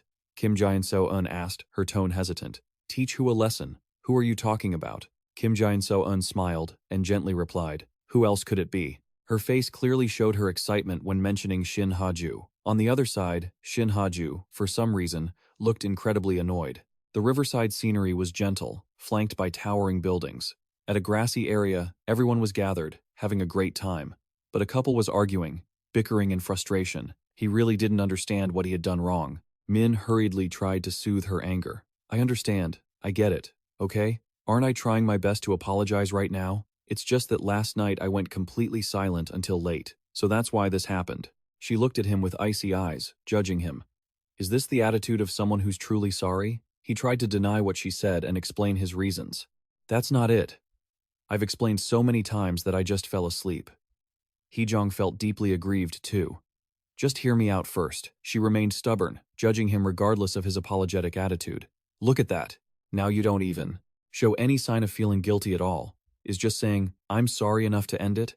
You always act like this." Min looked dejected, taking the heat. "I don't know what to do. Please, just be generous this one time. Can't you trust me at all?" he shouted in frustration, when suddenly, out of nowhere, a cage appeared, trapping him inside. "Seriously? You're controlling me way too much now." The appearance of that iron cage left the two of them frozen on the spot. What was happening? Many people around them were also trapped in cages, floating up into the sky to the bewilderment of those left behind. Min screamed in terror. Hee-jong. A series of cages with terrified people inside were floating in midair. Hee-jong's eyes began to well up with tears. "Min, what should we do now?" Behind her, a handkerchief was held out, accompanied by a taunt. "What do you mean, what now? You better start looking for a new lover." She irritably swatted the handkerchief away, making it drop. "What the hell are you saying?" Right now, he was the handkerchief, which should have fallen, was floating instead, leaving Hee-jong completely stunned. And then, Jaein calmly made a decision. Since Eunko wasn't having it, she clutched her head in pain and fear as she, too, was trapped inside a cage. "Duh." In stood outside, smiling, and muttered in a confusing way. "Maybe we'll have to accompany each other, after all." 2 lines of tears streamed down Hee-jong's face, along with clear fear as she tried to ask, "Wait, hold on, it can't be." He took off his hat, stood amidst the cages, and confidently greeted the camera lens, sending a warm greeting. "To all you lovely people, and to the most sought-after villains in this land," he gently placed his hat against his chest, bowed, and introduced himself. "It is I, Kim Jae-in." At that moment, a family with 2 small children was watching his live stream on their screen, based on poll results from some public opinion agency. "I'm sitting pretty at the top of the list of the most popular villains with the public. If not on a big screen, they're watching through their phones." With a tone of intense curiosity and amusement. "To think that even a scoundrel like me could spark sympathy in you lot? I can clearly state that. You're all a bunch of lunatics." The broadcast was even playing on the large screens of high-rise buildings. "Can you see those being imprisoned in that bird cage over there? Those democratic guns are hovering in midair, looking quite dangerous." He stood before everyone and declared firmly, "Today, all of them will meet their end." He flashed a wicked smile at the camera lens. Choi Se-hee, watching the situation from the side, saw his theatrics and criticized, "Look at how excited Kim Jae-in is. If he keeps using his psychokinesis at this intensity, he's going to cough up blood." Eunko, with a cheerful expression, asked, "Eunko, are you okay?" A brilliant golden light appeared, and she immediately realized, "Oh, the protagonist has arrived." A brilliant golden light appeared. Along with an incredibly intimidating aura, Shin Ha-ju appeared with an annoyed expression, landing with a powerful thud. Seeing that cool entrance, Kim Jae-in couldn't help but whisper, "It's been a long time since I've seen a hero's landing like that." A powerful wave of strength radiated from her, along with words that were cold and sharp. "It ends here, Kim Jae-in." Kim Jae-in followed the typical villain script. "Oh my. Why does it have to be like this?" "The party crasher has arrived." He smiled, ignoring Shin Ha-ju's anger. "What kind of circus are you trying to pull, you pest?" Release those people immediately. Kim Jaein flashed a cunning smile and casually teased, "What would you say if I told you I refuse?" Her words seemed so familiar that they didn't do any damage. Instead, they only made her more serious. She exploded with power, lunging toward him to attack. Shin Ha-ju gave him a look full of deep affection. The immense power of the two collided. Kim Jaein adjusted his outfit and signaled that he intended to slip away. "My apologies. Shin Ha-ju, your true opponent today isn't me." The massive machine, stored in the room earlier, appeared under the bright, blazing sun. Along with his introduction, "Allow me to present a weapon crafted specifically for you. Its name is..." With the appearance of this combat machine, the two increased the distance between them. Shin Ha-ju, he looked at the scene before him with excitement and anticipation. "Come on, Kim Jaein Seo-eun. This is the opening stage for the villain career you've always craved." Inside, Kim Jaein Seo-eun was controlling the machine via a large screen. "Hurry up!" she yelled, her voice trembling. The initial momentum was lost as the machine started to walk, accompanied by Kim Jaein Seo-eun's shy tone. "Shin Ha-ju, just wait. I'm going to take you on." Choi Se-hee, seeing this hilarious scene, could only shed 2 lines of tears, tapping her head while exclaiming, "Oh my god, my dear Kim Jaein Seo-eun." Unko also actively cheered her on. "Do your best." Shin Ha-ju realized a new villain had appeared. Her annoyance surged upon hearing that weak tone, a voice that sounded immature but full of determination. And it's a girl, too. Choi Se-hee pushed the control lever to make the machine attack. "Come and get me." Shin Ha-ju was ready to throw a punch in response. Kim Jaein was very hesitant before that fierce and powerful aura. Shin Ha-ju, he could clearly see the bullets for eyes stare aimed at him. She was extremely uncomfortable. He understood well that the civilians he was holding hostage were the reason for her frustration. The first reason was that Kim Jaein had just committed a brutal and ruthless act of terrorism. Choi Se-hee drove the massive machine into close-quarters combat with Shin Ha-ju. And the second reason was, the machine's powerful punch was easily dodged by Shin Ha-ju. "Hey," she teased with a provocative laugh. "Do you only know how to dodge?" He looked at that expression, full of confusion. What on earth is wrong with this kid? She then launched a powerful strike at the machine, making it lose its balance, and Kim Jaein Seo-eun screamed miserably as the bulky machine fell backward and rolled a few times, while Shin Ha-ju watched with a confused look. The machine was wrecked after that hit, and Kim Jaein Seo-eun was groaning in pain inside, while she stood there puzzled. "I didn't even use that much strength." Kim Jaein Seo-eun angrily cursed, "Damn it, this woman is just strong like an ox, how annoying." These bitter words of Kim Jaein Seo-eun had touched her pride. Shin Ha-ju regained her composure, took a light breath, and decided, "This isn't good. Today I absolutely must get rid of Kim Jaein." Shin Ha-ju was now squarely in the machine's sights. Seeing this, Choi Se-hee controlled the machine to lunge forward.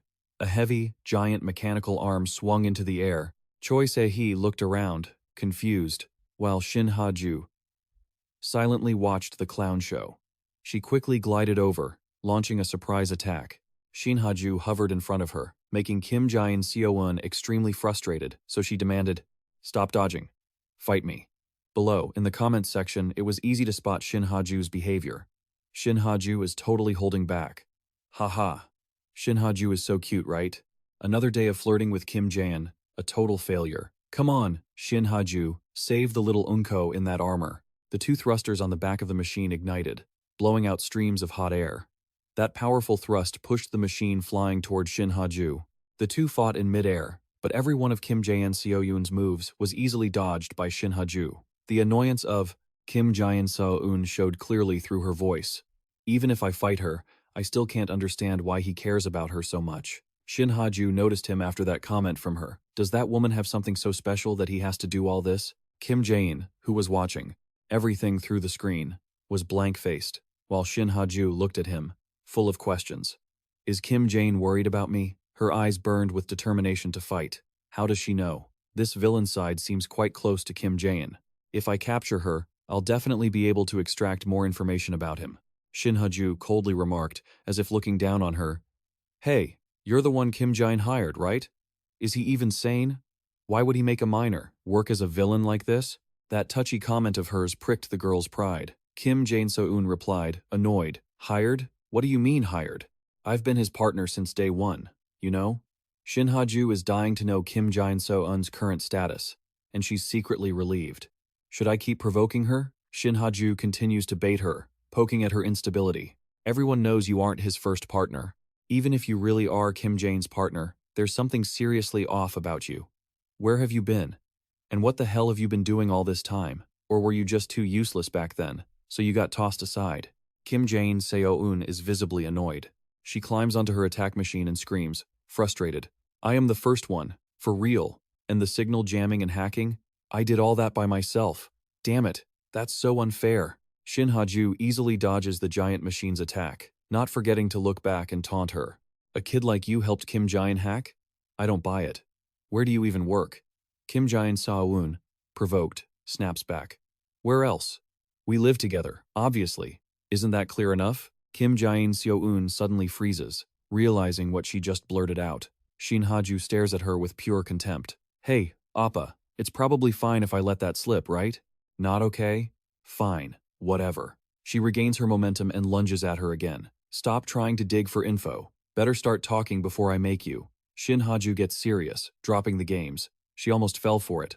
What a shame. Regardless, she dashes forward like a bolt of light. She's determined to grab Kim Jaein Seo-eun. I'll hear the rest after I drag you out of that junk pile. Kim Jaein Seo-eun is stunned by her agility. Hold on a second. Shin Ha-ju winds up a powerful punch and says firmly, I'm dragging you out of this tin can right now. With ease, Shin Ha-ju smashes the giant machine to pieces, sending debris flying everywhere. Kim Jaein Seo-eun's once mighty, pride-filled machine is now, completely defeated, turned into a pile of scrap metal. The cockpit where Kim Jaein Seo-eun was controlling it cracks open, revealing her grimacing in pain inside. Shin Ha-ju lunges forward immediately, landing on top of the machine.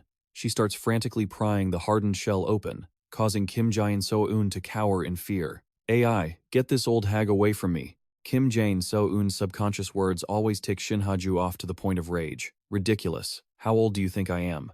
Calling me an old lady, huh? Strange things appear in the sky, catching Shin Ha-ju's attention. She quickly dodges, spinning away from Kim Jaein Seo-eun's machine. Unko appears gently right in front of her. Shin Ha-ju is visibly irritated and blurts out, You. Unko is charging pink lightning in her palm, ready to fire.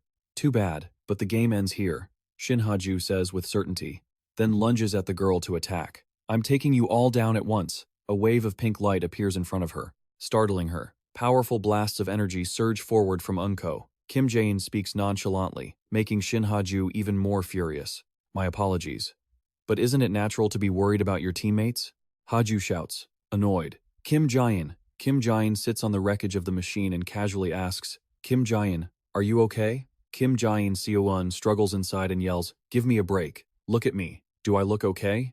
Get me out of here, now. He glances at the situation around him and smiles with satisfaction. The entire park has turned into a ruin. For a terrorist attack, this isn't bad. Well done. Kim Jaein begins his speech. How dare you lay a hand on my people, Shin Ha-ju. Shin Ha-ju approaches them and asks skeptically, Your people, you say? He puts a hand on his chest and drops some philosophical lines. Indeed, we are family. I cannot stand idly by while the partner who has been with me the longest is taken down. Hearing that, she bites her lip in anger, repeating his words. The partner who has been with you the longest, and your family? You really mean that? Kim Jae-in speaks casually and prepares to leave. All right, that's enough for today's attack. See you next time. Shin Ha-ju tries to reach out to stop them, but fails, shouting in vain. Stop right there!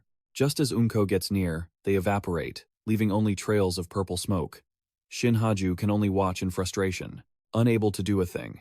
The cages holding everyone start falling aimlessly since there is no one left to control them. Seeing this, Shin Ha-ju quickly takes action. She grabs a section of the large cage connected to the smaller ones and pulls them up. Thanks to Shin Ha-ju's quick hands, the cages avoid the immediate danger. A girl with short hair clasps her hands in relief as Shin Ha-ju frees them from the cages. Oh my god. Everyone reunites in joy. Some are thrilled to see Kim Jaein's group. I never thought I'd see Kim Jaein this close. It's so exciting. I totally agree. I think I need to go buy a lottery ticket later. The young girls crowd around Shin Ha-ju, admiring her. You're so beautiful. You're the coolest in the world. How are you so pretty? She smiles and sighs in relief seeing everyone is safe. You aren't even wearing makeup, right? I can't believe it. Inside the base, Kim Jaein Seo-eun is screaming in annoyance. I'm so mad I could die. She's pouting in Kim Jaein's arms, crying. I'm going to kill you, Shin Ha-ju. He tries to calm her down. Easy now, So-eun. Kim Jae-in pauses, looking skeptical. He glances at Seo-eun and teases. You like it that much? The corner of her mouth curls up, hinting at something. It's funny seeing Shin Ha-ju being called an old hag, while Kim Jae-in is Appa. Shin Ha-ju is an old hag? Salty about the comments above? To the kids, she really is an old hag, isn't she? Choi Se-hee suddenly jumps up, startled. She leaves with an excited look. In that case, let's go create something new with this new energy. Hee-jong gently speaks up to remind her. So-eun, you're still recovering. Don't run around right now. Kim Jae-in is intently watching the comments on the screen. The candid confessions about Kim Jae-in. Honestly, no casualties? Maybe he's a hero who plays the villain as a hobby? Seriously, does anyone here not know Kim Jae-in is a villain? His expression was a mess of complicated emotions. At this rate, even if I try to cause a public uproar, the sentiment is still too positive. If this keeps up, I won't be able to maintain my persona as a villain. This channel, that channel too. Kim Jae-in focused intensely, tracking the search results across every single one of them. Nothing but praise for me? He suddenly froze, his eyes narrowing in suspicion. A hot topic was being fiercely debated, exposing Kim Jae-in. Is he really a righteous villain? Kim Jae-in fell into deep thought as the audio played. To be honest, everyone. Kim Jae-in is just doing whatever he wants, and it's clear he's trampling on the social rules we've set, isn't he? On the screen, Jongbong's gaze grew determined. In this terror attack, did he ask for permission? Didn't he lock everyone in cages and take them as hostages? At a height of over 10 meters? She delivered her sharp critique. And then he pays compensation? Oh, please. As if money solves everything. Isn't that just mocking everyone? This pragmatic habit of trying to fix everything with money is a real problem. His lips curled into a mocking smirk. Kim Jae-in's expression shifted to one of intrigue. If there's no public outcry criticizing me, then I'll just have to create it myself, right? Night fell, accompanied by sincere-sounding words. I'm sorry, everyone. I've already said I'm sorry. Jongbong slumped over, looking exhausted. She clenched her fist, suppressing her growing rage. Let's check again. 2,500 dislikes. And 1 like? Jongbong's expression turned confused. Damn it, the post didn't even grab anyone's attention, she screamed in frustration. What the hell is this? Is Kim Jae-in some kind of god or something? So what if he's a god? Even gods make mistakes. Jongbong's face was a mix of complex emotions. I made this channel while working 2 part-time jobs, at a convenience store, after getting laid off from my company. Right now, when there's almost nobody, no, literally nobody, criticizing Kim Jae-in, this is the perfect time for me to post a hit piece. I was so sure that this time, I'd attract all of Kim Jae-in's anti-fans, but not a single soul likes this post. She collapsed, looking utterly defeated. I'm screwed. This was my only hope. What am I supposed to do about my rent? Jongbong suddenly froze when a notification chimed on her phone. Hello, I've always really enjoyed your videos. She was still stunned. Ah, Jongbong's eyes flickered with suspicion. Don't lose your conviction in the future. I hope you keep making videos like this. Especially this video. I really loved it. Please, keep persisting in attacking Kim Jae-in. She was immediately confused. Telling me to keep criticizing him? Jongbong suddenly dropped her phone in a panic. A massive amount of money had been sent 5 minutes ago. I hope you persist in criticizing that guy, Kim Jae-in, even more. She was still in shock. This isn't a dream, is it? A few days later, light streamed through the window. Shin Ha-ju stepped out of the bathroom, looking relaxed. She sat slowly in front of her computer, her expression a mix of complex emotions. She froze, looking suspicious. Shin Ha-ju's expression darkened instantly. What is this? The screen was playing a video from Jongbong's channel. Real-time trending video. Let's analyze the dark side of this cruel, psychopathic villain, she questioned with dissatisfaction. Do you people still consider him a hero? Manipulation complete. Jongbong's expression turned solemn. This villain has received so much love from the public. Kim Jae-in. Sharp words followed by clear evidence appeared. Even though he has caused countless terror attacks, the casualty count is still 0. But can we call him a good villain, just because there were no casualties in his attacks? Her gaze was determined as she loudly declared, this psychopathic villain must be isolated from society immediately. Dear citizens, please, do not let him deceive you. If the death penalty were reinstated in Korea right now, the first person to go to the guillotine would be. Shin Ha-ju's finger slowly moved the mouse pointer. The worst villain in history, Kim Jae-in. Her expression was a mix of complex emotions. But she's right, isn't she? He's just a piece of trash who likes to show off his money. Man, this guy's image is so good. I thought I was the only one who felt frustrated. No matter how much a villain tries to look good, he's still a villain. The only solution for that kind of trash is the death penalty. The office fell into a heavy silence. Meanwhile, Kim Jaein smirked, looking excited. Now, you'll finally realize just how cruel I can be, Shin Ha-ju. His expression turned smug as he spoke calmly. Yeah, this kind of attack should be enough. The screen was changing constantly. A flurry of comments flooded in. It's true, Kim Jaein is a bad person. But isn't this going too far? It feels like they're trying to force people to criticize him. You're too biased against him. Your logic is full of holes. And the arguments seem really forced. His lips curled into a mocking smile. Well, shall we try the next step? His gaze was melancholic as he watched the city lights come on. Kim Jaein's expression was a mix of complex emotions. In Korea, there are 3 A-rank heroes. An image of Shin Ha-ju appeared. Kim Jaein So-eun's Shin Ha-ju. Then next is Sona, the Busan AI cycle. And finally, the cold face of Shadow Walker appeared. Shadow Walker, the Walker of the Dark Night. His entire body was shrouded in intense killing intent. Shadow Walker. He's an A-rank hero possessing absolute power, but it's limited to the darkness of the night. Suk-hee's gaze was a mix of complex emotions, but even he can't escape the clutches of this dark story. The reason? Kim Jaein So-eun was sitting in front of the screen, still sleepy. She complained with dissatisfaction. How much longer do we have to keep watching this woman? Kim Jaein replied excitedly. Until she gets kidnapped. Kim Jaein So-eun's eyes flickered with confusion. They're really going to kidnap her? She suddenly froze in surprise. At that moment, she was being restrained by a group of mysterious figures. They're actually kidnapping her. His lips curled into an enigmatic smirk. Good. Kim Jaein moved effortlessly through space. He slowly reached out to knock on the door. Shadow Walker immediately approached, asking suspiciously, "Who's there?" He pushed the door open and stepped out.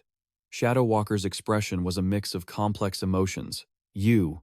Jaein introduced himself excitedly, with an enigmatic smile. Nice to meet you, Shadow Walker. A glimmer of intrigue flashed in his eyes.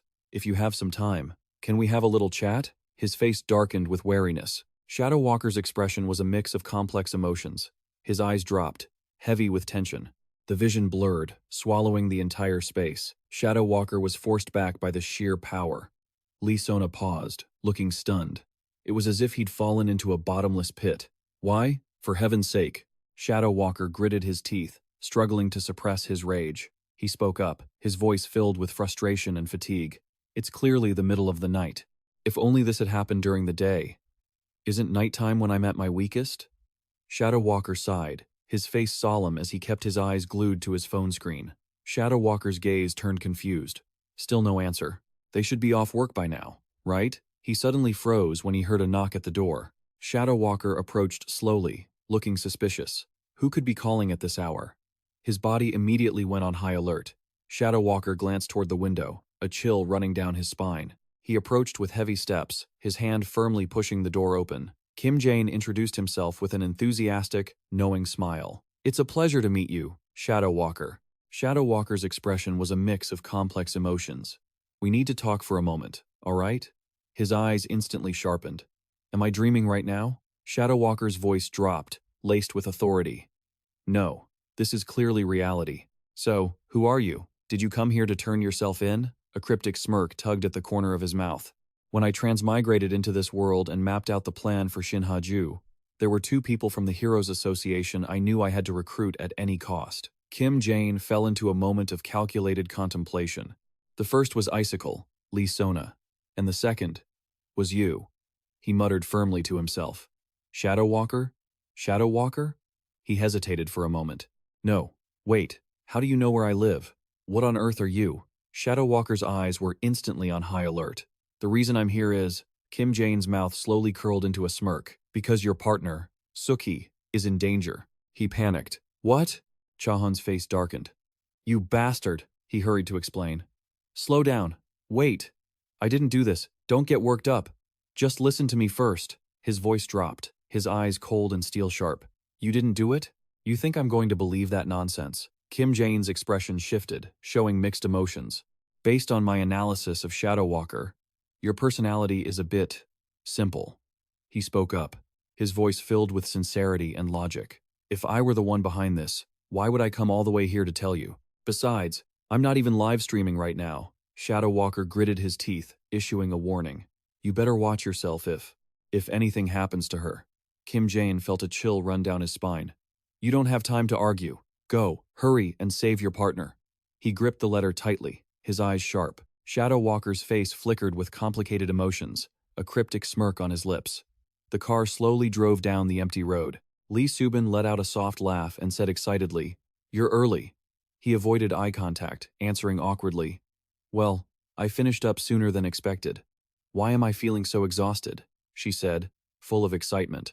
All right, I'll navigate using the GPS. Kim Jaein looked a bit flustered. Yeah, I'm counting on you. The car immediately sped up to a terrifying pace. Subin exclaimed with a fascinated look. It's been so long since I've felt this pumped. A month later, the car stopped in a dark alleyway. She enthusiastically waved goodbye. I'll be back soon.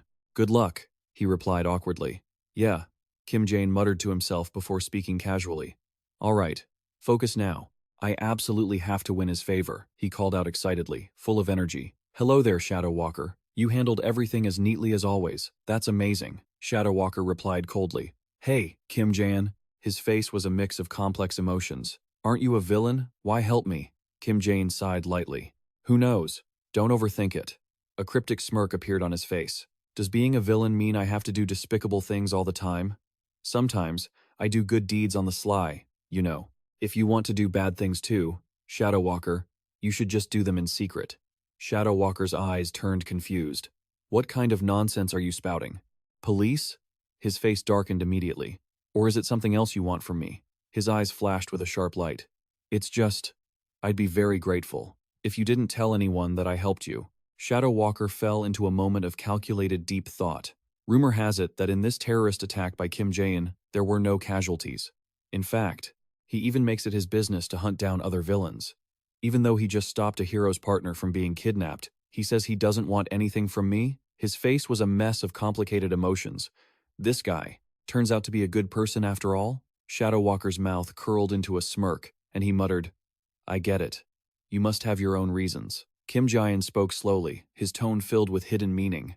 Well then, he vanished without a trace. His eyes were filled with admiration. Is this the left hand doesn't know what the right hand is doing type of situation? That Kim Jaein guy is a real gentleman, actually. Shadow Walker laughed. What a simple-minded guy. Oh, Suki, you're awake? Scene transition. University campus. In the middle of the courtyard, crowds of students were excitedly heading to their lectures. University life is so vibrant, it's so nostalgic.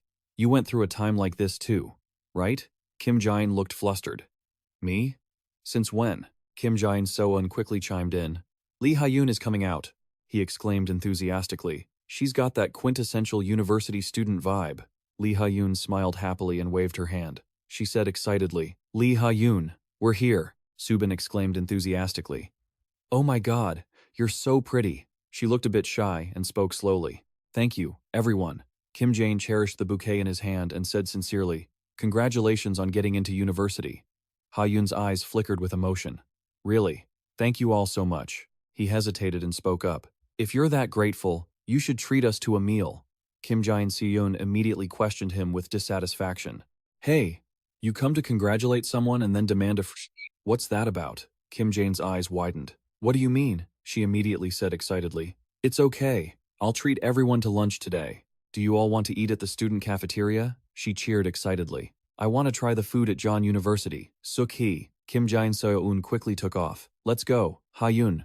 Jun looked confused. Mr. Kim Jaein, aren't you coming with us? He replied awkwardly. No, He laughed, brushing off the awkwardness. Of course I am. Let's go. Obviously I'm coming.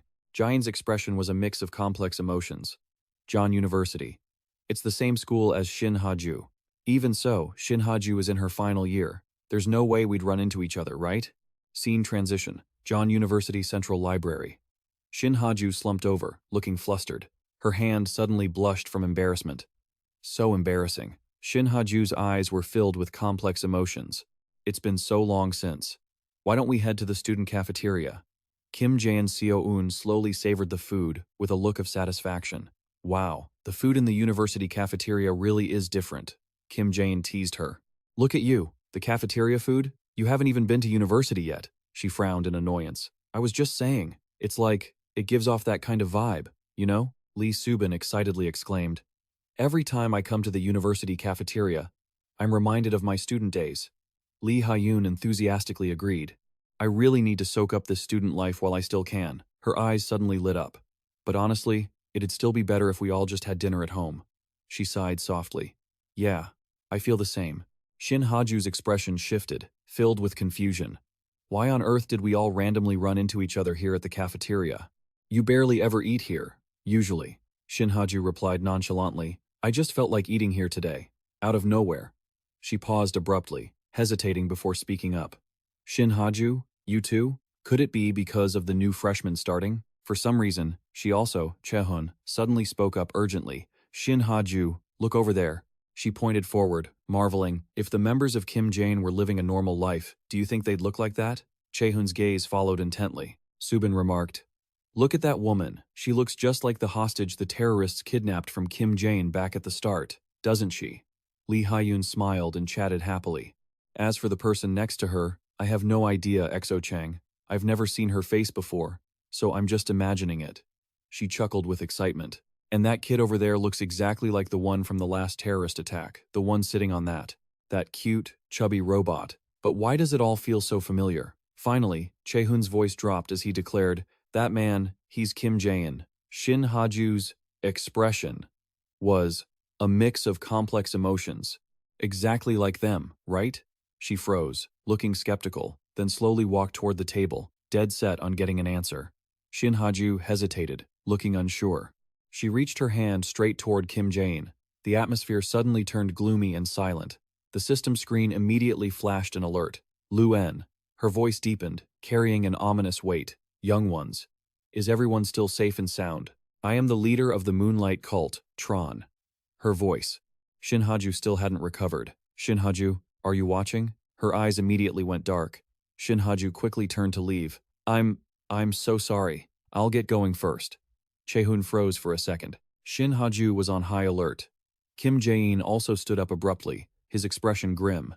He declared firmly, I shall bestow a gift upon all you ignorant souls who have yet to be saved. If you submit to us, the path to salvation will open for you as well. Her voice grew deep and imposing.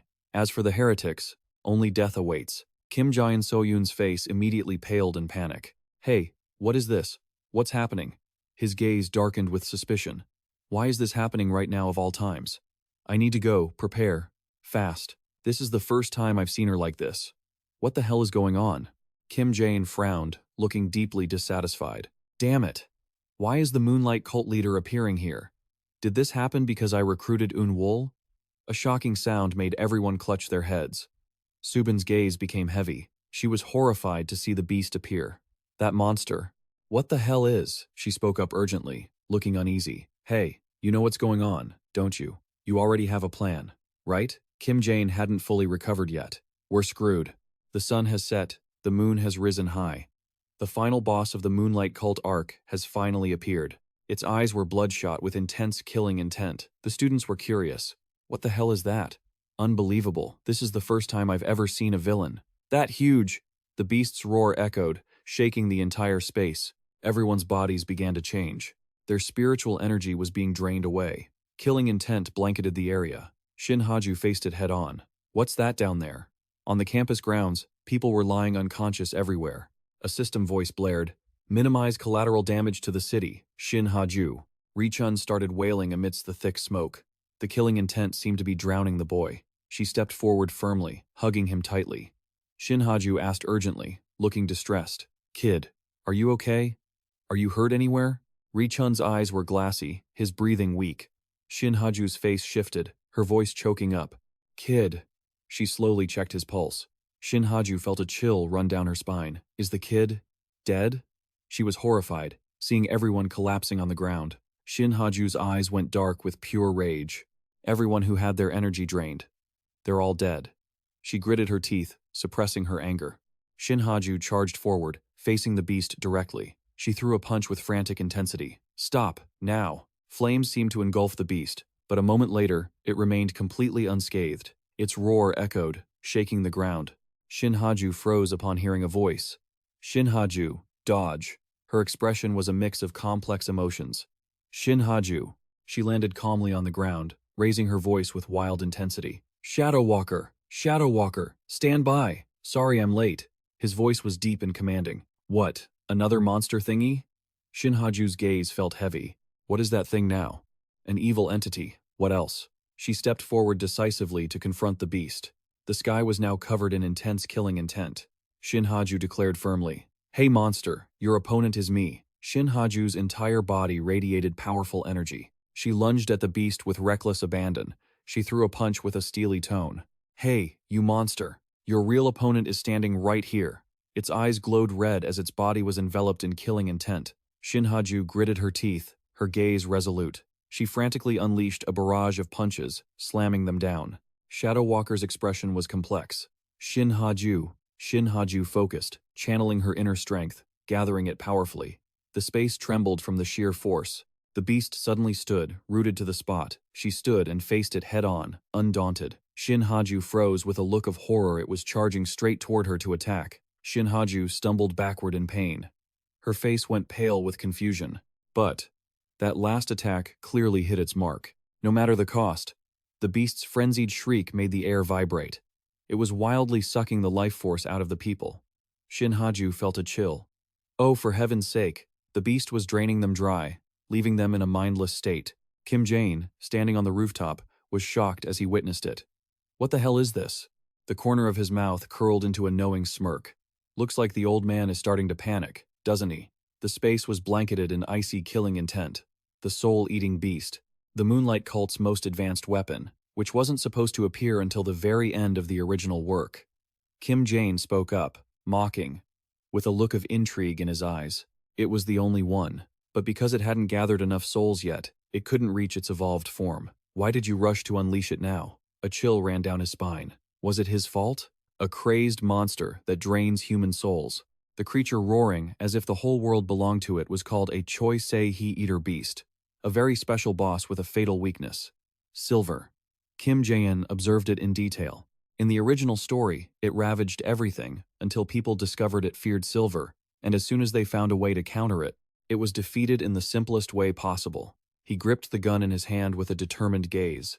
Because of that, all he needed was this heavy-duty sniper rifle, to plant a pre-made silver bullet into it, and everything would be over. Kim Jaein suddenly paused, looking suspicious.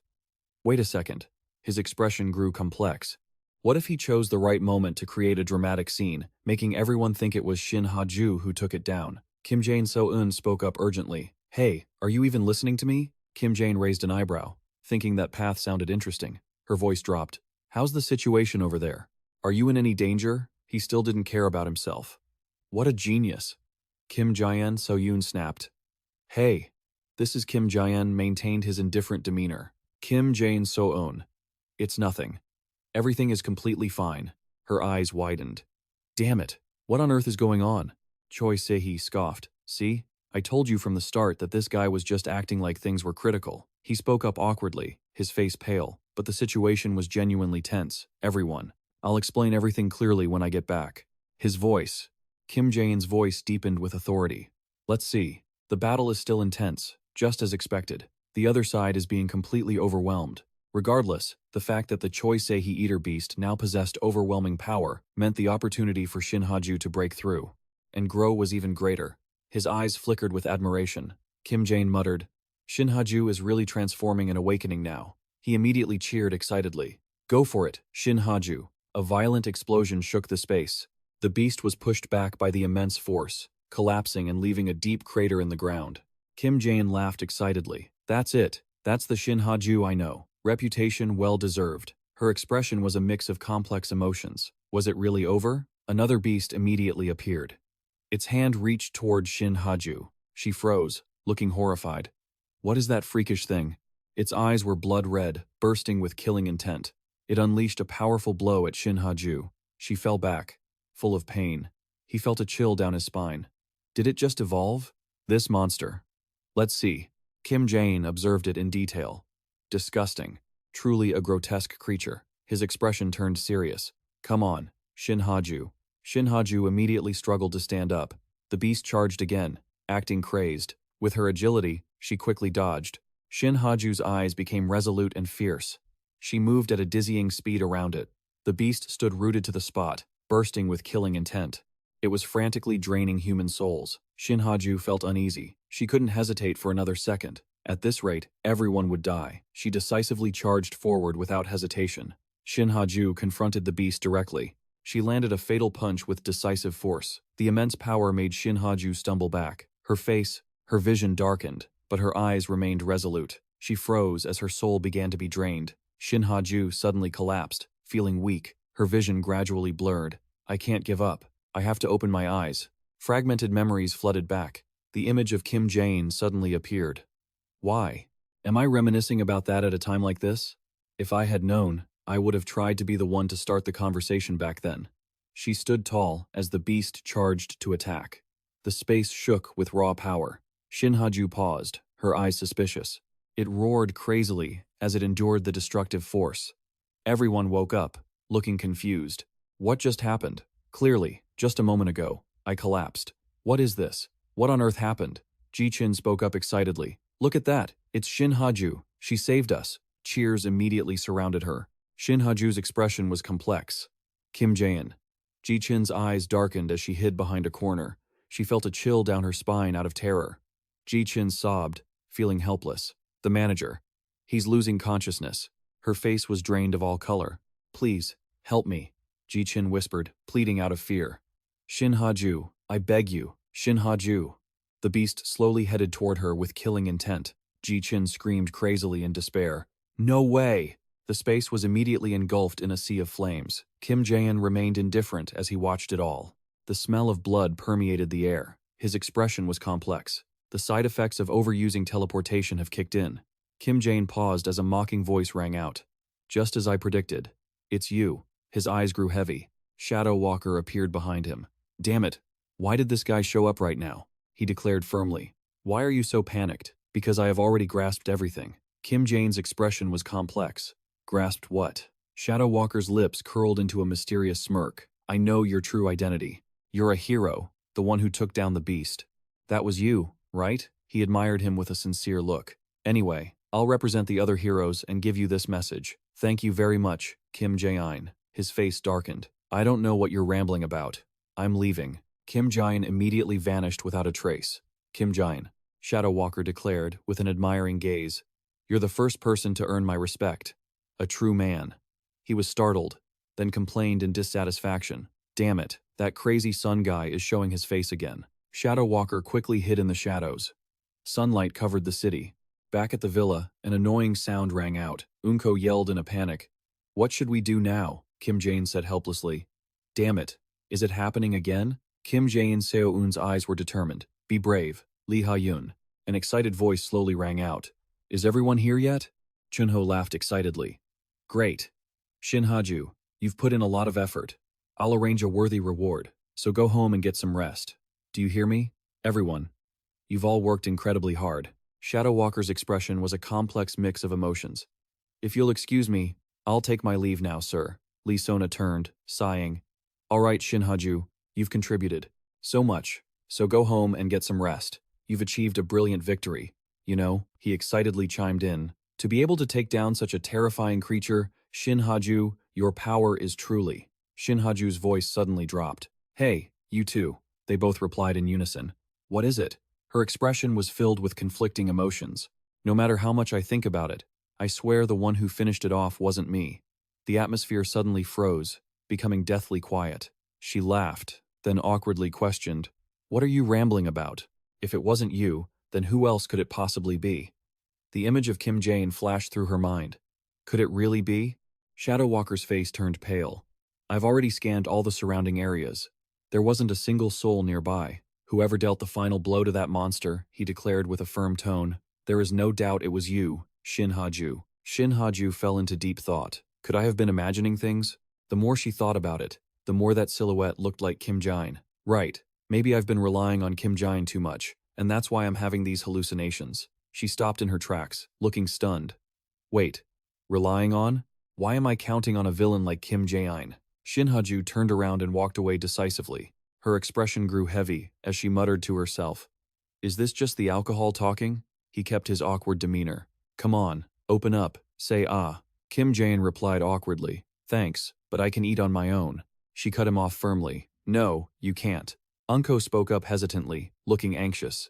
Has your condition improved at all? He immediately coughed up a mouthful of blood. Other than the fact that I'm still coughing up blood from time to time, I'm generally fine. Her eyes turned heavy. You look absolutely miserable. Kim Jaein remained as nonchalant as ever. Kim Jaein So-eun, how about we go on a trip once I'm fully recovered? What do you think? Kim Jaein So-eun immediately got excited.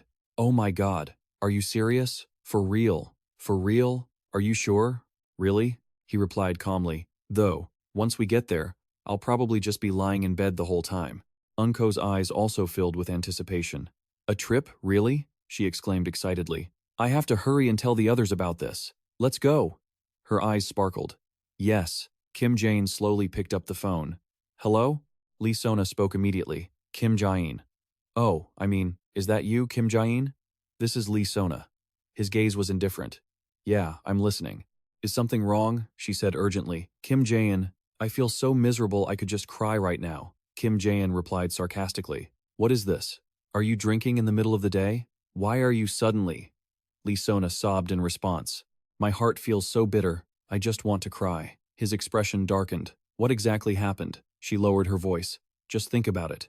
A close comrade is suffering from a serious illness, and I can't even go visit. Come on now. You know I have to keep my location a secret.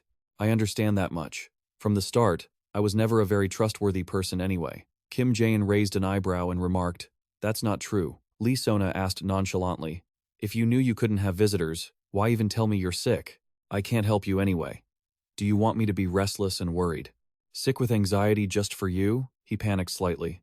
No, that's not it. I just wanted to give you a reason, like asking for annual leave. Since I'm not feeling well, I just want some peace and quiet to recover for a few days. She said with a hidden meaning, That sounds so heartbreaking. I've always trusted and valued you, Kim Jaein, more than anyone. Yet, when you're this sick, I'm useless and can't help at all. The more I think about it, the more miserable I feel. His face turned pale. Hey, what's wrong? Are you actually crying? You're not, are you? Stop it. Don't cry anymore. Kim Jaein's face was a complex mix of emotions. It's nothing like that. It's just that I crossed the line. But honestly, my heart aches. So I'm just being honest. I'm sorry for interrupting your rest. I'm hanging up now. Take care of yourself. Kim Jaein sighed, feeling helpless. Come over here. I'll send you my location. Lee Sona paused.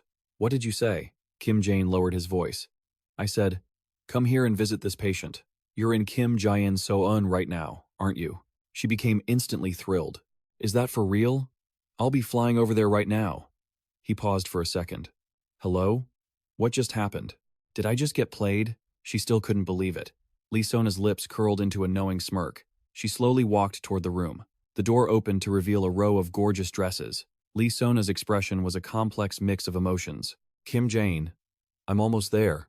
Scene changed to the villa. Choi Se-hee said with a serious expression, Hey, the doorbell is ringing. Kim Jaein remained nonchalant. Ah, my guest is here. Go open the door and let them in. A chorus of voices replied.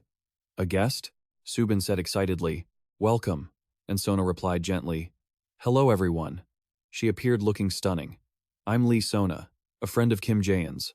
His expression became conflicted. Wait, did I ever tell her I was living with everyone else here? Lee Sona's lips curled into a smirk. Another girl? She was stunned, unable to say a word.